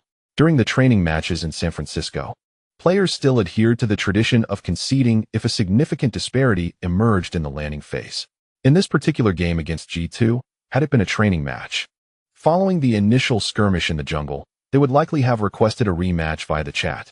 This resulted in Gu Xing rarely engaging in late-game scenarios during this World Championship version. He had never truly grasped the current ecological environment of the battlefield until now. But now he sees it clearly. Without the presence of the Baron and the Elder Dragon, it is indeed quite challenging to advance. The former's buff enhances the minion waves, increasing their resilience and preventing them from being swiftly cleared by the opponents. The latter significantly amplifies the hero's output capabilities, making tower dives and team fights exceedingly favorable. Gu Xing has grown weary of futile efforts. He decides to wait a few more minutes. VG is remarkably steady. Deficio had only sporadically watched VG highlights and held a certain fondness for the team, but witnessing VG's composed management of the mid to late game, gradually expanding their early game advantages into a winning momentum, has greatly elevated his opinion of them. It is indeed a struggle for Trick. Jock keeps a close eye on the data panel, and the difference in jungle farm between the two teams is approaching 100. Not all of those 100 minions are monsters. Gu Xing has also taken advantage of the minion waves during his advances. Trick's Lee Sin, in comparison, is truly pitiful. His teammates consume all the minions, leaving him to merely linger for experience. By the 27-minute mark, VG pushes forward with super minions in the top lane, transitioning for a second attempt at the Baron. The economic gap has widened to 130,000. G2's tentative attempt to steal the dragon fails. VG's defense is impeccably tight, and Trick can't even enter the Baron pit, meeting his demise along the way. With the Baron secured, VG rallies together for a decisive push. At this moment, the respawn time is exceedingly lengthy, and with an extra player, VG boldly charges up the high ground, attempting to conclude the match in one fell swoop. G2 exerts all their efforts, merely stalling until their jungler revives. Trick's final effort is a second echo strike to reposition and attempt to use his flash to knock up multiple opponents. Without a moment's hesitation, Gu Xing leaps forward in leopard form, executing a swift WQE combo, and with his teammates, swiftly eliminates the blind monk. Amidst the continuous gasps of astonishment in the municipal hall, Lee Sin's ultimate never even gets cast, disintegrating mid-air. The flashy maneuvers of the dog basket. Who are they meant to impress? Zhu Shengbin scoffs without reservation. He has harbored this frustration throughout the entire match. G2's pre-game Twitter antics have not escaped his notice. Imp never anticipated that the opponents would dare to taunt him to his face, even reopening the wounds from last year's World Championship. A person as proud as Zhu Shengbin would certainly seize every opportunity to deliver a slap to G2's face. VG's super minions surge forth like a tidal wave, swiftly inundating the opponent's base. All of G2 perks. GG feels good, brothers. Upon seeing this message on the public screen, Gu Xing bursts into joy, rapidly typing back a GGWP. At the moment G2's base explodes, he removes his headset, feeling utterly invigorated. The municipal hall erupts with thunderous applause, a spectacle far exceeding the scale of VG's initial appearance at the opening ceremony. Numerous supporters holding TSM signs spontaneously chant VG's name, with some even loudly shouting Gu Xing's ID. This match has truly opened their eyes. Previously an obscure entity, the VG League of Legends team, along with its players, has etched its name into the minds of the home crowd with a resounding and overwhelming victory, showcasing a textbook method of triumph.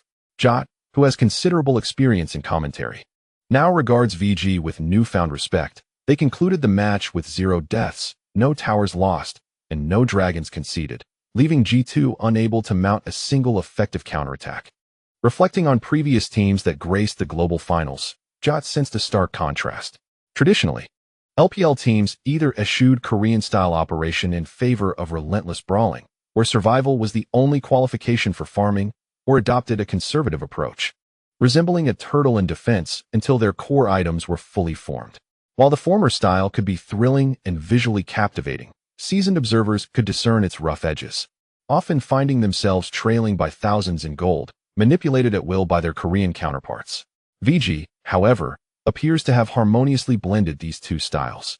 In the early game, they launched a ferocious jungle assault spearheaded by Gu Xing, transitioning seamlessly in the mid to late game by expertly managing lane rotations and gradually snowballing through neutral resources, leaving no opportunity for retaliation until delivering the final blow. Like many European and American viewers, Jot frequently follows the LCK, recognizing it as the preeminent league. As he mentally cataloged VG's gameplay, he unearthed a remarkably similar team, ROX, known for their aggressive jungle tactics and steadfast mid-lane presence. The distinction between the two teams lies in their lane dynamics. ROX focuses on the top lane as their core, with Peanut and Smeb continuously coordinating efforts, while VG centers on the bottom lane, with Gu Xing supporting Imp and Xiao Duan, allowing the top lane's Zhu Xiaolong to flourish. Moreover, Jot noted that VG's positioning against ROX did not seem to disadvantage them significantly. It was merely a matter of one team absorbing pressure in the top lane while the other held firm in the bottom lane, contingent upon the jungler's performance. The more he pondered, the more absurd it seemed. His co-commentator, Deficio, raised his voice in congratulations to VG, celebrating their exhilarating victory. Gu Xing, understanding the words of the bespectacled commentator, graciously waved in thanks. Noticing a camera aimed in his direction, he playfully flashed a peace sign, his smile radiant like the sun over San Francisco. This moment was broadcast on the large screen, inciting a wave of excitement within the civic auditorium. The broadcast then shifted to the G2 players' bench, where Perks, with a tight-lipped expression, clearly struggled to reconcile with the outcome. though he often claimed to be the most optimistic. To suggest that his journey to San Francisco bore no pressure would be sheer nonsense, having suffered a devastating defeat in the mid-season invitational, concluding with a dismal 2-8 record and relinquishing the coveted first seed for Europe that had been so painstakingly acquired in the previous World Championship. The weight of expectation was palpable. This summer, G2 once again claimed victory, yet the criticism directed at the club within Europe has never ceased.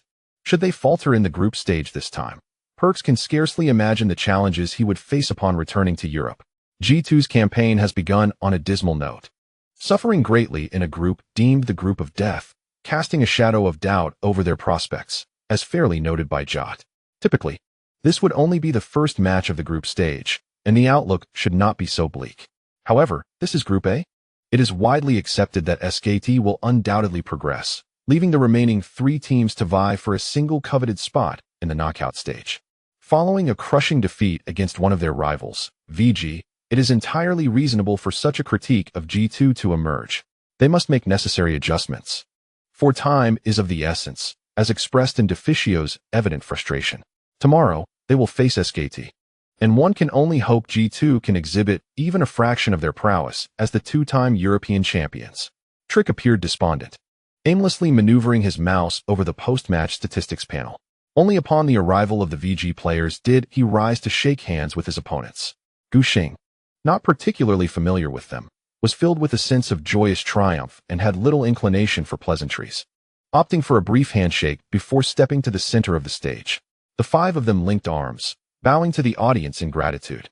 The North American crowd in the municipal auditorium was exuberant, energetically waving glow sticks amidst a chorus of whistles.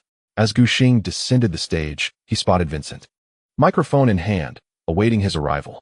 He had been informed that Gu would be interviewed on the main stage shortly, and Vincent, ever the vibrant translator, reassured him.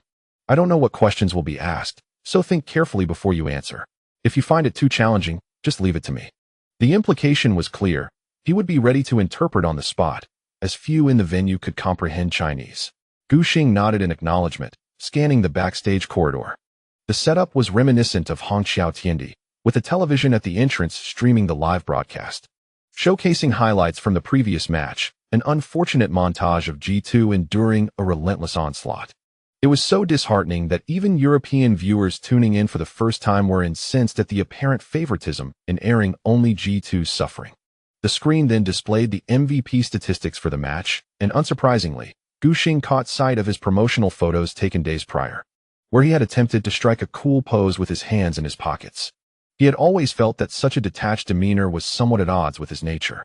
However, in San Francisco, Gu Xing had no authority. He could only comply. Behind the promotional photo, the silhouette of the champion character, the leopard woman, was strikingly graceful, her gaze a blend of innocence and wildness. In comparison to the accompanying statistics, her performance was indeed remarkable: 6 kills, 0 deaths, and 9 assists, with a participation rate of 93.8, leading her lane by 108 minions and boasting an economic advantage of 7,777. Vincent, a devoted player and fan, was equally astonished. Gu, your impact is truly staggering. What does a 7,777 economic lead even signify? He marveled, finding it utterly extraordinary. That's roughly the price of 2 items of the Trinity Force. But it's all right. There's still room for improvement.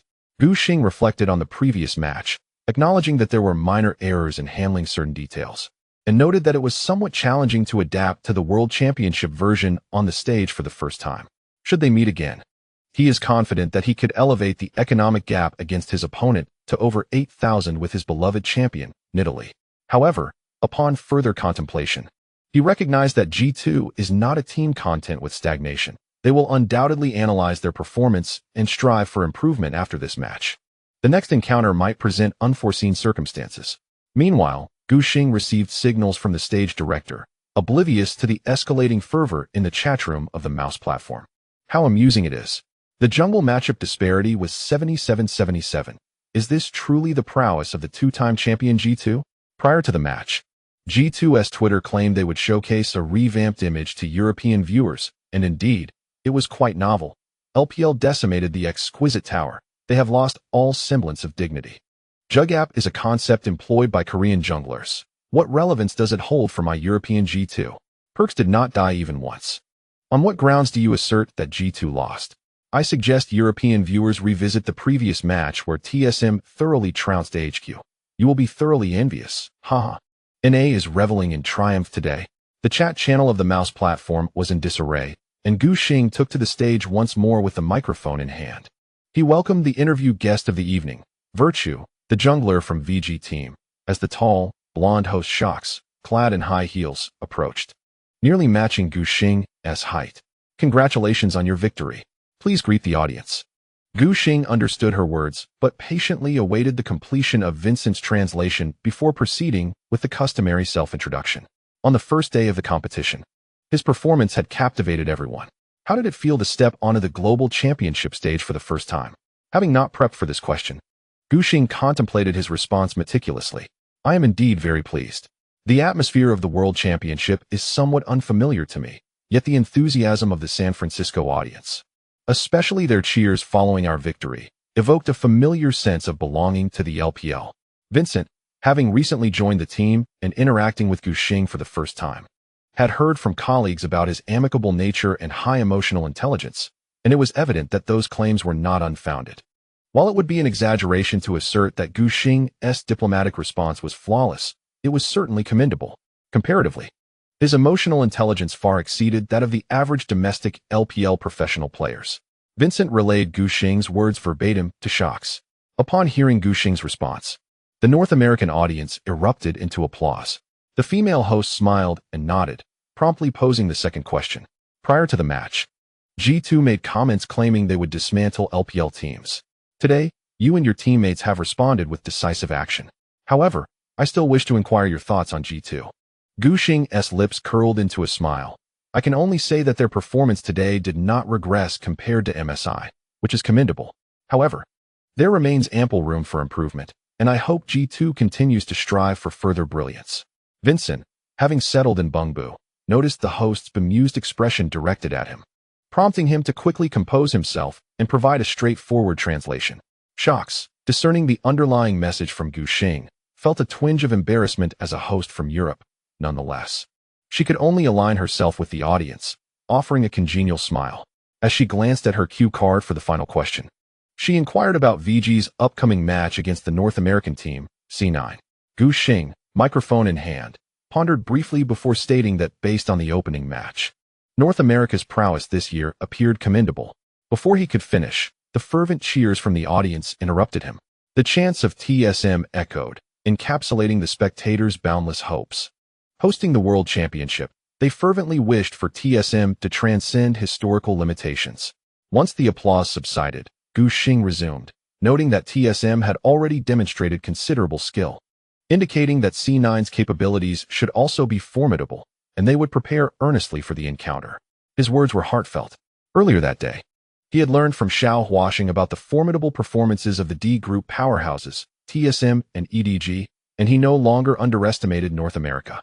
Who knows if NA might rise to become this year's unexpected dark horse, akin to last year's European region. With the group stage approaching, Gu Xing remained vigilant. This response greatly satisfied the North American audience. In recent years, as the League of Legends scene flourished, North America's competitive level had consistently faltered. This year, CLG's achievement of the runner-up position at the mid-season invitational was a rare success for NA. The local audience harbored high expectations for this home-ground battle. Hearing commendations from an opponent they respected brought immense satisfaction to the North American fans. After bidding farewell to the host and the audience, Gu Xing stepped away from the spotlight, feeling his muscles relax. While making his way to the backstage team lounge, he spotted an advertisement board emblazoned with the logos of the World Championship and its sponsors. Yu Xuang was conducting an interview with Imp regarding the LPL region. The questions remained focused on G2's antics before the match. The video had sparked controversy across major esports forums within the country, with netizens curious about VG's players' delayed responses. G2 is truly lacking. Zhu Qingbin's arrogance is off the charts. If their performance on stage matched their pre-match banter, I doubt we would have swept them today, Imp remarked, almost inscribing the words, "What can you do about my pride?" on his face. He had been boasting since his debut, and his trash-talking skills were no less than G2's. Yu Xuang, witnessing such a scene for the first time, was at a loss for words. She could only ask him to evaluate his strongest opponent in the group stage. SKT? I'm not exaggerating. Imp waved his hand, seemingly preparing to unleash another quip about his own capabilities. Gu Xing quickly made a zipper motion across his mouth behind the camera, signaling Imp to tread carefully. Zhu Qingbin understood the cue. Their jungler was notably more adept in matters of diplomacy, leaving Imp to follow suit. He immediately donned a serious expression and replied earnestly, I am not exaggerating. Despite VG's commendable state, there remains a discernible gap between the two teams, and there are still numerous areas where we can learn and improve. Yu Shuang was left in a state of confusion, wondering why he had retracted his earlier bravado. As an aside, the atmosphere was lively with Jack bursting into the training room, exuberantly carrying 2 large bags. Vincent was similarly equipped. Let us try this in and out. I've heard their flavors are quite exceptional. He opened the bags and distributed the hamburgers among the group. The VG training department had plans to challenge EDG later that evening, but the latter was still engaged in battles at the Civic Hall, which meant a wait was inevitable. They decided to hastily consume their dinner during this interlude. Gu Xing initially had no intention of eating a hamburger, still searching for other food options. What is the matter? Are you trying to lose weight? Imp grabbed a hamburger and stuffed it into his mouth, reclining in his chair with a round belly. Long Gu curiously scrutinized Gu Xing, noting his well-proportioned frame, albeit slightly on the lean side. If you gain weight and sit for prolonged periods, it can lead to lumbar issues, Gu Xing explained succinctly. I certainly do not wish to develop health problems at a young age. How many years can one sustain a professional career? I still have a normal life ahead of me. Boss Ding Jun waved his hand dismissively. For this world championship, it's advisable to maintain a balanced diet. Consuming too few calories can disrupt your competitive state. Ding Jun, well-versed in the esports industry, had witnessed players who starved themselves to lose weight, ultimately leading to diminished reflexes and attention during matches. To him, Gu Xing was VG's prized asset, and external factors must not impede his performance. If you wish to stay healthy, simply eat normally each day and engage in some running post-training, he suggested. Young people have a vigorous metabolism. A bit of exercise won't easily lead to weight gain. Gu Xing, not one to stubbornly adhere to his own views, took the seasoned boss's advice to heart and retrieved a double beef cheeseburger from the packaging. The burger was substantial. Upon taking a bite, the warm, succulent beef patty burst with juices, filling his mouth with an exquisite flavor, complemented by the melted cheese's unique aroma. This is quite delightful. Vincent thought that the effort of traveling 2 kilometers to procure dinner was indeed worthwhile, and no wonder local colleagues held it in such high regard. Gu Xing opened a web page, preparing to search for live match broadcasts as a diversion during dinner, and casually inquired, Didn't you study in the United States for a few years? Have you never tried this before? I attended Johns Hopkins University in Baltimore, Vincent noted. Recognizing the puzzled looks from everyone, understanding that they might struggle to pinpoint the location, he added, It's on the East Coast, relatively close to Washington, D.C. That place didn't have this burger. Gu Xing intended to continue the conversation, but was utterly captivated by the live broadcast on the screen. What is going on? He stared at the screen in disbelief, exclaiming, EDG, are you kidding me? Seated beside Gu Xing, Lord Hou was stuffing fries into his mouth, glancing sideways. In his excitement, he nearly shoved a fry up his nostril. Members of the VG training department and Vincent all rushed over to join the commotion. The live match featured EDG facing off against the Brazilian wildcard, INTZ. Prior to the match, viewers from all 5 major regions believed this contest held no suspense. Even Brazilian netizens shared a collective sentiment on social media, expressing that merely surviving for 30 minutes would constitute success. Indeed, INTZ succeeded, perhaps too well. As the match reached the 30-minute mark, EDG found themselves trailing by a staggering 7,000 gold, a clear disadvantage. Gu Xing initially suspected that the staff from Riot Games had mistakenly swapped the team logos in the viewing perspective. Upon closer inspection, he was left speechless. EDG's top laner, Mouse, had selected his signature champion, Akali, yet was being relentlessly pursued and battered by INTZ's player. Meanwhile, Ming Kai was buried in farming as graves in the jungle, allowing his counterpart, Lee Sin, to dictate the pace of the game. The renowned bottom lane duo, Deft and Meiko, were also struggling, evidently having been caught out by Lee Sin multiple times.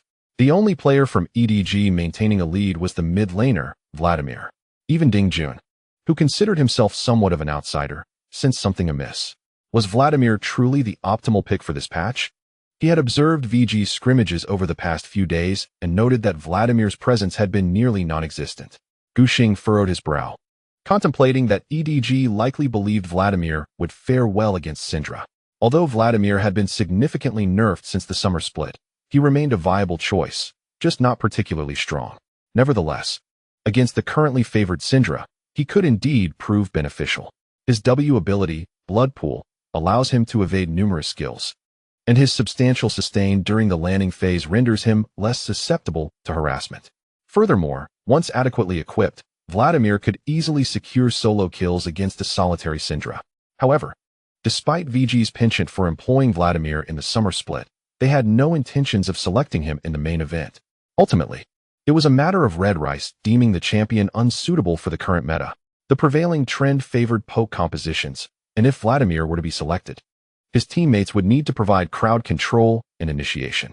Otherwise, charging in alone with his ultimate would yield little effect unless he had a significant advantage to eliminate opponents instantly. For this reason, VG had largely abandoned the champion for the World Championship, opting for superior mage choices without the need for such complications. To be frank, the choice of Graves was quite absurd, murmured manager Lu Wenjun from the sidelines. I know he should avoid pairing with Vladimir. While Graves possesses undeniable strength as a champion, especially as a rare survivor among the popular junglers that were nerfed in the World Championship version, he holds a distinct advantage against Lee Sin in the jungle. During their analysis of the World Championship patch at the Shanghai base, Red Rice had previously indicated that Graves was likely to emerge as a favored jungler in this global tournament. However, upon arriving in San Francisco and engaging in serious training matches with the 6.18 version, I have just realized how awkward the champion Graves is in the current environment. His strength is not low, yet he is ill-suited to the competitive ecosystem of the World Championship. Graves relies heavily on a frontline that can provide him with the space to deal damage. Only when he has stacked his passive, True Grit, does he become an invincible force in team fights. However, thus far in the global finals, the number of tanky frontliners has been tragically sparse. In a version where players are separated by vast distances, engaging in poke strategies, Graves finds himself powerless, easily pulled apart and dispatched by opponents. It is fair to say that EDG's composition, featuring the vampire and Graves, does not align with the current meta understanding of VG. One can easily envision the awkward scenarios EDG faces in team fights. Neither side wishes to initiate. Both are waiting for their teammates to make the first move. The construction of EDG's lineup poses issues, while Redmi bites into a hamburger, satisfied with squinting his eyes. The mid and jungle synergy of the vampire Graves waits for their equipment to fully materialize, likely around the completion of 3 core items, leaving most of the neutral resources to be surrendered to the opposition. So, why select a 4-core composition? It baffles me to comprehend the thought process of EDG's head coach. The Rapid Star, the inherently disadvantaged lineup opts for 4 core champions, but where on earth will they find the means to recover their development? It is common knowledge that resources within the Rift are finite.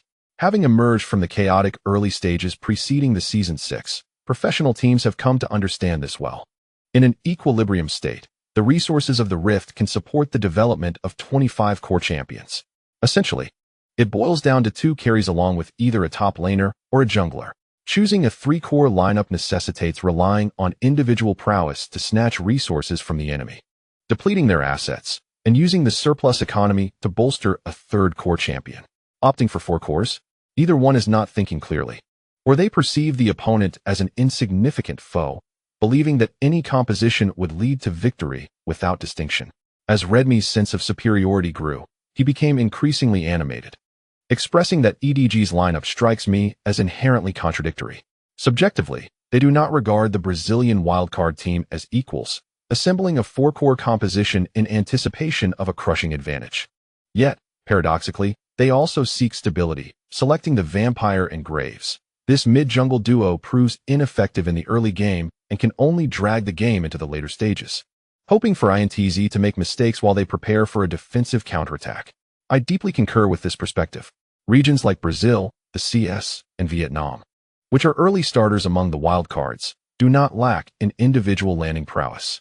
More often than not, their shortcomings lie in fundamental concepts, with operational details, including lane transitions, being overly crude. Frequently, they secure a slight advantage through aggressive early-game tactics, but as they depart from the landing phase, they swiftly relinquish their lead, particularly in late-game handling. There exists a chasm between the wildcards and several major regions, a disparity that is challenging to bridge. From this angle, EDG's desire to prolong the game is understandable. After all, professional players aim to win, while entertainment value is not the primary concern. However, as Redmi astutely analyzes, EDG's composition feels rather awkward. They yearn for a decisive slaughter, intending to deploy a four-core lineup to unleash a vigorous offensive, aiming for a triumphant start to uplift team morale and reassure their fans. As the selection process reached its midpoint, a sense of trepidation loomed, fearing a loss to the wildcard team and the subsequent wrath of the domestic audience. In a rush to secure a more stable composition, a rather absurd and discordant lineup was hastily assembled. In contrast, INTZ's choices were markedly clearer. They expressed satisfaction with their lineup against the Brazilian wildcard.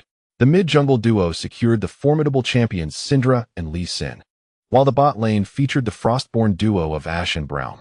Although Braum, as a protective support, may not be particularly strong in the current meta, his inherent crowd control rendered INTZ's early skirmishes a significant threat, perfectly embodying the wildcard's unpredictable strategy against seasoned competitors. At this juncture, a realization struck.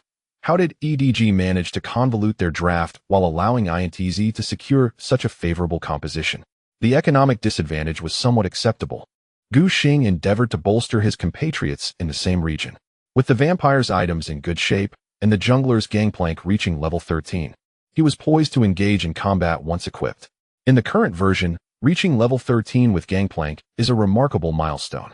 While it may not rival the transformative potential of a captain, each stack of pure man grants 30 points of dual resistance. When fully stacked to 4 layers, that equates to 120 armor and magic resistance, rendering gangplank formidable, with a growth potential that most junglers lack. With a 7,000 gold deficit, a mistake from INTZ could still present EDG with an opportunity for a comeback. Just as Gu Xing uttered these words, INTZ's marksman Ashe unleashed her ultimate. The enchanted crystal arrow aimed directly at gangplank in EDG's territory. Ming Kai, clearly taken aback, retreated into the nearby brush. However, in contrast to the crystal arrow's trajectory, he found himself moving directly backwards. Ultimately, not only was he struck by the arrow, but the increasing distance prolonged his stun duration. INTZ's Lee Sin soared forth with resonating strike, landing squarely on the jungler. Despite Ming Kai immediately flashing to escape upon regaining control, he was slowed by Braum's Winter's Bite, severely hampering his movement. Lee Sin closed the gap and executed a precise kick, propelling gangplank into his own team's formation. Ming Kai was swiftly obliterated. Even with the remaining 4 members of EDG exerting every effort, they could not secure victory in a disadvantageous team fight. Gu Xing pondered whether his comments had inadvertently jinxed EDG. Surely, the opposing jungler wasn't a fan of Ming Kai, given how familiar the location of that kick seemed. Imp, reveling in the moment, gleefully thumped his thigh, his plush form bouncing with delight. Is this what you mean by EDG being invincible in scrims? More like invincibly underwhelming. With INTZ securing the pivotal Baron, the scales of victory had decisively tilted. Subsequently, EDG struggled to find avenues for a comeback. As only the vampire thrived within their 4-core composition, the rest remained inadequately equipped, leading the match into a state of utter despair. INTZ obliterated EDG once more, and as they advanced towards the base, the 5 players on camera beamed with joy, proudly displaying their team emblem, a feature introduced in last year's World Championship. The official store has released the emblems of all clubs participating in the current S tournament, allowing players to equip these emblems and illuminate the corresponding logos in-game, thereby adding a unique charm to the Summoner's Rift during the World Championship. EDG's performance has been remarkable. Xiao Duan was left speechless, questioning how the Brazilian wildcard could dare to claim victory. Longo began to reminisce about history, noting that this seemed to be the first instance of the LPL losing to a wildcard team at the World Championship. To be so thoroughly defeated by a Brazilian wildcard is indeed a humiliation. Gu Xing pondered more pressing matters, swallowing his hamburger before inquiring whether they were scheduled to meet EDG later that evening. Responded with a tone of certainty. suggesting that EDG would not succumb to despair after losing a single match against a wildcard. If they failed to qualify from what is widely regarded as the best draw for the LPL, both the players and the club would become targets of mockery among domestic fans. The players' careers would be marred by an indelible blemish. Therefore, it is imperative for EDG to exert themselves diligently. Gu Xing took the situation seriously, preparing to bring his best form to the training matches against EDG, aiming for an intense 50-game session. To his surprise, in the very first match, VG was decisively defeated. At the 15-minute mark of the training match, Hou Ye called for a halt and messaged Quickstar to initiate another round. In the second match, VG showed significant improvement, enduring for 22 minutes before EDG swept the Baron pit clean. My goodness, Zhu Qingbin's expression shifted dramatically. No longer the smug look from earlier when he mocked EDG's lackluster performance. What on earth is happening? Imp, having suffered 2 consecutive defeats, was utterly perplexed. Gu Xing and his teammates exchanged glances. Xiao Duan, sipping on Fanta, couldn't help but self-deprecate, expressing doubts about their abilities, questioning if they were indeed worse than the Brazilian wildcard. Hearing this, Gu Xing offered words of comfort, assuring him that even the Tiger team in SKT would have a roughly even chance against EDG, suggesting that the top seeds from LCK might not fare any better against the wildcard teams. World Sister chimed in with a laugh, positing that by the end, all 5 major regions would become mere caricatures, and who would oppose Brazil winning the championship this year? Hou Ye conducted a brief review, correcting all the mistakes made by the players. Then, examining the drafts from the first 2 training matches, he furrowed his brow, deep in thought. Reflecting on EDG's match against INTZ, he began to harbor some suspicions. However, relying solely on these 2 matches, Hou Ye was hesitant to draw firm conclusions, suggesting they play a few more rounds to test the waters. VG's condition began to improve. In the last 3 matches, one match ended in a disappointing defeat after a prolonged battle at the Ancient Dragon. Another was a hard-fought victory at 44 minutes and 30 seconds. And in the final match, they dismantled EDG during the landing phase. At last, the previously serious and somber atmosphere in the training room brightened. Ding Jun joined in the laughter, discussing the gameplay from the recent matches with Gu Xing. Hou Ye let out a sigh of relief. You fangirl. You truly excel at being a person since 1984, he teased lightly. He rose to turn on the projector provided by the officials, retrieving the recordings from the 5 training matches of the evening. Hou Ye clapped his hands to capture the attention of his teammates. He first stated the conclusion. From today onwards, we shall suspend all training matches with EDG. What? All the team members were taken aback by the announcement made by their coach. It seemed utterly meaningless. Hou Ye picked up a laser pointer and directed it towards the screen to scrutinize EDG's draft picks. The screen displayed EDG's champion bands and selections from their last 5 games, orderly arranged from top to bottom. Gu Xing pondered for a moment, gradually discerning something amiss. Hou Ye's mind was also racing. They appeared to be using an outdated lineup for the training matches, at least in terms of the primary structure, albeit with some minor adjustments. Indeed, Hou Ye snapped his fingers.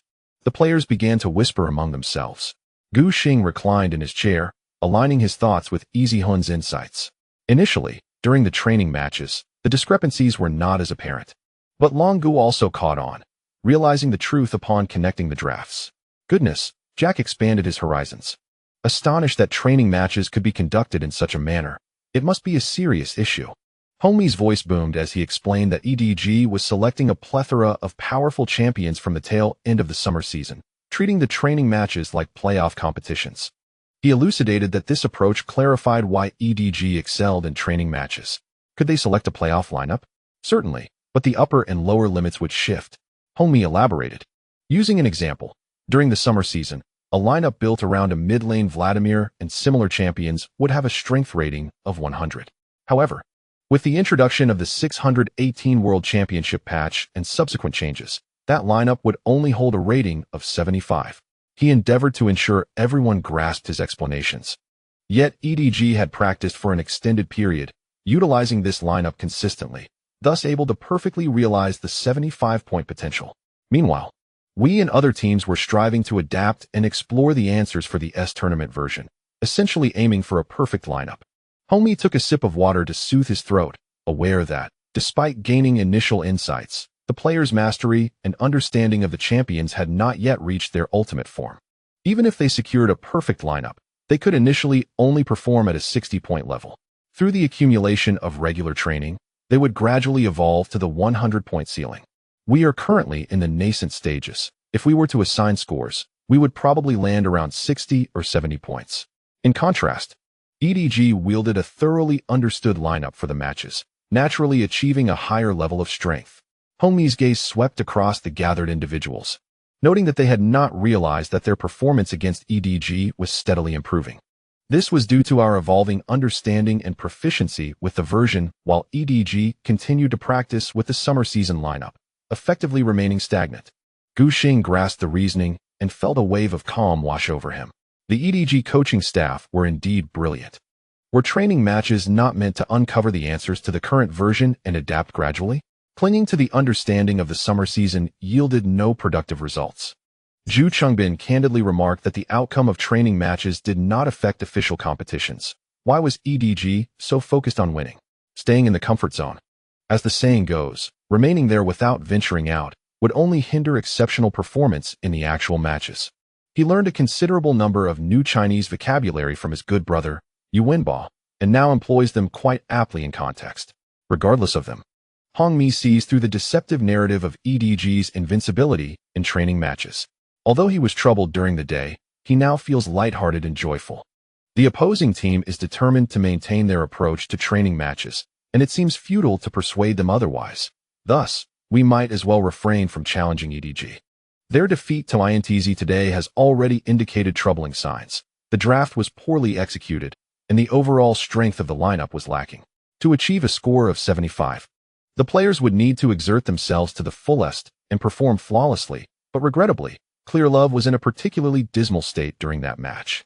Gu Xing wholeheartedly agrees with Hou Ye's perspective. After EDG's match concluded, the official broadcast showcased highlights from the first half. He noticed that Meiko not only fell victim to a spinning kick once, but repeatedly committed elementary mistakes throughout the match. The performance was so poor it was almost unbearable to watch. If this continues, EDG might genuinely struggle to qualify. Hou Ye signaled for his teammates to engage in ranked matches freely, stating, "Let us not dwell on them. You all practice your heroes while I confront you fan for an explanation." He had engaged in 5 matches against EDG, each revealing the opponent's vulnerabilities. There was no reason for Samsung's coach, Edgar, to remain oblivious. The opposing team audaciously claimed that EDG was particularly formidable in training matches, clearly attempting to dig their own grave. Hou Ye could not swallow this insult and insisted on seeking an explanation from his senior. Shortly thereafter, when he returned to the training room, a smile returned to his face. However, Gu Xing could not shake the feeling that there was something sinister woven into Hou Ye's smile. After a day of training, he took a couple of laps around the hotel before returning to his room to wash up and rest. When he awoke at noon, noting that there was still an hour until assembly, he leisurely scrolled through his phone in bed. The previous day, he had asked Hou Ye to have the coach help him review the first match, which had taken up a considerable amount of time and caused him to miss his daily call with Shen Guanshan. By the time Gu Xing found a moment, his girlfriend had gone off to her evening class, and their schedules perfectly overlapped. This is the nature of a long-distance relationship. Nevertheless, Shen Guanshan had sent a few voice messages, congratulating him on securing an easy victory in the World Championship. After listening to her melodious voice, Gu Xing felt elated and hurried to the pressure relief bar to join the excitement. He had initially intended to see how the bar patrons were praising him. To his surprise, the overwhelming chatter was all about EDG. Even the Brazilian wildcard can win. Piglet, stop playing dead and speak up. EDG has truly lost all shame. The factory manager is still using Graves, a hero he clearly cannot master, and gets utterly outplayed by the opposing wildcard Lee Sin. The case is solved. INTZ's jungler claims the factory manager is his idol.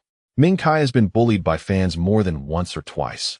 Little Gu serves as a cautionary tale. Perhaps like Li Jie, I suggest you swim back to your home country from San Francisco instead of heading to Chicago for the quarterfinals. Do you even deserve it? The LPL region's first loss to a wild card at the World Championship was indeed difficult for many domestic netizens to accept. Furthermore, EDG, a team with a larger following than the current VG, sparked a massive uproar in the forums after their defeat. with netizens fervently discussing just how inept EDG must be to suffer such a loss to a Brazilian wildcard in this manner. Gu Xing searched for quite some time before finally uncovering a post from the European and American Reddit forums tucked away in a corner. He speculated that it might contain post-match commentary on the VG versus G2 matchup, and with a swift click, he entered the thread. Indeed, the users were either extolling TSM or disparaging the European region. G2's humiliating defeat had become the most talked-about topic in the European esports community over the past few days. The diligent poster had even provided a refined translation. What level is EU at now? With trick jungling, can he even compete? Clearly not. He lacks the capability, you know? To be trounced 0-5 in San Francisco, how do you explain that? When the jungler is outmatched by 100 minions and trails by 77 gold. I owe G2 my gratitude for revealing the disparities among junglers. If it weren't for them, I would have never realized how vast the gap is among professional players. How will G2 qualify now? If they lose to SKT today and warm up C9 tomorrow, who else will lose? Most comments were mercilessly mocking G2. But Gu Xing found satisfaction in the few responses praising his aggressive and ferocious playstyle. Previously, the Western audience had little understanding of him, which was a reasonable explanation for the low hype surrounding him. Today, Gu Xing planned to capitalize on this momentum, intending to shatter C9 and deepen the Western audience's impression of his moniker, Virtue. Welcome to the live broadcast of the second day of the 2016 World Championship. Hello everyone. I'm Jide, boomed the enthusiastic commentator. His partner, the rather dull and soporific Easyhoon, merely nodded. Yesterday, the A group had 6 matches, and the prospects for advancement were beginning to take shape. The director displayed the point standings. In a group, SKT faced C9 in a match where the clash of top laners saw Duke slightly gaining the upper hand, while Wolf's Karma utterly decimated the bottom lane. Ultimately, SKT concluded the battle in 33 minutes, securing their first victory in the group stage. In contrast, C group lacked any popular teams, leading to a notable decline in viewership. Samsung triumphed over Flash Wolves, and the once formidable anti-Korean team could not stir up much of a storm against the experienced leader. With all forces at their disposal, they dismantled the FW base in under 30 minutes. H2K managed to secure a victory against the CS wildcard ANX, restoring a modicum of dignity to Europe on the first day. However, ANX showed considerable resilience, exchanging blows with their opponents. Had it not been for a rough final play that allowed Yankos to snag the Baron, the outcome could have been quite different. The first match of today featured 2 teams from Group A, the North American C9, and our LPL representative, VG. Jide, having worked in the mainland for half a year, quickly adapted to various titles. Yes, today we will see if VG can secure another victory, Easyhoon stated slowly. If they defeat C9, their chances of advancing will look exceedingly bright. Before either could elaborate further, the ban pick screen appeared on the large display. VG was once again positioned in the blue side, and they promptly placed Syndra on the ban list. C9 responded without a moment's hesitation. Nederlei was swiftly neutralized. The joy on their faces was unmistakable. It seemed that last match, where Xiaogu decisively defeated G2, had instilled a certain wariness in C9. Meanwhile, Gu Xing at the player's bench appeared rather unfazed. He understood that the champion Nidalee was a veritable powerhouse in this World Championship. Frankly, even if he refrained from showcasing his prowess in the previous game, the opponents in the red side would inevitably ban her. Hou Ye, clutching a black notebook, paced in the background, suggesting that they should eliminate Miss Fortune. As their opponents excelled with her, there was no need to take unnecessary risks. C9's marksman, Sneaky, was indeed quite proficient with Caitlyn, garnering a notable reputation in the North American scene. In this match, seemed reluctant to allow Imp the use of Miss Fortune, opting instead for a more rigid strategy that bore a degree of risk. After careful consideration, they decided to proceed with the ban. C9's second choice was to restrict the impressive performance of Zyra from the previous game, seemingly aiming to secure karma for themselves. Easyhoon, after a moment of contemplation, reached a conclusion. Zyra and Karma were currently regarded as the 2 most formidable support champions in terms of poke potential, with the former outclassing the latter in both skill mechanics and lane dominance. Ultimately, Hou Ye decided to ban Impact's Kennen, to prevent the opponent from utilizing a champion renowned for exceptional team fight initiation and explosive damage that could threaten VG's backline. C9 also banned Ashe to prevent Imp from gathering critical vision information for Gu Xing with her hawkshot. Observing VG's first pick, a muscular man with a thick beard and fierce demeanor emerged in the selection frame. Wherever he went, nothing could thrive. Side note, today, S-word count reached 7,500, totaling 31,172. Decisive action, breaking the stalemate. Olaf. A smirk of intrigue crossed my mind. This was clearly intended for Gu. This world championship has seen Olaf's popularity surge. Easyhoon spoke in a calm tone, noting that the current ecological environment of the rift was exceptionally favorable for him. Transitioning from top lane to the jungle, where he could decimate opponents with ease. Historically, Olaf was predominantly seen in the top lane, with one of the notable representatives being Strawberry from the Hou Ye era. He occasionally appeared in other lanes, famously utilized by Faker last year in the World Championship as a mid-lane pick. However, jungle selections were scarce. This year, however, was different. Tracing back, one must credit H2K for this development. On the second day of their arrival in San Francisco, they engaged in a scrim against VG. At that time, Gu Xing, like everyone else, lacked sufficient sample data to assess the trends of the S6 World Championship meta, opting instead for the conventional choice of Elise for the practice match. The result? Jungle player Jankos unleashed Olaf, obliterating VG's 3 lanes and jungle with ease. It was then that Gu Xing realized just how absurd this unconventional champion could be. What is the Berserker Olaf best known for? Standing toe-to-toe with his opponents. With his high attack speed and lifesteal, coupled with true damage and the ability to slow enemies with his thrown axes, Olaf's dueling prowess is undoubtedly among the elite in the entire league. And which junglers are dominating the World Championship? Lee Sin, Elise, and the reasonably effective Rek'Sai. They are renowned for their aggressive play in the jungle, and to secure an advantage, they must engage in close combat. The 3 heroes faced against Olaf were utterly overwhelmed. When it comes to formidable opponents, only Nidalee and Qiyana pose a significant challenge due to their remarkable agility, deftly evading the cumbersome Berserker as they dart around the jungle. However, Nidalee spends most of her time in the ban phase, remaining secluded and thus having no impact on Olaf. Qiyana's strength is undeniably low. Aside from exceptional players like Gu Xing, few utilize her in the current meta. The shifting landscape of the game has given rise to the once perplexing choice of jungle Olaf. Another pivotal factor can be attributed to the enhancement of the Ghost Summoner spell. In the early summer season, its cooldown was reduced to a mere 180 seconds, with a notably substantial increase in movement speed. The usually criticized lumbering Olaf, bolstered by this powerful speed boost, has seen a significant improvement in his pursuit capabilities. Concurrently, the current trend favors a variety of poke champions. The developers meticulously consider character design, rarely bestowing heroes with all-encompassing attributes. Most poke champions possess frail physiques and lack agility, with Ezreal being a notable exception. Olaf effortlessly cleaves through these high-damage, low-defense turrets with ease.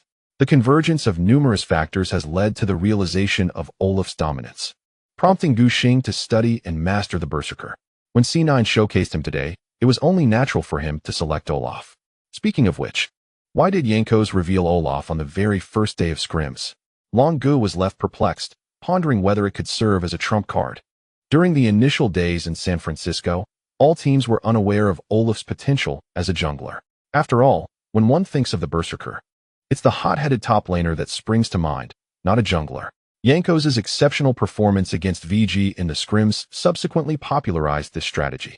Logically, H2K could have kept this tactic under wraps. As long as they refrained from using it, other teams would likely remain oblivious, preserving it as a devastating surprise for their opponents. Reflecting on Long Ji's inquiry, Gu Xing recalled his recent conversation with Jankos, nearly struck dumb. Initially perplexed, he had asked why Jankos opted for Olaf in the scrims. The Polish player, in a fit of exasperation, exclaimed in broken English, "I thought you all knew Olaf could jungle. When I first came to San Francisco, no one told me that the other 15 teams were entirely unaware." Despite being a veteran since 2013, Jankos, like Gu Xing, was entering the global stage for the first time in S6. Having little experience with established tournament formats, he was a bit of a novice, with no plans to conceal strategies, revealing his trump card on the very first day in San Francisco. Gu Xing now finds this quite amusing. In contrast, the atmosphere among the C9 players is markedly more serious. Yesterday, they suffered a defeat against SKT. And if they were to lose to VG today, starting with a record of 0 wins and 2 losses would significantly heighten the difficulty of advancing to the knockout stage. The head coach, Reaper, sports an artistic hairstyle, with medium-length hair cascading over his cheeks, exuding a somewhat melancholic, literary charm. Like his compatriot, Redmi. He is a South Korean coach with an impressive resume. During the S2 season, he coached the renowned Ajabu Blaze, where he mentored legendary figures in League of Legends esports such as Ambition, Shy, and Gangplank. Following the acquisition of the team by CJ, Reaper transitioned through several clubs, including SKT and Jean Air. In 2015, he joined EDG, contributing to the team's triumph at MSI. After the season concluded, he ventured to North America to earn his fortune in dollars. In terms of experience and ability, Reaper stands as one of the foremost figures in the NA region. He first secured the bot lane duo, selecting Ezreal and Karma. His expression focused. Sneaky, you must pay close attention to their bot lane duo. They enjoy exerting pressure, so do not grant them opportunities lightly. With a delicate demeanor, Sneaky brushed his bangs aside, nodding in understanding. C9's response was commendable. Zai is pleased with the draft strategy, as Ezreal and Karma are among the few strong and versatile bot lane champions currently available. Olaf is particularly vulnerable to kiting. Ezreal possesses his E, Arcane Shift, and can build Iceborne Gauntlet, granting him formidable kiting potential. Karma similarly excels, utilizing her Tether and E, Inspire, for shields, speed boosts, and Q, Inner Flame, for slowing down Olaf, making it effortless to kite the Berserker. In contrast, VG opted for Jace as their second pick, followed by the support Nami. Jace is an exceptionally strong top lane choice in the current meta, boasting ferocious offensive capabilities in the early to mid-game. Nami serves as a viable alternative to the poke-oriented soft supports like Karma and Janna, possessing some poke potential along with healing abilities. It is wise to analyze, as VG has reserved their carries for the final picks, aiming to ascertain C9's general composition before determining their strategic approach. There are numerous mid-lane champions available in the current meta. Aside from particularly potent picks like Syndra, other champions do not require early selection, as suitable options will inevitably remain. Regarding marksmen, indeed, there are few strong contenders. However, C9 has already revealed Ezreal, leaving no room for further ADC picks. Redmi remains unhurried, choosing to bide his time. Reaper stroked his chin thoughtfully, glancing at his jungler. Mateos, what do you think would be best? Ye and Yong can synergize with you.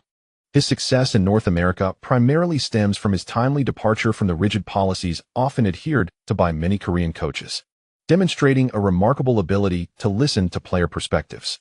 The player mentioned, Impact, shared a similar sentiment with his teammates. Indeed, you should select a champion that you believe can effectively handle Olaf. I can manage against their Jace. Impact, a seasoned champion top laner, is no stranger to battles. In his eyes, the previously untested Zhu Xiaolong on the international stage is merely an unknown contender. Certainly, he would not be blindly arrogant. From the pre-match data analysis, Impact recognized that his opponent was proficient with Jace, albeit not at an exceptionally high level. He now possesses the confidence to gain an advantage in the top lane. Meanwhile, Mateos finds himself in deep contemplation. Among the remaining jungle champions, Qiyana appears to be a relatively comfortable choice against Olaf. However, regardless of the champion's strength, he must bear the responsibility of carrying the team. Therefore, Impact will likely need to select a tanky top laner to withstand pressure. Mateos is reluctant to pursue this route. The prowess of C9's players is evident, with strong performances in both solo lanes, while the jungle and support roles lag behind, especially the support, which affects the overall strength of Sneaky South bottom lane. He is self-aware, allowing himself to carry would certainly yield less favorable results than Impact or mid-laner Jensen. Lee Sin it is, Mateos resolves, deciding to avoid Olaf in the jungle and strive to create advantages for his lanes. Reaper readily agrees. Although Lee Sin struggles against Olaf in the jungle, he remains a viable option. As a favored champion in the meta following 2 consecutive buffs leading up to the World Championship, Lee Sin is indeed a versatile choice for the jungle. If he cannot win in direct confrontations with Olaf, then he can simply avoid 1v1 skirmishes in the jungle. After all, Lee Sin is highly mobile. As long as he does not recklessly engage the Berserker, he can still make a significant impact, serving as an effective ganking tool. C9 secures Rumble and Lee Sin for the jungle. To be fair, Rumble in the top lane is not particularly advantageous against Jace. However, compared to other champions, he possesses the ability to break shields, making the matchup somewhat more tolerable. Rumble's power peaks at levels 4 to 7, as his Q, Flamespitter, increases in potency, allowing him to potentially outpace his opponent. Nevertheless, during the preceding and subsequent phases, Jace can consistently apply pressure. There is little to be done about it. To secure an advantage for the bottom lane, C9 must make some sacrifices. Redmi glances at the opposing lineup, suggesting, "Imp, you might perform better with Jhin." Since Zhu Xiaolong has secured Jace, VG's strategic focus will inevitably shift upwards. A champion capable of holding the lane alone would be more suitable for the bottom lane. Easyhoon, you should pick Victor. Let us ensure we have a strong late-game presence, Redmi advises. This is also a favored champion of Hou Ye, so locking it imposes no issues. Ultimately, C9 opts for a counter pick with Cassiopeia, reminding everyone to remain composed. Cassiopeia has been exceptionally popular since the first day of the tournament, with a high selection rate and remarkable late-game capabilities. The last time Cassiopeia received a buff was at the beginning of summer. In terms of strength, she is certainly adequate. However, during the summer split, she did not see much play.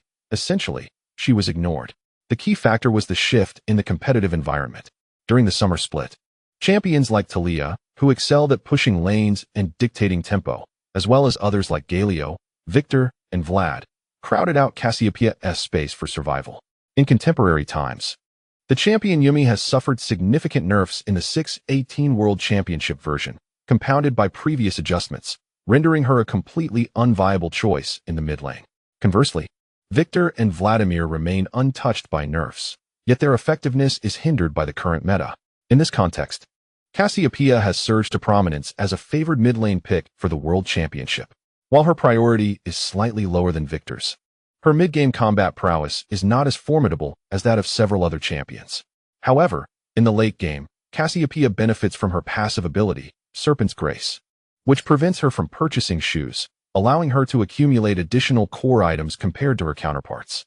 In this drawn-out meta, which often extends beyond 40 minutes, Cassiopeia indeed enjoys a favorable position. Furthermore, her skills have short cooldowns, granting her sustained damage output akin to a spellcasting machine gun, and her ultimate, Petrifying Gaze, provides valuable counter control. As the 10 players exchanged champions, the team compositions were solidified. On the blue side, VG fielded Jace in the top lane, Olaf in the jungle, Victor in the mid lane, and Jhin paired with Nami in the bot lane. On the red side, C9 presented Renekton in the top lane, Lee Sin in the jungle, Cassiopeia in the mid lane, and Ezreal alongside Karma in the bot lane. The analyst Ji Huan, in a moment of contemplation, remarked on Impact's commendable selection of Renekton, noting that VG's 5 champions lacked mobility, making it easy for him to deal substantial damage with his ultimate. Despite having entered the esports industry during the tumultuous era, Ji Huan's position has not advanced over the years, with emotional intelligence proving to be a hindrance. As the analysis of the teams unfolded, there was a wave of praise for C9, not only from domestic audiences, but also from Ji Huan's direct superiors, who found themselves at a loss. The live English commentators echoed similar sentiments, and soon the municipal auditorium was filled with raucous cheers. Although many spectators were still in awe of VG's stunning debut yesterday, today they faced a local North American team, whose supporters ardently waved C9's blue and white flags, with several even sporting the Baidu Cloud Team emblem on their cheeks. Hearing commentators assert that C9's choice of Renekton was a brilliant strategy, the audience erupted into thunderous applause. As Redmi, under the referee's directive, removed his headphones, he was met with a tide of exuberant shouts from the crowd. His demeanor remained unflappable, seemingly unaffected. Both Ji Huan and the English commentators praised C9's selection of Renekton, a sentiment Redmi could naturally perceive. However, he had not overlooked the potential for a counter strategy. Had secured a notable advantage for his team through the overall cohesion of their composition. In this version, Jace is typically not built with Tear of the Goddess and remains a quintessential early to mid-game champion. The duo of Jhin and Olaf in the bot lane require no further elaboration. Even Victor is fundamentally a mid to late game champion. Their shared power spikes generally occur between the 20 to 30-minute mark, creating an extraordinary mid-game strength for VG, with their combined might likely capable of breaching the enemy's defenses. In contrast, While Renekton possesses considerable potential, the overall composition of C9 appears rather disjointed. Lee Sin is undeniably a strong early to mid-game champion, while Renekton and Ezreal in the top and bot lanes, respectively, exemplify a typical mid-game strategy. The former requires items to flourish, while the latter needs to complete his Muramana to be effective, but tends to wane in power as the game progresses. The Snake Woman, however, is a late-blooming mage, only gaining significant combat prowess once she acquires the Ghost Book, Ice Staff, and Archangel's Staff. The longer the battle prolongs, the more formidable she becomes. The power spikes of several heroes are staggered, leaving C9 in an undeniably awkward position. During the handshake, Reaper's expression was far from relaxed, clearly indicating his awareness of the divergence in strategic focus compared to that of Redmi's draft.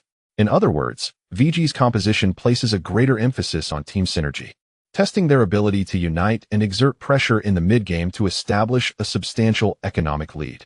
C9 must rely on Impact's Rumble to land decisive ultimates and Sneaky's precision with Ezreal's skills, hoping to delay until the mid-lane Snake Woman is fully equipped to take control of the match.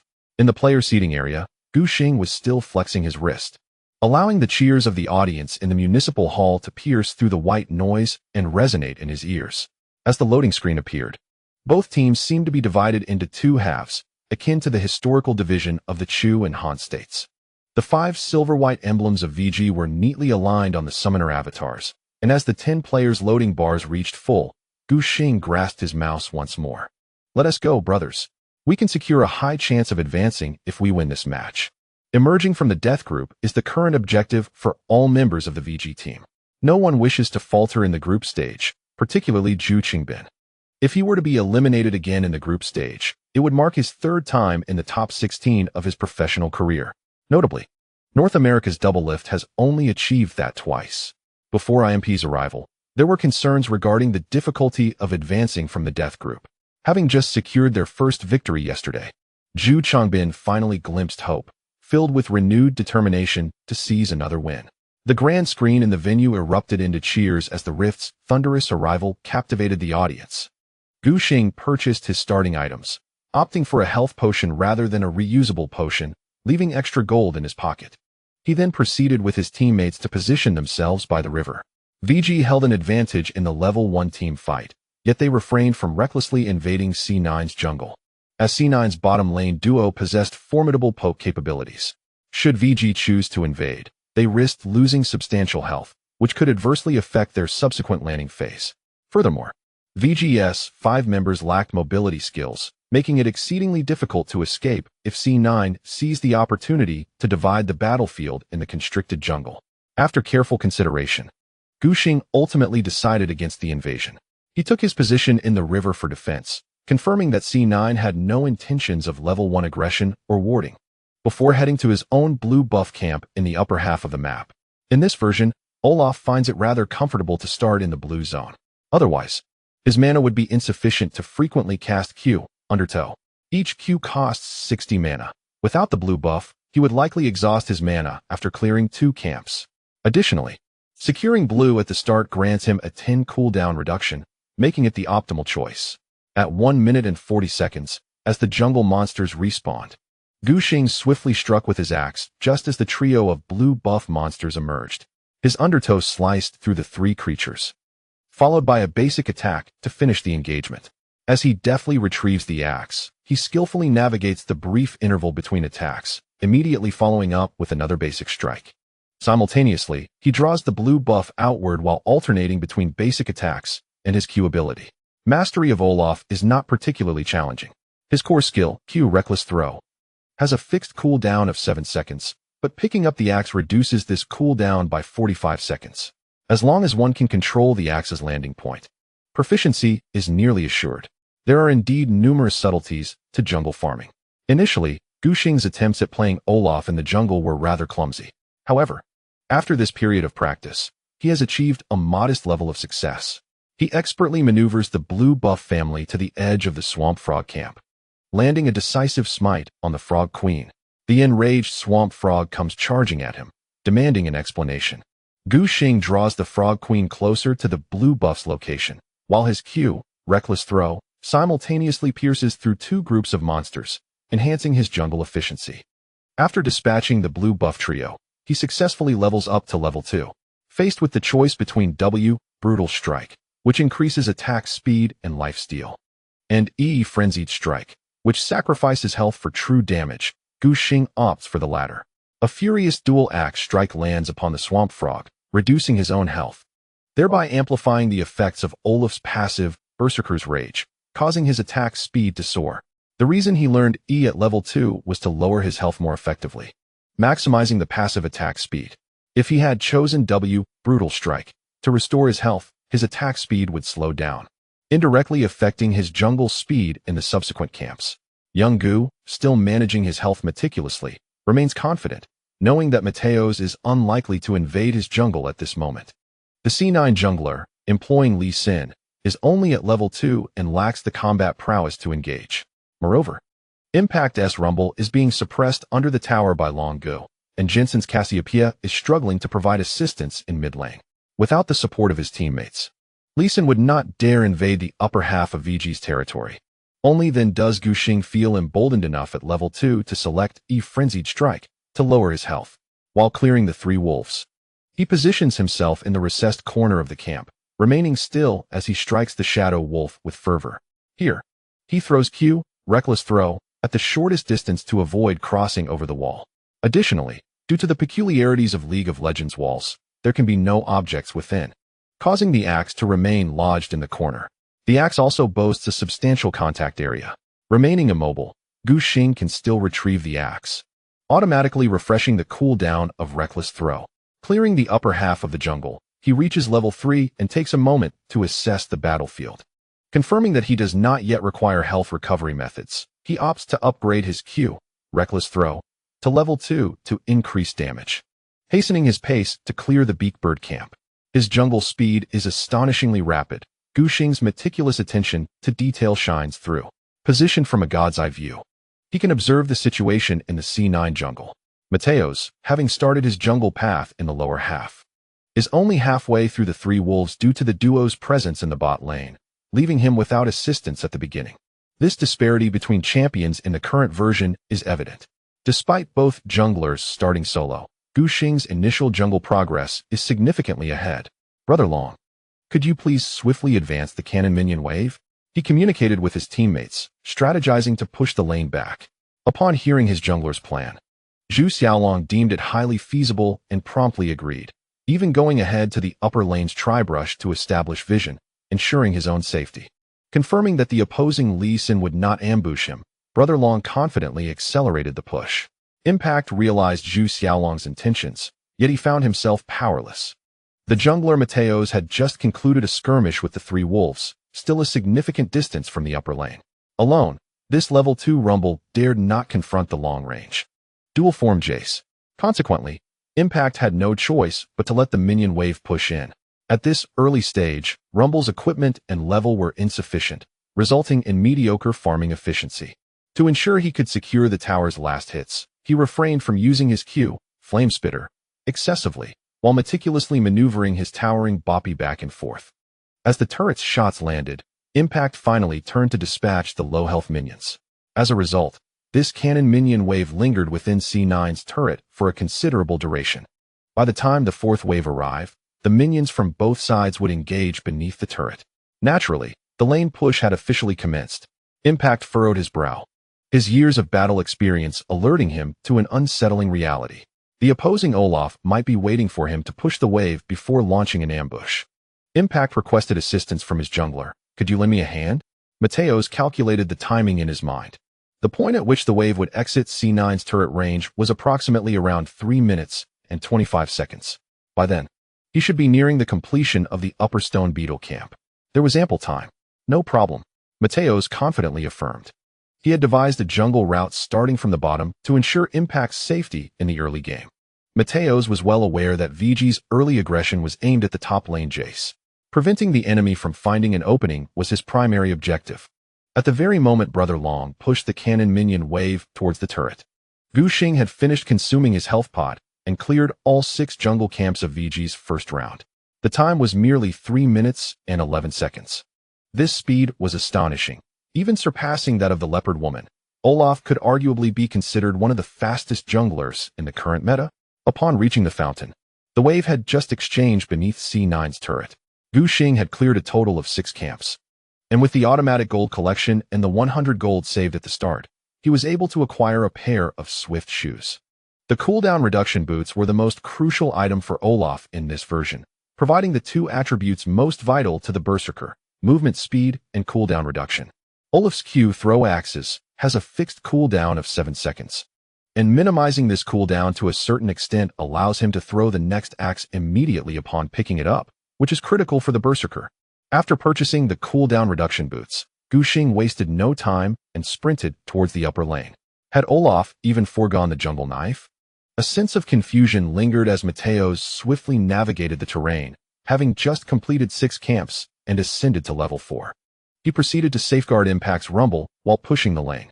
He was acutely aware that the opposing Jace had likely placed vision in the tri-brush, thus retreating with remarkable decisiveness upon noticing his movements. Let us push ahead. We can recall after and replenish our resources, allowing you to conserve your teleport, he suggested. Observing Zhu Xiaolong's retreat to a safer distance, Mateos felt a slight alleviation of his vigilance. He deliberately kept his distance from the top lane minions, cautious not to siphon off experience from his teammate. He embodied the role of a bodyguard to perfection, allowing Li Jie to refrain from pushing the lane. If Rumble's experience were to be divided, Impact would find himself at a level disadvantage in the subsequent skirmishes. Presently, the situation seemed manageable, thus he allowed the towering Boppy to handle the push independently while he ventured to clear the upper river crab. The plan appeared promising. However, due to his non-involvement in the minion conflict, when the 5th wave reached the upper lane, the previous wave had yet to be adequately addressed. Impact remained cautious.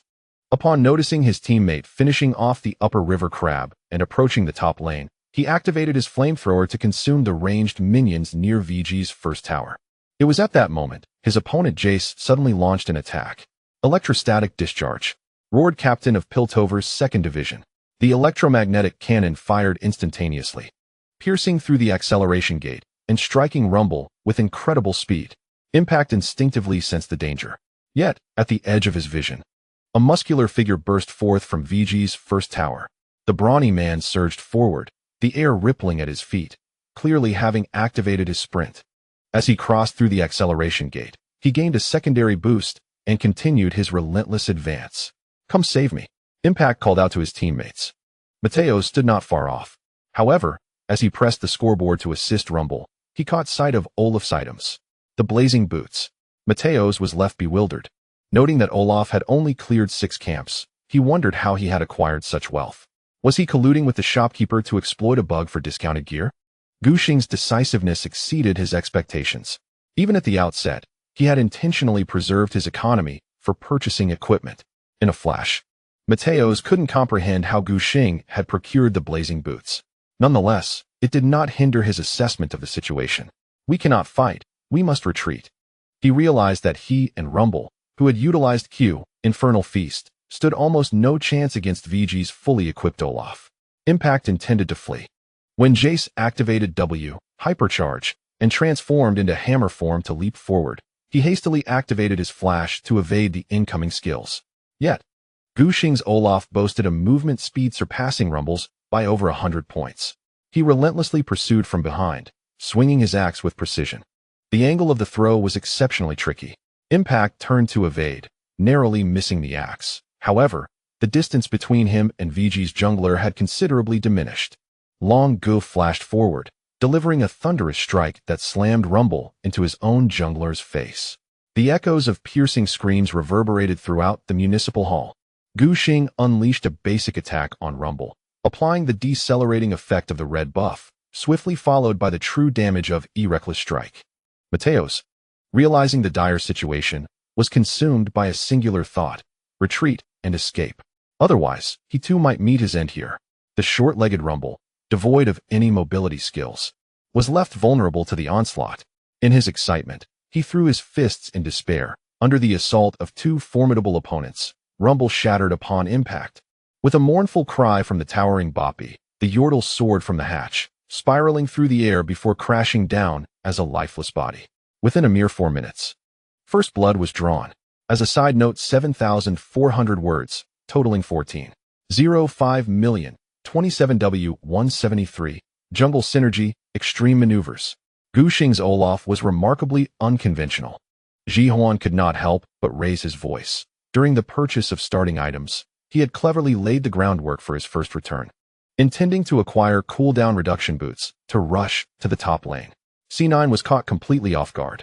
Gu Xing's jungle clearing speed was already impressive, which was nothing unusual. Recently, Mateos had also practiced Olaf extensively, familiarizing himself with the approximate timing for clearing 6 camps. The crux lay in Gu Xing's judiciously saved resources for the purchase of the swift boots. The extra movement speed allowed him to swiftly reach the top lane and engage in battle, leaving C9 utterly unprepared for Olaf's rapid arrival. In the backstage lounge, C9's head coach, Reaper, supported his forehead with his hand, his visage marred by frustration. Gu Xing's ingenious itemization and surprise attack on the top lane yielded remarkable rewards. It was evident to all that Rumble had squandered his flash and conceded first blood, leaving the team's mid-game pillar in jeopardy. Impact scratched his head in resignation. The state of the minion wave was abysmal. Through the monochrome screen, he glimpsed the minions still trapped before VG's first turret, a look of agony etched upon his face. The position of the minion wave was excruciatingly unfavorable for Impact. If not addressed promptly, the minions would stagnate, resulting in significant losses. However, how to resolve this posed a conundrum. Should he immediately use his teleport upon respawning to alleviate the wave? The VG Olaf was evidently still nearby. If he spotted Impact teleporting to the top lane, a counterattack could ensue, and without flash, Impact might face another calamity. Even summoning the jungler Mateos would prove futile, as the 2v2 strength of both sides was not on the same level. Moreover, Rumble's combat prowess upon teleporting was quite mediocre. He needed to expend all his abilities to reach a perilous temperature of over 50 degrees, and without any damage amplification, Olaf alone could cleave him down. After much contemplation, Impact chose to exercise caution, swallowing his pride as he walked to the lane, allowing the minions to incessantly deplete his resources. Meanwhile, Gu Xing relinquished the kill to Longbow, expertly managing the top lane minion wave. Noticing that Rumble had no intention of teleporting back, he returned to his jungle to continue farming and developing. His decision to economize on starting items in favor of the cooldown reduction boots was crucial, as Olaf's inherent traits rendered his health bar a mere facade while farming. When health is critically low, activating W, Brutal Strike, in conjunction with passive attack speed can swiftly restore one's vitality. The value of purchasing reusable potions is minimal. Moreover, since neither team invaded the other's jungle at the outset, Gu Xing's starting equipment remained concealed from C9's vision. This provided him with the inspiration to exploit the information gap and launch a surprise attack on the top lane, ultimately succeeding in breaching the opponent's defenses. Longbow secured the first blood on Rumble, his smile wide as he retreated to the shadows to recall, urging his teammates in voice chat, "Come off and Xiao Gu." Gu Xing readily acknowledged this, his mind racing as he contemplated his next move. The opposing Lee Sin naturally has a slower jungle clear than Olaf. Earlier, Mateos had delayed some time in the top lane to ensure Impact's wave was safe. It is likely that the opponent has just returned to base for supplies. This implies that there must be a disparity in their second jungle clear speed. Gu Xing intended to capitalize on this. The cooldown boots granted Olaf dual attributes, significantly enhancing his efficiency in clearing camps. In less than half a minute, he had gathered the freshly spawned magic toad and the 3 wolves.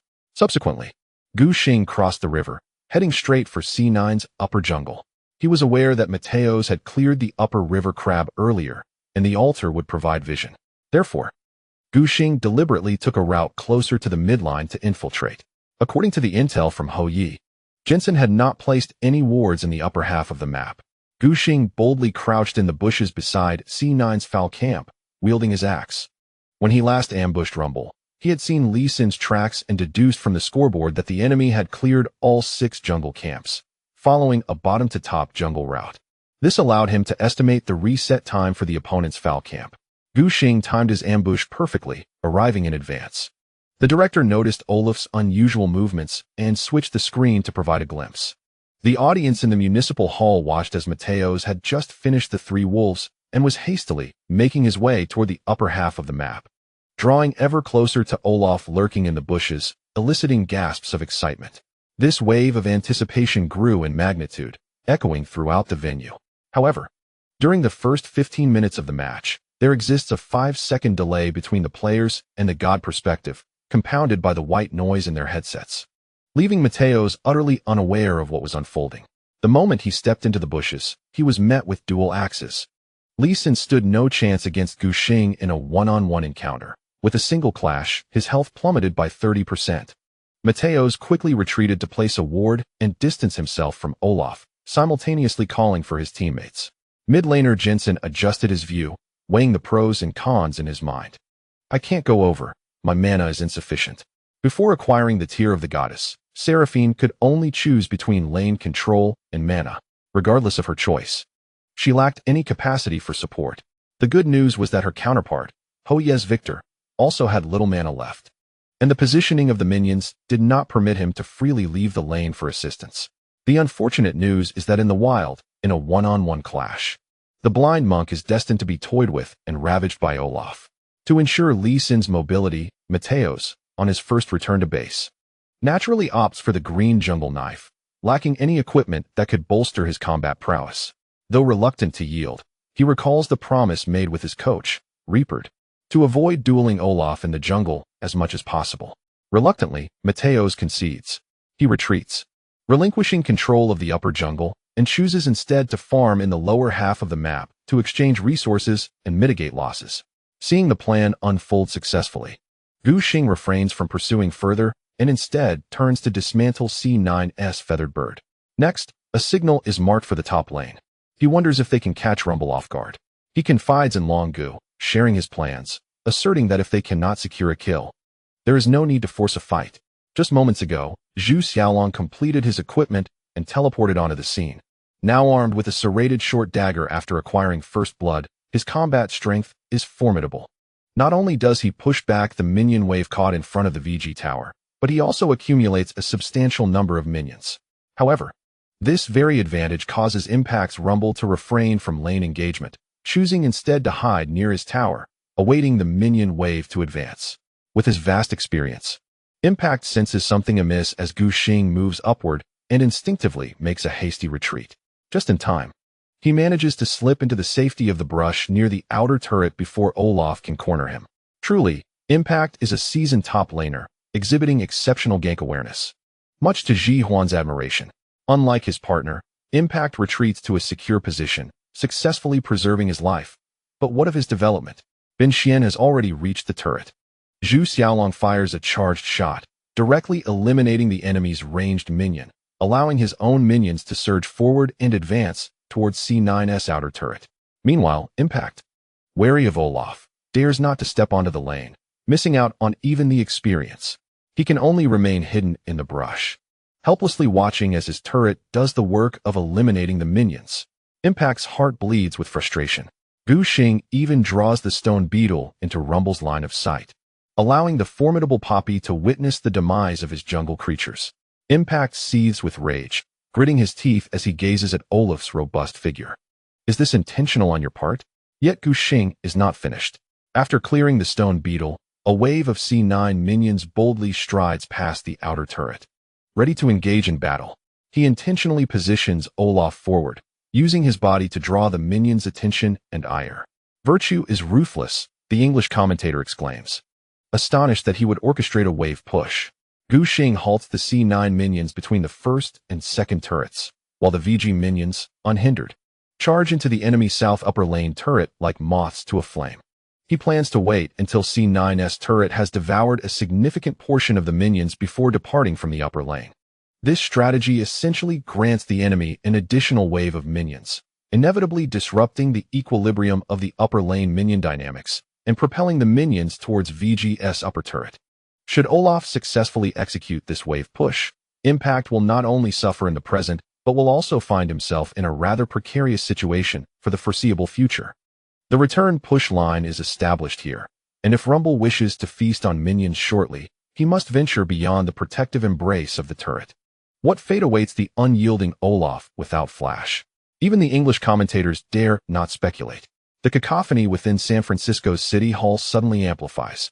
In truth, Gu Xing has employed the tactic of tower diving to create a return push line against Rumble before. This is not his first display. He showcased this strategy during the summer split, leaving an indelible mark in the theoretical playbook concerning Rumble in the competitive scene. Numerous LPL junglers have since sought to emulate his approach, all attesting to its efficacy.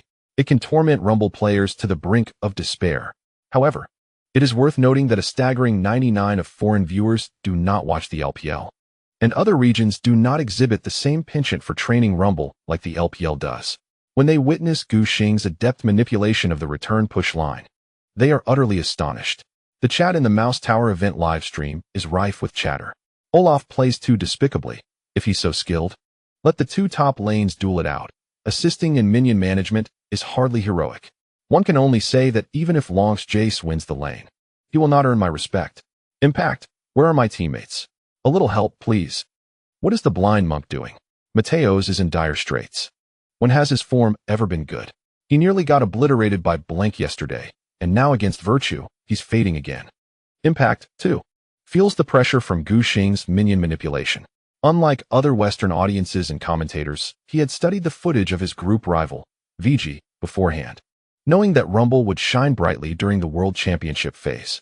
Thus, Impact specifically reviewed VG's matches against Olaf. What he found was Gu Xing's relentless training of Marin, leading to a devastating defeat for the latter. Among these clips was Virtue's segment on manipulating minions to create a return push line. At that moment, Impact scoffed, observing Marin trembling beneath the turret, thinking that Qianhuan Gu was merely coasting into retirement, his skills having deteriorated so severely that he could be so thoroughly bested in the LPL for profit. If it were him, he would never allow such a situation to occur. Now, however, the tables have turned, and it is he who must endure. Impact realizes it is not Marin who has become inept, but rather that the opposition plays ruthlessly. He is well aware of Gu Xing's penchant for manipulating minions to create a return push line, but what countermeasures can he employ? After his last demise, he crafted an amplification tome, yet the damage from Rumble is far from sufficient to eliminate Olaf. If he cannot secure the kill in one rotation, the Berserker SW, Rupture, will restore his health. In such a scenario, with all his skills on cooldown, he will inevitably be relentlessly pursued by the swift Olaf. Impact feels powerless and can only watch as his adversary completes the minion line and departs with ease. After manipulating the minion line, Gu Xing returns to base to replenish his equipment, purchasing a green jungle knife. The camera then shifts to Mateos. He has countered VG's lower jungle. Witnessing Gu Xing wreaking havoc in the top lane while intent on retaliating in the bottom lane, coordinating with his duo to execute a tower dive. However, Zhu Sungbin is already prepared. Imp strategically placed two lotus traps beneath the tower, effectively extinguishing C9's ambitions of a tower dive. The effect of All Eyes on Me proved remarkably potent in defending against such incursions, as its area of effect slow often yields extraordinary results. Mateos sensed that should he force an engagement, he risked being exchanged for a kill by the opposing team. After all, the duo from Vici Gaming possessed all four summoner spells, while his own support lacked hard crowd control, as the tower's defense relied heavily on his Lee Sin.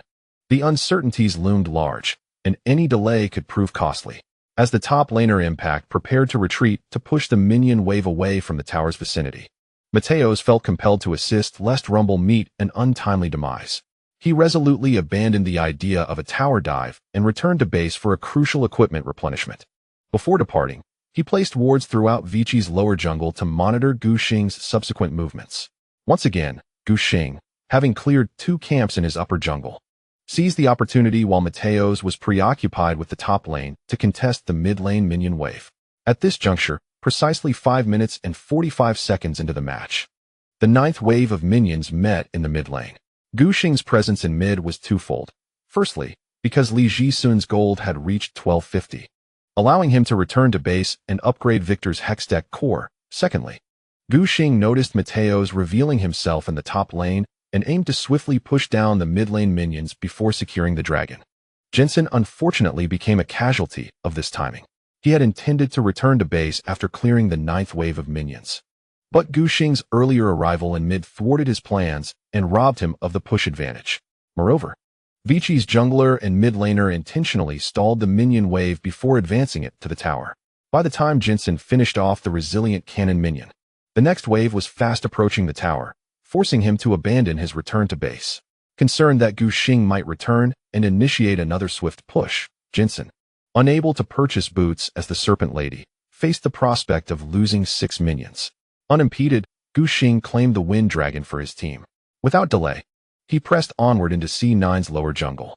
With the third round of jungle camps having respawned, Mateos, occupied with clearing the top lane, could not attend to the 2 camps in the lower half of the map. Gu Xing wasted no time, directly engaging the enemy camps while simultaneously placing a ward in C9's blue area. Gazing at the data panel, Jihuan's voice carried a hint of triumph. Mateos had executed an admirable exchange of jungle resources thus far, yet a disparity was beginning to emerge. With no options left, Mateos found himself at a disadvantage, as Gu Xing had recently cleared Vichi's upper jungle. After assisting Rumble in the top lane, there were no camps left for him to farm. Gu Xing's ability to synchronize lane and jungle pressure had become increasingly refined throughout his professional career.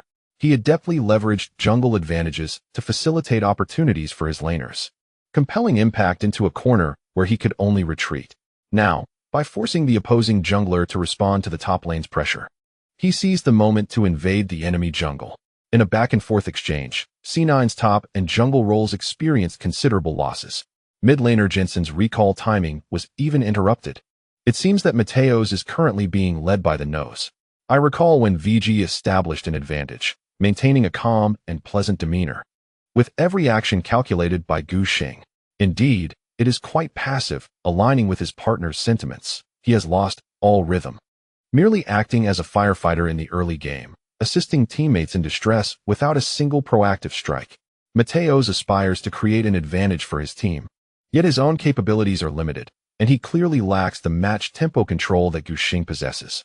Furthermore, given C9's composition, it is challenging for him to make an impact before reaching level 6. Unlike Olaf, who can charge in with Ghost and throw axes, Mateos is anxious. Despite the current kill ratio being 10, he understands that the gap between the 2 teams is widening. Not only has he lost the Infernal Drake, but he has also conceded 2 camps in the jungle. Although he has ensured Impact manages his lane well, Gu Xing's 2 early incursions into the top lane have significantly harmed Rumble, who has fallen behind by 15 minions and an entire level in experience. Mateos racked his brain, eager to rectify the team's disadvantage. Meanwhile, Gu Xing is remarkably relaxed. He perceives C9 as merely average. The landing skills across all 3 lanes are indeed commendable, but that is the extent of it. To say that they can exert significant pressure on VG's laners is far from the truth. Imp and Xiaoduan have been left to their own devices for a considerable time, trailing only slightly in minions while enjoying a comfortable development in the bot lane. As for the opposing jungler, Gu Xing recognized his superiority after the initial 2 skirmishes. The next step is to expand the early advantage he has accrued, systematically transforming it into victory. After clearing his lower jungle, he was the first to reach level 6, returning to base to purchase a burning gem. Now equipped with an assortment of fragmented items, he is effectively the patchwork king of VG, far from the coveted Cinderhulk jungle item. Nevertheless, his combat prowess is undeniably strong.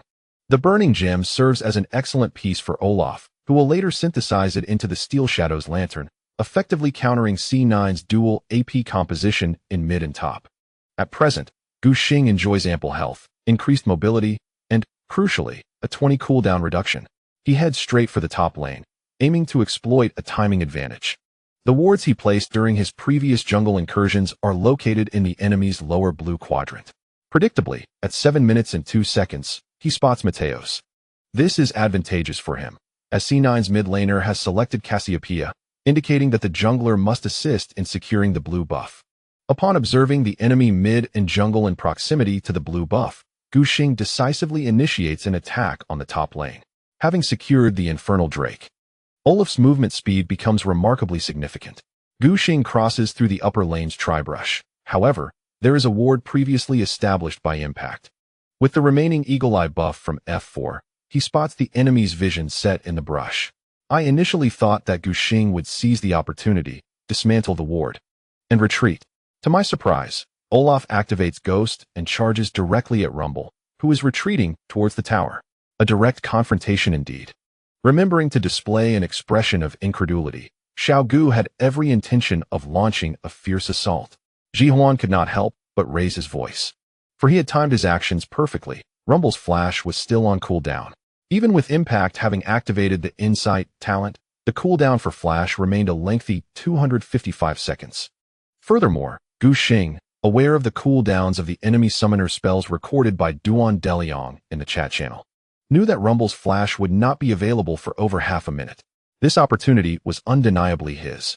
Impact, perceiving the ominous intent of Olaf as he moved with purpose, swiftly turned to eliminate a melee minion with his electronic harpoon.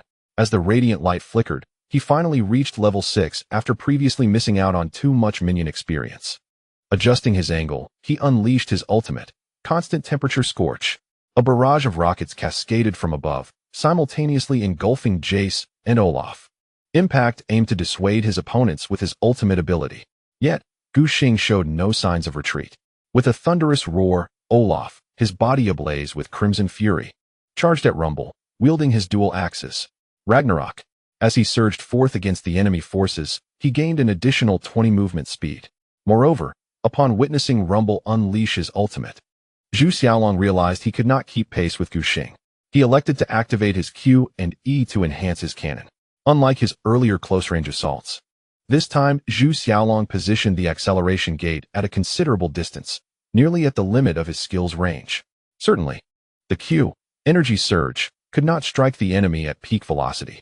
However, Gu Xing, bolstered by the acceleration gate, received yet another surge in speed. Olaf, bolting forward with the combined speed boosts from his ultimate and Jace's acceleration gate, resembled a wild beast unleashed, charging directly at Rumble. His Q, Reckless Throw, struck with a slowdown effect, and his E, Berserk Strike, landed a crushing blow against the towering Rumble. With Olaf's ultimate granting a boost to his attack power, Rumble was utterly unable to withstand the damage. Impact, retreating to the safety of his turret. New survival was improbable. In a last-ditch effort, he activated his Q, Inferno Feast, in hopes of trading blows with Olaf. Ultimately, he managed to secure Rumble's life. But Gu Xing's own health was perilously low. As Olaf unleashed his ultimate, the passive defensive buffs from Ragnarok faded, rendering him less resilient than before. Nevertheless, the talent, Dangerous Game, allowed Gu Xing to regain 5 of his lost health upon participating in a kill, barely keeping him alive. Seeing Olaf calmly withstand the final turret shot and retreat from his line of sight, Impact exhaled a sigh of relief. Was it truly not enough to secure a kill? With Rumble's demise, the only consolation for Impact was that he still possessed the teleport, mitigating significant losses in minion waves. Meanwhile, the English commentary team, striving to provide perspective from C9's angle, sought to salvage the narrative. The directors swiftly shifted the camera to the bottom lane, where Mateos finally initiated the first offensive of the match. The commentary team, invigorated, noted that although Mateos had been countered by Gu Xing, losing 2 camps and consequently falling behind in development, he had not missed an opportunity to gain experience while assisting Impact with the minion wave just 6 minutes prior. Arriving at the brush closest to the VG turret, the eagle-eyed buff provided vision, confirming the absence of enemy wards nearby. As his teammate eliminated a minion, Mateos shared the experience and ascended to level 6. He immediately resolved to launch an assault on the enemy's bottom lane. Following the initial phase of the landing stage, the VG duo's condition had significantly deteriorated. With his ultimate ability at the ready, the blind monk indeed possessed the leverage to engage. Imp stepped forward to secure a last hit, while C9's support Karma unleashed her Q to harass, and Sneaky's Ezreal employed his Mystic Shot to obstruct the enemy's movement. Zhu Changbin managed to evade Karma's Q, Spirit's Flame, but was quick enough to react to the slightly more distant Ezreal's skill, which was cast behind him. Consequently, he opted to reposition himself. However, this maneuver brought him perilously close to the brush where C9's jungler lay in wait. Mateos seized the opportunity to place a ward and, with a flash, kicked him towards his own duo. The execution of his combo was seamless, although Mateos was considered a weaker point within C9. As a jungler adept in fundamental skills, he possessed a proficiency comparable to that of most players in the same role. Zhu Changbin barely had time to react before he found himself airborne and uncontrollable. Yet, in his effort to kick Zhu Qingbin's Jin away from VG's tower, Mateos inadvertently entered the range of the turret during his flash. He remained unfazed. However, with the sound wave in hand, Mateos intended to utilize Zhu Chengbin to reposition himself. By executing the second part of his Q, Echo Strike, he could escape the turret's attack range. Surely, a blind monk would not miss his RQ combo. Mateos brimmed with confidence. In the very next moment after his flash, he aimed at Jin and released the sound wave. At a critical juncture, a flash of golden light appeared before the audience. It was Nami. The English commentator's voice, sharp and near-breaking, exclaimed as she flashed in to intercept the sound wave between the blind monk and Jin, absorbing the impact. Mateos paused momentarily, taken aback by her unexpected choice. Just moments before, when he had chosen to ward and flash, Duan Deliang's Nami had initially sought to distance herself, seemingly intent on abandoning her ADC for her own escape. To his surprise, she returned now. Nami not only absorbed the sound wave, alleviating some of the burst damage from Imp, but she also positioned herself at the edge of VG's next turret's range. This meant that even if Mateos triggered Echo Strike and reached Nami, he would still be within the turret's firing line, unable to evade its assault. Time was of the essence, and Mateos had little room for contemplation. Ultimately, he chose to execute the second part of his Q. Staying at the edge of the turret was certainly preferable to remaining within its range and enduring multiple hits. However, as Mateos sailed through the air following the Echo Strike, the graceful mermaid cast her Q, Tidal Prison, beneath him. Amidst the gasps of the crowd, Mateos found himself enveloped by the bubble just as he reached Nami, suspended in water. An exquisite display of skill. The commentator, with fervent enthusiasm, declared, "Caveman, your play is anything but primitive." The blind monk remained airborne and controlled for a full 15 seconds, and accounting for the time spent under the turret, Mateos would endure 3 hits from its shots. Imp cast a healing spell upon himself, bolstered by Nami's restorative powers, evading an instant demise and utilizing his flash to retreat behind his support. Previously, to bait and compel Imp's movement, Sneaky had expended his Q ability, Mystic Shot. Deprived of his core damage output, Ezreal's assault fell short of eliminating Jin, who narrowly escaped with a mere 200 health points remaining. Karma unleashed her freshly acquired ultimate, bestowing the blind monk with a reinforced shield, hoping to cover her teammates' retreat, while Sneaky also provided healing in a desperate attempt to save their jungler's life. Alas, it was too late. With a single shot, Gu Xing eliminated the blind monk with a basic attack followed by a sonic wave, marking the time at 7 minutes and 35 seconds. Imp consumed all the minions prior and claimed a kill, swiftly ascending to level 6. Taking refuge behind the tower, he immediately activated his R ability, Curtain Call. With a grand symphonic score accompanying his aim at C9's support, Karma. Having not returned to base for replenishment, she was left with only 40 health. Nami pursued forward, granting vision for her allies, as super bullets thunderously struck the enemy. With no other option, Karma was forced to use her flash to escape. A 0-4-1 trade, with the blind monk losing both his crucial flash and ultimate, along with his life. Under the watchful gaze of the camera, Mateos remained silent, lips pursed. The director replayed the moment, showcasing Nami's flawless execution in slow motion, leaving the chat channel on the mouse platform inundated with question marks. Many Western viewers were astounded, fervently inquiring about the previously obscure caveman's true identity. The 2 commentators from LPL beamed with joy, elated by the remarkable display of skill. As Xiao Duan had effectively rendered his opponents utterly inept, his eyes sparkled with delight. Mateos, with a rare elevation in tone, remarked that he was treating the World Championship as if it were merely a North American tournament, underestimating VG's operational prowess. Meanwhile, the RNG players observing from the backstage lounge erupted in applause. "What a performance, Duan de Liang!" exclaimed the emaciated Xianghua, visibly thrilled by the spectacle. Uzi, preoccupied with grooming his nails, cast a glance at Imp, who narrowly escaped with his life under Xiao Duan's protection, his face betraying a hint of envy as he muttered about having arrived first. The reaction from the VG bench was most intense. "Is this for real?" Zhu Xiaolong could hardly believe his eyes. "Duan de Liang, you truly have some skill." With their jungler having sent Impact back to the fountain, Long Gu did not engage in lane, swiftly switching to the lower lane to witness Xiao Duan's dazzling performance as a battlefield reporter. Gu Xing was elated, reveling in the fact that as a jungler, He relished the moments when his teammates effortlessly dismantled the opposition without his intervention. Witnessing the bot lane's remarkable turnaround within the first 7 minutes, Gu Xing began to shower praises upon Xiao Duan. Brother Duan, you are simply incredible. If it weren't for you, Poo would have already secured a ticket for fountain healing.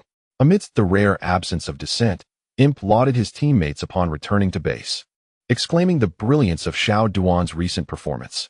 Grateful for the support, Xiao Duan offered a shy smile, attributing his success to basic maneuvers. While Xiaogu noted that the opposing jungler and support had both expended their summoner spells, wiping the sweat from his palms. He diligently recorded the cooldowns of C9's summoner spells. The moment he noticed Mateos making a move towards the bottom lane, Duan de Liang felt an overwhelming surge of anxiety, fearful of making a critical mistake. Fortunately, the enemy's first target was not him. Seizing a fleeting moment to regain composure, he assisted his teammates in executing a counter-kill. Seizing the opportunity presented by Mateos' demise, Gu Xing swiftly countered in the upper half of the map, reaping substantial rewards. Aware that the enemy's red buff was about to respawn, he speculated that the adversaries would come to claim it. Consequently, he positioned himself in the nearby brush, alongside Longbow, who had just returned to base for supplies. As they observed Mateos approaching, they unleashed a barrage of skills. The blind monk, having only just acquired the Caulfield's Warhammer, was vulnerable, suffering greatly from the combined damage of VG's jungler and top laner. As Mateos attempted to escape after placing a ward, Jace delivered the final blow with a thunderous strike, sending him back to the fountain. The exhilaration was palpable as the blind monk fell twice, resulting in a catastrophic performance. As a side note, with 800 words written, totaling 14,830,000 characters, there remain 120,000 words to be penned in the next 13 days as the writing frenzy begins. Updates will come later, featuring significant chapters without the previous midnight constraints, primarily due to some unfinished plot threads. In a dire situation, C9's early game had spiraled into disarray. Easyhoon reached a decisive conclusion. The jungler had fallen once more, forcing Impact to retreat to the confines of the second turret, shying away from the minion waves. Longji's Jace had achieved a commendable score of 2 kills without a single death, and even if he shared some minions with Gu Xing during the lane phase, it would not diminish the absolute farm advantage he had established over Rumble. The broadcast director timely revealed the economic standings of the 10 players, highlighting Zhu Xiaolong's lead of 423 gold in his matchup. It is worth noting that C9's upper turret had yet to be destroyed. Once Jace accrued the gold from the turret, the disparity between the two would only widen further. In the secluded brush, Impact watched in despair as his turret obliterated minions. Feeling utterly hopeless, beyond the exaggerated economic gap, he was significantly behind Jason levels. The last time he was killed under the turret by Gu Xing, Impact had just reached level 6. Since then, he had scarcely farmed, leaving his experience bar at half, while Zhu Xiaolong had already ascended to level 8. Despite his confidence, Impact could not claim he could bridge a 2-level disadvantage. In the C9 practice room, head coach Reaper covered his face, unable to bear the sight of the television screen. The composition chosen by the team had inherent issues at crucial power spikes. He had made sacrifices in this regard to provide Impact with a broader space to unleash his ultimate ability. Yet now, his top laner teetered on the brink of collapse. In the early stages, Mateos' performance as Lee Sin was dismal. Without the flash ability, the difficulty of executing ganks and establishing momentum in the lanes was significantly heightened. Following Imp's counterkill, C9's bottom lane faced severe oppression. In such a precarious situation, Reaper was at a loss regarding how the team would endure VG's most formidable mid-game onslaught. The fierce Olaf, sitting beside Coach High, was seen murmuring to himself while fixating on the monitor, resolutely embodying the tenet of leaving no trace in his wake. Leveraging his exceptional jungle efficiency and speed advantage, he swiftly ravaged C9's territory. Upon respawning, Mateos was disheartened to find his jungle so barren that even the most tenacious of jungle monsters would starve. With no choice but to roam aimlessly, he attempted to provide vision for his teammates, acting as a free bodyguard. However, in the current version, once the jungle falls behind, vision deteriorates completely. Before reaching level 9, the effectiveness of the red trinket's scanning ability is rather mediocre. Failing to secure the F4 camp results in the loss of the Eagle Eye buff's true vision effect. leaving the disadvantaged team unable to ensure the safety of their jungle's vision. Gu Xing, having established vision through invasions, spotted Meteos twice and subsequently shifted his focus to other lanes to create opportunities. Jinsen was in despair, controlling Cassiopeia, who lacked mobility and the ability to cast while moving. He found himself vulnerable every time Olaf appeared within his sight. Whenever Jinsen cast his abilities, Gu Xing would retaliate with an axe. As the Berserker's Q, Undertow, scaled with levels, its damage became increasingly formidable. Caught off guard, Jinsen would suffer from significant slow, while his health points dwindled further. More crucially, Lord Ho's Victor would also unleash a laser upon him. Despite Cassiopeia having some healing capabilities, she could not withstand Gu Xing's relentless harassment in the mid lane. Was there no one to curb his advances? Jinsen, exasperated, sought assistance from his teammates. What could Meteos do against Gu Xing? Both he and Jinsen lacked the damage to eliminate Olaf, and no other teammates were available for support. With the introduction of the World Championship patch, all three lanes were essentially tethered, and only with a substantial advantage could one afford to roam for assistance. This was largely due to the prevalent lack of hard crowd control among the meta's strong champions. Without reliable control, the likelihood of laners gaining value from roaming diminished significantly. Furthermore, the defensive capabilities of towers only existed in the initial 5 minutes of the game. Once this defensive effect waned, towers became exceedingly vulnerable. Should the laners from the even or disadvantaged side leave to assist, they would likely return to find their tower's health decimated by half. C9's hopes of slaying Olaf with an underdeveloped Cassiopeia and a poorly equipped Lee Sin were nothing short of fantastical. At best, they might manage to whittle down the enemy jungler's health. However, it is well known that Olaf's health bar is deceptive, with just one jungle camp. He could restore his health back to optimal levels. Nevertheless, Meteos was acutely aware of his mid-laner's dire predicament. He resolved to assist in the mid lane to alleviate some pressure and provide Jinsen with a semblance of support. Yet, Gu Xing seized the opportunity and dashed towards the top lane once more. Olaf's exhilarating sprint has resumed, and he is determined to claim the life of Rumble. His voice resonates with a powerful clarity. The advantages of purchasing the Radiant Boots have now been thoroughly revealed. The cooldown of the Summoner spell is reduced by 10 seconds with the CD boots. When considering the Insight Mastery, the cooldown of the sprint is diminished by a full 25 seconds. The Ghostly Sprint, originally with a cooldown of 180 seconds, now only requires 135 seconds. The brevity of the Summoner spell cooldown rivals that of many heroes' ultimate abilities. The last time Gu Xing utilized his sprint was shortly after the 7-minute mark to ambush Rumble. Now, as the game approaches the 10-minute mark, the Ghostly Sprint has just come off cooldown. He deliberately applies pressure in the mid lane, compelling Jinsen to reveal C9's jungler in that area. Consequently, Gu Xing can shift his focus onto Rumble, who stands alone guarding the top lane. Impact. Witnessing Olaf charge at him like a rabid dog, feels utterly despondent.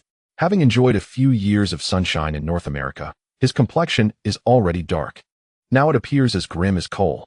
How can he possibly survive this? His flash is indeed ready. Yet, the opposing Jace, Zhu Xiaolong, also possesses a flash. What escape route remains for Rumble, who lacks any mobility skills?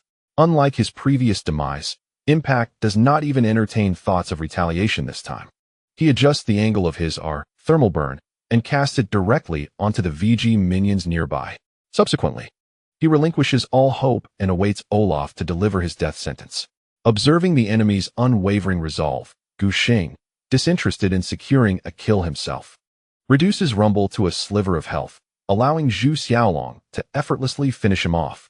The imposing Poppy once again detaches from her mech, wailing as she soars into the air. Silence envelopes the auditorium. The North American audience, witnessing the plight of C9 star player, falls into a hushed reverence. Just yesterday, they had mocked the European top seed for their pitiful display against VG. Today, the tables have turned. For C9, the only silver lining is that Impact's ultimate managed to incinerate a wave of minions, successfully safeguarding their top turret. Yet, mid-sentence, he suddenly realizes this might not be a positive development after all. His partner, Ji Huan, laughs unabashedly, affirming the truth, as long as the top turret stands. Impact must continue to face off in lane, while Gu Xing can simply come over and reap the rewards. Seizing the opportunity, Gu Xing effortlessly steals Meteo's stone beetle before returning to clear his jungle. He recuperates in the fountain and promptly retrieves the mighty jungle knife. With less than 13 minutes into the match, Gu Xing boasts the burning giant jungle knife and CD boots, his equipment undeniably extravagant. This Olaf has become remarkably tanky. How will C9 contend with him? Gu Xing's concealed joy is palpable. He suspects that even if 3 opponents converge to focus fire, they may not be able to eliminate him. The burning giant jungle knife not only grants the hero an additional 400 health, but also provides an extra 15 health bonus. Gu Xing's times power is fully stacked, and the Keystone Mastery alone contributes 300 health. Combined with the burning giant, his total health is truly astonishing. The only slight drawback is the lack of resistances, rendering his tankiness somewhat superficial. However, at the 13-minute mark, the means to confront C9's underdeveloped champions proved entirely sufficient. The 2-tier of the goddess items on Seraphine and Ezreal now seem to be hindering the team's rhythm. It is hard to refrain from commenting that they collectively spent 1,500 gold to exchange for their future combat prowess. Jihuan concurred, suggesting that if C9's jungle and top lane could sustain the pressure during the early to mid-game, they could indeed stretch the game until both carries achieve their full item potential.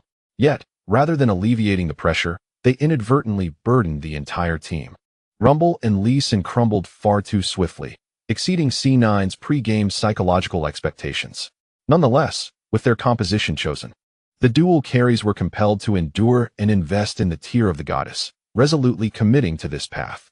Presently, C9 could only hope that the entire team could endure through this awkward phase. As the broadcast shifted its focus, viewers were greeted with the sight of Olaf ruthlessly overpowering Lee Sin in the upper jungle. Mateos had initially intended to pilfer a few jungle monsters from his own upper side to prevent falling too far behind in development. However, everything was under Gu Xing's control. Shortly after Mateos entered C9's upper jungle, he was met with a brutal counterattack. The ferocity was both savage and expected. Onlookers unfamiliar with the situation might have thought Mateos had ventured into VG's jungle. Lee Sin endured 2 axe strikes, causing his health to plummet significantly, prompting him to retreat in haste. Typically, Lee Sin struggles to contend with Olaf in the jungle. Now, with both equipment and levels lagging behind, he could only flee in panic as Olaf closed in. Mateos contemplated his escape route. His position was relatively far from the wall, making it impractical to ward over it for a safe exit. He risked being cleaved to death by Olaf before he could reach safety. The remaining paths led towards the top lane or mid lane. Before Mateos could decide, the top laner swiftly vetoed one option: do not come to the top lane, or we shall both perish. Impact genuinely wished to prevent the jungler from venturing to the top lane. With Jace's Yumu's Ghostblade in hand, and Black Cleaver nearly completed, C9's upper jungle was huddled beneath their turret, awaiting Gu Xing's flank, which would surely end in a disastrous outcome. In a brief moment of rapid contemplation, Mateos confirmed that retreating to the top lane was indeed a dead end. He chose to withdraw to the mid lane, seeking Jensen's protection. Lee Sin executed a swift kick, attempting to displace Olaf, but Gu Xing's reaction was remarkably swift. The audience erupted in astonishment. Lee Sin's Dragon's Rage possesses a notably discernible casting animation. Upon witnessing this, Gu Xing decisively activated his ultimate, Ragnarok, granting immunity to crowd control and enhancing his attack power to continue striking at Lee Sin. Mateos, warding as he retreated to mid lane, requested Jensen to provide assistance. Unfortunately, arriving even sooner than Seraphine was Victor's Death Ray. The laser shot forth from his hextech arm, sweeping across Lee Sin and inflicting substantial damage. The subsequent Chaos Storm unleashed explosive damage. Lee Sin, lacking sufficient durability, fell victim to Victor, who had dashed in with a burst of speed. Witnessing Lee Sin's grim fate left Mateos utterly stunned. The broadcast shifts to the players' bench, where Gu Xing, the young man, wears a relaxed and carefree smile, seemingly convinced that the outcome is already determined. The C9 training room is enveloped in silence. Reaper is meticulously strategizing for the upcoming match against G2. He is acutely aware that the odds are heavily stacked against C9, with a high likelihood of defeat. VG is not a team that can be easily overturned, even with a substantial disadvantage. Reaper must seize every fleeting moment to contemplate how to triumph over G2 on the 3rd day of competition. If the initial 2 losses in the group stage have cast doubt on the team's chances of advancing, Then commencing with 3 consecutive losses would essentially mean preparing for a battle of honor in the next round and packing bags for the flight home. In his inaugural season coaching C9, he cannot allow such a disgraceful outcome to unfold. Hou observes his jungle partner Mateos, who appears profoundly disheartened under the camera's gaze, stirring a deep emotional response within him. Mateos and Hou are akin to brothers from the same era, having joined C9 together in early 2013 and spending 3 formative years side by side. Originally known as Hou the Master, he played primarily in the jungle role but transitioned to mid lane upon joining C9, forming a formidable duo with Mateos that left a lasting impression at the S4 World Championship, including humorous moments like the stealthy destruction of a crystal by Zed and Mateos' comical leap as a flying mantis. The audience derided their skills, leading Hou to retreat into a coaching role midway through the previous season, while Mateos remained determined to continue competing. However, when C9 underperformed in the S5 summer season, Hou returned to the professional stage, this time in his most familiar role, the jungle. Welcoming Hou's initiative, Mateos readily accepted a substitute role, allowing his friend to take the starting position. During an interview, Hou quipped about leading his teammates to the World Championship, a claim met with skepticism at the time. After all, during the summer of S5, North America's league comprised 10 teams, with C9 languishing in 7th place. Had it not been for a decent performance in the spring season, they would not even have qualified for the play-in tournament. Even C9's fans speculated that after a 6-month hiatus, Hou was pivoting towards a career as a comedian. However, in an unexpected turn of events, C9 made an astonishing comeback in the play-in tournament, achieving 2 reverse sweeps in 3 days and miraculously advancing to the S5 World Championship. It seems that those 3 matches in the play-in may have completely drained the remnants of Hou's professional career, as he subsequently struggled with frequent mistakes and a notable decline in performance, eventually stepping back once again. Mateos reclaimed the jungle position and returned to the fray. Over the years, their relationship evolved from a harmonious mid-jungle partnership to alternating roles in the jungle, akin to brothers in arms. Now, witnessing the nearly 24-year-old Mateos on the field, reminiscent of a vintage 1960s Ford, overwhelmed by the exuberance of younger junglers, Hou cannot help but feel a pang of sympathy. Just hold on a little longer. Sneaky casually brushes his bangs and remarks, "I can carry after about 20 minutes. Before he finishes, the bottom lane erupts into a fierce skirmish. Although VG's Jhin and Nami combination is initially subdued by C9's Ezreal and Karma, the battle is far from over. However, as levels and gear improved, the drawbacks of Ezreal spending 750 gold on the tier of the goddess became apparent. With the penetration build, Jhin's combat prowess had already surpassed him. Nami's healing output grew increasingly impressive, consistently replenishing health after each exchange. Currently, Duan Deliong boldly activated Tidecaller's blessing to forward auto-attack, slowing down opponents.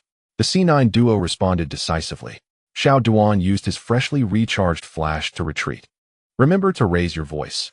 Imp's Jhin activated his Ghost Blade, converting attack speed into damage through his passive whisper, followed by a perfect curtain call. The range of the vintage sniper rifle encompassed the C9 duo. A shot struck Karma. C9's support attempted to pull Sneaky back for a counterattack. However, the urgent warning from top laner Impact echoed in the Team S voice chat. The opposing Jace had disappeared, likely teleporting to assist the bottom lane. Seizing the opportunity, Impact quickly focused on farming, having noticed that Jace was finally absent from his lane. During this time, he switched screens to the bottom lane, feeling perplexed by the inexplicable engagement initiated by the VG duo. True to his reputation as an experienced top laner, Impact's judgment of danger was mostly accurate. Albeit slightly delayed, the C9 duo sought to retreat, but Dragon Brothers Jace had already teleported in from the side. Jihuan, having a good rapport with Xu Xiaolong, was unusually vocal, and his long-range artillery barrage significantly depleted the enemy's health. The excessively fed Jace now appeared as a celestial being, delivering a shot that nearly sent Karma to her demise. Following that, Jhin unleashed another super bullet, forcing C9's support to burn his flash. Jace flashed in, executing a leap from the heavens and claiming a kill. Jihuan's spirit soared. Where could Sneaky possibly escape? Despite Ezreal's agile maneuvers to evade skills, he stood no chance against the onslaught of 3 from VG. Before the broadcast could fully capture VG clearing the bottom lane, it abruptly switched to the top lane. Here came Xiao Gu again. Olaf, wielding his battle axe, sought out Rumble. The 135-second cooldown on his ghost was already up. To impact, the berserker felt like the Grim Reaper, coming to harvest his life. He was thoroughly exasperated. Was it really necessary to hunt him down for just a couple of minions? Never before having faced such treatment, Impact now navigated the situation like a seasoned veteran. Without a moment's hesitation, he cast R, Constant Temperature Scorch, to incinerate the minions. Gu Xing secured the kill on Rumble, and the cries of despair echoed once more. In the venue, North American spectators witnessed VG's relentless offensive tempo, solidifying the belief that C9 stood no chance of victory. The barrage of comments in the domestic live streaming rooms was significantly denser than during yesterday's VG match. Perhaps the team's initial victory instilled confidence in the LPL audience, emboldening them to watch the live stream. Rumble's voice is indeed quite loud. Could you please stop shouting? If the killings continue, the value will diminish. I propose that Xiao Gu offers Impact a single kill, thereby resetting the bounty to 300. This is merely a suggestion. I never anticipated that Impact would dare to select Rumble in front of Xiao Gu. Surely, he has not witnessed the dire consequences of Ma Datu's demise. Could VG possibly secure a consecutive victory? The echoes of last year's PTSD have yet to fade. Are they truly resurrected in full health? For those seeking nostalgia, one might observe how EDG succumbed to the wildcard, surely evoking memories of last year's World Championship. The two commentators from the LPL were visibly exhilarated. Although Impact once again utilized his ultimate to clear minions, C9's bottom tower was on the verge of destruction. Zhu Xiaolong's gameplay was notably solitary as he urged his bottom lane to retreat swiftly, intent on claiming first blood tower for himself. Zhu Qingbin, with wide eyes, still hoped to defend his rightful claims. However, upon witnessing Jace's performance, he quickly abandoned that notion, muttering about who eats and who carries. Retreating to a safe position to recall. After pushing the next tower, Long Gu returned to base and promptly acquired the Black Cleaver. With the match just reaching the 16-minute mark, many viewers were curious about the terrifying damage output that a two-item Jace might unleash at this juncture. As the lane swap phase commenced, Zhu Xiaolong landed a cannon shot that reduced Impact's health by half. The English-speaking commentator stifled an expletive, shifting his tone. This was utterly insane. Impact's torment was far from over. He realized that Zhu Xiaolong's empowered shots were both swift and precise. One of the measures of Jace's proficiency lies in the accuracy of his skills once mid-game items are fully assembled. The ability to harness the poke potential of Piltover's second lieutenant is a true test of a player's mastery of the champion. Impact soon recognized that the intel he had previously gathered was entirely misleading. With a series of adept and cleverly angled empowered shots, Zhu Xiaolong appeared as if he were a seasoned Jace player. Zhu Xiaolong brimmed with confidence. In anticipation of the World Championship, he had undergone specialized training with Hanlabong, the masterful Jace player from the Korean server. Although it would take him considerable time to attain such extraordinary finesse, he could enhance certain aspects of his gameplay. Zhu Xiaolong was a team player, focusing primarily on empowered shots, enabling him to contribute to the team even after the landing phase. In truth, his performance in lane was rather average. This match was largely influenced by Gu Xing's assistance in securing first blood just 3 minutes into the game, which masked Long Ji's weaknesses in the lane. Impact was either hiding in the bushes, missing minions, or on the path to respawn and return to lane. Currently, Long Gu held a significant item advantage. Any competent professional player could easily capitalize on such an advantage with Jace. Long Gu, prepare for the Baron at the 20-minute mark. Gu Xing is still directing. We truly need you here. Unlike the previous match against G2, where VG was lacking in tanks but abundant in damage, the situation had entirely reversed. The speed at which Jin, Nami, and Victor could take down Baron was rather mediocre, and Gu Xing's Olaf, clad in frontline gear, could withstand Nashor's damage without issue. However, swiftly securing the Baron was simply unrealistic. It was essential to summon Jace over. Upon hearing the call, Zhu Xiaolong, after purchasing the small drink of the Demon Blade, continued to push the lane in the bottom. Impact, having previously taken several hits, returned to base to replenish his health, now found himself at a complete disadvantage of 3 levels against his opponent, rendering their combat prowess incomparable. Spotting the Demon Blade in Jace's backpack, he felt no inclination to resist and chose to remain within the safety of the outer turret, awaiting the arrival of the minion wave. Long Gu amassed a formidable wave of minions, surging towards the tower with great momentum. Jace, exuding arrogance, seemed poised to dive the turret if his teammates did not arrive. This audacity placed C9 in a dilemma. The support, Karma, would be of little use, as she lagged behind by 5 levels to her counterpart. Jace, unchallenged, was likely to eliminate both of them. The situation was similarly bleak for the blind monk, and with the jungler revealing himself in the lower quadrant at the 20-minute mark, VG would have the opportunity to initiate the Baron. Ultimately, they devised a counter-strategy. The duo from mid lane made their way to assist Impact at the bottom, while Jinsen, having finished pushing the wave in the top lane, transitioned to the mid lane to fortify defenses. The blind monk remained hidden, biding his time for the opportune moment.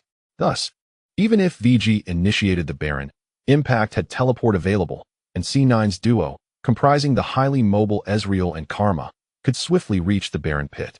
The plan appeared flawless, with no apparent flaws. However, C9's lane transition was exceedingly clumsy. Long Ji's rapid push with the amassed wave posed a life-threatening situation for Impact, prompting the C9 duo to hastily rush to the bottom lane. Meanwhile, Jizenbin and Xiao Duan quickly pushed the mid-lane minions, persistently chipping away at the tower's health. In this precarious situation, Jinsen opted for a shortcut. He dealt with the top lane minions and traversed the jungle towards the mid lane, striving to safeguard the tower. Although he did not brazenly cross the jungle, instead opting for a slight detour through the narrow path between his red zone and the high ground, which appeared relatively safe. He ultimately paid a heavy price. The sound of a triggered trap echoed beneath the feet of the serpent woman. From Jin came the E ability, Curtain Call. In the next moment, a deadly, radiant shot struck true. Jinsen activated his sprint to evade, but Imp had already unleashed his ultimate. The super bullet restricted the serpent woman's movement. Emerging from the shadowy corner was Olaf, brandishing dual axes with a fierce demeanor. The serpent woman's ultimate, Petrifying Gaze, was rendered ineffective by Xiao Gu's own ultimate, allowing her to evade the control. Jinsen, left with no choice, used his flash to dodge the Berserker's Q, Undertow. Gu Xing pursued relentlessly, providing vision for Imp. The second shot successfully connected. The serpent woman, slowed by the debuff, moved sluggishly, and Jinsen, filled with despair, watched helplessly as Olaf closed in, delivering several axes that sent him back to the fountain for healing. C9's mid laner fell, while the duo remained at the bottom. VG chose to converge on the Baron pit to seize the ancient resource. The atmosphere was charged with excitement. Long Gu pushed the accumulated minion wave down and immediately retreated to the back line, using his teleport to join the Baron pit. For the C9 duo and top laner, the only skill capable of interrupting the teleport was Karma's W, Inspire. However, the chain required a certain amount of time to take effect. Karma initially hesitated to advance into the shadowy expanse ahead, fearing that Jace's skill set might swiftly eliminate him. After missing the opportunity, it became impossible for him to assist Zhu Xiaolong. The entire VG team converged upon the Baron pit, rapidly claiming the formidable beast without encountering any significant resistance. Only Matiz's Lee Sin attempted to contest the Baron, but before he could descend, Lord Victor's ER combo, in conjunction with Dragon Brothers' cannon, swiftly dispatched him. Accompanied by Baron Nashor's anguished cry, the commentators erupted in excitement. Both teams' economies surged past 8,000, showcasing C9's evident decline. This single Baron was sufficient for VG to dismantle all structures outside the enemy's base, while seizing every resource in the jungle. As the duration concluded, the broadcast revealed VG's economic lead from the Baron buff, 4,839. Now VG's average economic advantage surpassed the 2,000 mark. Gu Xing returned to craft the Dead Man's Plate, completing a trio of items alongside the previously acquired Bird Shield, resulting in an impressively dense health bar. His level advantage over his counterpart reached an impressive 3 levels. VG assembled beneath the enemy's high ground, with Little Gu's Olaf at the forefront, poised for a decisive breach.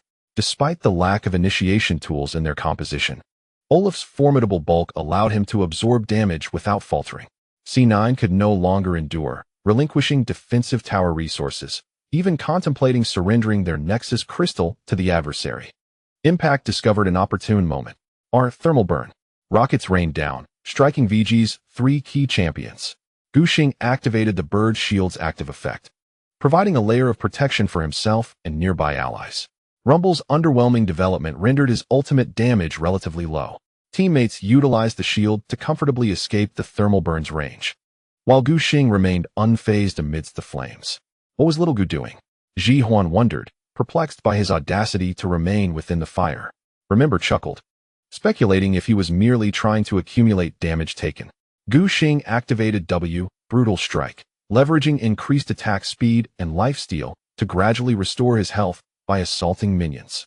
The sight of Olaf disregarding Rumble's ultimate left the municipal hall in an uproar. The high ground tower fell, and Jace's side shot struck Karma, my dear swan. Remember's catchphrase inadvertently slipped out.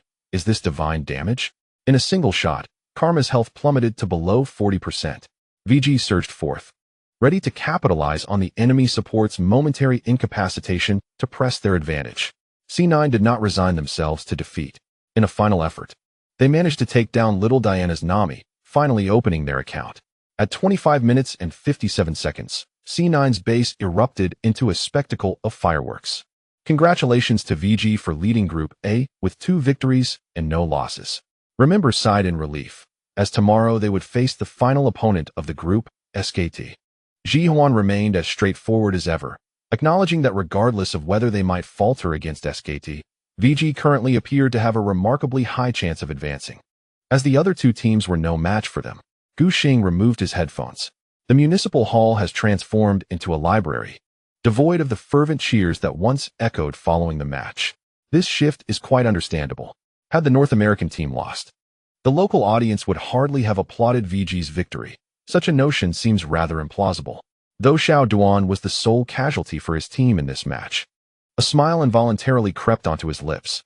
As a newcomer to the World Championship, securing 2 consecutive victories in the death group has left Duan Deliang immensely satisfied. The LPL live broadcast room buzzed with excitement. Comments poured in. What an astonishing start. Last year IG surrendered, but this year VG has redeemed face. A splendid gift for the National Day. These Western teams are merely fishing for compliments. They nearly lost their heads in the past 2 years. Did they really think they had improved since the S5 World Championship? What a marvelous beginning. VG truly seems capable of advancing. Regardless of whether we win or lose against SKT tomorrow, if VG reaches the quarterfinals, it's already a fulfilled task, deserving of immunity from criticism. Gu Xing, as usual, approached his teammates to shake hands with C9 players. Sneaky wore a grim expression, feeling his performance in this match had been adequate. It was simply a case of a complete and utter defeat. By the time he completed his 2 core items, the team had already found themselves in a dire situation. Throughout the match, Sneaky had only participated in 1 genuine team fight, leaving little opportunity for him to shine. More importantly, after 2 consecutive losses, how could C9 hope to turn the tide in the upcoming matches? The jungler Mateos appeared despondent. Being so thoroughly outplayed by Gu Xing left this veteran feeling utterly humiliated. At a loss, he was comforted by his good friend, who whispered words of solace and encouragement. Meanwhile, Gu Xing, basking in the glow of victory, was promptly whisked away by Yu Shuang for an LPL region interview, following the host to a secluded corner backstage. He stood in front of a banner emblazoned with the LPL logo and sponsor logos as instructed. After the first match of the second competition day concluded, it was with great honor that we welcomed VG's jungler, Virtue, for a post-match interview. Yu Shuang adeptly delivered the opening remarks, while Gu Xing grasped the microphone, greeting the domestic audience through the camera. After introducing himself, he added a heartfelt long time no see. Since the conclusion of the summer finals, Gu Xing had scarcely appeared in the official LPL spotlight. His prior interview was on the global stage, making this moment a long-awaited reunion with the domestic fans. What did Virtue think of the team's 2 consecutive victories? Joy radiated from Yu Shuang's eyes, thrilled to witness her home region's team embark on such a flawless start. Before the World Championship began, I never anticipated achieving consecutive victories in this group, Gu Xing candidly shared, reflecting on the unexpected delight of their success, yet feeling a lingering desire for more.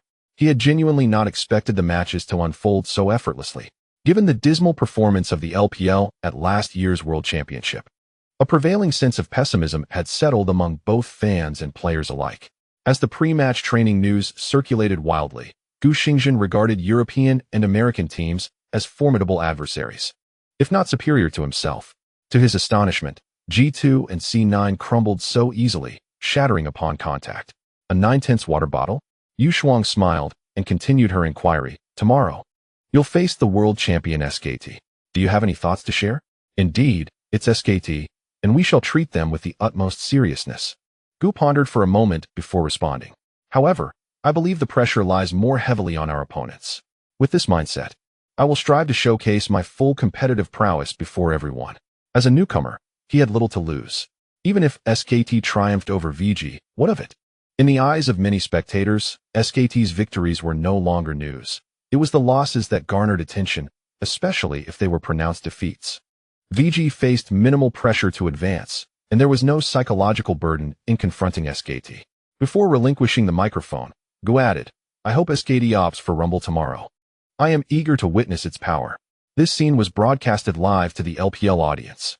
Gu, you mischievous one, aiming to exploit Rumble's vulnerabilities? Only now do I realize that SKT's previous top laners, Ma Run and Impact, have been bested by him. Now it's Duke's turn. Haha. Does he really think he can outplay Duke? SKT is not to be underestimated.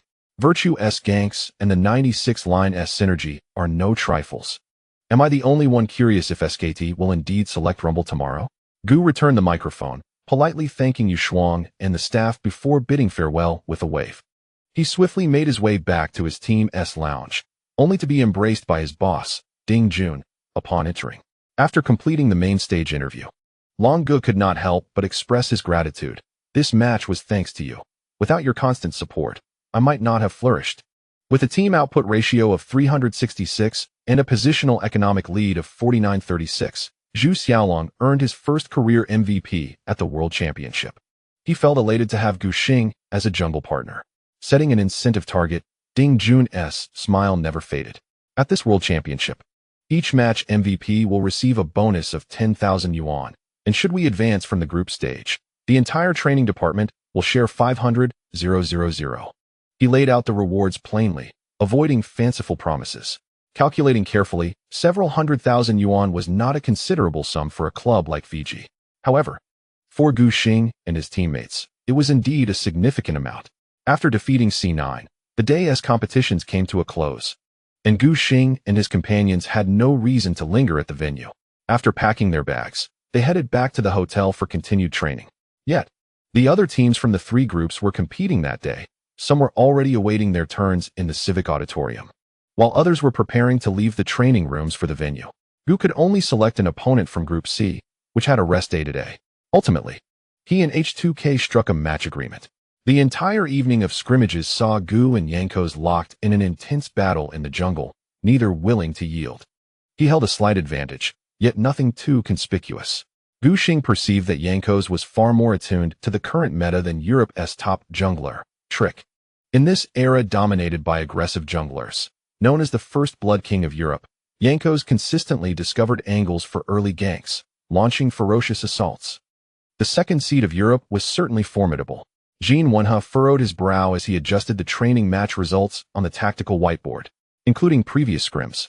VG's win rate hovered around 60%, indicating a lead, albeit not overwhelmingly so. Ultimately, H2K's paper strength was indeed commendable. Although the mid laner, Yuluan, had once been relegated to a mere backdrop in the infamous Double Z battle, his prowess as a KT system mid laner was anything but negligible. The bottom lane's Ford 1 Vin also showcased a commendable form this year. Much like his receding hairline, he exuded an aura of strength.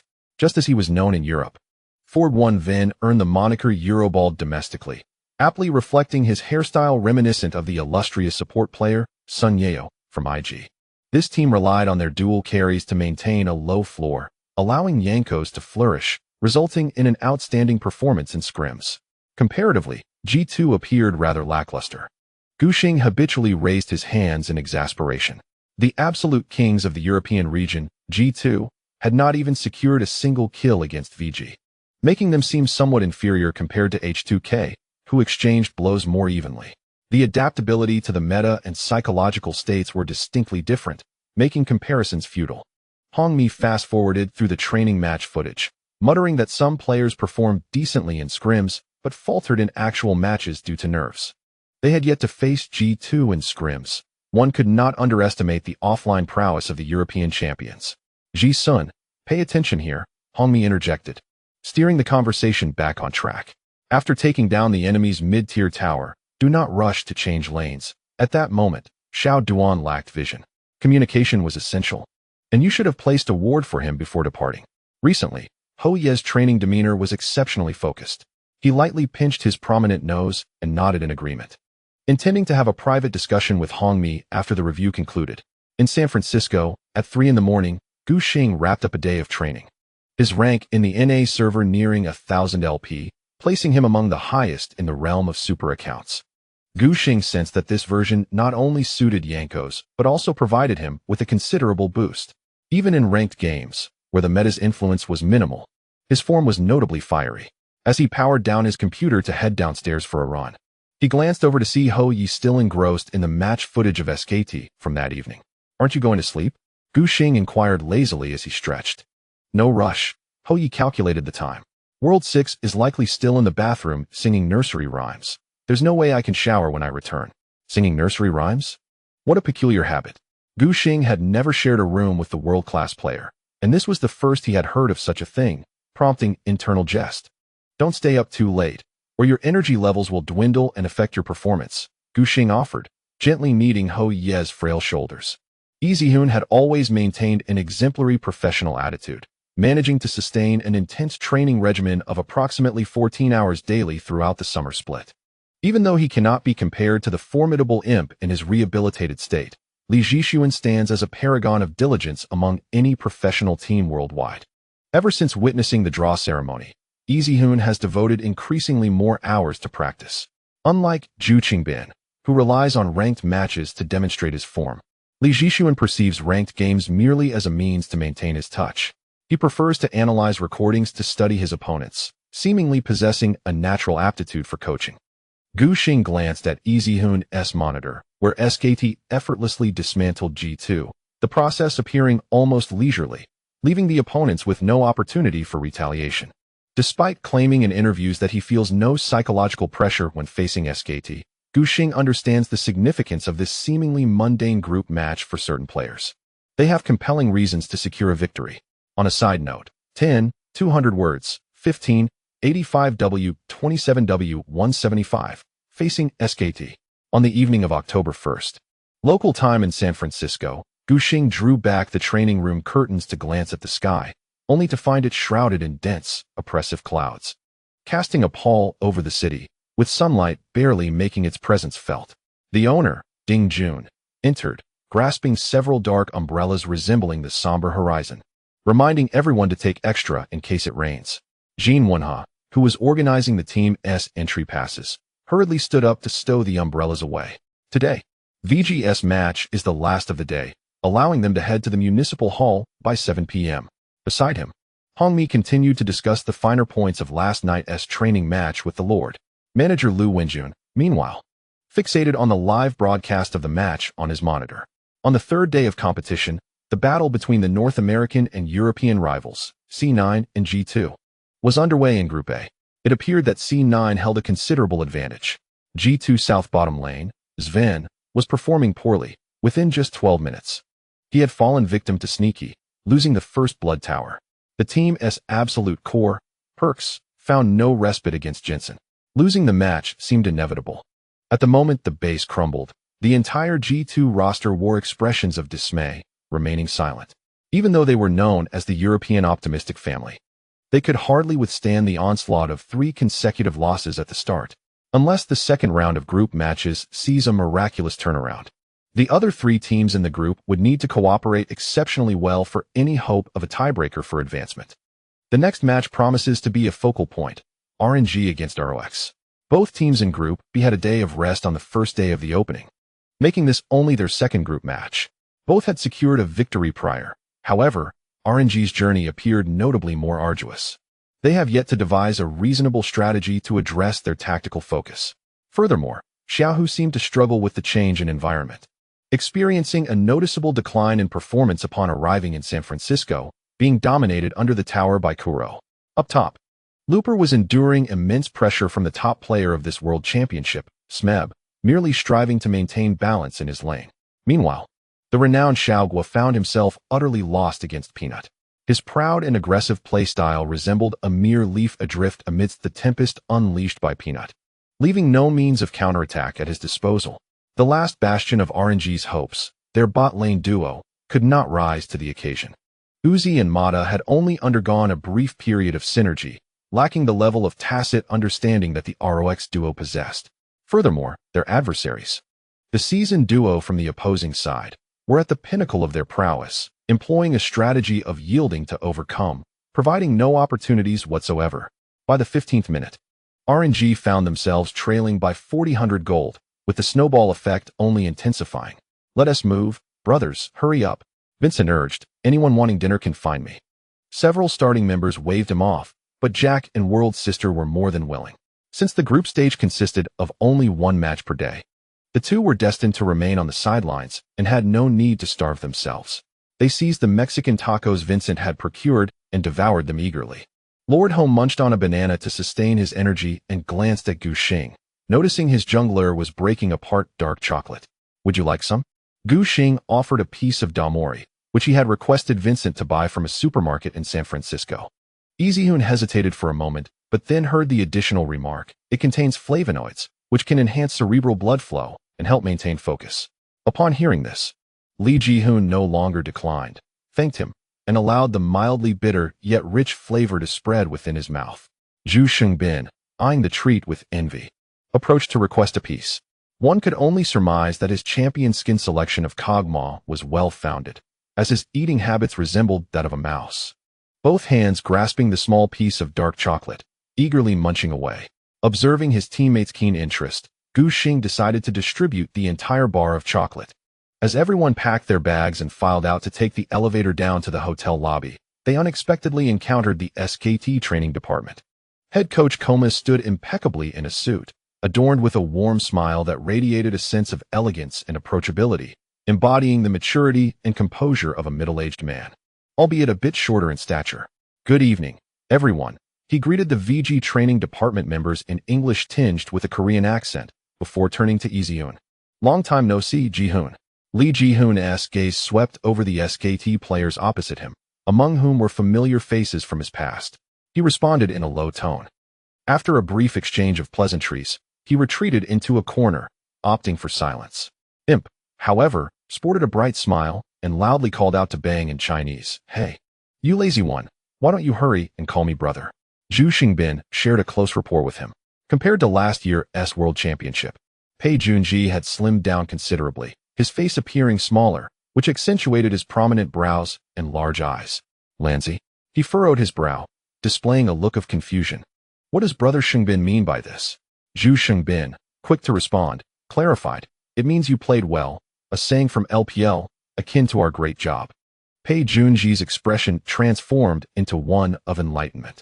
His knowledge of Chinese was quite limited, confined to basic phrases like hello and thank you.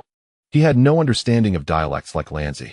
Upon hearing Zhu Xingbin's explanation, he immediately pointed to his close companions, Faker and Wolf, imitating the pronunciation, "basket, basket." Yuanba, hiding behind Gu Xing, covered his mouth, fearful of bursting into laughter. He stood half a head shorter than Gu Xing, roughly the height of Jack's head. Now, Yuanba's body trembled, his head bobbing erratically, peeking out from behind Gu Xing's neck, creating a rather comical sight. Long Gu and others could hardly contain their amusement. Zhu Xingbin's conversation with Bang alleviated the somewhat awkward and peculiar atmosphere that lingered between the two parties. Blank, also known as Xiao He, engaged in casual banter with Gu Xing as the two teams bid farewell at the hotel entrance, where a light drizzle began to fall from the sky. Gu Xing opened the large black umbrella in his hand. "Goodness," Yuanba remarked after a brief appraisal. "This umbrella is truly enormous." Following Jack's gaze, Gu Xing noticed that the black umbrella could completely shield both of them, and he wondered where Boss Ding had procured it. Before he could finish his thought, a bald head appeared in the distance. Under the dim sky, illuminated only by street lamps, the gleaming bald head provided a striking visual impact. "Wow," Yuanba's eyes widened. Instinctively rubbing his thick black hair, Gu Xing mimicked his action.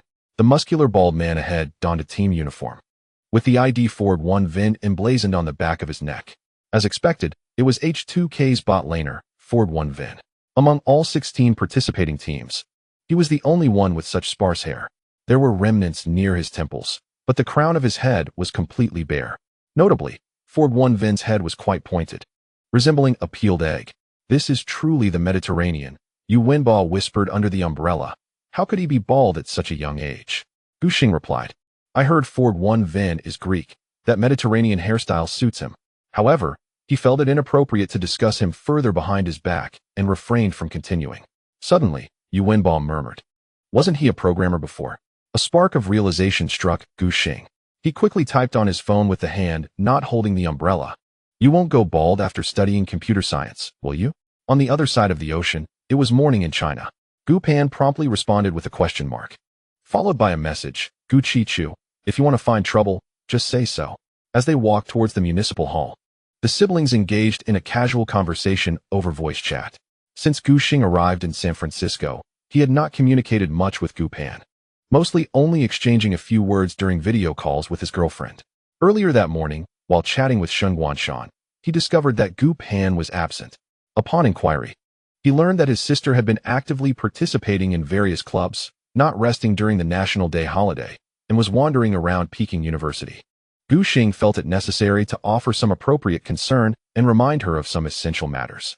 Oh, I know. I'm almost 19. Do you think I'm a child? Gu Pan retorted, yet she chose to change the subject. Aren't you supposed to have a match today? Do you still have time to chat with me? Outside the venue. While waiting to enter, Gu Xing stepped over a puddle in front of the municipal hall's backstage passage, simultaneously retracting his umbrella and giving a gentle pull to the shorter jack. A moment later, the call was disconnected. Oh, Gu Pan fell into a contemplative silence.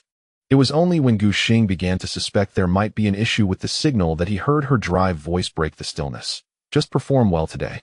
Your previous 2 rounds in the World Championship have shown that you are quite formidable, certainly on par with your opponents. Do not underestimate yourself. Gu Pan was acutely aware of the caliber of the adversaries VG was about to face and recognized that Gu Xing's career had thus far been smooth sailing, devoid of significant setbacks. She worried that a loss could adversely affect his mentality. Gu Xing chuckled softly, reassured. Do I strike you as someone who would crumble under pressure? After ending the call, he shook off the raindrops from his umbrella and strode confidently alongside his teammates into the passageway. Before entering the team lounge adorned with the VG emblem, Gu Xing encountered the departing RNG players. Their expressions conveyed frustration, with Uzi's forehead glistening with perspiration. The irritable Mata was loudly expressing his discontent in broken Mandarin. It was evident that they had succumbed to the Tigers. Upon noticing Gu Xing, Xiaohu managed a bittersweet smile. Are you all right? Gu Xing inquired with concern. Li Yuanhao's tone was laced with resignation as he replied, I suppose it's fine. I wouldn't say I'm particularly heartbroken though. After all, the audience unanimously perceived an insurmountable chasm between LPL and LCK. Even Xiaohu himself had not anticipated RNG could triumph over ROX. He had merely endured a thorough beating throughout the match, leaving his mind a bit foggy. Good luck to you all, he encouraged, clutching his keyboard and mouse, strive to carve out a victory from SKT. Although Xiaohu held little faith in VG's chances, he was not stingy with his kind words. Gu Xing offered a brief consolation to the nearby Xianghua, aware of his low emotional intelligence and anticipating another ill-considered remark. Without waiting for Lu Xiyu to speak, he slipped in behind Hongmi and entered the lounge. They handed their equipment to the staff for testing and settled into the room after applying their makeup. Hou Ye perused Hongmi's notebook, seizing every opportunity to enhance his skills. Meanwhile, Gu Xing sifted through Blank's data, seeking any tactical vulnerabilities. According to pre-match intelligence, SKT was fielding Little Black today, with Benji tasked with guarding the water cooler, which stirred a slight regret within him. Gu Xing had always aspired to engage in a duel with Benji, believing that as the sole dual champion jungler in the history of League of Legends esports, he must possess exceptional prowess. Yet, it seemed Benji was indeed retreating from the spotlight. Even though Blank had been the catalyst for SKT's loss to KT in the summer split, the team showed no interest in reintegrating the dual champion jungler, even in scrimmages. Gu Xing had not encountered Benji. He appeared to be fading quietly from the professional stage. Nevertheless, from a certain perspective, this development could be viewed as fortuitous news for VG. The synergy between Blank and his fellow SKT members evidently pales in comparison to that of the clumsy chicken. and they lack experience, appearing to be a rather vulnerable target. In the lounge, the television screen erupted with the shocking news of the second major upset in this year's World Championship. The number 1 seed from the Hong Kong, Macau, and Taiwan region, Flash Wolves, last year's quarter-finalists, succumbed to the wildcard team from the CS, ANX. Manager Liu Wenjun shook his head repeatedly, bewildered by the turn of events this year. Why must the wildcard teams create such headlines? The scene of EDG's defeat to the Brazilian team still lingers vividly in memory. Today, the CS has snatched a second victory before the 5 major regions. Moreover, this match was dominated thoroughly. The Flash Wolves, after the landing phase, were utterly toyed with during the transition by ANX. This transition was abysmal. Jack couldn't help but voice his frustration. What a disgrace for the LMS region. Unable to even secure a victory against a wildcard team? Common understanding dictates that the major regional teams should have a clear advantage in terms of operational prowess over wildcard teams. The smaller regional teams often fail to grasp the basic principles of operation, frequently finding themselves with no kills while falling behind in economy by thousands. Yet, the Flash Wolves have demonstrated through their performance that they too are inept at operational strategy. Karsa's performance was equally perplexing, as Yuwenbao muttered under his breath. Drifting into a stupor post-landing phase, Karsa? Perhaps pizza would be a more fitting moniker. Gu Xing interjected, noting that this CS team does indeed possess some merit. Just the other day, H2K almost lost to them, and were it not for Yankoz's prowess, ANX might now be celebrating 2 consecutive victories. In the penultimate match of the day, H2K faced off against SSG in Group C. Yanko's showcased to Samsung what it means to be the progenitor of the Olaf jungle, wreaking havoc in the enemy jungle with his berserker in the early game. The aggressive tactics of the opponents caught the head of the team, and completely off guard, nearly causing a catastrophic breach. European beasts managed to suppress the fledgling rookie, Chitty, during their lane. It seemed that Samsung was on the verge of suffering the LCK's first defeat at the S6 World Championship. In a crucial moment, mid laner Crown rose to the occasion. While his fame may not be pronounced, his current prowess is indeed formidable. He dominated his matchup against Yueluan, unleashing devastating laser beams with victor throughout the match. Despite Yanko's and his teammates exerting every effort, they could not reverse the significant disadvantage in the mid lane. After a grueling 40-minute battle, Samsung finally secured their first Baron. And as their composition began to gain momentum, their chances of victory grew increasingly favorable. Gu Xing had no time to spare, grabbing his Ferrari red keyboard and pitch black mouse, preparing to take the stage. Don't put too much pressure on yourselves, Jean Wonha reassured and encouraged the players. Let's treat this match as a practice game. Winning or losing is not of great consequence. Staff members knocked on the door, notifying the players to take the stage. Ding Jun gathered everyone in a circle. The team members extended their palms and stacked them together, finally raising their arms amidst a resounding chorus of VG will prevail. The exuberant voices reverberated powerfully in the enclosed room. Congratulations to SSG for defeating H2K, securing a pivotal victory for progression in the group stage. Dota summarized the previous match, praising Crown's proficiency with Victor, who dealt an astounding 443 damage to the team, and in the final team fight, he eliminated Ryu in a single decisive blow. After a lengthy match, Miller exhaled deeply. The LCK is indeed formidable, and SSG is merely their 3rd seed. It seems highly probable that they will secure the top position in Group C, regaining his composure. He exclaimed that the upcoming match is undoubtedly the highlight of the 3rd day of competition. The summer champions from our LPL region, VG, are set to face the 2-time world champions, SKT. The director presented the pre-match statistics. VG has played 2 matches, with an average team death count of only 0.5. Upon seeing this, Dahl chuckled, noting that the damage ratios of all 5 players are astonishingly high. Even the player with the lowest KDA has a score of 12, while the highest, Gu Xing, boasts an incredible damage ratio of 28. In their previous 2 matches against European and American teams, Gu's aggression was undeniable, showcasing a world-class jungle standard. Miller expressed his anticipation for Gu's performance against Blank today, as it would be the perfect stage for him to display his potential. Although SKT's statistics are commendable, they pale in comparison to VG's explosive figures. Nonetheless, no one dares to underestimate them. The audience is well aware that SKT has merely been warming up, revealing none of their tactical reserves, and has confidently secured victories from the outset, disregarding both C9 and G2. Notably, today marks Easyhoon's first encounter with his former team since leaving SKT, and Dahl's voice boomed as he eagerly awaited to see who would emerge victorious. Thanks to the tournament schedule, the final match of the day is about to commence. And it is already noon in the Eastern Time Zone of China, with countless viewers flocking to the LPL livestream. The barrage of comments has reached an exaggerated density, rendering the screen nearly unreadable. If VG can last past 35 minutes, it would be a success, right? I think that's reasonable. I'm already mentally prepared for a loss. Who are the naysayers of the LPL? VG can certainly win against the European and American teams, but facing SKT is a different challenge altogether. Look at our second seed, EDG, who can't even defeat the Brazilian wildcard. RNG was decisively beaten by ROX today. What gives you the impression that the LPL is so strong?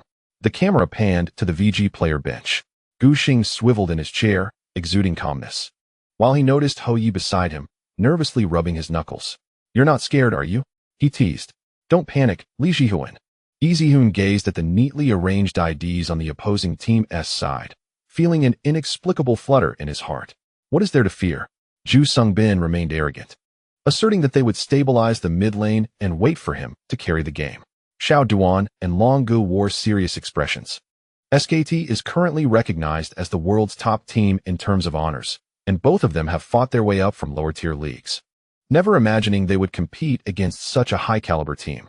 Their emotions were a complex mix of anticipation and tension. Gu Xing turned his head to glance at the opposing player bench. The stage of the municipal auditorium is rather modest, yet his vision has always been quite keen, allowing him to discern the profiles of certain SKT players. They all seem remarkably relaxed, with Coach Koma sharing lighthearted banter with the team. As Gu Xing contemplated speaking further, the sound of the referee's voice announced the impending start of the band pick phase, prompting him to sit upright in preparation for the battle ahead. A resounding crack echoed throughout the venue as the band panel appeared before the audience. In this matchup, SKT occupies the blue side, and they begin by banning Rumble. Upon witnessing this, Wawa expressed a hint of disappointment. Just yesterday, Gu Xing had mentioned in an interview his desire to see Duke's Rumble skills, only to find that SKT had prohibited its selection. He felt that with Gu Xing's training experience on top lane Rumble, if Duke were to dare pick it, VG might find an opportunity to exploit in the early game. After a brief moment of contemplation, Hongmi decided to ban Troll. Previously, Riot had observed VG's innovative use of Trundle as a support, which proved to be remarkably effective. The design team deemed it unfair for Troll to disrupt the bot lane, leading to significant nerfs in the 6.17 patch. The cooldown of Ice Pillar was substantially increased, adding 3 seconds to its max level cooldown.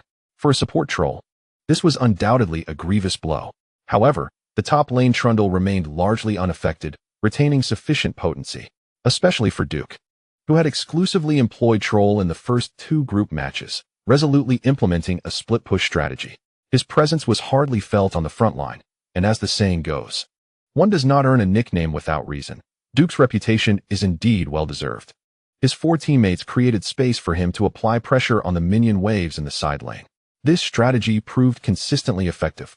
Troll is regarded as the quintessential operator for SKT in the current version's side lane management. Not wishing to complicate matters for his team, Hongmi opted to ban him outright. Koma adjusted his bow tie, resting his palm on a teammate's gaming chair, saying, "I'll help you send their Zyra to the ban slot, which will significantly enhance Karma's effectiveness. You and Junji should strive to secure lane control."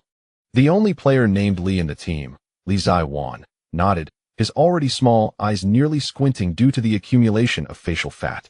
Yet, one must not judge by appearances. Wolf has maintained a consistently stable performance since the conclusion of last year's World Championship, undeniably the world's top support. VG chose to ban Victor, one of the most formidable mid laners in the current patch. Miller expressed his skepticism. In his view, Hou Ye's proficiency with Victor was unquestionable. With Syndra, one of the major bugs, now out of the equation, few professional teams would rush to secure a mid laner, and VG, situated in the red side, could easily wait to acquire Victor in the first or second pick. Hongmi's ban took Miller by surprise. Koma rubbed his temples, habitually twirling the pen in his hand. He discerned Hongmi's intentions, based on interpretations from matches a few days prior. It was widely believed that Nidalee was undoubtedly a top-tier hero, with Syndra following closely behind, typically occupying a banned position. Under normal circumstances, the red team should take on the task of containing Nidalee. Otherwise, the blue team would surely lock down the LeBlanc. However, VG did not touch LeBlanc in their first two picks. Koma understood that Redmi was passing the ball back to him. If he allowed Syndra to be picked, VG would most likely not ban LeBlanc. Both teams were securing an excessively powerful character, and VG, as the red team, could still select a version character in the second pick. If Koma were to ban Syndra, Redmi would then lock down Nidalee. It was a matter of choice. Was it worth exchanging Syndra and another first-pick opportunity for LeBlanc? Koma turned to Xiaohong and asked with a warm smile, "Shanju, do you have confidence in your LeBlanc?" When Gu Xing had looked over earlier, he thought SKT was composed of players with unshakable mental fortitude, impervious to external influences. However, he only caught a glimpse of the side profiles of the two members of the Wolf Pack, whose robust physiques completely obscured the others. Gu Xing had not noticed the anxiety etched across Blank's face. Xiaohong was an exception in SKT. His mentality was genuinely fragile. Despite having secured an MSI championship with the team, Xiaohong still harbored doubts about his own abilities. Nevertheless, Koma was willing to nurture and trust him, granting him considerable autonomy. For instance, at this moment, if Xiaohong expressed any hesitation, Koma would immediately ban Syndra without a second thought. Blank contemplated deeply, realizing he could not disappoint the expectations of his coach. "All right, I can certainly win with LeBlanc." Koma smiled and instructed his players to ban Ashe. He did not wish to grant the opponents the ability to scout the jungle with Hawkshot, since they were allowing Xiaohong to have LeBlanc. They aimed to conclude the battle in the jungle. VG boldly released Jace, LeBlanc, and Syndra. The commentator babbled excitedly, while SKT swiftly locked in LeBlanc, allowing VG to secure Syndra and Jhin. This combination of double carries was still formidable, and Miller nodded in agreement. SKT acquired Ezreal and Karma in the second and third picks, a signature combination for the Wolf Pack. Bang radiated confidence. His mastery of Ezreal was beyond doubt, with the online community even affectionately dubbing him Bang Ezreal, a testament to his prowess. Redmi squeezed the shoulder of his jungler, asking, "What are you planning to use?" Gu Xing pondered briefly among the jungle heroes across several patches. How about Lee Sin? Olaf is too easily kite by LeBlanc. In contrast, the highly mobile Lee Sin was indeed a solid choice against LeBlanc, aligning perfectly with Redmi's thoughts. Xiao Duan, you should still select Nami. The lane pressure with Jhin might be quite intense. It's essential to sustain until Sheng Bin completes his Shadow Dream, he briefly elaborated, ensuring that Duan Deliang absorbed the advice before locking in the champion. SKT picked Orianna for the mid lane, while top laner Duke opted for Gnar, intending to pursue a split-pushing strategy. In reality, Gnar was not the optimal choice. Echo would have suited Duke better. Yet, Koma found himself with no alternatives. If they had chosen Echo, their team composition would have been excessively skewed towards magical damage. He can only select Gnar to supplement a certain amount of physical output. VG has opted for Echo in the top lane, preparing for a counter strategy. The hero itself is relatively effective against Gnar, especially since the little Gnar was nerfed in the past two patches, with the cooldown of his E ability, Hop, being reduced. This situation pleases Miller, as it indicates that Duke's split pushing in the mid-game will face considerable obstacles. The 10 players from both teams have exchanged heroes, officially confirming their lineups. The blue side, SKT, top lane Gnar, jungle Nidalee, mid lane Orianna, and bot lane Ezreal and Karma. The red side, VG, top lane Echo, jungle Lee Sin, mid lane Syndra, and bot lane Jhin and Nami. The coaches of both teams stepped to the center of the stage to shake hands, preparing to enter the Summoner's Rift. As a side note, today is a rather special day. I will be updating less as I am spending time with my partner. Tomorrow, I will increase the frequency of updates. G2's mid-jungle synergy is indeed formidable, and the little Lu Bu appears somewhat outrageous. Today I've written 7,000 words, totaling 16,027,000. Enjoying the thrill? I will update later with a substantial chapter. My assessment: Imp is correct. Little Lu Bu truly lacks prowess. 176, a trap-laden game, a challenging breakthrough. The municipal auditorium is filled with an unceasing wave of cheers. Numerous spectators wave SKT flags, creating ripples of red throughout the venue. As the only team in history to have won 2 championships, SKT currently boasts a vast number of fans worldwide. In contrast, VG's cheers are negligible, with most supporters being overseas students from China. A pre-match interview video plays on the large screen. Lee Sang-hyuk, clad in a red jersey, sits in a chair.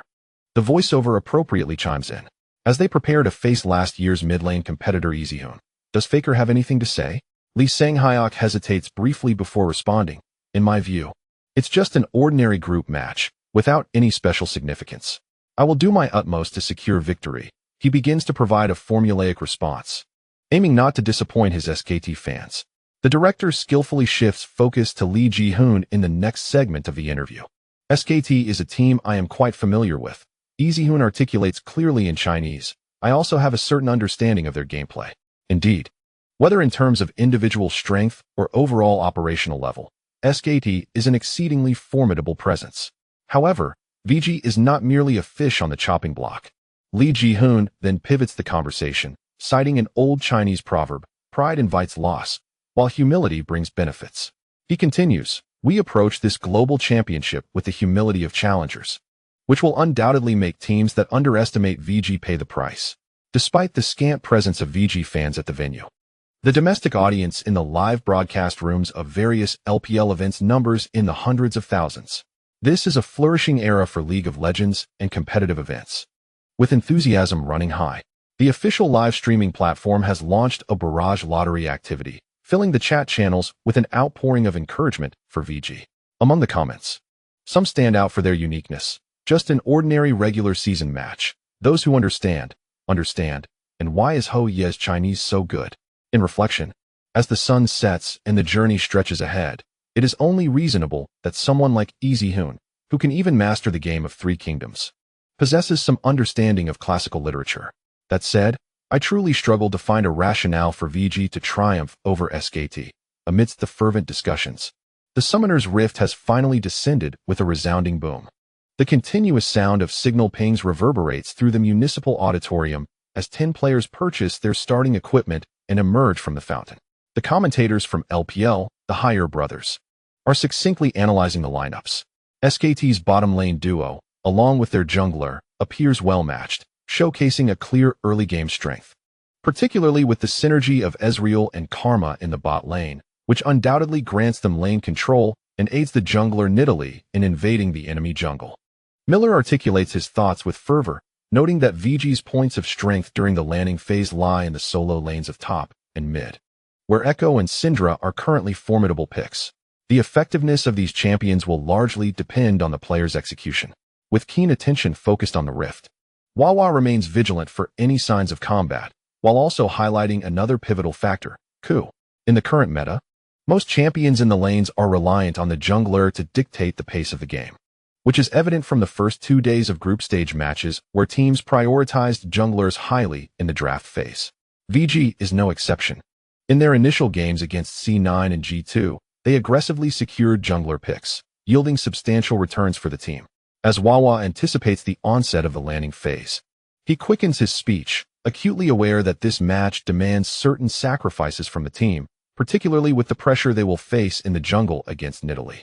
In just 2 days, Nidalee has carved out a formidable reputation at the World Championship. Unlike the mid-lane Nidalee of 2013, the reworked version now poses a greater threat in the jungle.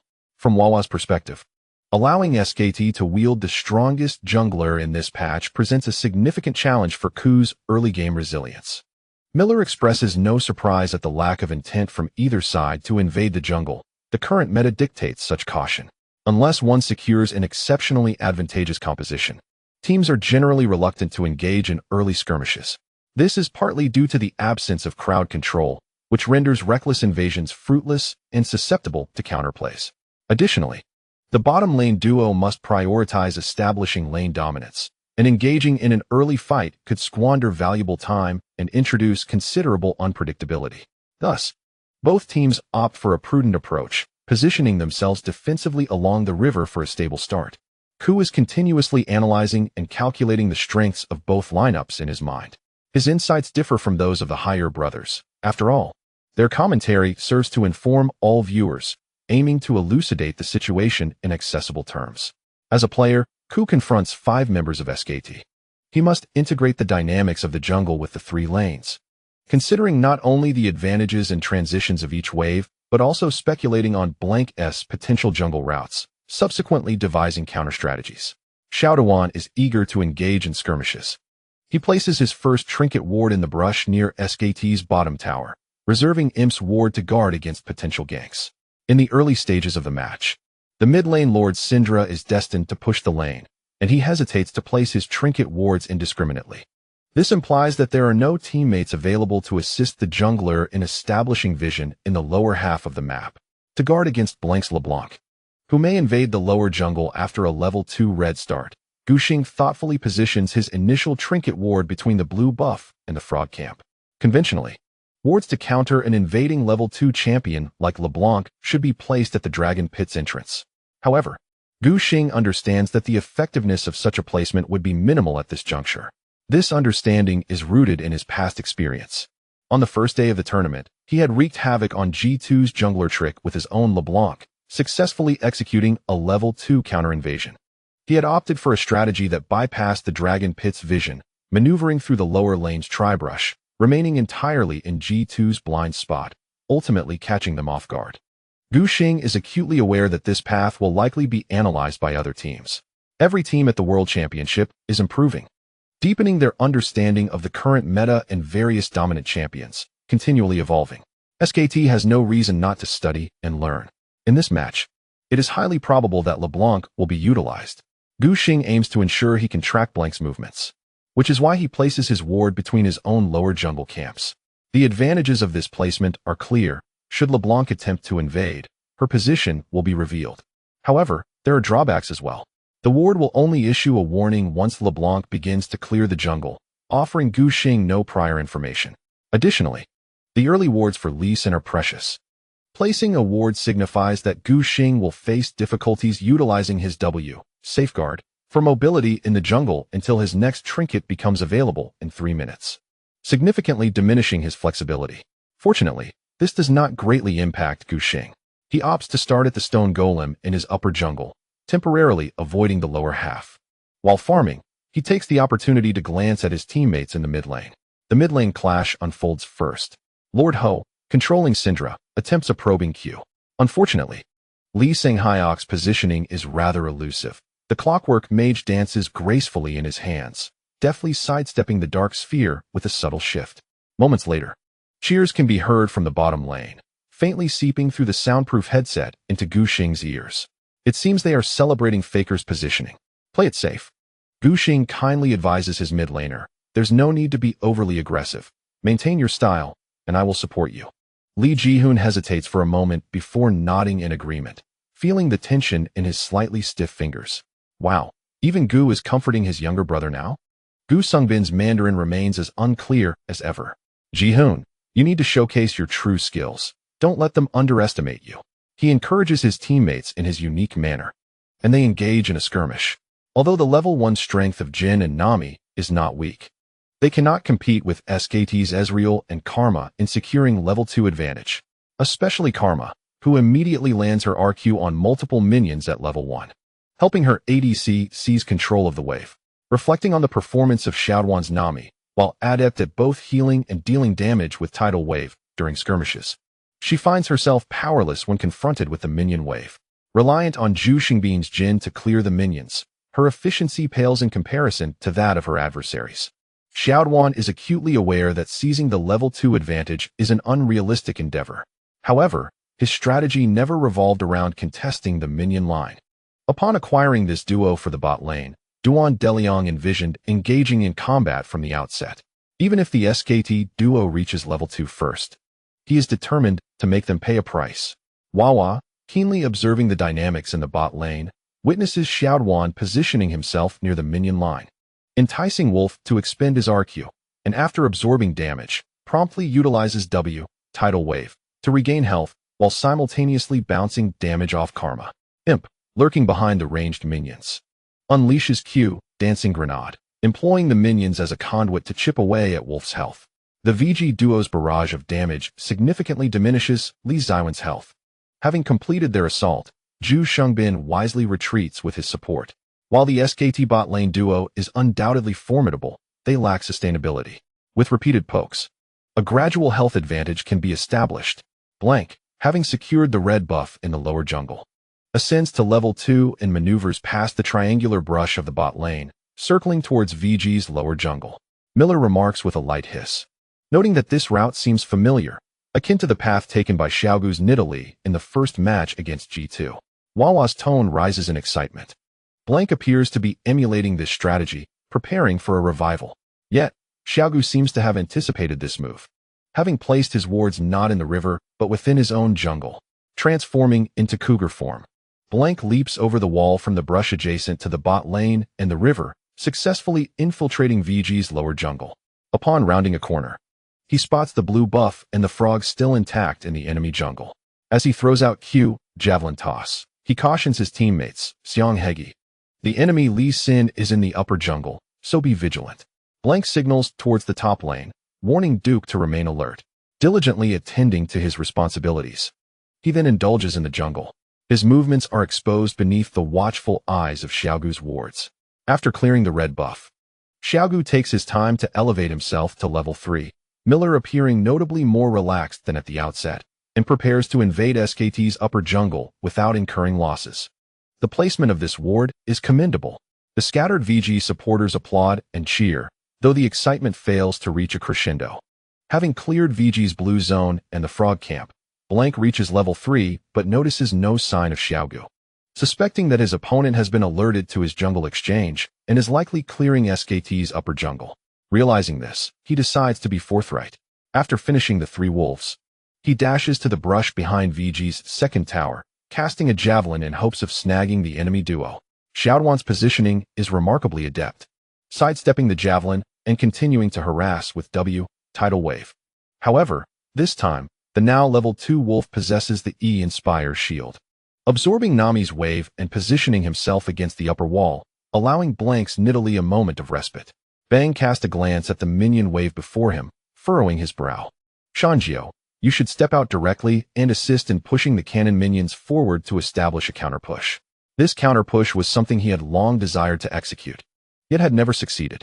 If they could advance the wave sooner, by 2 minutes and 48 seconds when the first wave of cannon minions transitioned at the bottom lane, the minions would undoubtedly return to SKT's next turret. At that moment, the Vici gaming duo would be compelled to follow the minions beyond the protective range of their turret. Once the Black Panther finished clearing the bottom jungle, she could come down to ambush, likely forcing out several summoner spells.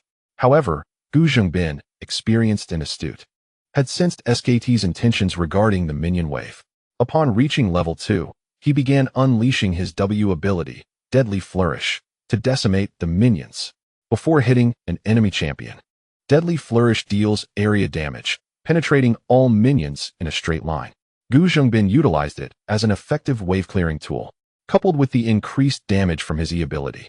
Tidal Blessing. The duo managed to clear the first 2 waves of minions with remarkable efficiency, leaving only a handful to enter Vici Gaming's turret, far from sufficient to establish a counter-push. With no recourse, Bang found the minion wave stalled in front of Vici Gaming's turret, inadvertently providing protection for the opposing duo. The health of Vici South bottom lane duo remained relatively robust, and with SKT lacking crowd control, a turret dive for a kill was improbable. Bang still wished to rally his team to force the minions forward in hopes of creating a counter-push.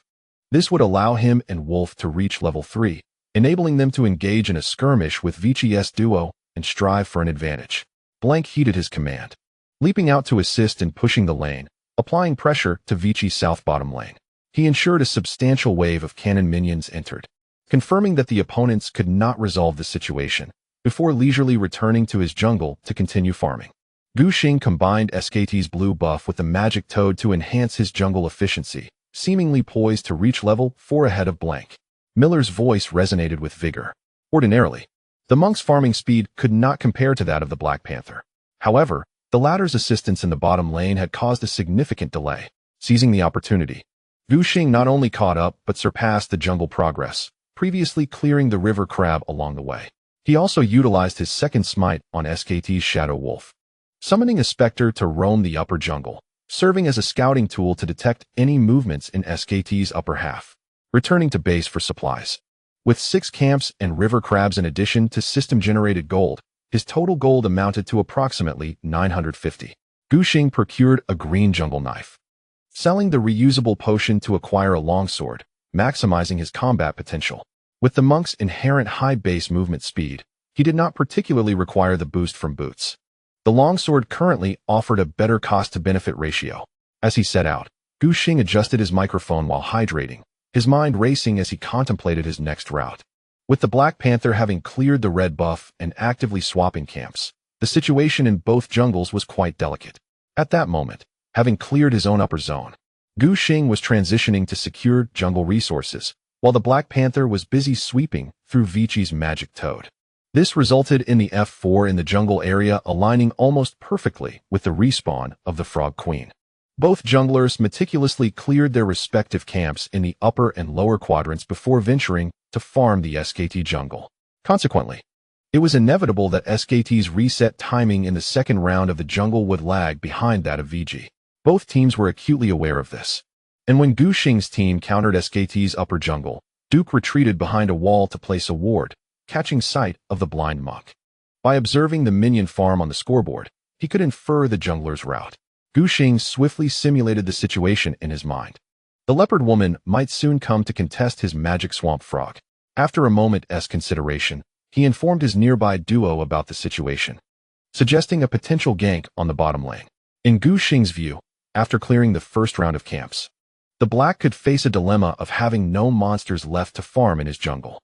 The leopard woman's hero must maintain a steady development pace in the early game. Blank would undoubtedly come to contest the jungle for farm, leveraging the leopard woman's attributes to gain an advantage over Gu Xing. The feathered bird was difficult to contest. Situated near mid lane, with the aid of the Lord Syndra, as long as the Black remained alert, a visit to the F4 was unlikely. The VG magic swamp frog was indeed a more accessible target. After countering the jungle monsters, the Black could escape with ease while simultaneously posing a threat to the bottom lane.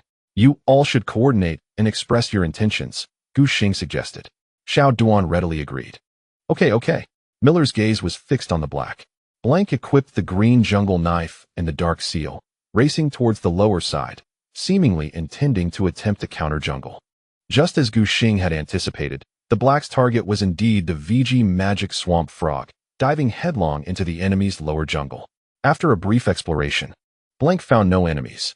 Before long, the magic swamp frog emerged. The Black's heart soared with joy. He wasted no time in countering the monster. This back and forth resulted in a significant disparity between the two camps. Blank calculated that, rounding off, he felt he had gained a fortune.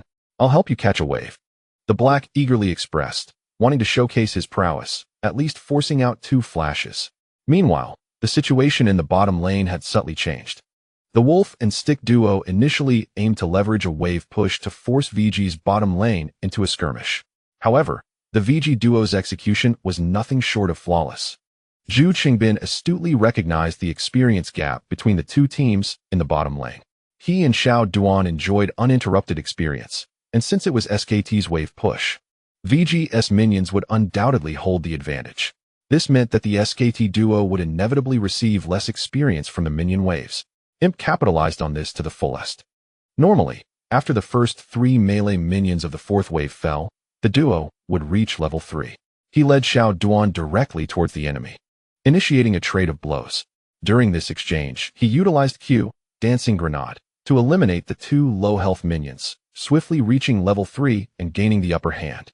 Despite the wolf and stick duo's quick reactions and timely withdrawal, they still endured a significant amount of damage, and their plan to leverage the wave push for advantageous trades subsequently fell apart.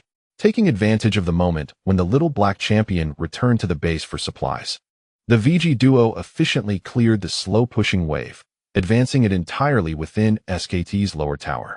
The 6th wave of minions has now reset near the midline. Should the little Black champion come to ambush, there is a high probability of a successful outcome.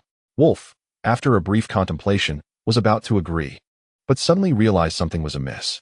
Since the counter jungle, Blank's movements had been suspiciously smooth, with the VG's sharp-beaked bird and swamp frog camps simultaneously respawning. He found it hard to believe that Gu Xing was unaware.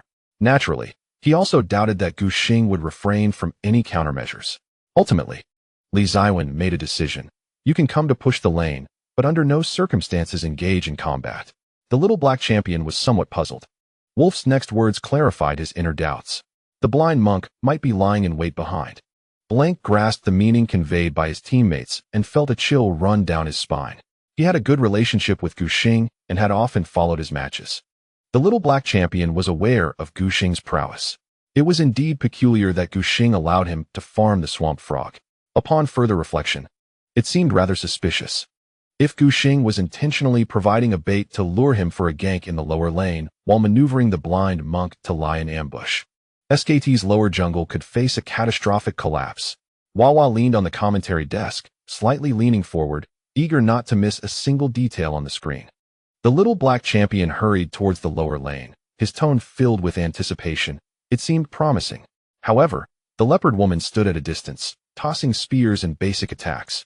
Showing no intention of engaging with the VG duo, Blank suddenly realized the situation. Miller was astonished. It appeared he understood that little Gu was lurking behind.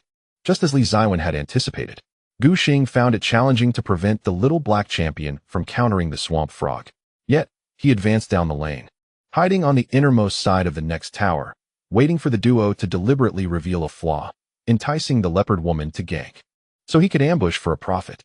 At this moment, seeing the little black champion completely disregard VG's lower lane and aggressively push the wave, Gu Xing understood that their plan had been exposed. He boldly emerged to assist in pushing the lane, enabling his duo to quickly finish off the minions and return to base for a supply run. Miller adjusted his breathing, feeling a surge of emotions. The skirmish had persisted for nearly 5 minutes without any kills, yet the rhythm of attack and defense was intricately interconnected. Both teams were attempting to dig traps for one another. However, in the first 5 minutes, each side had performed remarkably well, revealing no vulnerabilities. The economy remained tightly contested. Gu Xing directed the blind monk back to the upper jungle to farm, lightly massaging his temples along the way. SKT's approach, both offensive and defensive, could only be described as exceedingly cautious. It can be said that as one of the current top-tier teams in the league, their prowess truly stood out. He was prepared to engage in a drawn-out battle with SKT. However, Gu Xing suddenly witnessed a surprising scene, promptly switching the screen to SKT's upper jungle. Blank, also heading to the upper area to farm and develop, was advancing towards his swamp frog camp. The little black champion was now filled with euphoric relief from the aftermath of their earlier encounter. While rushing to his destination, Blank couldn't help but repeatedly ponder the dire consequences had he decided to gank the bottom lane. Fortunately, thanks to Li Ziwen's timely reminder, he was spared from bearing the brunt of a disastrous outcome. Blank exhaled deeply, feeling his muscles relax. It was only when he noticed a roaming spirit hovering nearby, observing him, that he belatedly realized something was amiss. During Gu Xing's jungle transition, the smite had been used on the shadow wolves. This information had gone unnoticed by the 5 members of SKT. Duke was merely placing wards at his own frog lady camp, and his vision did not extend far enough.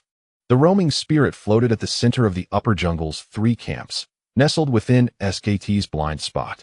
Blank was still too inexperienced. He had not recognized this upon entering the upper jungle. The spirit's duration was nearing its end, and it would soon dissipate into the air. However, a sudden panic gripped Blank. His position had been discovered by VG. What would Gu Xing do with this information? He hastily switched screens to observe his teammates across the 3 lanes. The broadcaster's camera shifted to the mid lane. After missing his abilities during the initial phase, Hou Ye quickly responded to his teammates' encouragement. He had been overly aggressive in seeking a lane advantage, which had led to impatience. He adjusted his playstyle, taking a measured approach to stabilize the lane. He refrained from recklessly casting skills to trade blows and maintained a balanced landing phase with his former teammate, Li Xianghe. The minion wave was predominantly positioned near the mid lane, a tempo that Li Easyhoon excelled at fostering. Initially, Faker was quite wary, but as the lane progressed, he sensed that Li Easyhoon had no aggressive intentions, allowing him to play more freely, even occasionally stepping forward to trade. For instance, at this moment, Easyhoon attempted to poke him with Q Dark Sphere, while Faker was busy last hitting. Had Li Xianghe cancelled his auto attack to dodge, he could have easily evaded the Dark Sphere. However, he would have missed the minion. Faker opted to shield himself with E, command, protect, using the shield to absorb damage. Not content with that, he stepped forward to cast QW, sending out a puppet to successfully slow Syndra, followed by an auto-attack to trigger Thunderlord's decree. Li Jixun's health plummeted to 60% in an instant. Faker was quite pleased with his trade performance. Just then, he heard his jungler's loud warning. Xianghe, run. The blind monk might be mid. In reality, Faker didn't need the reminder. No sooner had Blank's words left his mouth than Li Xianghe spotted Li Xin emerging from the bush above. With excitement, Wawa exclaimed that Gu was taking advantage of the leopard woman's exposure to mount a surprise attack in the mid lane. Hou Ye, using his telekinetic powers, lifted the dark sphere from the ground and, having activated his sprint, charged directly at Li Xianghe. Faker also activated his sprint, but the blind monk was already upon him. Miller's voice rang out with vigor, praising Gu's impressive speed. In a flash of golden light, Li Xin traversed over 1,000 yards, arriving beside Syndra. In a mere moment, Gu Xing used Flash and then W, Sphere of Protection, executing an extraordinary long-range displacement. At present, he stands merely 300 to 400 yards away from the Clockwork Sorceress. The Lord unleashed a psychic sphere, and the doll's eyes brightened with anticipation as it precisely predicted the trajectory, effectively sealing off Faker's retreat towards the turret. If Li Xianghe continued to run backward, he would be struck by the psychic force, which would apply a slowing effect. If he attempted to sidestep the skill, he would fall prey to Gu Xing's close-range assault. In the blink of an eye, Faker devised a solution. He executed a flash towards the side front, bringing him closer to his own inner turret while adjusting his angle to distance himself from Syndra and the extended line of the dark sphere, thus avoiding being stunned by weaklings. Begone. After flashing, Li Xianghe continued to position himself cautiously, seeking to evade the upcoming skills from the VG jungler. Without hesitation, the Lord flashed forward. The distance between him and Li Xianghe was once again reduced to within 400 yards. The second dark sphere coalesced beneath the Clockwork Sorceress, immediately followed by weaklings. Begone. At such a short distance, the Clockwork Sorceress, lacking mobility spells, found it nearly impossible to evade. Stunned, the doll was exhilarated to the utmost, his voice cracking with excitement. With a staggering 15 seconds of stun effect, the Clockwork Sorceress became nothing more than a target. Gu Xing's sonic wave landed firmly, followed by the explosive damage of the second Q, culminating in a ground-shattering thunderclap. Syndra unleashed her thunderous wrath, claiming the life of the Clockwork Sorceress. The damage output of the VG mid-jungle duo in the early to mid-game was undeniably terrifying. The Clockwork Sorceress, being so fragile, could hardly withstand such relentless onslaught. Miller's commentary was electrifying. First blood was drawn, and VG's mid-jungle duo took the lead. Inside the municipal hall, the cacophony reached an unprecedented level of noise. In the LPL official live broadcast room, a new wave of barrage flooded the screen. What a kill! Absolutely unbelievable that Faker would show a flaw. Xiaogu, my superhero. The Lord is outrageous, using both summoners so decisively, leaving no escape route. Just stunning and claiming the kill. The VG break room erupted in jubilation. The world's darling, with her fair complexion flushed from excitement, had visible veins on her forehead. Old Gu, Jack exclaimed, punching the air, I knew you could do it. Homie watched the television screen intently, unable to contain her applause for her mid-jungle duo. Boss Ding Jun shouted in exhilaration, though he wasn't too well-versed in League of Legends. He recognized that SKT had given up first blood to their star player. This would undoubtedly boost VG's morale, just as he anticipated. The team voice chat descended into delightful chaos. Well played, Gu. Ju Sungbin elongated his tone, howling, keep your eyes on the mid lane and kill. Go, go, Dragon Brother. He bellowed, once I build my ice fist, I can hold the top lane too. You all keep killing, and I'll be the cheerleader. Even the usually reserved Duan Deliong raised his voice. Upon seeing the fragmented body of the Clockwork Sorceress on the ground, Li Easyhoon finally relaxed his taut nerves. As he prepared to flash forward, the ordinarily cautious player had worried that if he misfired his control skill, he would face utter disgrace. Yet, Li Easyhoon's intuition urged him to persevere until the very last moment. Fortunately, they successfully eliminated Faker, preventing him from escaping the grasp of Gu Xing. Calm down, calm down. Gu Xing felt a surge of joy within, while outwardly urging his teammates to remain composed. Duan Gu, remember to note the summoner spell cooldowns of the opposing mid laner. Without needing further prompting, Xiao Duan diligently fulfilled his responsibilities. Gu Xing assisted the Marquis in pushing the minion wave.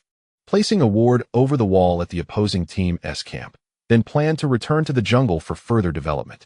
Upon seeing Gu Xing in the mid lane, Blank hurried to the battlefield. However, being a shoeless niddly, he was a step too late. By the time Hou Ye reached mid, he could only watch the lifeless body of Oriana, tearfully clearing the minion wave beneath the tower. After creating an opening, Gu Xing executed a reverse invasion of SKT's jungle, intending to seize resources while Blank was occupied in the mid lane. He had his sights set on the enemy's previously claimed magic frog in their camp. Hou Ye had earlier snatched the magic frog from the VG camp, proving that a gentleman's revenge does not take long. It was only a matter of time before he would repay the debt. With Smite at his disposal, Gu Xing found it remarkably easy to clear such single-target jungle monsters. Without breaking a sweat, he claimed the magic frog, crossed the river back to his own upper jungle, and cleared the remaining 2 camps. As Gu Xing returned to base, calculating the gold from his first blood assist, he accumulated a total of 900 gold, and along with the earlier longsword, successfully crafted a Tiamat. The Marquis, on the other hand, had acquired a lost chapter, a dark seal, and a control ward, ensuring a stable combat power. Presently, the lost chapter was priced at only 900 gold, lacking cooldown reduction effects, but its mana regeneration upon leveling up was highly enticing. More importantly, it could be synthesized into the highly cost-effective item, the Moralinomicon, in the latter half of Season 6. In contrast, Lee Sang-hyuk fell behind the Marquis by an entire wave of minions and the first blood gold. Unable to procure a lost chapter, he was forced to rely on an amplifying tome and a control ward to barely maintain his strength. After Gu Xing crafted Tiamat, his jungle clearing speed rivaled that of Nidalee, propelling his development rate significantly. In the current version, faster clearing meant having additional time to engage in other activities, such as ganking. Gu Xing ventured into the upper lane bush to assist with warding, ensuring his teammates would not be ambushed, while he concentrated his efforts on the mid lane. Without flash, Oriana was undoubtedly the most vulnerable target. Gu Xing yearned to make another attempt. Alas, Hou Ye had become considerably more vigilant, frequently roaming mid to check on Lee Sang-hyuk and provide him with healing to maintain his health. Faker himself was also cautious, denying Gu Xing another opportunity to strike. Wawa frowned, observing Lee Sang-hyuk's constant retreat to the safety of the tower, finding it rather troublesome. Even reaching level 6, Gu Xing could not extend his advantage further and wisely decided to shift his focus. With Lee Sang-hyuk proving difficult to capture, he set his sights on a more accessible target, the Nidalee. Gu Xing had long harbored discontent towards Blank. He was unaware that the failed ambush in the bot lane was Lee Jae-won's idea. He merely believed he had made an error, having been detected by Hou Ye. Meanwhile, Blank continued to frequently assist Faker mid, alleviating pressure. Gu Xing found it difficult to quell the resentment brewing within him without taking action. Utilizing the vision he had strategically placed at the SKT's Hornbird camp, he confirmed the enemy's F4 reset point. He took up position in the brush beneath the mid lane, stealthily inserting vision into the narrow pathway between the opposing Hornbird camp and the brush. Gu Xing was certain that his position was devoid of enemy vision. Li Xianghe, burdened by both hero and equipment disadvantages, had relinquished control of the mid lane. Fearing a gank, Faker hesitated to venture out to place vision, knowing that another death would spell catastrophe for his lane. Before long, Gu Xing caught sight of the enemy Nidalee. After clearing a camp, she intended to pass through the mid lane, repeating her earlier strategy to provide Li Xianghe with assistance and push the wave, preventing the minions from accumulating. Gu Xing aimed to ambush the unsuspecting Black Cat as she traversed the lane. With one last ward placed, he emerged from the brush, leaping over the wall to strike from behind, delivering a powerful kick that sent her hurtling toward the mid lane. Enjoy your stroll in the mid lane? Allow me to assist. Gu Xing's ultimate was executed with precision, perfectly positioning the enemy closer to the waiting Hou Ye.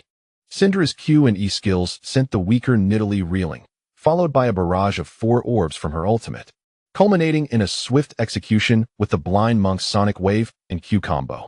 The Nidalee was unable to react, not even managing to use her flash.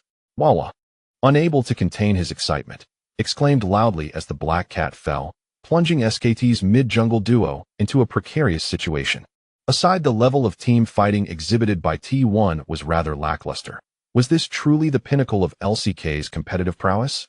As the clock ticked past 11, a lengthy chapter awaited, exceeding 10,000 words.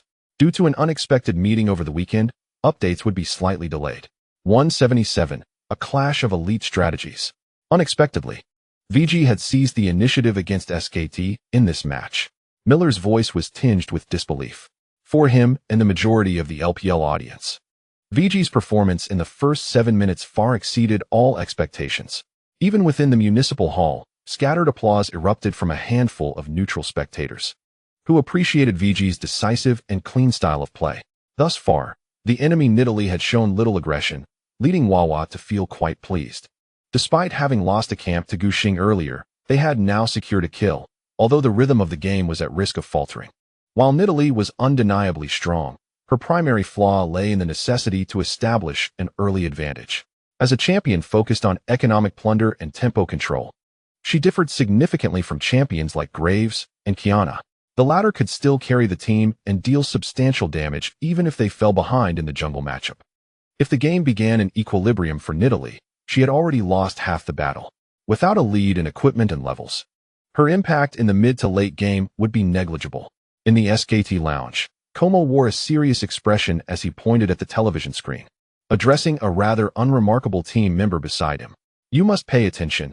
The opposing jungler will be vigilant about mid-jungle coordination and displays a strong offensive capability, reminiscent of Peanut. Benji, who was mentioned by name, leaned back comfortably, simply acknowledging the coach's message with a subtle sound, indicating his understanding. His appearances in matches had dwindled over the past year, and during the mid-season championship, the entire series had been dominated by the rookie, with Benji failing to secure even a minor opportunity to play. In various respects, he seemed to be marginalized as a veteran within SKT. However, Benji remained unconcerned. Approaching the age of 23, he was gradually entering the twilight of his professional career, his performance fluctuating and unable to match that of the younger players. It was only natural for SKT to cultivate the young talent blank as a successor. Moreover, having already amassed a plethora of championships, including both the World Championship and League titles, he found the intensity of years of rigorous training to be quite exhausting. With no clear objectives ahead, continuing to fight on the battlefield would only lead to fatigue. Thus, he preferred to sit on the bench, idly watching the water cooler, contemplating the prospect of leveraging his dual championship status to negotiate a lucrative contract once the season concluded, a delightful thought for his retirement. More often than not, Benji found himself analyzing match footage from the sidelines, studying various hypothetical adversaries to prepare for unforeseen circumstances. Upon hearing Koma's reminders, he recognized the coach's significant regard for the VG jungler, suggesting that Virtue was viewed as a potential rival. This was quite unusual. Benji had reviewed numerous recordings, yet they primarily featured junglers from the same league in Korea, namely Peanut and Ambition, who had been his focal points. Since 2013, the World Championship had invariably belonged to the OG and LCK. The consensus had become that by eliminating all teams from the Korean League, one could secure the title. In this context, Koma's emphasis on the VG jungler marked the first time he had specifically instructed Benji to pay particular attention to an international competitor. Benji yawned languidly, resting his hands behind his head, his gaze fixed on the television screen. There, the rookie appeared visibly distressed and anxious, which, in Benji's view, still seemed too youthful and too simplistic.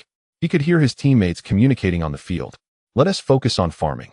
There's no need to rush, Wolf calmly reassured. If we can drag it to the late game, victory will be ours. Lee Sang-hyuk also spoke with composure. Indeed, we can accept this slight disadvantage, as long as it doesn't escalate further. In team fights, they are not our match. He held no belief that they would lose. During his 3 years with SKT, Faker had experienced countless matches that began unfavorably. It was simply a characteristic of the team's style, particularly in terms of first blood rates, where SKT had consistently struggled. This summer, their first blood rate stood at a mere 37, meaning they often conceded the first kill in nearly 23 of their games. For Lee Sang-hyuk, starting with a disadvantage had become second nature, as routine as daily life itself. It is merely a matter of enduring the initial pressure. As the match progresses into the mid-game, particularly during the transitions and team fights, SKT consistently manages to close the gap or even surpass their opponents. The seasoned players among them do not overly concern themselves with the minor losses incurred at the outset. In contrast, Blank, who has only been with the team for just over half a year, is still struggling to adapt. As a jungler, he often bears the brunt of the team's early disadvantages, which inevitably affects his mentality. Shanjiao, stick with me, suggested Lee Sang-hyok, offering Blank some tactical advice as they prepared to act in unison. Young Black found himself at a loss. The relentless assaults from Gu Xing had left him mentally disoriented, and he could not conjure a way to reverse their unfavorable situation within such a short span. At present, he could only heed the counsel of his mid laner. After eliminating Blank, Gu Xing meticulously cleared the enemy jungle camps and conveniently secured the blue buff for Hou Ye before returning to base to purchase the Caulfield's hammer. At this moment, his equipment was exceptionally opulent, rendering his combat prowess extraordinarily formidable. Gu Xing exhaled deeply. It was common knowledge that SKT struggled with pacing in the early game. However, the crux of the matter lay in how to capitalize on and exploit this opportunity. The opposing team's defense was impenetrable, and SKT had yet to fall into any of the traps Gu Xing had previously set, demonstrating their caution.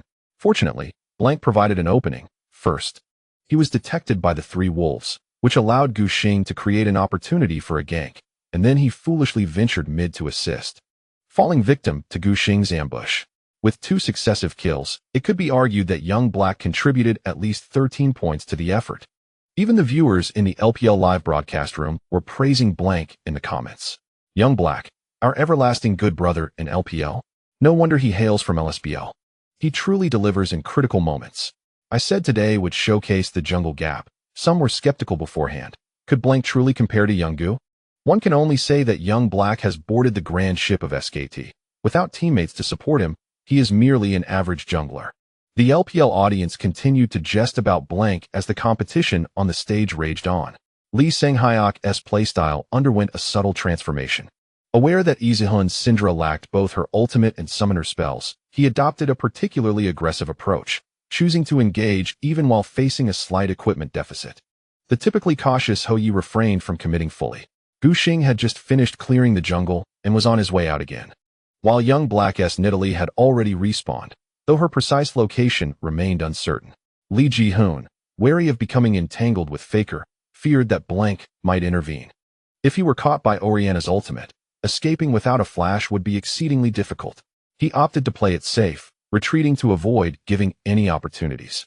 Simultaneously, he placed a vision ward to prevent Lee Sang-hyok from pushing the minion wave and roaming freely. Faker, with a final QW, cleared the mid-lane minions, pushing them all the way to Hou Ye's tower. He then retreated beyond the vision range of the ward, moving directly towards SKT's mid-tower, likely intending to return to base. Hou Ye communicated his speculation to his teammates, noting that Orianna's mana was running low. Lee Sang-hyok had less than 14 mana remaining, which would be utterly insufficient before the SKT blue buff respawned. Easyhoon makes a reasonable deduction based on the QW cast by the opponent before their departure. In the early landing phase, when the old Orianna lacks mana for sustain, she generally refrains from using W, command, dissonance, to farm minions, as it is a considerable drain on her mana reserves. The first level W consumes 70 mana, allowing for the casting of 2 QS instead. Furthermore, W, command, dissonance, is not her primary skill to level up, and when her equipment is not fully developed, its damage output is relatively low, inflicting limited harm on minions. Yet, Lee Sang-hyuk chose to do so. Easyhoon speculates that the opponent is hastily pushing the wave to return to base for supplies, thus disregarding the mana expenditure. The vision provided by the ward corroborates his theory. At this moment, Gu Xing is clearing his red buff in the upper jungle and decides to accompany the nearly finished minion wave to the opponent's upper jungle for a reconnaissance. Due to the early jungle exchanges, he has cleared SKT's first-round blue buff and realizes that the enemy jungle monsters will reset in 7 seconds. He can seize the opportunity with Easyhoon to secure the blue buff before Faker arrives in the upper area. For a traditional mage like Orianna, losing stable mana sustain significantly reduces wave clearing efficiency, consequently relinquishing control over the mid-lane minion wave. Currently, SKT's upper jungle only possesses 1 blue buff. The 3 wolves and the magic toad have likely been cleared by the little black. Gu Xing uses Sonic Wave on the blue buff, but suddenly realizes something is amiss.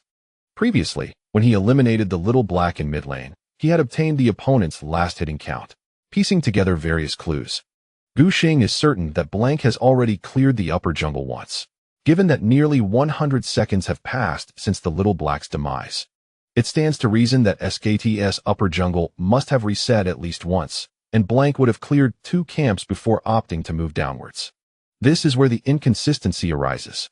Blank should have known precisely when SKT's blue buff would respawn. He must be aware that Gu Xing is also cognizant of the blue zone's reset timing. How could the opponent allow him and Hou Ye to counter without any defenses in the jungle? The idea of resource exchange through avoidance clearly cannot succeed. VG's blue buff has respawned earlier, and Hou Ye has already claimed it. Could it be that SKT has tacitly surrendered the blue buff? This thought troubled Gu Xing. He felt that SKT had no reason to act thus, and with a tinge of suspicion, he cautioned his teammates, "Be careful, Duan Ge. The leopard woman is down below and is likely to ambush you." Hardly had the words left his lips when he heard the resounding exclamation from Zhu Songbin. "Why is Oriana here too?" Gu Xing switched his view to the bottom lane, discovering the low-mana Oriana, accompanied by the leopard woman, flanking VG's duo from behind. The Korean commentary was quite pleased. Sanghyuk's feint deceived everyone from VG, as he pushed the mid-lane minion wave without returning to base, instead taking a considerable detour through his lower jungle to ambush in the bottom lane. Easyhoon's ward placement was somewhat unrefined, failing to gather useful information, and inadvertently allowed Sanghyuk to construct a ruse. Upon witnessing the tense atmosphere surrounding SKT's jungle and mid lane, which seemed almost frozen, a sudden vibrancy erupted, eliciting smiles from the commentators of LCK. This is the essence of a double champion. Their lips could hardly contain their upward curve. Indeed, Lee Sang-hyuk had but a sliver of mana left, sufficient only to execute 2 abilities, yet it proved to be adequate. Wolf's Karma provided a collective shield and acceleration with her RE, as the 4 members of SKT cornered the VG duo beneath the tower, Gu Xingbin and Xiao Duan. Driven by a fierce desire to survive, both flashed to evade Faker's ultimate. However, they were utterly defenseless against the ensuing assault from the leopard woman and the relentless damage from Easy. Blank flashed in with a Q to secure the life of Jin, while Bang offered healing and acceleration, adjusting his angle to land a final mystic shot for the kill. The Korean commentators were visibly exhilarated, their voices rising in fervor. Moreover, SKT's jungle, mid, and bot lanes converged, seizing the opportunity to dismantle the first blood tower while the remaining VG members were preoccupied in the upper half of the map. Upon noticing the enemy jungler and mid laner appearing in the bot lane, Gu Xing began contemplating counter-strategies, targeting Duke's Gnar. Both top laners had been steadily farming for an extended period, with few skirmishes to speak of. The broadcast showed little interest in the top lane situation. Presently, both Duke and Longbow were around 60% health, and VG's minion wave was poised to push towards SKT's upper tower, creating a prime opportunity.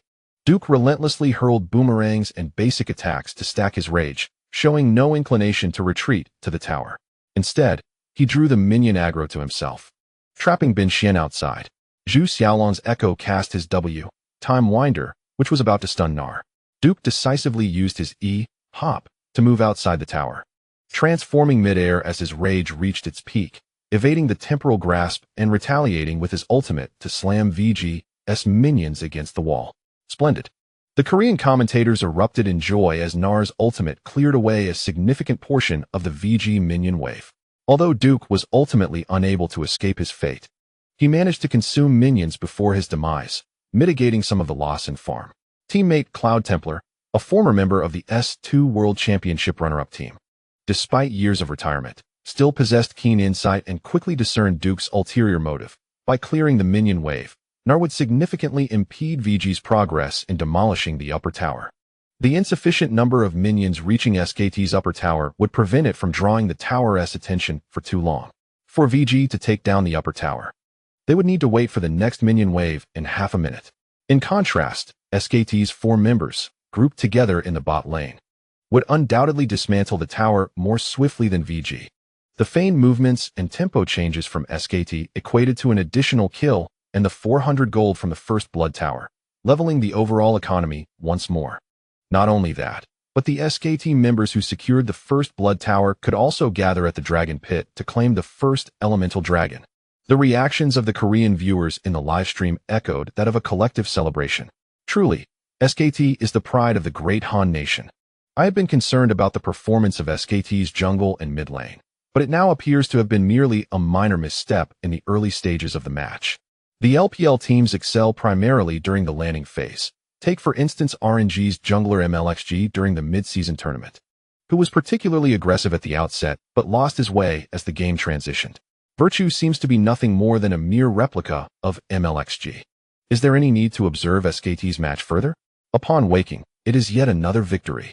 The camera shifts to the SKT player bench, where the central figure, Lee Sang-hyuk, appears relaxed.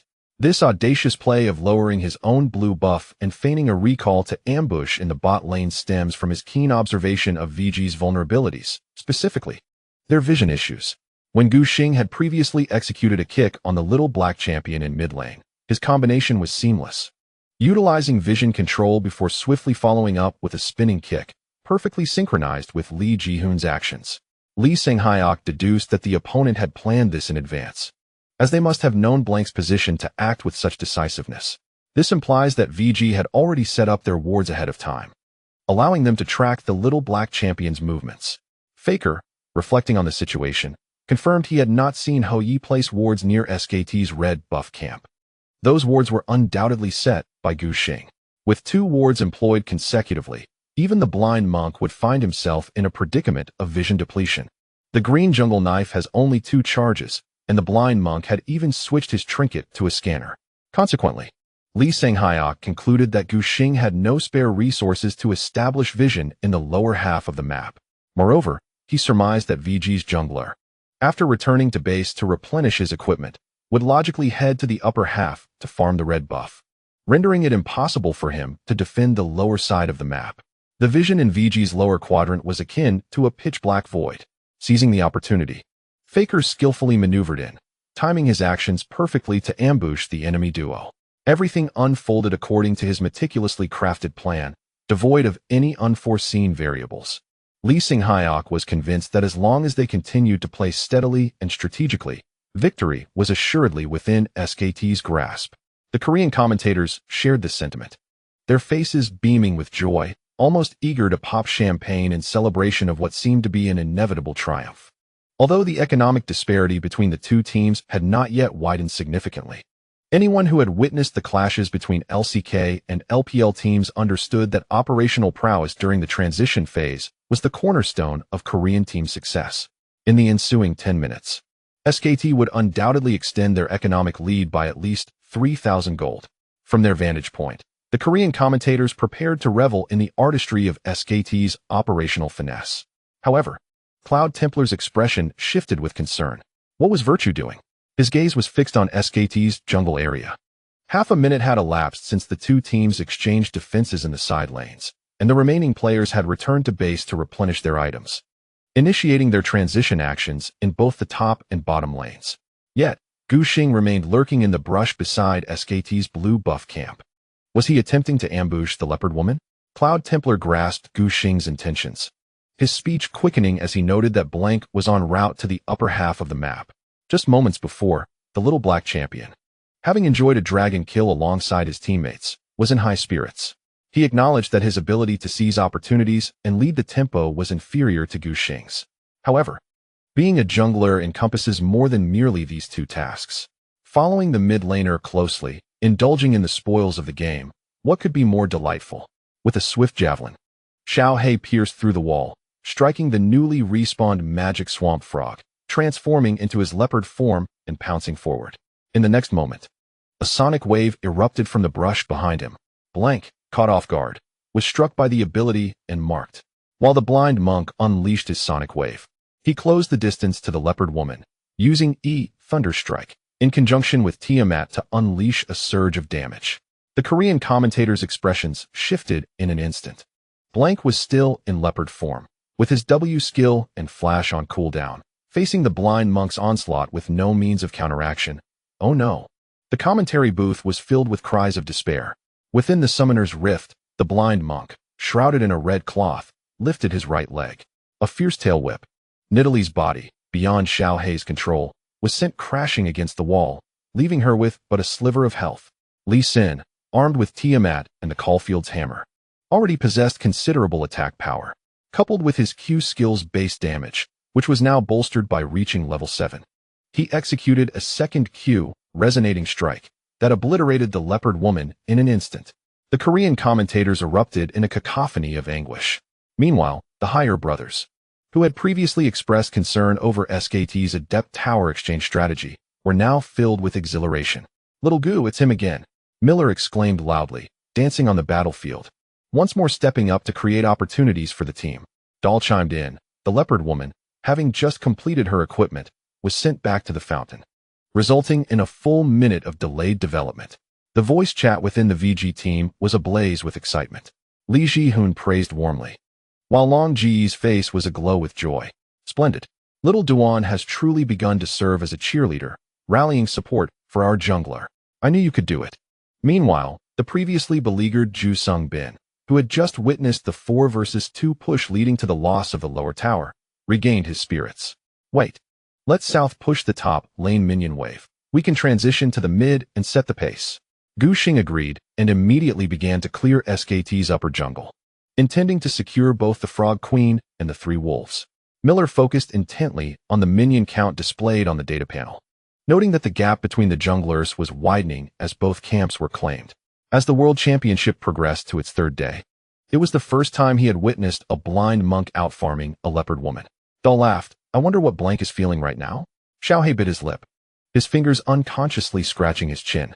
Though the screen before him was monochrome, it felt glaringly bright at that moment.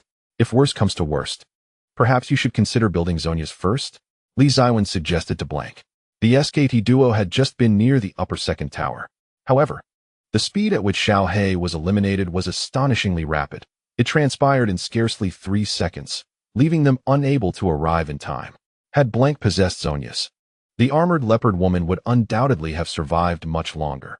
Merely activating the stasis would have bought enough time for reinforcements to arrive. "All right," Hou Ye replied with a bitter tone. "Then I shall make my 3rd item the Chalice of Harmony." Initially, the Athene's Unholy Grail featured a smooth synthesis curve and was quite affordable, making it a fitting choice for Nidalee's 2nd item. However, Blank felt that if he were to attempt the Holy Grail, the jungle would likely be devastated by Gu Xing. No one was paying him any attention. The other 4 teammates were preoccupied with the sudden onslaught launched by VG. They needed to clear the mid lane and transition towards the center, while Wang Yin directly went to assist Xiang He, leaving him to handle the top lane minions alone without any issues. Bang promptly allowed his support to depart. The opposing Li Xin lacked his ultimate ability, and he believed that with his flash and arcane shift, guarding the top lane alone would pose no threat to his life. Li Ziwen was hesitant to traverse the jungle towards the mid lane directly. Due to the unexpected demise of Hou Ye, the area was now shrouded in darkness. Wolf worried that if he charged in, he would be captured by Gu Xing. Ju Chengbin's Jin, utilizing his W and R from a distance, could easily leave himself stranded in the jungle. For safety's sake, Li Ziwen had no choice but to make a wide detour along the high ground wall to reach the mid lane. However, VG's movements were significantly swifter. Without needing to take the long route, Gu Xing, accompanied by a few minions, swiftly pushed the top lane and immediately rushed towards the mid lane. This wave of minions was exploitable, and the opposing defense was slow to respond. Gu Xing confidently marked the mid lane minions with a signal, indicating to his teammates to be vigilant, reminding them to protect the cannon minion. He was acutely aware of the arrival times of cannon minion waves across all 3 lanes. This was the most fundamental aspect of the Red Rice operational theory, an essential lesson. Operations, at their core, involve the exchange of resources such as jungle monsters, vision wards, and defensive towers. The medium for resource exchange is, in most cases, the minion waves. Minions provide vision, pressure for pushing, and serve various functions, making them the most crucial basic resources within the canyon. Teams with excellent minion management typically exhibit strong operational skills. During the time Gu Xing assumed command of the jungle core strategy, he had been exploring this concept, and now he had begun to grasp its fundamentals. He deliberately positioned himself at the juncture of cannon minion waves arriving at the mid lane to apply pressure on SKT. Currently, only Li Xiang, he was guarding the mid-tier tower. Relying solely on the clockwork mage, he could not swiftly deal with the incoming cannon minion wave. The previous incident where Li Xiang, he ambushed the bottom lane to secure the first blood tower, had now come back to haunt them. The Clockwork Mage was without a blue buff and lacked his ultimate. Even if Faker is the best in the league, he could not push back the resilient cannon minion. Gu Xing advanced, exerting pressure. Li Xianghe's flash had just come off cooldown, but that did not mean the opposing team could roam freely under the tower. If Faker dared to position himself too far forward, Hou Ye's Syndra was not one to be trifled with. Easyhoon's flash was also ready. If pressured, he could initiate with his ultimate, Energy Surge, potentially stunning the Clockwork Mage and securing a kill. Li Xiaowan had just rounded the mid lane's second tower when he noticed that the health of their turret had already been significantly diminished by VG's trio. Realizing that the situation was urgent, the mid-tier tower represented the most crucial outer tower resource in the Summoner's Canyon. Should SKT lose this contested territory, they would find themselves at a disadvantage in the ensuing operations.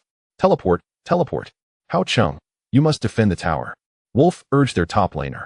He was acutely aware that his desire to keep the turret safe alongside Li Xianghe was rather unrealistic. Easyhoon had already constructed the Gaiso, an equipment that stands out as one of the most cost-effective items following the extensive updates for mages in this year's mid-season patch. Priced at a mere 2,900 gold, its synthesis curve is remarkably smooth, comprising a multitude of components. This item grants heroes an impressive 100 ability power for 100 mana and a 20 cooldown reduction, while also restoring 20 of maximum mana upon securing a kill or assist. Furthermore, it inflicts a grievous wound effect for 8 seconds on enemy heroes whose health falls below 35. It encompasses every attribute a mage could desire, making it an almost overpowered presence.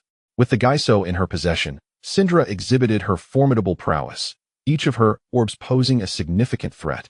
Li Xiaowan had no doubt that under the aegis of Thunder, Syndra possessed the capability to eliminate him with a single skill combo. He could only beseech his teammates for assistance.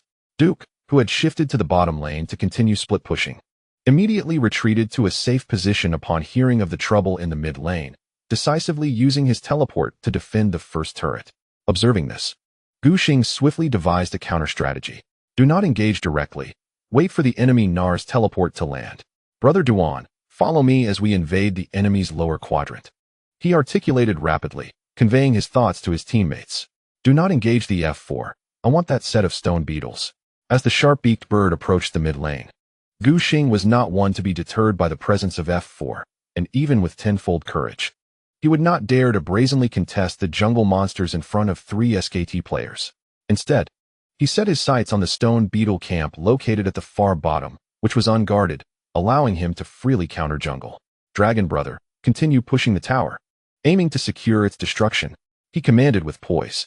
Based on the fundamental principles of the canyon, Gu Xing executed this strategic shift seamlessly. The minion waves in the top and bottom lanes would arrive 10 seconds later than those in the mid lane. Consequently, the cannon minion wave in the mid lane had already reached the SKT tower, while the bottom lane's cannon minion had just arrived on the scene. Engaging in combat with the enemy. Leveraging this wave of cannon minions, Gu Xing and his teammates could easily demolish SKT's bottom tower. After all, with Duke teleporting to assist in the mid lane, the lower half of SKT's territory was left defenseless and exceedingly vulnerable. Zhu Xiaolong concurred. Armed with the luminous light and enhanced by phase dive, capable of inflicting substantial additional damage to the turret, thus accelerating the tower's dismantling process. VG's strategy of transitioning from top to mid, forcing Duke's teleport, and subsequently shifting from mid to bottom, was executed with remarkable fluidity. The higher brothers exchanged puzzled glances. This operational technique, is it truly characteristic of our LPL teams? Although there remained a considerable gap compared to the suffocating rotational play of top-tier LCK squads, it was evidently not something typically seen from the LPL region. Moreover, it was essential to remember that the opponent was none other than SKT. In the backstage lounge, Hou Ye wore a look of satisfaction. Since joining VG, he had been instilling operational philosophies within the team. During the S5 period, VG had thrived through the rotational strategies of Samsung White, achieving notable success. However, the trio of carries demonstrated a clear lack of strength, and subsequent conflicts between Mata and Death's Call led to the team's disintegration. The S6 spring split once again finds itself in the predicament of lacking a focal point in its roster, making it exceedingly difficult for the team to establish an early advantage, as their overall strength leaves much to be desired. It was not until the summer, With the arrival of reinforcements led by Gu Xing and Imp, that VG was finally forged into a formidable team devoid of apparent weaknesses. The prolonged guidance and operational strategy has finally borne fruit. Redmi has consistently maintained that individual player skill serves as the foundation in League of Legends. Operational strategy is akin to constructing a building upon that foundation. Its stability ultimately hinges on the reliability of the base. Achieving a level of operational prowess akin to that of SKT, a historically significant team, is indeed no simple feat, however, once the fundamental concepts are grasped. VG surpasses the majority of LPL teams by a considerable margin. The demands placed on players' perceptiveness are not excessively stringent. Ideally, possessing an exceptional sense of the game, enabling self-directed learning, is advantageous, though a lack of innate talent in this regard is not a significant detriment. Many operational processes are mere formulas to be memorized. With diligence, a team's operational capabilities can certainly be deemed commendable. The crux lies in having a coach who comprehends operational strategy and is adept at imparting those principles, alongside a cadre of players willing to invest the effort in honing their skills. Fortuitously, VG possesses both. In the current transition phase, VG adeptly capitalizes on their numerical advantage, leaving the seasoned powerhouse SKT in a dizzying spin. The Korean commentators, initially anticipating a display of VG's ineptitude, were rendered speechless. Cloud Templar marveled at the fluidity of VG's transitions, remarking on their impressive performance this year. Not only do they exhibit formidable landing capabilities and jungle confrontation strength, but their transitions also merit commendation. The renowned host, Roaring Emperor Kim Yong-jun, expressed profound sentiments as the bottom lane's first turret fell to Echo and Lee Sin, while support Nami returned to base, preparing to rejoin the top lane, inadvertently leading SKT by the nose. The demise of Blank exacted a significant toll on the team. While SKT's operational acumen is undoubtedly among the finest globally, and their true skill surpasses that of the current VG, even their vast experience was challenged during the period when Hou Ye remained respawned. During this interval, the sight of VG's jungle and support moving towards the bottom lane prompted SKT to attempt a counter-offensive on the enemy's top lane turret. However, the potency of Jin was laid bare. Ju Sungbin strategically placed 3 lotus traps along the top lane minion path. The successive explosions from Curtain Call, coupled with Jin's Dancing Grenade, obliterated an entire wave of minions, leaving only a solitary cannon minion, which posed no threat to VG's first turret. Ari's demeanor was evidently less composed than before, muttering an expletive. Prior to his last return to base, he had utilized the shared economy from the first blood turret to craft a vision stone and swapped his trinket for a sweeper. Yet, before Li Zaiwan reached level 9, the scanning range was woefully limited. Wolf remained oblivious to the placement of Ju Sungbin's lotus traps and could only watch helplessly as Curtain Call decimated a multitude of minions. In a brief engagement lasting less than 2 minutes, SKT incurred a net loss of 1 teleport, along with the destruction of their bottom tower and several jungle camps. Blank, acutely aware of his hindrance to the team, proceeded with heightened caution, fearful of further mistakes. Xiaogu returned to base, acquiring a warrior jungler's knife and mercurial shoes. Boasting a rather extravagant set of equipment, while Miller reveled in the situation, his counterpart, the Little Black, was equipped only with a Spell Thief's Edge, cooldown boots, and a solitary stack of Dark Seal, a discrepancy exceeding 1,000 gold. At this juncture, SKT appeared to maintain economic parity. Yet a closer examination revealed that only Bang held a significant equipment advantage. De Wang took over the discussion, noting that Ezreal's advantage in gear prior to the mid-game did not equate to a combat power advantage.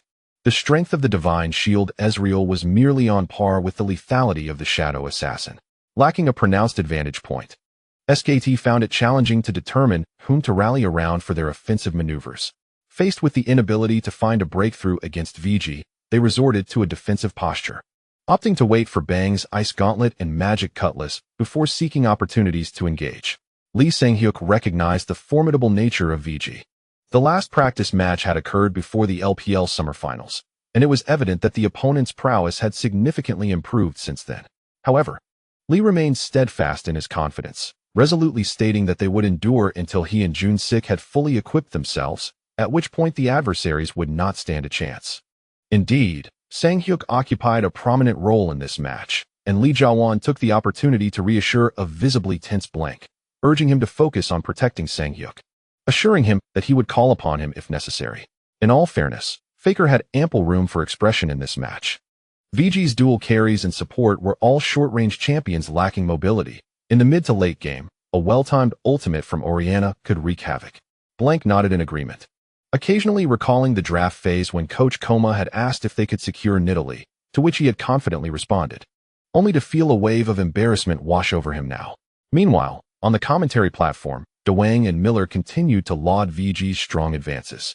After Dragon Brother completed his ice gauntlet, he relentlessly pursued and battered Nar. In the current version, the tanky top Echo naturally countered Nar. Zhu Xiaolong demolished 2 towers and accrued assist gold, further enhancing his luxurious equipment. Without hesitation, he engaged with phase dive to trigger the ice gauntlet slow, relentlessly attacking his opponent. The frequently activated grasp of the undying Keystone talent left Duke in a state of distress. To escape, one would need to expend E-hop. Yet the version just prior to the World Championship had recently nerfed this ability, rendering Nar's final upgrade of E at level 14 to have a staggering cooldown of 22 seconds.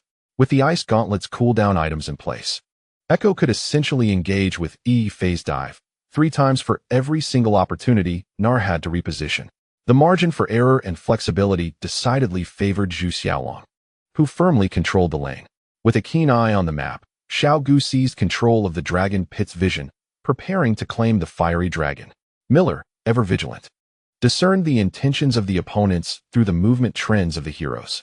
SKT seemed poised to relinquish the dragon, opting instead to group up and shift their focus towards the top lane, while Faker returned to mid lane to defend. This time, Li Ziwen, aided by Xiao He, initiated a scan to clear the lotus traps along the path, allowing a wave of cannon minions to surge forward, breaching VG's top lane tower. Imp, from a distance, aimed to unleash his ultimate ability, Perfect Finale, to slay minions. However, SKT's jungle support positioned themselves in front of the minion wave, intercepting the super bullet fired by Jean. The Leopard Lady provided healing, while Karma shielded, both maintaining commendable health to withstand Jean's barrage of 4 shots. SKT's jungle support successfully pushed the minion wave in, providing cover for Bang as he targeted the tower, eager to collect resources, and he was on the verge of completing 2 essential items. Bang, in the prime of his prowess this year, was truly a formidable hexagonal warrior. While he did not adopt an excessively aggressive strategy during the landing phase, he was nonetheless heavy-handed against the colorful duo, ensuring his safety against formidable foes. As the match approached the 18-minute mark, Bang boasted a flawless record of 101 without a single death, quietly accumulating wealth. It would be in the mid to late game that he would reveal the true extent of his ruthlessness. When it comes to teamfight damage output, Bang humbly claimed no one could rival him. Upon securing the dragon, Xiao Gu hurried to the bottom lane, seeking an opportunity to eliminate Duke, but Duke remained steadfast, not straying from the tower's protection and placing wards in the jungle to track Lee Sin's movements. The wards appeared beneath Gu's feet. He surveyed the minimap and suddenly sensed imminent danger. Duan Gu, retreat quickly. They might be coming for you. Duan Deliang was already establishing vision around the barren pit, preparing for the impending arrival of Nashor at the 20-minute mark. While the jungle was positioned at the bottom lane, he was alone and placing wards. When SKT's jungle support shifted to the top lane, they meticulously deployed wards in VG's upper half. Xiao Gu worried that his position might be compromised. The solitary support placing wards could fall prey to SKT's coordinated assault, prompting him to sound the alarm. Duan Deliang sensed something amiss, casting a spell to accelerate his retreat. However, SKT's sharp perception allowed them to seize the opportunity and strike decisively. Bang canceled his recall, racing from the top lane towards the jungle, bolstered by the shield and speed from Karma. Miller sensed trouble. Xiao He's Leopard Lady was in pursuit. Although Nami possessed the passive ability Surging Tide, her escape speed was insufficient. Soon, she found herself cornered by Bang and Xiao He. The personnel in VG's upper area consisted solely of the 2 carries, lacking mobility and hesitant to venture into the jungle to assist Xiao Gu. The Marquis could only watch as Li Senghyok prevented the opponent from escaping mid lane, rendering him powerless to assist further. Bang deftly used Arcane Shift to vault over the wall, closing in on Nami while dealing damage. Before precisely executing Riptide, flashing behind her and seamlessly chaining his auto-attack with Mystic Shot. The soft support, with its low level and fragile constitution, succumbed to the relentless onslaught of the magic cut Ezreal in less than 2 seconds. With the death of the small segment, both sides returned to an equal economic standing. VG retaliated in the lower half of the map, as Gu made a conspicuous appearance in the bot lane, forcing Duke to retreat and allowing Gu to demolish the second turret. Miller, filled with concern, observed that although a considerable amount of gold had been earned, VG's vision around the Baron pit was utterly lacking, making it extremely difficult for Nami to regain control of that crucial area after her resurrection. Bang returned to base to purchase equipment, acquiring the Magic Cut and Ice Fist duo, along with cooldown boots and a vampiric scepter, preparing to assemble the blade of the ruined king. All right, let us gather for the Baron fight. Li Ziwen exhaled deeply, marking the signal at the Baroness location. Let us force Echo's teleport. We must not allow him to apply pressure in the bot lane. The SKT team swiftly assembled, ready to strategize around the Baron, gradually consuming resources. The Baroness' health dwindled, akin to the countdown of an hourglass, leaving VG with precious little time to deliberate their decisions. Aside Gala, my superhero. 10. 100 words, totaling 18, for 60W, 27W, 178. An unresolvable team fight. A decisive kill amidst the narrow margins. A sapphire-hued vision warding illuminated a portion of the vision within the constricted Baron pit. Although quickly dispelled by SKT members, it nonetheless yielded a wealth of information. The Baroness' health remained at 777. The atmosphere within VG's voice chat grew tense. Should we engage, Gu? Hou Ye inquired. Gu Xing's mouse hovered around the Baron pit, attempting to memorize more details of the terrain. The earlier misplacement of wards had far-reaching negative consequences. Now, VG's vision in the upper jungle could only extend to the vicinity of the red buff camp. This left the Baron pit and the narrow path above it shrouded in darkness. After a moment of contemplation, Gu Xing decisively replied, yes. Leading the advance towards the Baron area. We 1T contest the Baron. We'll engage head-on and aim to take them all down. Gu Xing understood clearly that if they were to contest the Baron, he would have to dive in from above using his Q ability. His teammates would be unable to follow, and regardless of whether he secured the Baron or not, he would surely perish. Moreover, a team of SKT's caliber would not permit an unimpeded entry into the Baron pit. An ambush was inevitable. Gu Xing concluded that rather than risking a Baron steal, it was wiser to engage in team combat directly. Currently, the balance of power remained even. With Baroness assistance, VG had a solid chance in a direct confrontation. Meanwhile, Zhu Xiaolong, who was pushing the bot lane, heard his command and chose to finish the wave before retreating, switching screens to check for a suitable teleport position around the Baron pit. Duke, stationed at his own bot lane high ground, hastened his minion clearing, visibly prepared to regroup with his teammates, bolstered by accumulated rage. Gu Xing, now equipped with a warrior's jungle knife, Tiamat, and Mercury's treads, along with a bird shield and chain vest, had filled his remaining slots with vision wards. His resistance, combined with the additional 300 health provided by the power of time, rendered him quite formidable. Presently, he stood undaunted at the forefront, ready to face whatever challenges lay ahead. In the upper half of the enemy's territory, SKT's vision revealed the movements of the blind monk and others towards the Baron pit. Li Ziwen glanced at the Baroness' health and assessed the opponent's arrival speed to weigh the pros and cons, preparing for a decisive engagement. Initially, his intention was merely to force out Zhu Xiaolong's teleportation, allowing the tanky Echo to exert pressure on the sidelines unrestrained. However, the team's damage output proved astonishing, with the Baroness' health diminishing at an unforeseen pace. It is essential to recognize that no player is a mere human calculator, particularly when focusing on Nashor. No one can provide an exact timing estimate, only a rough approximation. Wolf instinctively relied on prior experiences from earlier versions to gauge the time required to slay Baron.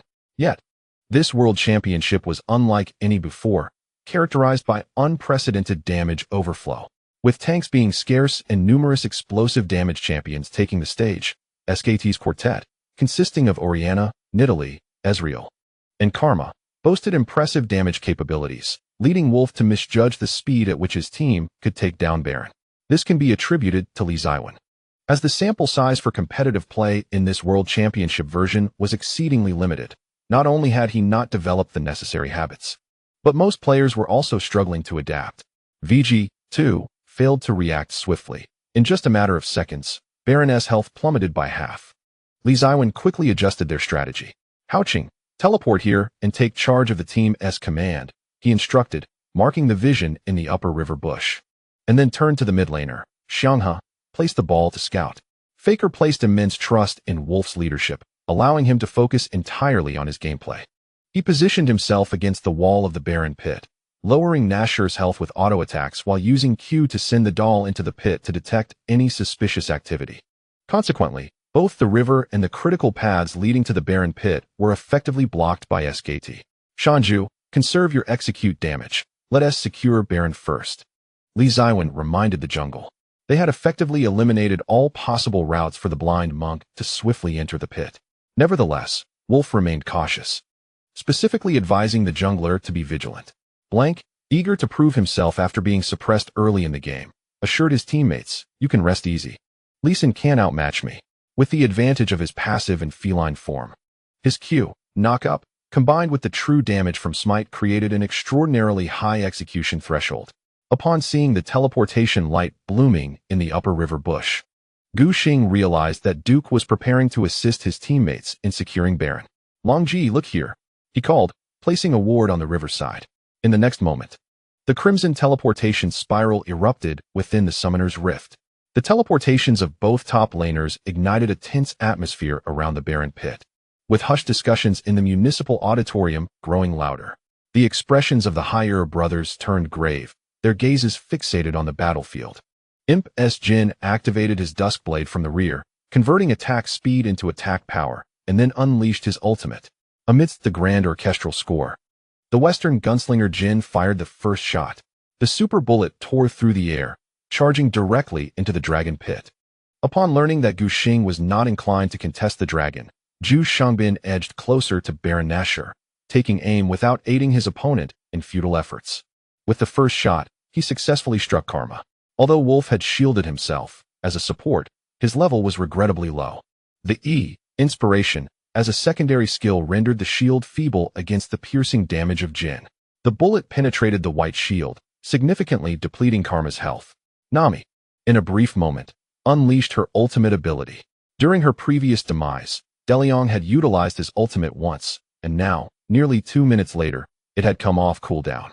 Nami brandished her staff, summoning a colossal wave towards the battlefield. Within the confines of the dragon pit, our tidal wave covered a vast portion of space. To evade Nami's towering wave, the members of SKT were compelled to retreat to the innermost section of the dragon pit. With the opponents clustered together, Imp's Jin's ultimate became akin to shooting fish in a barrel. The second super bullet pierced through the shield provided by Faker's Oriana's E command, Protect, with the damage from the touch of death being staggering. Duke's Gnar landed first, effectively blocking the entrance to the dragon pit, preventing the foes from entering. Furthermore, his control over rage was impeccable. With just 4 or 5 more auto attacks, he would transform into his most formidable state. At present, SKT's mid laner, jungler, and support were within the dragon pit, while Bang discreetly positioned himself to output damage from a higher vantage point. Noticing that he had no particularly advantageous opportunity to engage, Gu Xing remained patient, opting to wait for the dragon to descend while shifting towards the side front, attempting to obstruct SKT's escape from the dragon pit. Jin's third shot further diminished the enemy's health. Even though Zhu Shangbin had not provided much assistance to Gu Xing in this match, and his economy lagged behind Bang's, the value of piercing Jin was undeniable. Especially against squishy targets, each shot from Jin could inflict considerable damage. As Echo joined the fray, he deployed his W-time field directly within the dragon pit. The Baroness Syndra also entered the river. VG's 5 members had gathered in full force. The final super bullet from Jin spiraled forth, the heat generated from its friction radiating to the municipal hall, igniting a sudden fervor in the atmosphere. Zhu Shangbin made a slight adjustment to his trajectory, precisely targeting the low-health Baron Nashor. The curtain call delivered the final blow, laden with substantial execution damage. With SKT's mid laner, jungler, and support huddled within the dragon pit, even if Imp aimed for the dragon, he could still strike at the enemies, making it a prudent gamble to attempt to secure the dragon. An opportunity too good to pass up. Gu Xing had every reason to seize it. Hou Ye, beads of sweat glistening on his forehead, remained entirely focused on Baron Nashor. Just before Jin's super bullet struck the dragon, he decisively shifted to leopard form, connecting his Q with the smite, swiftly depleting its health bar. Accompanied by the agonizing roar of Baron Nashor, the 5 members of SKT were enveloped in the purple dragon buff. Although Hou Ye was hit by Jin's bullet, he breathed a sigh of relief. If the dragon were to be stolen, he anticipated that everyone could prepare for an exhilarating journey towards their dreams. Blank secured the dragon, and while the doll felt a twinge of regret, his attention was immediately diverted, for VG was not inclined to let them escape unscathed. SKT would have to pay a price. The battlefield situation is gradually becoming clearer. Within the dragon pit, the members of SKT's jungler, mid laner, and support gather together. Bang stands guard at the entrance of the dragon pit in the upper river corridor. Nearby, the top laners and Gu Xing are in a standoff. Closer to the mid lane, VG's mid laner and support, Gu Xing, are present. Chase, chase, chase. We must annihilate everyone in the dragon pit. Gu Xing issues a death command. The health status of SKT's jungler, mid laner, and support is rather precarious. In the current version, most team compositions can slay the dragon quickly, but they lack a frontline to withstand the damage from Baron Nashor. Particularly, Little Black, currently at level 11, has only a level 3 E Savage Charge, resulting in insufficient healing. Furthermore, to avoid being caught and killed by Gu Xing in the jungle, he heeds his teammates' advice and builds a Zhonya's Hourglass as his second item. Lacking the extra healing from a locket, Little Black cannot provide his teammates with adequate health, compounded by Gu Xing's Jin landing all 4 shots. The health of the 3 champions in the dragon pit has plummeted below half. Lee Sang-hyok decides to retreat with his teammates from the dragon pit. This location is exceedingly cramped, leaving little room for maneuvering, making it easy to be ambushed by the opponents. Just as he intends to leave, he spots the tanky Echo charging in. The W, Time Winder, creates a time field, sealing off the entrance to the dragon pit. Anyone caught in the time field will suffer a stun lasting up to 25 seconds, akin to a death sentence. Flashing out seems unworthy. Left with no choice, Lee Sang-hyok and the others must remain inside.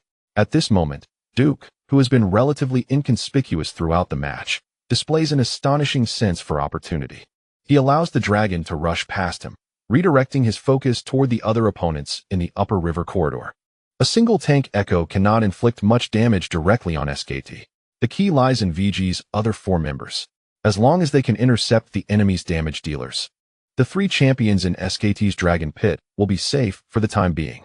With his rage fully charged, Nar feigns a retreat before suddenly pivoting and leaping toward the VG formation, intending to flash and transform to unleash his ultimate. However, Easyhoon is already prepared. The spell gathers, and the weak are cast aside. In midair, just as Nar leaps, Syndra stuns him. Let us go to the dragon pit. Don't mind Nar. A brief voice urges. In the midst of the communication, Duan Delion casts Q, Prison of Water. The water prison perfectly connects, re-stunning Duke just as he recovers from the previous stun. Following this, Imp's Jin manages to ensnare Nar with W, Deadly Flourish. Together, they control the opponent for nearly 5 seconds. Without hesitation, everyone from VG, except for Jin, charges toward the Grand Dragon Pit entrance, attempting to converge with the dragon to eliminate SKT's jungler, mid laner, and support. Little Black's Nidalee throws a spear, skillfully anticipating the movement. The tightly knit VG mid laner and support instinctively twist away to evade. Even though Blank's development has been poor, he is still a Nidalee. If Q, Javelin Toss, hits a squishy target from a distance, it can produce explosive damage. In this crucial team fight, no one wishes to unwittingly suffer a skill hit and lose their combat capability. As the black figure anticipated the javelin, the support from VG, lacking any mobility, could only make slight movements towards the wall adjacent to the river by the barren pit. Witnessing this scene, Lee Sang-hyuk could not help but raise the corners of his mouth slightly. He forcefully struck the R key on his keyboard. Command, Shockwave. The clockwork sorceress summoned her puppet to distort the fabric of space, unleashing a force capable of tearing everything asunder. What an astonishing positioning for an ultimate move. The doll could hardly believe its eyes. It was evident to him that the focal point of the shockwave, the puppet, was concealed within the thick wall extending from the barren pit. Had it not been for the visual effects of the ultimate skill distorting the space, the doll would have had no idea when Faker had maneuvered the puppet into the wall. The audience within the municipal hall erupted into a cacophony of sound. They, like the commentators, had also discerned the peculiar position of the puppet. However, the players on the field experienced a starkly different reality. From the player's perspective, the focus was centered around their immediate vicinity. During team fights, the plethora of information on screen was overwhelming, compounded by the need for multitasking, making it impossible to perceive every intricate detail as the spectators could. In most instances, players were particularly vigilant about the threats closest to them. Unless one was of the type who lost track of their teammates during skirmishes, only then would they notice distant threats amidst the chaotic view. Yet, professional players would never succumb to such elementary mistakes. The VG support was acutely aware of the absence of any displacement abilities and remained vigilant regarding the Clockwork Sorceress's ultimate. Nonetheless, both their attentions were fixated within the barren pit. In that confined space, for individuals, SKT's mid, jungle, support, and the dragon stood together. Amidst the tumultuous skills flying during the 10-person skirmish, Lee Sang-hyuk was without a skin, and the puppet's colors were rather inconspicuous, rendering its position difficult to discern in a fleeting moment. Neither Hou Ye nor Xiao Duan had noticed that the puppet was hidden within the wall, obscured by trees and debris. It was only when the shockwave was on the verge of formation that they finally recognized the distortion of space in that area. In a state of panic, Duan DeLiang hurriedly activated his flash to retreat. However, Easyhoon lacked such swift reflexes. Approaching the age of 24, his reaction time had declined notably since his peak, particularly in team fights where he relied more on experience. This strategic approach, anticipating the opponent's attack patterns and reserving energy for counteractions, could sometimes yield effective results. For instance, Duke's feigned retreat that was, in fact, an advance. Lee Ji-hoon had foreseen this potential entry and preemptively stunned Duke midair before he could strike. Yet, the drawbacks of relying solely on experience were glaringly apparent. Team fights often bore unforeseen circumstances, and variables outside of one's expectations could catch even the most seasoned professional players off guard.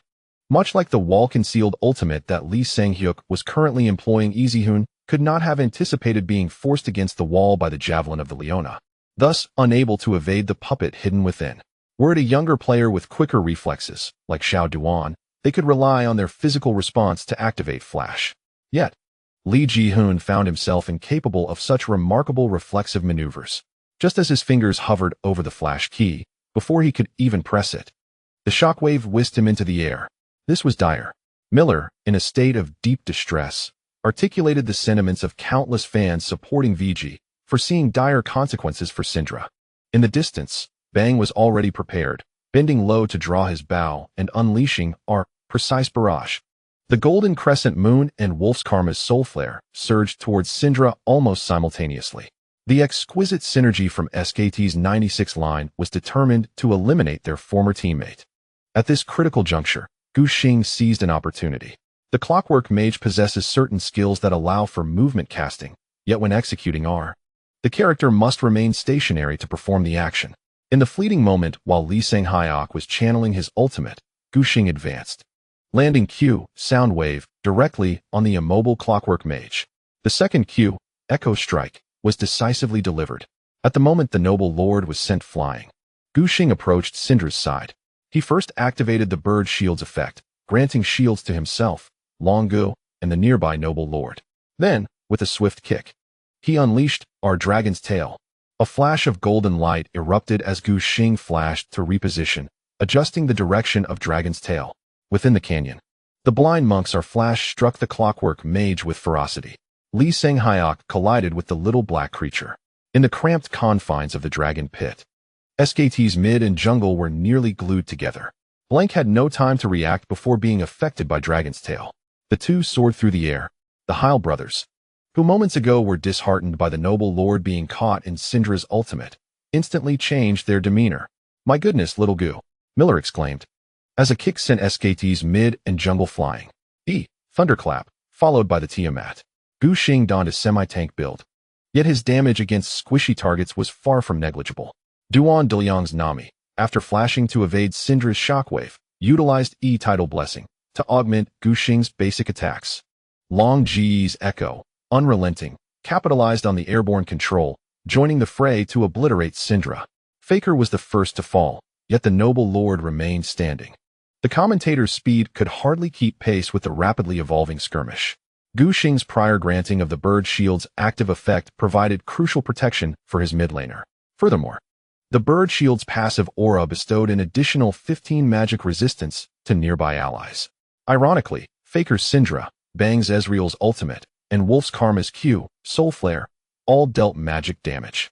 Thus, despite the noble lord enduring a full barrage from SKT's 3 members, he survived with less than 200 health points remaining. Our energy surge. The noble lord unleashed his skills and promptly flashed to escape above the dragon pit, hastening his retreat with the speed of a swift run. Half-health Wolf was instantly slain. Dadash shouted at the top of his lungs. Easyhoon's equipment was quite outrageous. Gu Xing had significantly assisted him in securing kills throughout the early to mid-game. Now, he wielded 2.5 items. Moreover, Wolf had lingered too long in the dragon pit while battling Nashor, enduring the dragon's breath. The corrosive acid effect would consume his magic resistance. In this scenario, the noble lord's ultimate functioned nearly as true damage, with each orb of magic sending karma back to the fountain. Blank extricated himself from the tumultuous state of the raptors, executing a wondrous W, pounce, combined with a flash over the wall towards the dragon pit, desperately seeking to escape his fate. The severely weakened Nidalee would scarcely influence the front line of the battlefield. VG, however, did not allocate personnel to deal with him. Currently, on the battlefield, SKT's mid and support had perished, and the jungler was fleeing, while VG's mid laner retreated. The confrontation had devolved into Bang and Duke against the 4 formidable champions of VG. Excluding the revered Lord Hou, Duke, momentarily ensnared in control for several seconds, was left with merely half his health. VG appeared poised for a definitive victory in this team fight. Miller's spirits soared, believing that SKT should prioritize their escape to preserve as much of the Baron buff as possible. All spectators, alongside the VG team on stage, shared this sentiment. As Lord Hou returned to base, he was nearly seen applauding Gu Xing in congratulations. The Korean commentators were in dismay, lamenting loudly, branding Virtue as contemptibly devious for seizing the moment to ambush, while Xiang, he unleashed his ultimate. Yet, the true boss of SKT in adversity was just beginning to reveal himself. In the preceding fray, Bang had only captured the director's attention when firing his precise barrage. However, his contributions extended far beyond this. Bang maintained a safe distance, seamlessly weaving basic attacks with Q, Mystic Shot, to strike the nearest target, Echo. Unbeknownst to many, he steadily stacked his passive, Rising Spell Force. In the 6.17 patch, this empowered passive could grant a level 12 Ezreal a remarkable 60 attack speed when fully stacked. Simultaneously, the Keystone Mastery, Warlord's Bloodlust, had also reached maximum stacks, bestowing considerable attack power. The immensely potent Bang commenced to seize control of the match. He first reduced Echo to a critical state, compelling the opponent to expend his Time Winder for healing and evasion, before redirecting his focus towards the edge of the dragon pit, targeting the blind monk. Ezreal's small water gun, seemingly feeble, inflicted excruciating pain upon impact. Gu Xing donned only a piece of chainmail to provide armor, while the rest of his items offered magical resistance, rendering him incapable of enduring such damage. Just as he contemplated engaging in close combat with Ezreal, Duke surged forward, having been neglected by VG and left to fend for himself. The colossal Gnar had finally withstood VG's barrage of control, and now, liberated, unleashed his fury in the river. He flashed forward with a roar of rage, his formidable arms slamming VG's jungle and support against the wall. Gu Xing's displacement abilities were all on cooldown, leaving him with no means to evade and succumbing to a stun. Gnar's colossal rock toss, in conjunction with Ezreal's Mystic Shot, swiftly eliminated the frail Nami. As Echo awaited the cooldown of his abilities, he approached to strike Ezreal with phase dive. However, just as he brought Ezreal within range, Bang unexpectedly utilized Arcane Shift to retreat. Echo's possesses a unique mechanism of pursuit due to the skill's inherent attachment to basic attacks. It ensures a hit in nearly all scenarios. As long as a basic attack is executed, the opponent, even if they attempt to evade, shall be followed relentlessly by echo. Now, Bang capitalizes on this opportunity, maneuvering Zhu Xiaolong to a position far from the battlefield. He swiftly executes his Q, Mystic Shot, in conjunction with a basic attack, once again inflicting significant damage on Echo. Gritting his teeth, Long Gu hurls his Q, Time Winder, to slow down his opponent, and without waiting for his 3-hit combo, he promptly uses Flash to escape. However, Bang's skills behave like homing missiles, locking onto Echo's form with unwavering precision. Zhu Xiaolong attempts to sidestep, yet he fails to evade yet another Mystic Shot. Echo's health bar is entirely depleted. Miller gasps in disbelief, staring at the screen. Gu Xing is momentarily taken aback by Bang's agile and composed team-fighting prowess.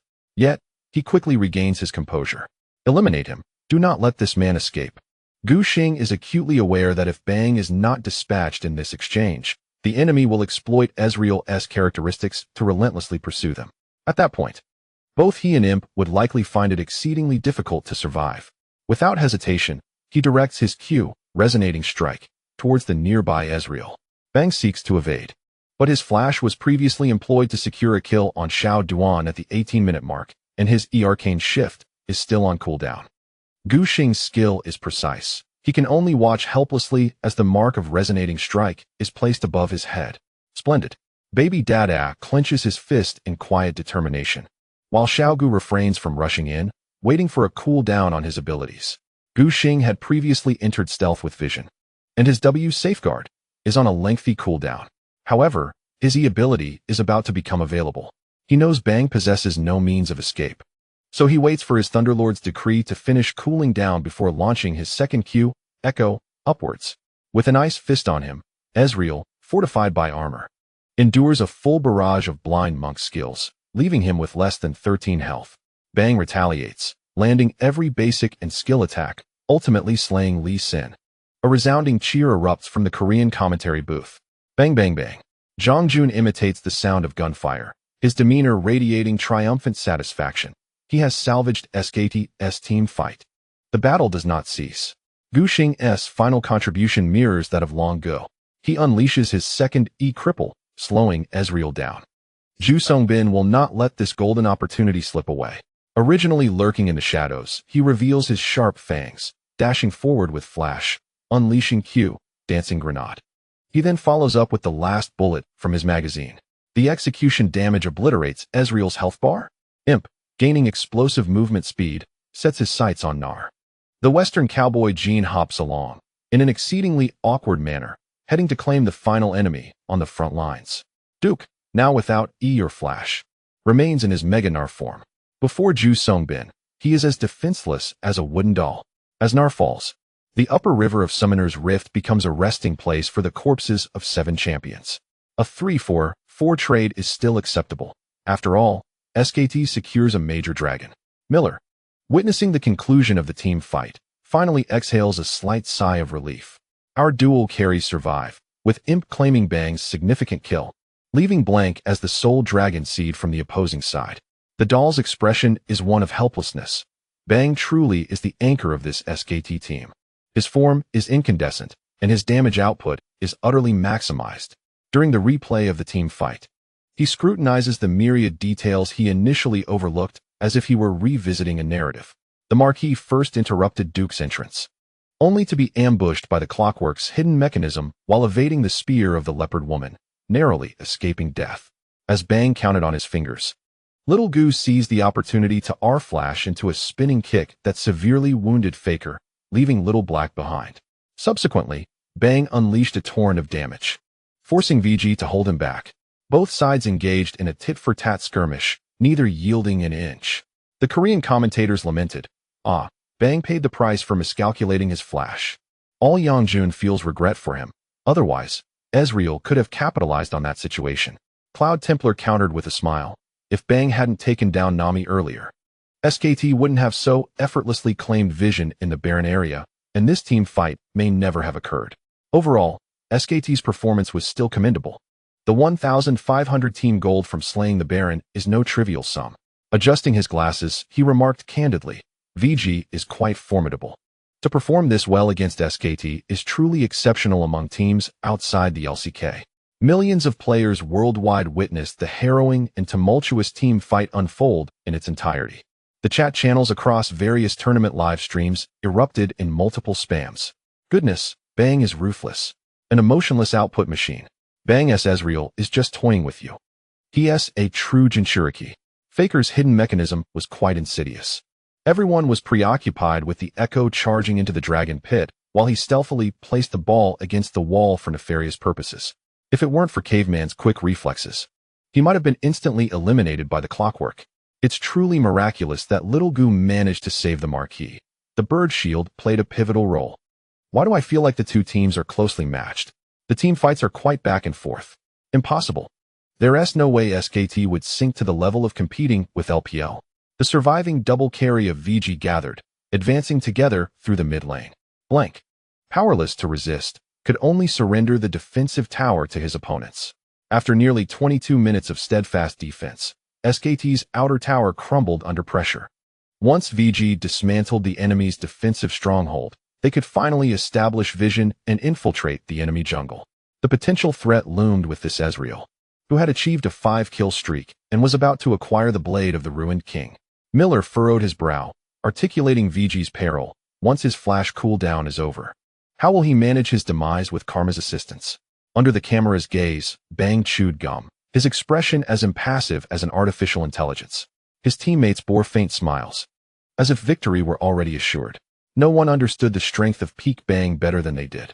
A terrifying damage dealer capable of securing a pentakill even in the late game while protecting Lucian, he is undoubtedly the most reliable pillar for the team's late-game strategy. Unsure of how to secure victory? Just protect Bang. As long as his growth remains unimpeded, the team fights will become the nightmare of all adversaries. After Ezreal synthesized the blade of the ruined king, SKT coalesced to initiate their advance. An eye for an eye, a tooth for a tooth.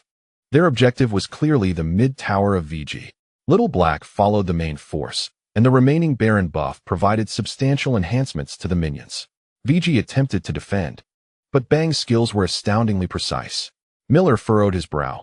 Although Ezreal's skills occasionally missed, his accuracy remained significantly higher than that of other players. Crucially, after hitting with Q, Mystic Shot, Ezreal's Ice Gauntlet would apply a slow effect. What awaited VG next was the magical puppet from Orianna, followed by Nidalee's Spear and Karma's Q, Inner Flame. The mid lane transformed into a battlefield reminiscent of World War II, filled with skills flying everywhere. Gu Xing sought to initiate a team fight. However, with Ezreal's flash ready, there was no possibility of executing a cyclone kickback onto Bang from the front. Reluctantly, they had to concede the mid-outer tower to their opponents. Yet SKT was not satisfied, utilizing the remaining duration of Little Black's Baron buff. They obliterated VG's mid-inner tower and subsequently cleared all the jungle camps on both flanks. With the next infernal dragon about to spawn, Gu Xing could hardly contain himself. How about we take a gamble? In fact, my equipment is quite formidable. He had claimed Bang's head in the Baron team fight, and was now approaching a 3-item power spike, reaching the pinnacle of penetration with Jhin. If he could secure the buff from this dragon, possessing double infernal dragons would grant Jhin tremendous combat prowess. Gu Xing did not oppose this notion. In the confined space of the dragon pit, VG's composition would have an edge. Moreover, no matter how SKT arranged their vision, it was impossible to illuminate the entire jungle. He concealed himself in the shadows, perhaps poised to unleash a devastating kick. The team fight was incredibly brutal. VG was completely wiped out, losing 5 members while only taking down 3 of the enemy. The only silver lining was that Gu Xing managed to snatch the dragon from Blank's grasp with his smite before his demise. The atmosphere on the LPL commentary desk plummeted to an icy silence. Bang survived the team fight without being cut down, using his flash to escape calmly. There was a hint of bitterness in Dahl's tone. Ezreal was too agile, and despite VG's attempts at hard engages, they failed to eliminate him. Ezreal and Gnar survived, pushing down VG's mid lane and exerting pressure with super minions. Miller let out a barely perceptible sigh. In his view, VG had done their utmost. There truly was no better way to handle the situation. Although he had never anticipated that VG could contend with SKT to such a degree before the match. Gu Xing's successful early assaults had instilled hope in many LPL viewers, including Miller. Now witnessing the impending defeat at the hands of SKT in the familiar late-game fashion that plagued the LPL region, Miller felt an overwhelming sense of despondency. I have now built a Guardian Angel. Gu Xing returned to base to construct Guardian Angel, an item still following the path of Chain Vest and Negatron Cloak, with attributes focused on resistance rather than attack power. As usual, after crafting this crucial item, he informed his teammates. In the voice chat, everyone's mood was relatively alright. Gu Xing, filled with indignation, muttered about Bang being a basket case and a skin thief, which genuinely lightened the atmosphere. Let us make one final push. Gu Xing proposed eagerly. We shall finish off the super minion wave in the mid lane and then head to the Baron. If we can secure the Baron, we will continue to delay and seek opportunities. If not, he hesitated. If they failed to secure the Baron, SKT could easily demolish VG's Nexus with just 2 surviving members. Gu Xing felt a twinge of discomfort. He believed he had performed to the best of his abilities in this match. His 4 teammates had executed their transitions and team fight coordination remarkably well. In such circumstances, losing the match would be utterly disheartening. It could only be said that SKT's performance was equally commendable. Come on, it's just a group stage match. If we lose, we lose. What is there to fear? Longbow maintained a generous outlook. During this period, he had been focusing on the bottom lane, yet after SKT gained an advantage, they frequently grouped up to thwart his efforts. Consequently, Zhu Xiaolong had made little progress on the side lane. Once again, VG's 5 members grouped together, swiftly clearing the mid-lane minion wave. Lord Hou meticulously used his W ability, telekinesis, to lift the super minion, preventing it from damaging VG's minion wave. Gu Xing passed by his own foul nest and headed towards the Baron pit to establish vision. He observed Li Zhishuan smashing the super minion near the F4 jungle camp, preparing to clear the jungle monsters as well. A spark of realization struck him. Wait, the divine perspective. The higher brothers were diligently analyzing the situation. Although VG was trailing economically by a mere 4K, which was not significantly impactful at this stage, Dawa articulated the key issue: how to deal with Bang. Wolf and Faker continuously provided him with shields and acceleration, as Ezreal's kiting ability was exceptionally formidable. It appeared that VG intended to attempt a confrontation at the newly spawned Baron. Miller noted the movement patterns of heroes on the minimap, discerning their intentions. SKT's vision revealed VG's grouping movements. The 5 members were unwilling to concede and moved to defend the Baron pit. Miller glanced at the summoner spell statuses of both teams. Bang's flash was still on cooldown for about a minute, his eyebrows raised, sensing an opportunity. VG had preemptively cleared the vision above the Baron pit and taken control of half the river's vision. SKT, ensuring their formation remained intact, gradually advanced forward, illuminating the river and Baron pit once more. Aware that his flash was unavailable, Bang positioned himself further back. His only concern was the opposing Lee Sin sonic wave. As long as they evaded VG's initial offensive, everything would unfold like the previous 2 team fights, allowing him to reap the rewards of the aftermath. Those hit by Lee Sin's sonic wave were instructed to step forward. He would provide shields, ensuring they would not perish immediately. As long as Lee Sin was denied entry, everything would be manageable, Li Ziwen advised. All members of SKT, except for the newcomer, were seasoned professional players, fully aware of the critical aspects of team fights. Blank recognized that this was directed at him and promptly agreed. While coordinating to place vision connecting the Baron pit with VG's upper jungle, an unusual object suddenly flew out from a shadowy corner just a wall away, landing atop Duke and the newcomer's heads. What is happening? Blank wondered, initially suspecting it to be Syndra's dark sphere. Upon closer inspection, it became apparent that it was a magnificent beaked bird. The wild creatures emitted mournful cries, seemingly disgruntled by their plight. Above the beaked bird's head hung the celestial sound wave insignia. Meanwhile, SKT was too preoccupied to clearly communicate who would place the vision wards. As Wolf and others hastily deposited their wards at the dragon pit, 3 false wards were deployed simultaneously above. Additionally, a magical doll from the Clockwork Sorceress was included. All their vision tools conveyed a singular message: VG was lying in wait here. Retreat, retreat, Li Jaewon bellowed. However, a figure descended swiftly. It was the blind monk. Gu Xing utilized the celestial sound wave previously suspended above the beaked bird's head to execute a successful maneuver. With a diagonal leap, he advanced towards SKT's backline, targeting Ezreal. Bang, who had maintained a robotic calmness, suddenly felt a surge of panic. The unfolding events diverged sharply from his expectations. He activated his arcane shift in an attempt to distance himself from Gu Xing, but it was too late. The blind monk performed his signature foot raise. Bathed in radiant golden light, and with a swift kick, sent Ezreal crashing back into SKT's formation. The young blonde lost control, and his health plummeted. The audience in the municipal hall erupted in uproar. What kind of play is this? The commentator, ecstatic, exclaimed, Bang has been kicked back. The members of SKT, in a desperate attempt to avoid being flung away, scrambled to evade their teammate. Nonetheless, even Wolf, who was closest to Bang, was sent soaring into the air. The ruthless lord executed his energy surge, striking Ezreal with overwhelming force. Weaklings, retreat. The dark magic spheres pushed out, ensnaring the airborne SKT duo. Nami unleashed her ultimate, while Jean, with a well-timed shot, eliminated the previously leaning Miller in an instant. The venue erupted in cheers from the nearly 10,000 spectators. Bang was the first to fall. Wolf, having sustained massive area damage, could not survive either, following his ADC back to the fountain.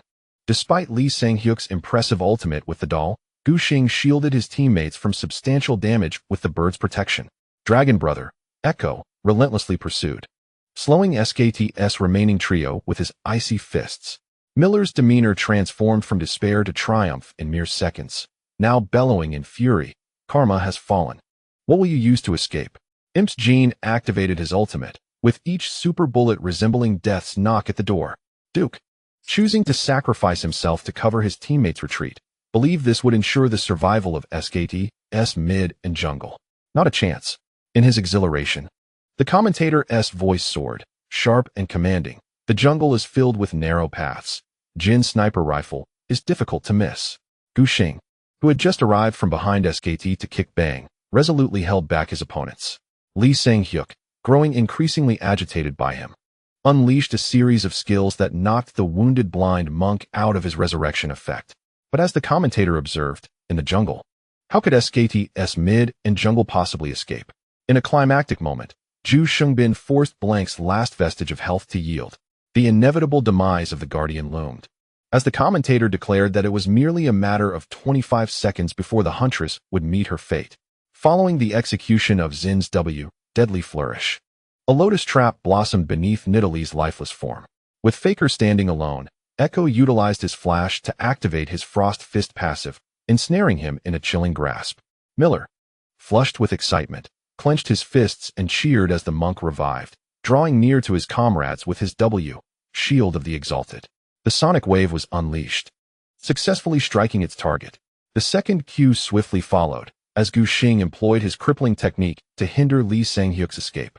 A final, thunderous punch shattered the health bar of the Clockwork Mage. Ace, the chilling voice of the system echoed through the municipal hall, proclaiming the complete annihilation of the opposing team. The commentator, nearly breathless from the fervor of the battle, noted the staggering 40-second respawn time, allowing VG to mount an offensive through the mid lane. This team fight was nothing short of absurd. Miller beamed with joy, observing how SKT, having played exceptionally well throughout the match, suddenly fell to ruin. Within the Summoner's Rift, VG advanced as a united front. Gu Xing single-handedly intercepted the super minions, allowing the Lord to use his telekinetic manipulation to hurl them away one by one. VG pressed forward, charging towards the SKT Nexus. This was the first glimpse of SKT's high ground for VG in this match, yet it would also be the last. The commentator, brimming with excitement, proclaimed that SKT had no chance left. As the game reached the 29-minute and 57-second mark, SKT's base crumbled into a spectacle of fireworks. As an aside, what caused G2 to suddenly falter? 600 words, totaling 19, 520, 027.